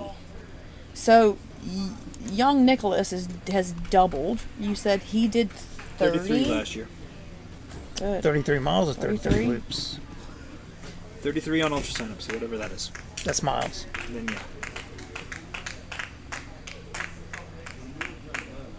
Yeah, so he's almost doubled His it. mileage last A couple more loops Yep. and he'll Yep. double it. Good for him.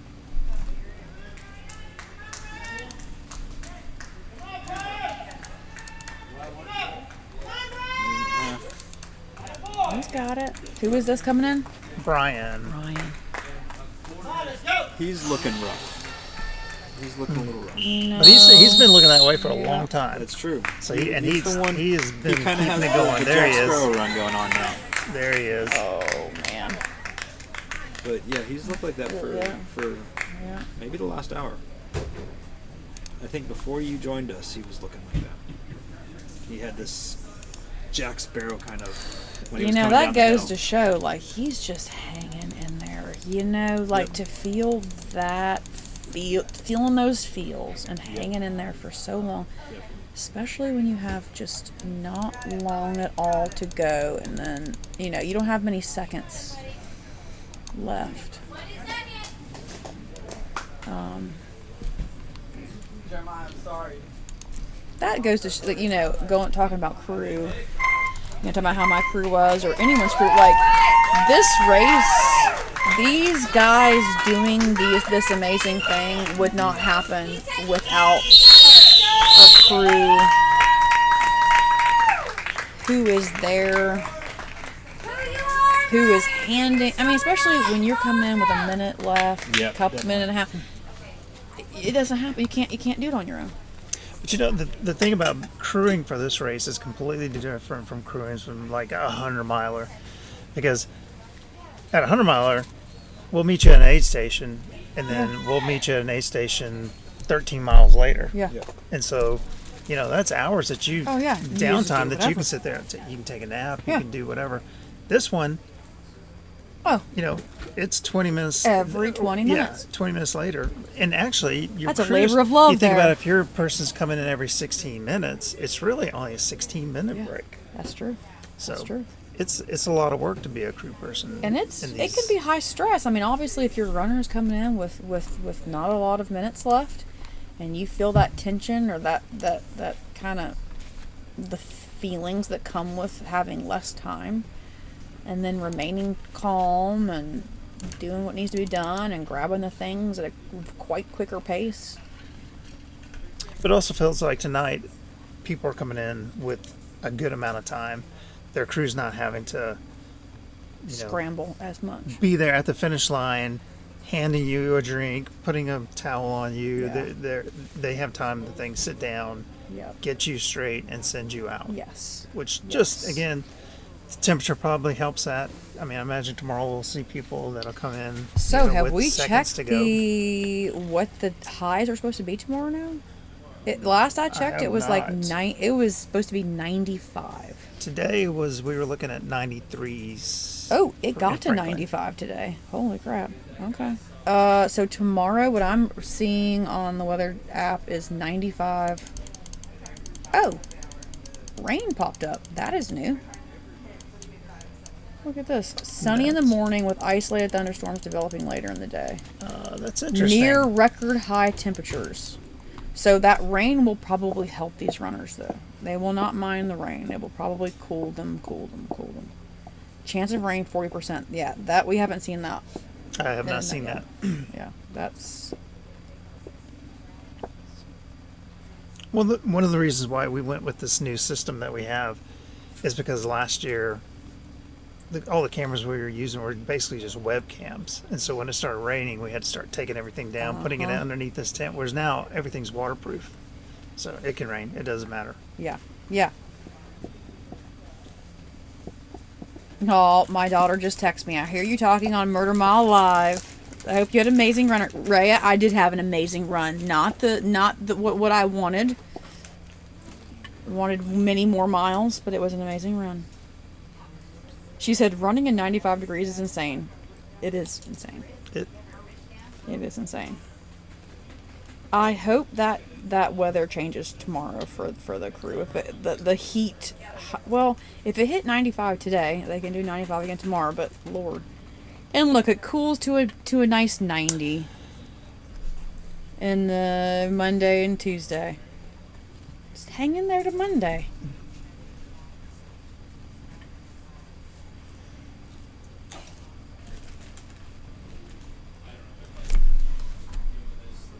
Well, if they go to Monday, I'm going to have to take a nap before then. See, we've got another spider web developing right there. Or it's some paranormal thing.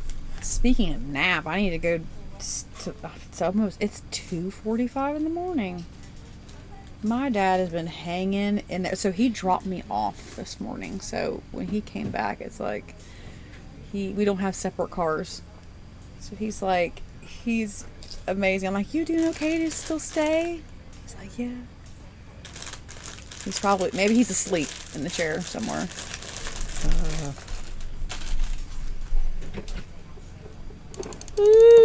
So you haven't slept since the start?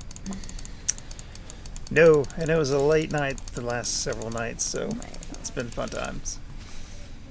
I've been up since 5. Does that count? Oh.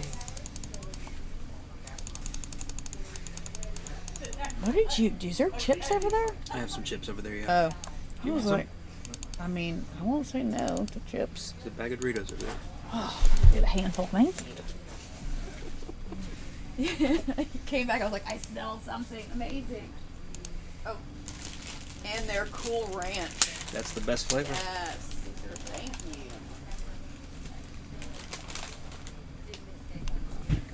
Nice.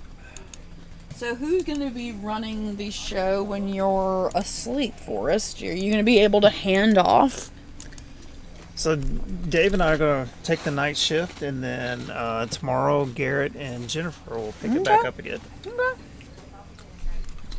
So who is this sleeping in your canopy here? I don't know who that is.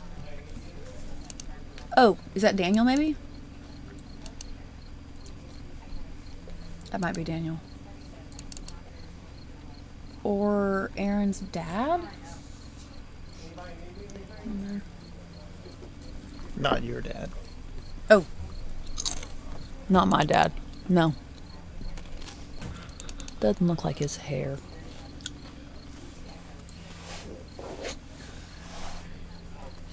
I hope my dad is sleeping though, getting some rest.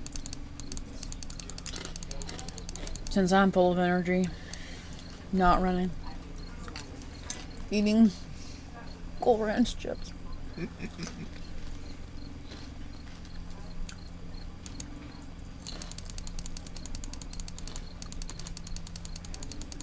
Oh, you can pin it all around too. I was laughing. I was doing like all these stretches after my run, and I was like, "Wait, is there?" They're like laughing, like, "Oh, you're stretching for the camera." I was like, "Oh my god!" I don't think we had it on you when we were doing that. It's like, ooh, didn't realize I was showing my butt. We really only had it there like at the start. Yeah.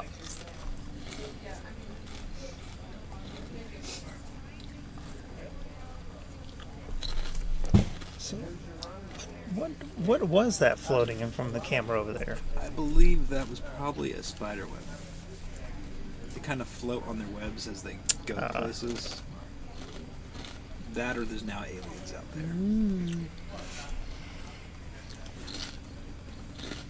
I love running at night and seeing those little green eyes just glowing. So what's the strangest creatures you guys have seen while running at night? I have a story of Other than people? an armadillo. I startled an armadillo and it reared up on its hind legs. Really? I didn't even know that was possible. And it went, and then like scampered for like a couple paces and then went back down and ran off. I was like, oh my god, like that was cool that it did that at night. I think, or maybe it was like early morning, maybe like a dawn, like a before dawn run. How about you, Forrest?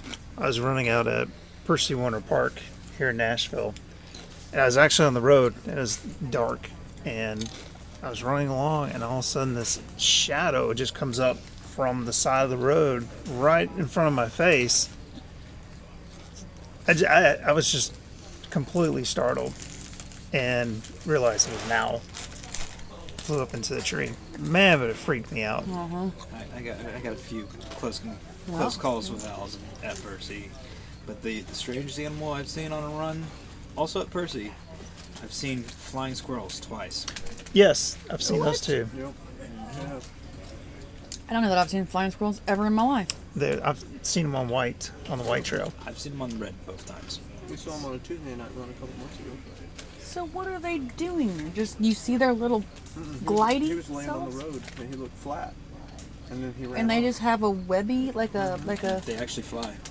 So they'll jump from tree to tree. Yeah. The first time I saw one, it ran up. You know, on red where there's that one, you're going down a hill and they have that one tree that like everyone grabs it and uses it Yes. to. Yes. That tree. Huh? There was one that ran up it and then flew off of it. And That'd then be very cool to then see. there was another time where I was coming back towards Deep Wells from like Dripping Springs direction, and it was flying down the trail, like flying at me, and last minute just dove off to the side. That's cool. Originally I thought they were sugar gliders because a bunch of people had those as pets years back, and I thought, oh, they've just released them into the park. What but is then a looked it up, and sugar it turns glider? out it's probably the same thing. probably the same thing. Yeah, Huh. But they were sold in pet they stores. were sold in pet stores. Yeah. Huh. Or you can buy them at the flea market. Huh. I want more. What kind of chips did you have? Okay, I gotta get snacks. I'm hungry There's now. cookies or chips. Look at the kind of I'm basket. gonna get. on I'm the gonna get table like back just there. a plate of food. To the left. Like this? To Oh. Similar to your story about having an owl close call, there was one morning before sunrise. I was running with Gregory Byerline and his dog, and we were going down Red Trail, and there's this one tree that has a knot, and then it kind of goes off like that. I got literally 6 inches away from an owl sitting on that knot from my face, and it took off, and I hit the ground, and Gregory just started laughing. That's very startling. So I had 2 of these hats, and I was running Blue Trail, running along, and all of a sudden I didn't hear anything. Yep, they're quiet when they fly. Something hits the back of my head, and then next thing I know, I see my hat flying away. The owl grabbed my hat, went up in a tree, so I started, I want my hat back. Yeah. So it's up there in the tree, so I get a rock and I kind of throw it at it just to see if I could, get it to drop it. No, it just jumped off and just flew off of my hat. You're lucky that it didn't cut you with Yeah. its talons. Well, I we know had Shannon had got hit in the back of the yes, head with someone out there. we had a Is she injured? Mm-hmm. I think she had That's stitches. scary. Stitches. Yep. Yeah, they're sharp. That's right. Good grief. Yeah, the Tuesday night dirtbag, we were out at Edwin Warner. There was a section of trail that multiple people were attacked. I had one that was, I was starting from Shaker one time, and it was just right over there. Oh, that's scary. It didn't touch me, but Yeah, like when whatever. you see it like this, Yeah. and it just, I'm like, oh, okay, I'm gonna duck now.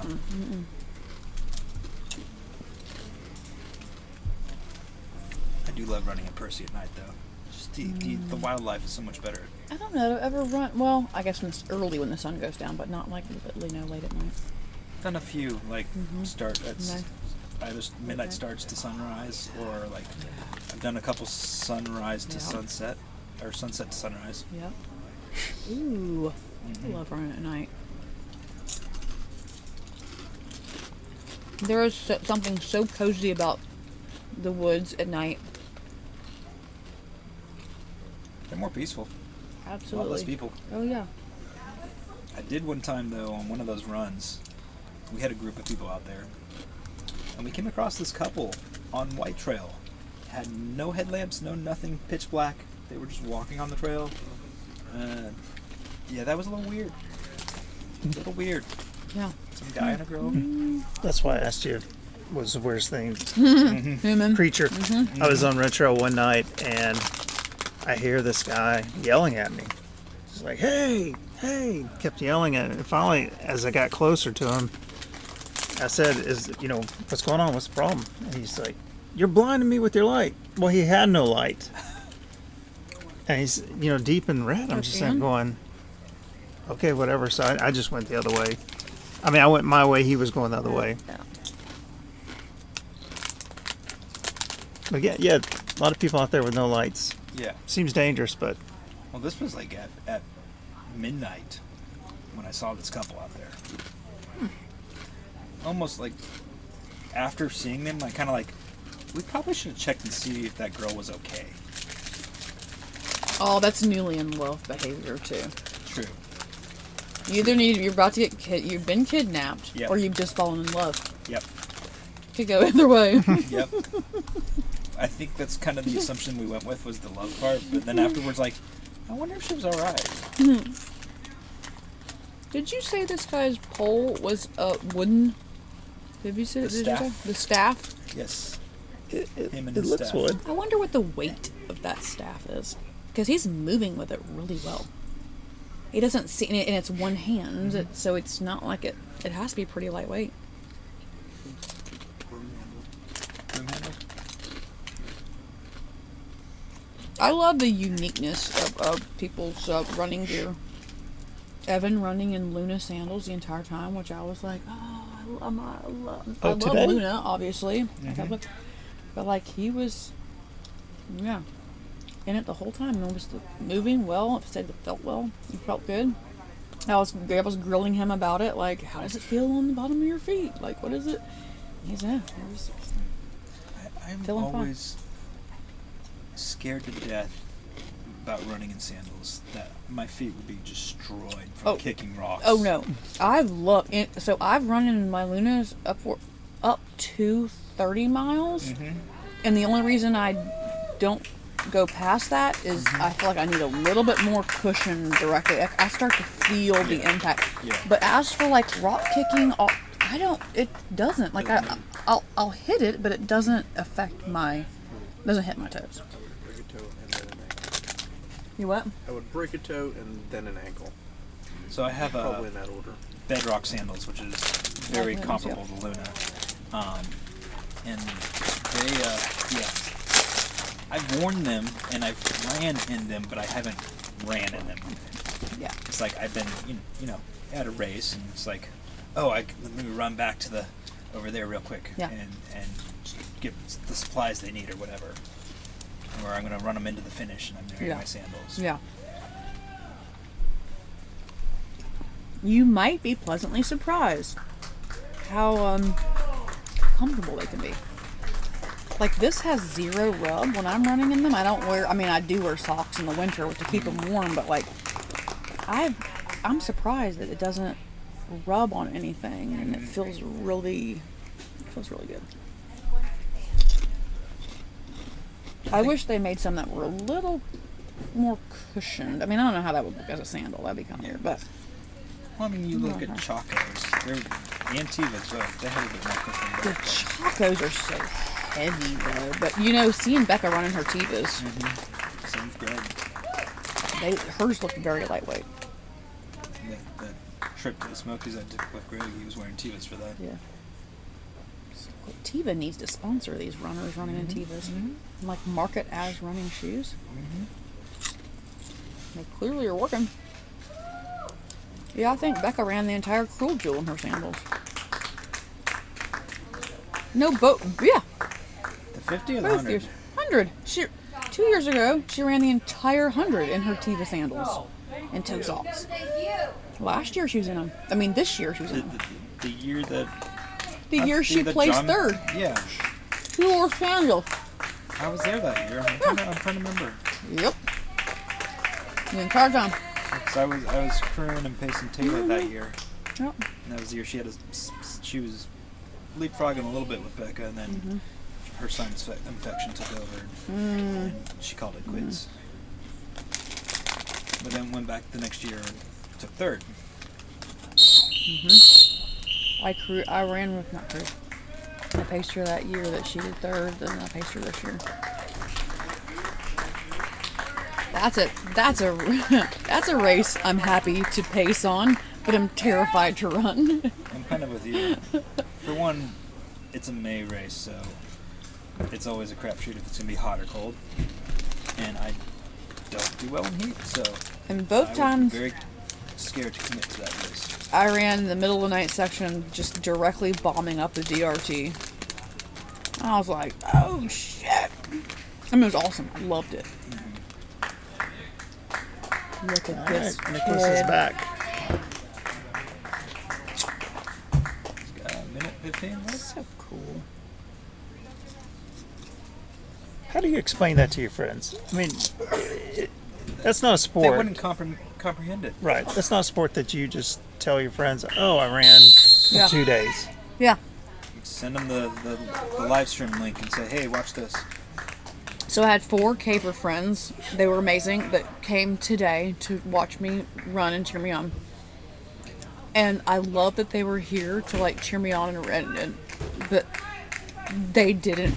It was about my 2 friends that came later in the day as I was timing out. They just can't comprehend of like you're running in circles for a long time. And it is wood. Yeah. Did they do a loop of the course? They did half a loop. They half went a loop. Up, I know. They went up Myers, came back around, and then instead of going up Machete, they're like came walking back. Going back. Yeah. But I think my 2 friends that came earlier in the day, I feel like they did do a loop because they were out cheering at different parts. So I think they did.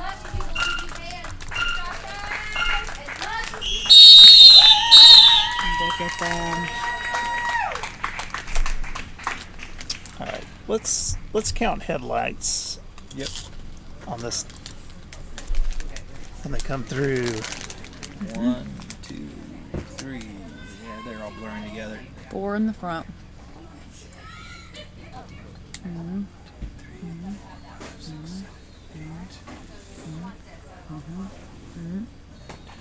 9. I counted 11. Oh. Like 11 or 12. How many you got there? 13. But it sounds like Brian is still out there.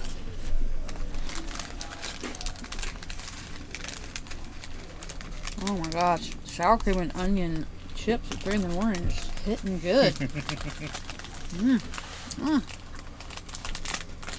I've been alternating between iced tea, Coke, and coffee.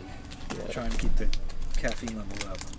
So it looks like we have at least one runner still on course. Yep. Making their way back, and I think that is Brian. That's him. He's got that gait. He's also doing that hopping back and forth. And I think that's just Oh, yeah, I think. Oh, whoa. Oh, no. Should I tell somebody to go up there? Okay.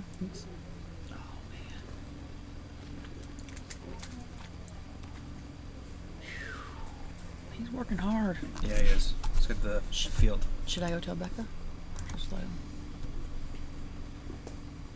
He's almost here. Oh, it's. Hey, Travis. Hey. Come on in. Hey, he's got people with him. He's okay. Man. At least he's not by himself out there. You know what? I just so admire. You know, he's clearly been giving it all he has for quite a long time. Just so you know. He has really been pushing it. Man. That's incredible. Travis, you've done this race before, right? Yeah, like 3 years ago. I've done the winter one more than I have the winter version. Your setup has continued to evolve, Forrest. It has. Amazing, year after year. So join us in the tent here is Travis McKnight. Welcome, Travis. Hello. Sit. Local runner. I might have to go a local. find my dad. I'll do a little switch route. Thank you for letting me come in and talk. Thank you for joining us. Appreciate the awesome. company and the conversation. Yes. Congratulations also on a strong run. Travis is an alumni of the Midstate. Yeah. And the Tennessee Mile. And the Tennessee Mile, yeah. I think 3 years the Tennessee Mile. Oh. Yeah, he is.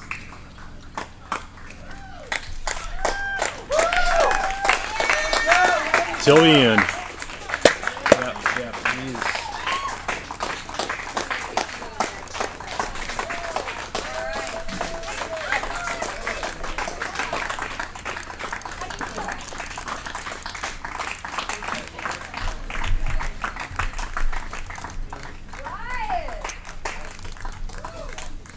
So we've lost Brian and we've lost young Nicholas. We lost Nicholas as well. Looks like like he's not going back out.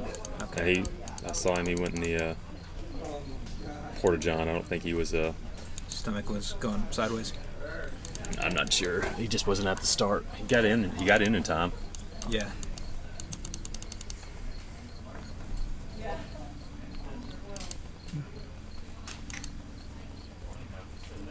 Maybe do the split view there for us, maybe.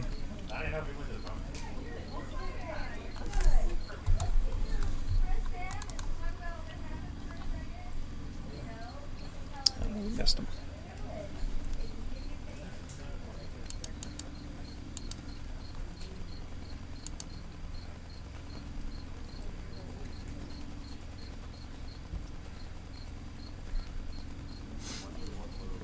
Wait, is that Brian?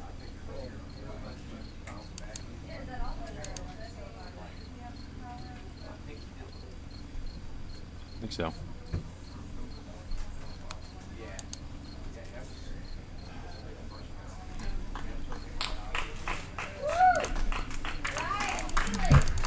That was yes, confirmed. It was Brian Neely and Nicholas.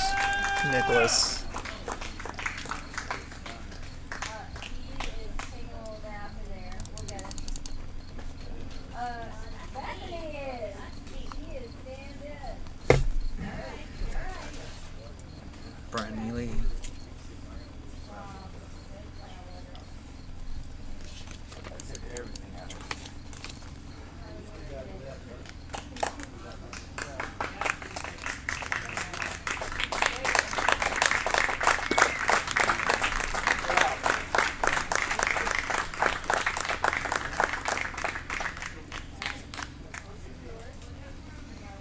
Nicholas, you said? Yeah. Yep. That was some hard fought loops there. Definitely. I just want to take a minute, guys. Nicholas Leo over here last year did 33 miles at what, 15 years old last year? Is she being picked up on the mic? This year, 56 loops. 56 6 loops for Nicholas, for young Nicholas. Very impressive. Double his time on and distance from last year.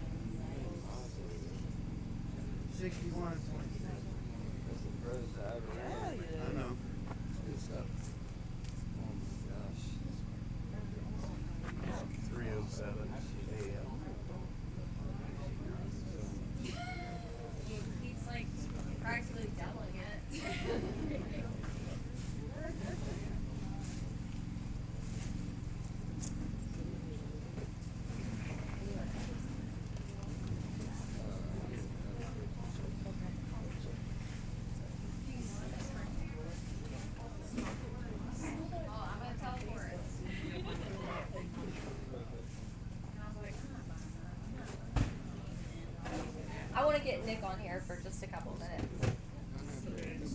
Yeah. Yeah.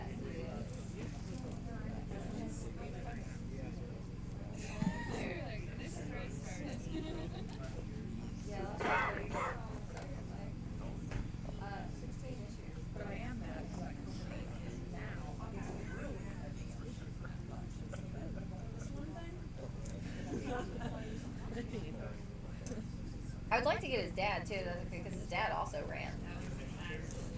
So, I mean, I can talk to them.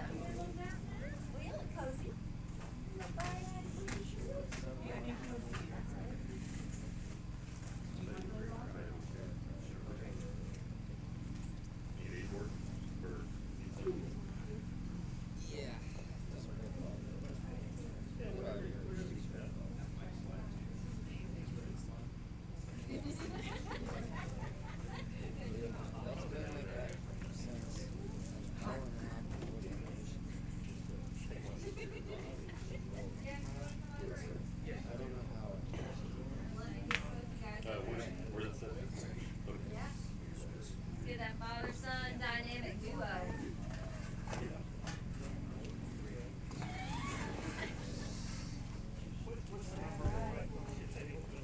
Sit here.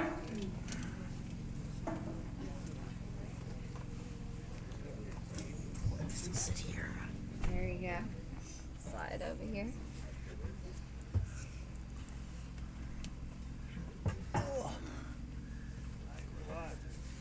All right, guys, welcome back to the Midstate Mile. We have our youngest, well, I guess you might be tied for youngest, but definitely the furthest PR distance, for sure the youngest on that right here, Nick Leo and his father, Michael Leo.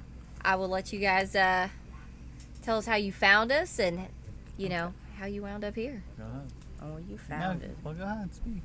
Okay, well, my dad originally heard about it on one of Chad Wright's podcasts, and we became very interested by the idea, like, just such a great race. It's not just a race, it's a test of your mindset, your character, and it's just so much more than your fitness, even though it's a great test of your fitness.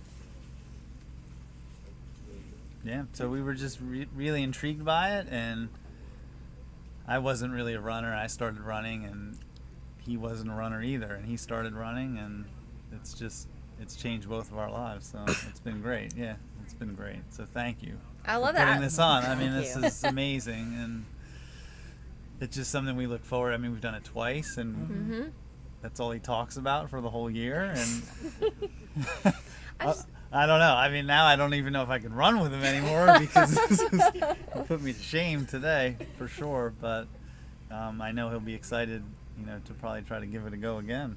It's and so see. wonderful to Yeah. see both of y'all out here. Like, that's really special that, like, you want to do this and then you have a dad that wants to do that, and like being able to see both you guys out there running together throughout the day is really, really special.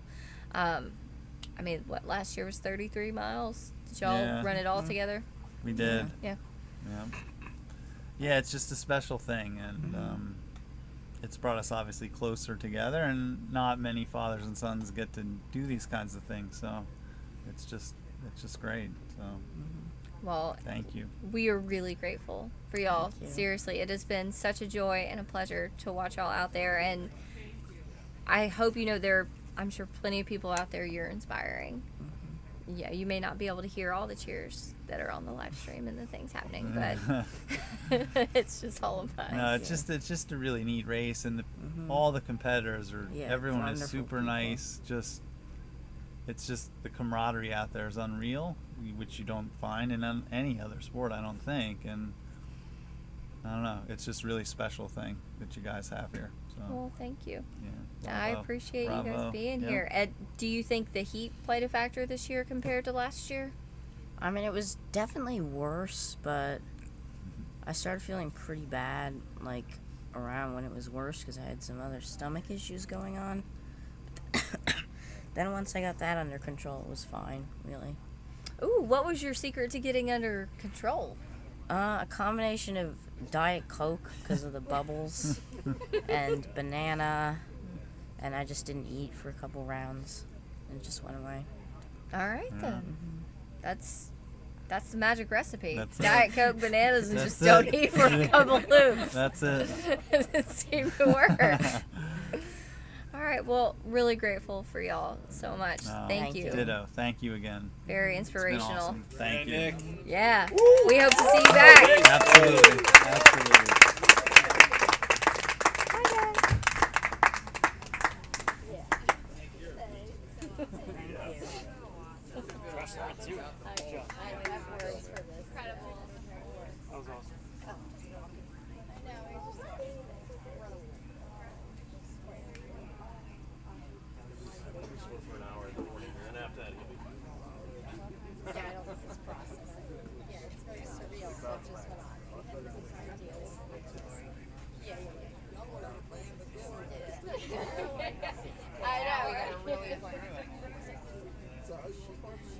Yeah, you as well. You as well. You're a fantastic. Hopefully that mutual walk. Yes. Yes. We believe in that. There's a whole lot.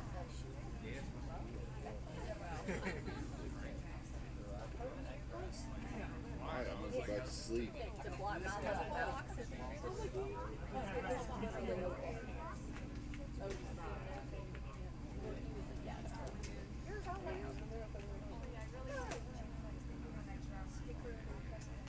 No, we put out a cot there. Oh, I was back. We were back there. He hears us. So we're back there.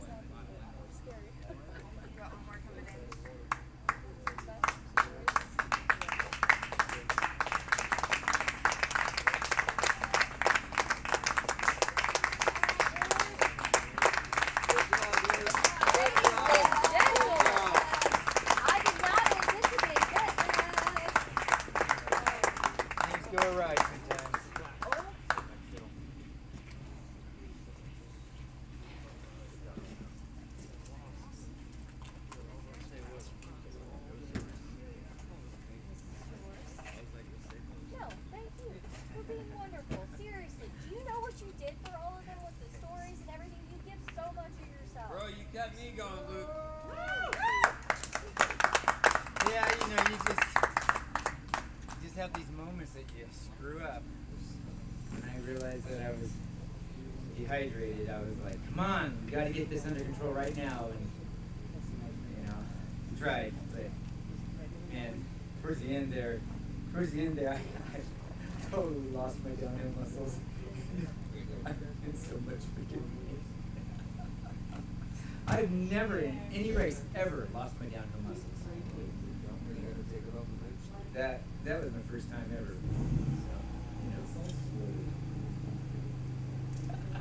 So, yeah, the hottest. Yeah, this is so hot. It's so hot. You know, it's just when it's that hot, you're on this knife edge of safe and unsafe. And all of our stomachs are so full. It's like, can I put anything more in my belly? Baby belly. Oh man. But a good experience. Just to experience it. It's good to learn. You learn.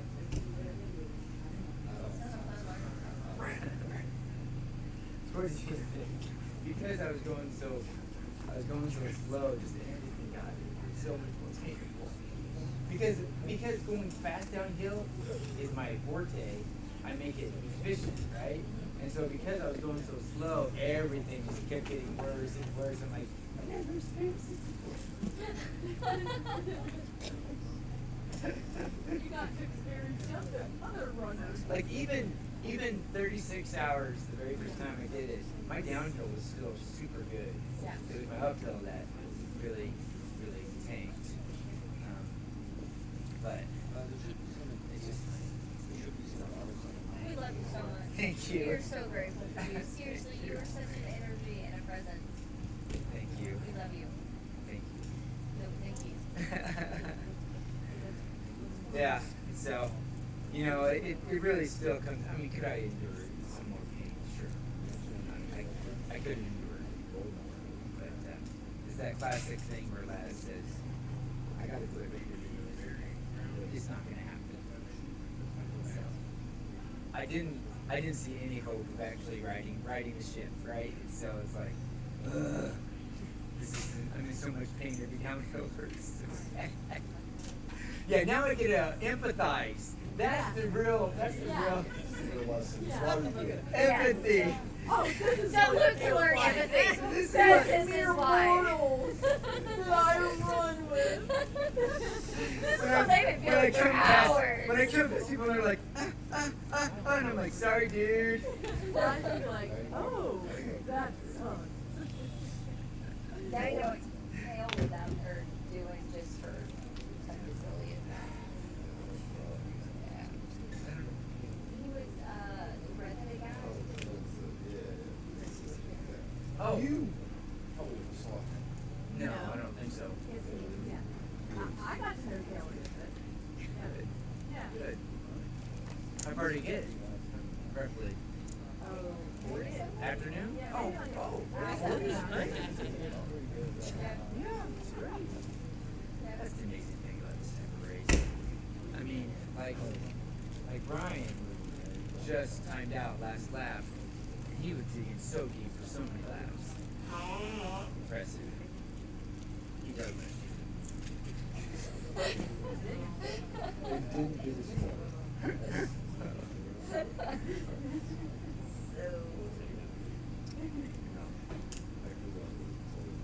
It was fun. Yeah. I still. There's still unfinished business. Yes. Yes. Oh. Jeff and Diana are sleeping right now. They're going to come back and they're going to tell me all the things that I did wrong.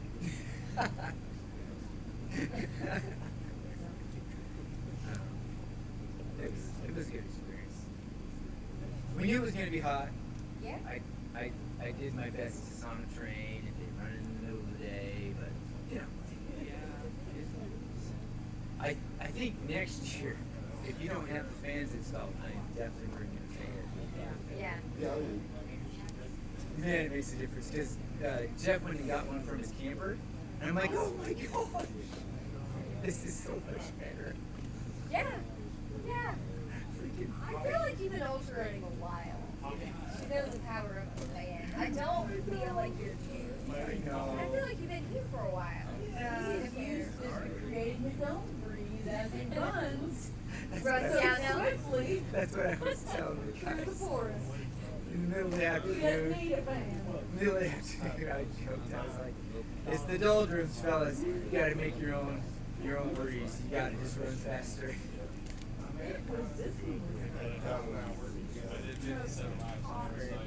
Oh. Well.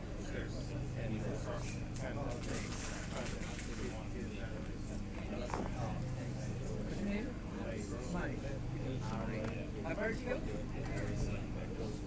How far did I go? 6 and 7. Okay. So, a couple hours.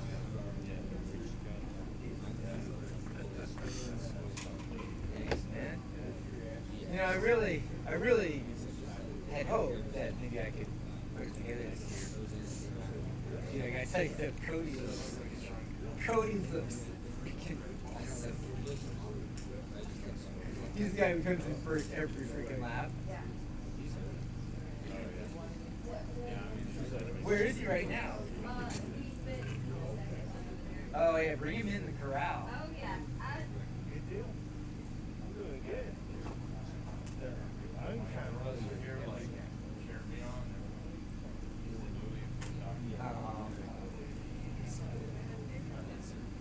Yeah. There's definitely that's what. Oh, it's just the first quarter. I mean, part of the issue is Cody. Yes, that's right. So, like, well, not. It's all right. Cody kept from the very start of the race. So I got this deal. Such a, like, you know, kind of a princess or something, but I don't like to pass people on the downhill, and so my goal was to win every lap because I didn't want to pass people on the downhill.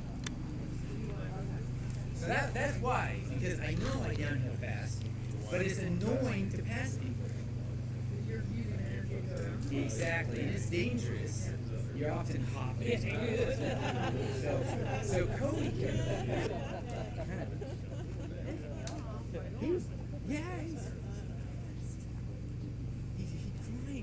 he climbs literally probably at like 175 heart rate every freaking lap.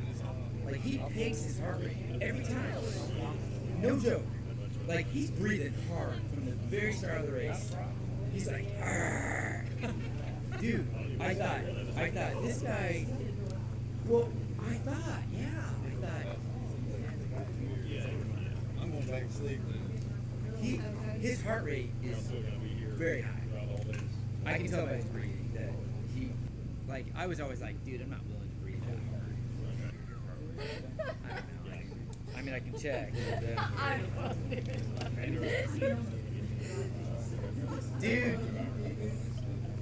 Not willing to be. Well, yeah.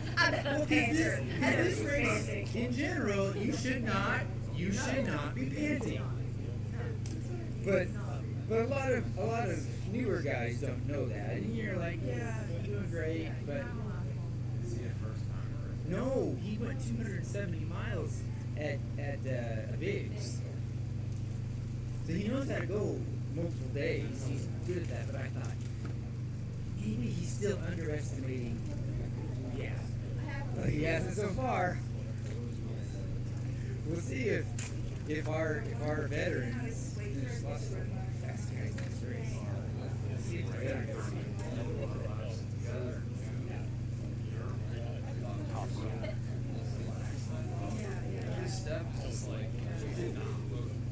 You were nailing the 18 minute. You were like 18 minute. Every one of your steps is just so spot on. It was so bad.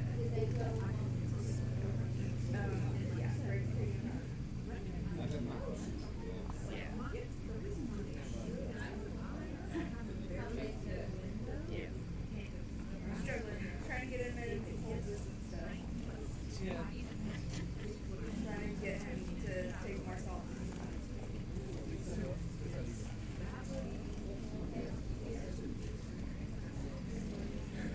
stop sweating.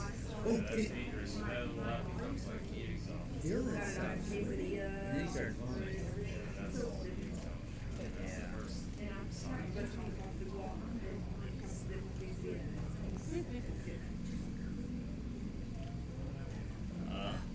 Yeah. Well, you still looked all the time. I mean, you're super impressive. I thought. Like, everyone in your session was like, oh, like, just step like How's it going?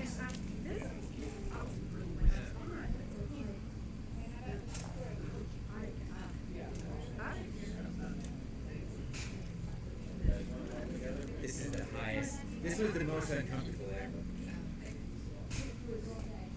I don't know if it was actually hotter, but it was very uncomfortable.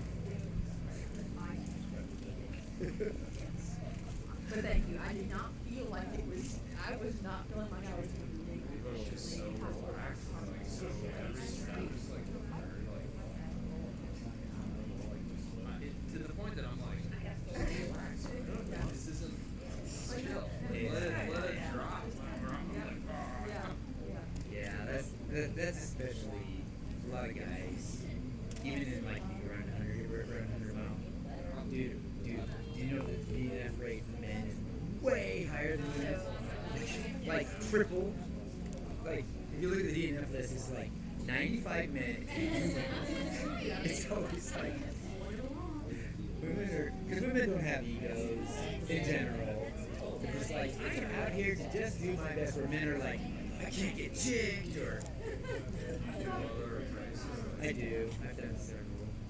But yeah, I'm from Miracle, which is over near Knoxville. But I do like the last man standing format. I did this back in January. I think in the right day I probably could have competed for the win here, but.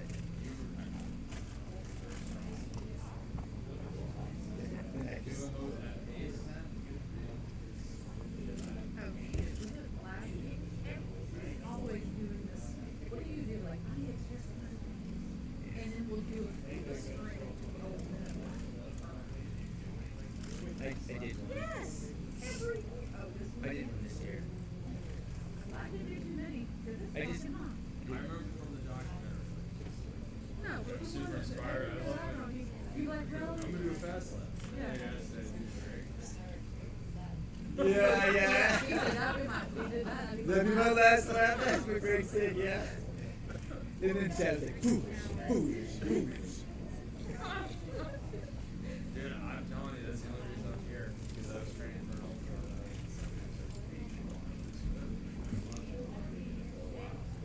Cool. It was so well done. That's good. It was very. I mean, you don't have to love Chad to love the movie.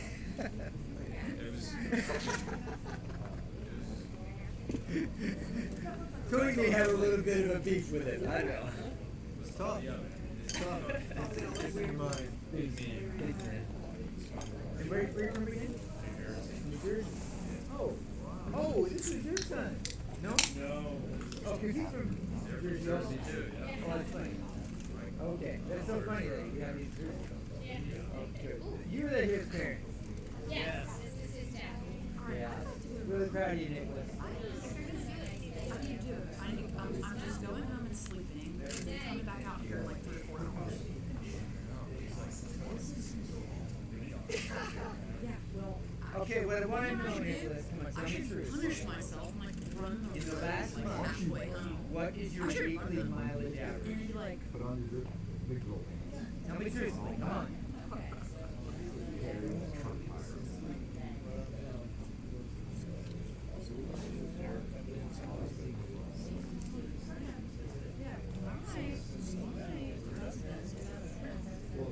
Okay, that's a serious mileage.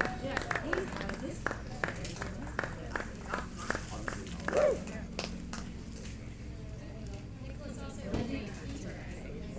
Oh man. this is like, we didn't Really, really amazing what you did, dude.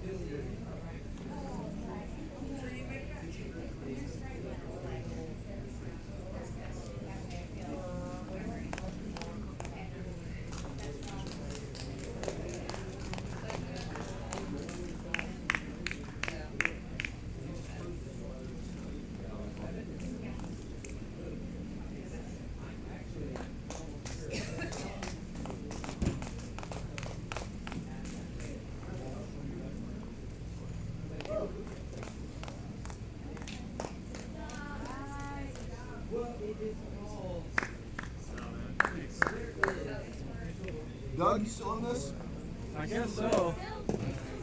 I like how you color coordinated. Green, blue, green. There it is.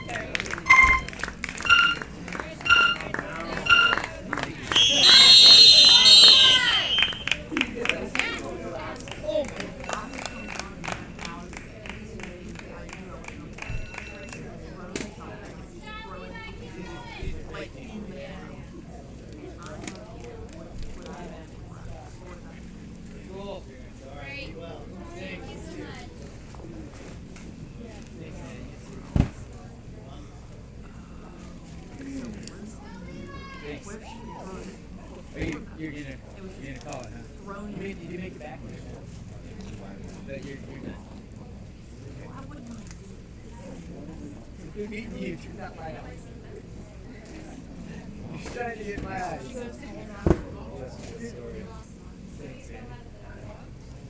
So this is your first ulcer, or you got already have experience? Oh yeah, that's right. You told me that. Yeah. But you dug deeper. Okay. That's the name. I have another whole pack of. Yeah. I've never had a down problem. So I usually training up skills that my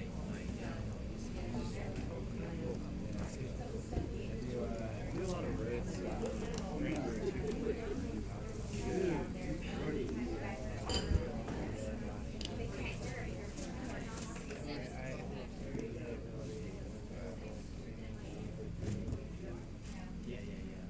I do a lot of road rage myself.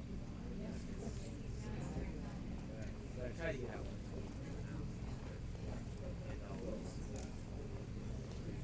Yeah, it's been really hard downhill. Yeah. It'll be fun. It's gonna be so freaking hard. Yeah. It's gonna be cold up. Not like this. Yeah, cold is so good. Yeah. I hate hot. Yeah. I mean, you just had so much energy. Yeah. Hot is so tricky. You just on this night, I was saying before, you're on this night edge of safety, and then you screw it up so quickly like that. I did. And I'm fine. Yeah, you bounce back still. Well, kind of. At that point, I was really just fat burning. For about the last 6 hours, I probably didn't have more than like 400 calories.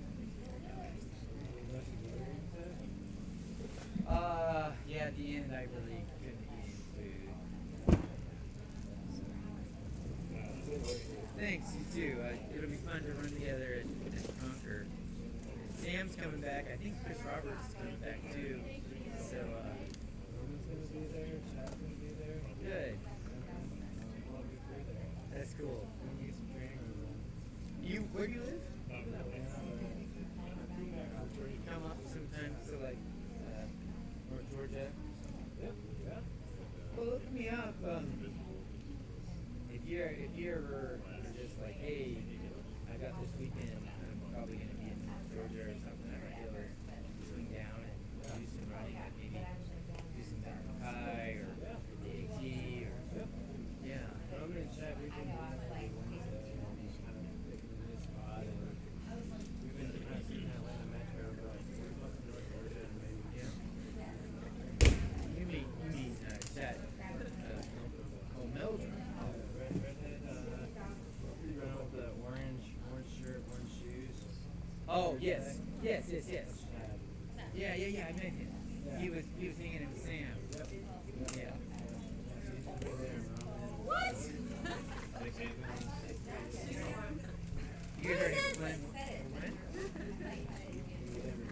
Oh, every Wednesday. Oh, she got flip your What is this? He made it back, It but looks so good. he did not leave. What about this guy? Oh, both of you. I don't. Are y'all doing like psychological warfare? Do you have someone in that you want to win? Are you trying to like get other people? Like, what's happening? Psychological. Both of our downhilling. Oh shit.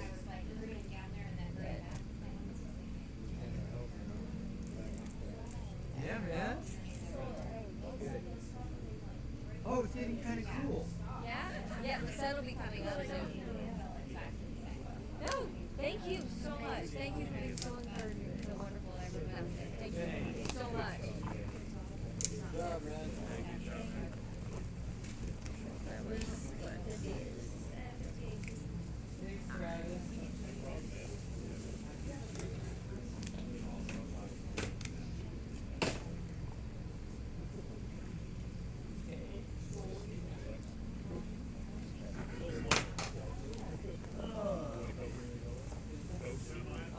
Yeah.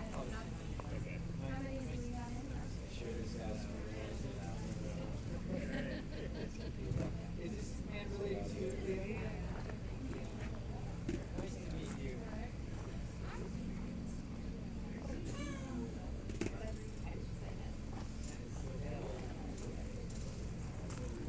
I love that system. You live in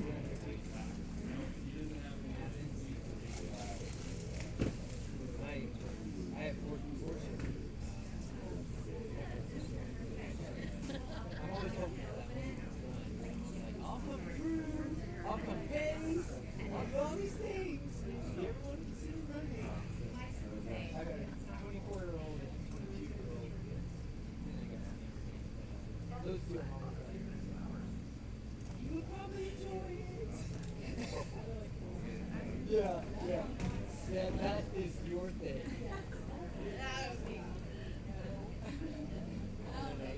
I like it.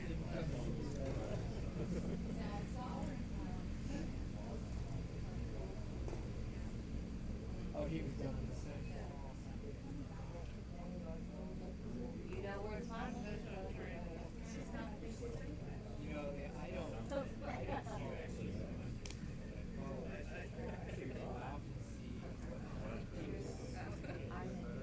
it. You just seem like one of the funnest moms I've ever known.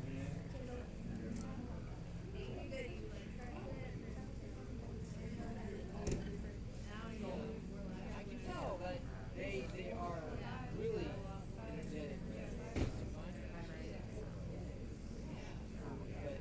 But they take after you, I'm sure, because you're like, let's go do this crazy thing. And you so you have to drag them.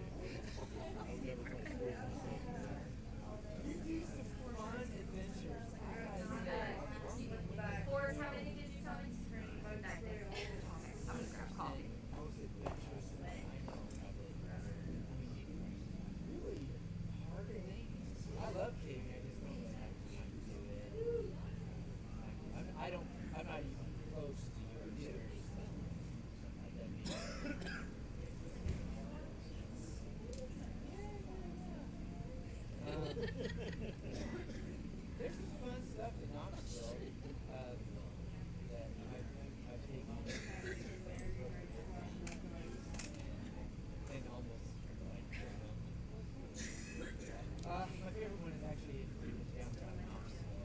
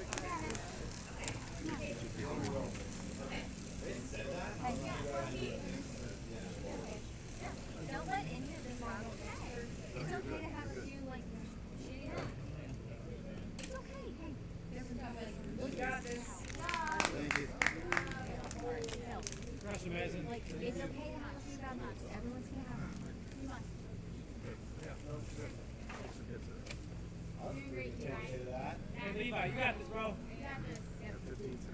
You center yourself and do not let a few bad loops decide your day, your night, your week. Okay.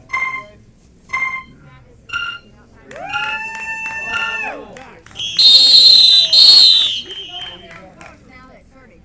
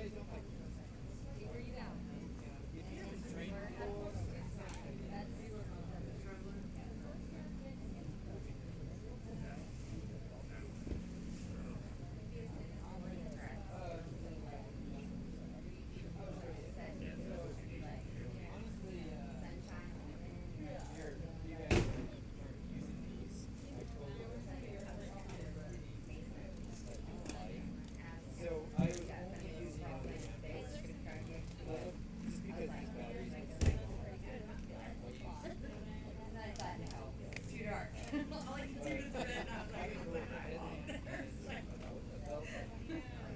I thought about it. It'd be funny later. But I was like, just freaking myself out. Yeah.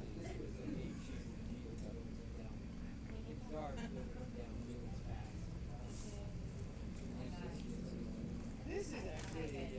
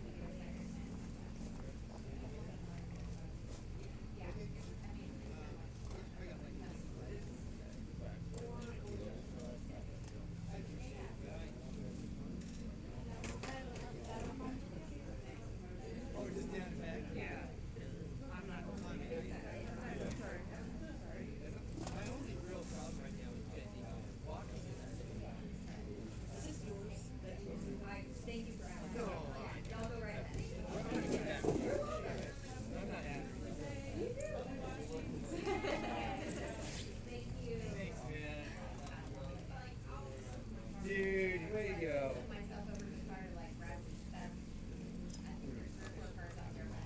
Thanks. Could have been different if I knew a couple things. Yeah, I'll come back next week.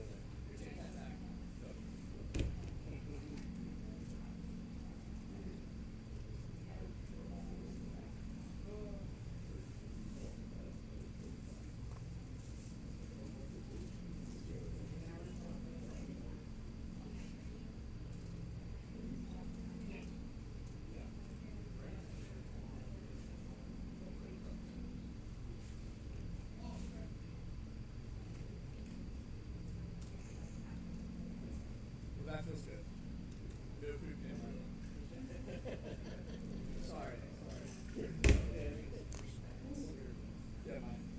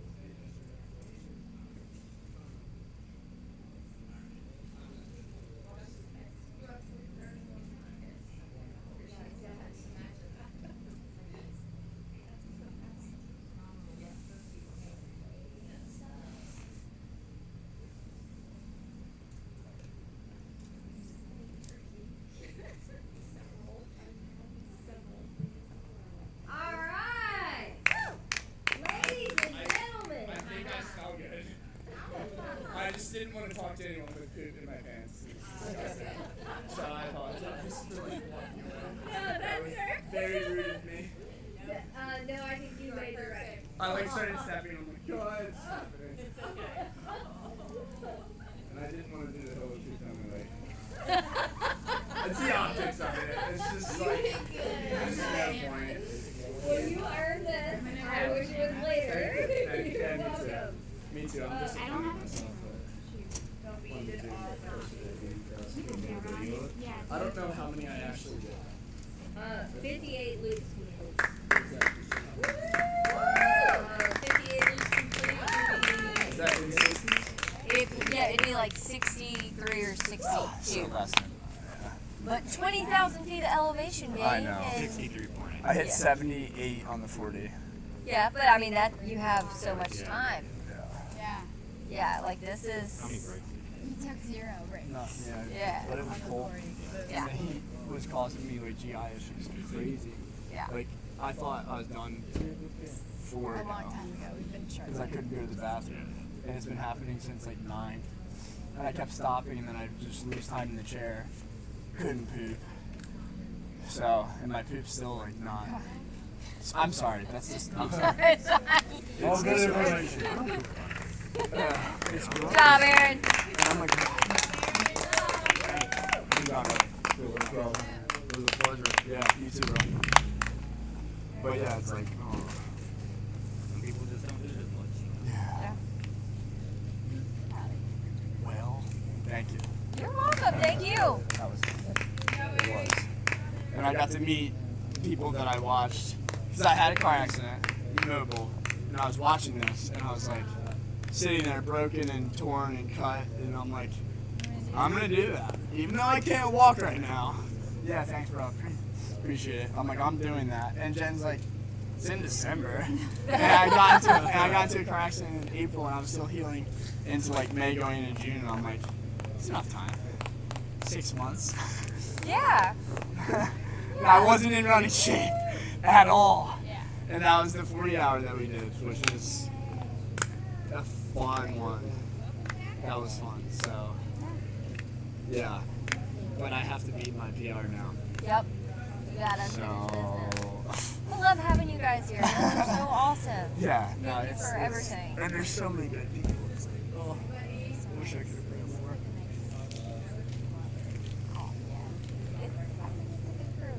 And I don't have any social media except for LinkedIn. Oh, okay. So if I can connect with you via LinkedIn, or Jen can connect with you, Yeah. that'd be cool. So like, 'cause someone said that you guys were like doing like donations for like setting up, and we would love to help contribute with whatever. Yeah, absolutely. Yeah. Oh, awesome. Our son wants to do it, Valley. So that's my favorite. So we'll see.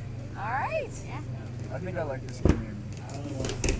You were 12 pounds lighter. Yeah. We're learning. Yeah. I think 12 pounds lighter and eating more.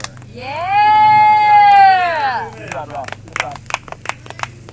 But, yeah. It's all learning. It is. It is. That means well. And this, I mean, 20 minutes. There's not I a lot of room. I like that. I like that.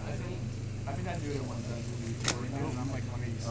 And I thought, because I was watching people like who are like, they have a little bit of weight on them, and their movement's so good on it. And I kept stalling it, on the 3 hours. I'm not eating my muscles on that. I was a little fat on, see if I can like run better like that, but like, and I did this then after, I'm all the way up until like probably 2 hours ago.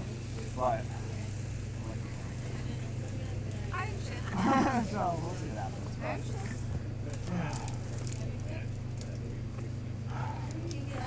All right, guys, about 30 seconds. Cody's up here ready to rock and roll.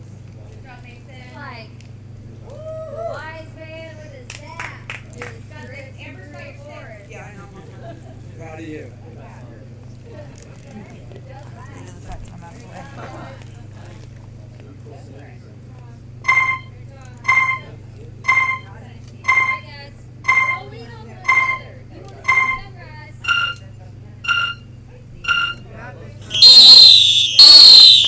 Woo!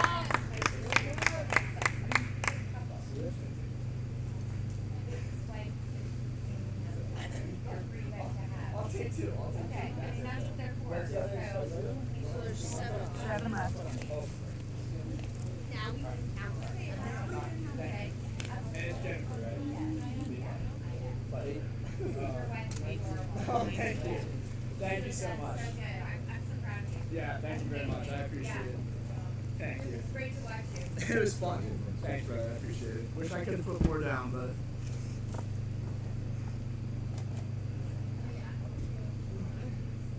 You feel like eating after all that? I have to. I gotta get this whatever's in this freaking stomach out. It's like a bowl. Gin's there. That's one approach. I don't know what's in there. Thank you so much.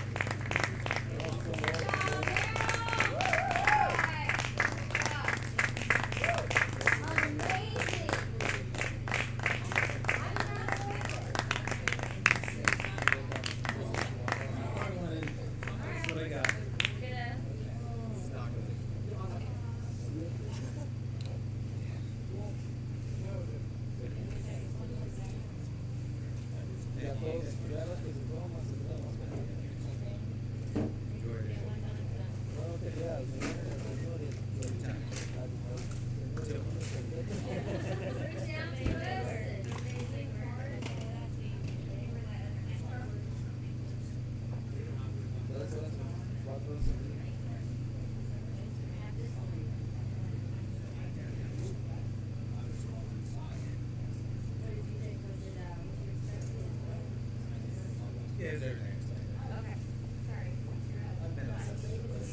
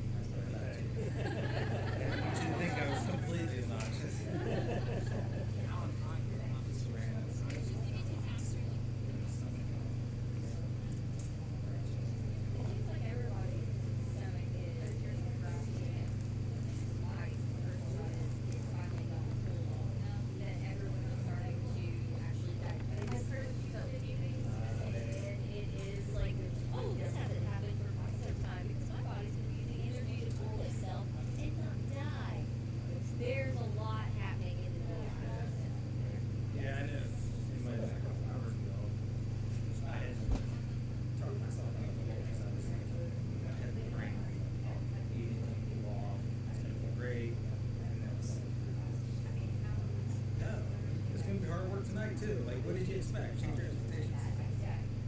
But yeah, because it never. It's cool for a little bit. It was at like 50 to 60% humidity. They jumped up to 95. No, that's not right. Yeah. Yeah, so that's. Yeah, cool.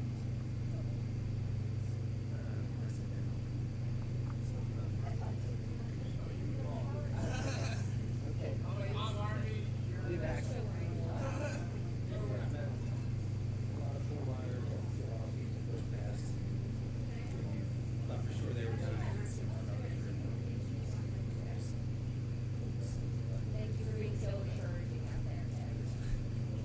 Someone did say that.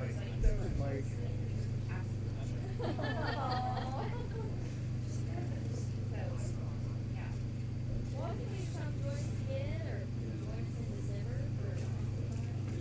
We'll see. Yeah. Well, I don't run many races, and I always say you can travel on stage.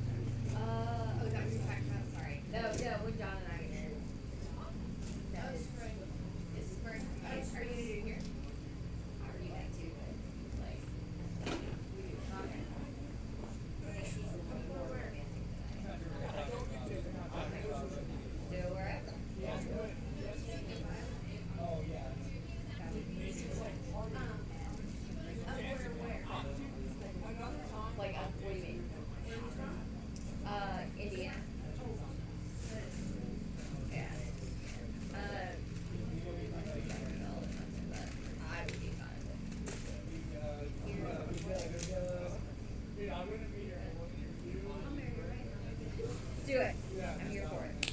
I think she get married in the parade. I was like second year game when I loved so I could marry my daughter. Yeah, we eloped. Yeah. So. You got a little. I was gonna say. I got my nickname.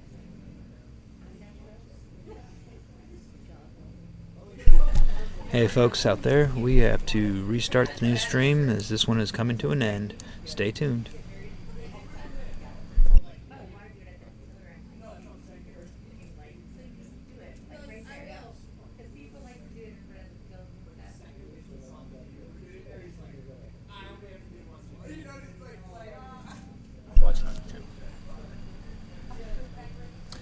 Hey, by the way, you can just refresh in about 30 seconds or as soon as the stream ends and it will pull it right back.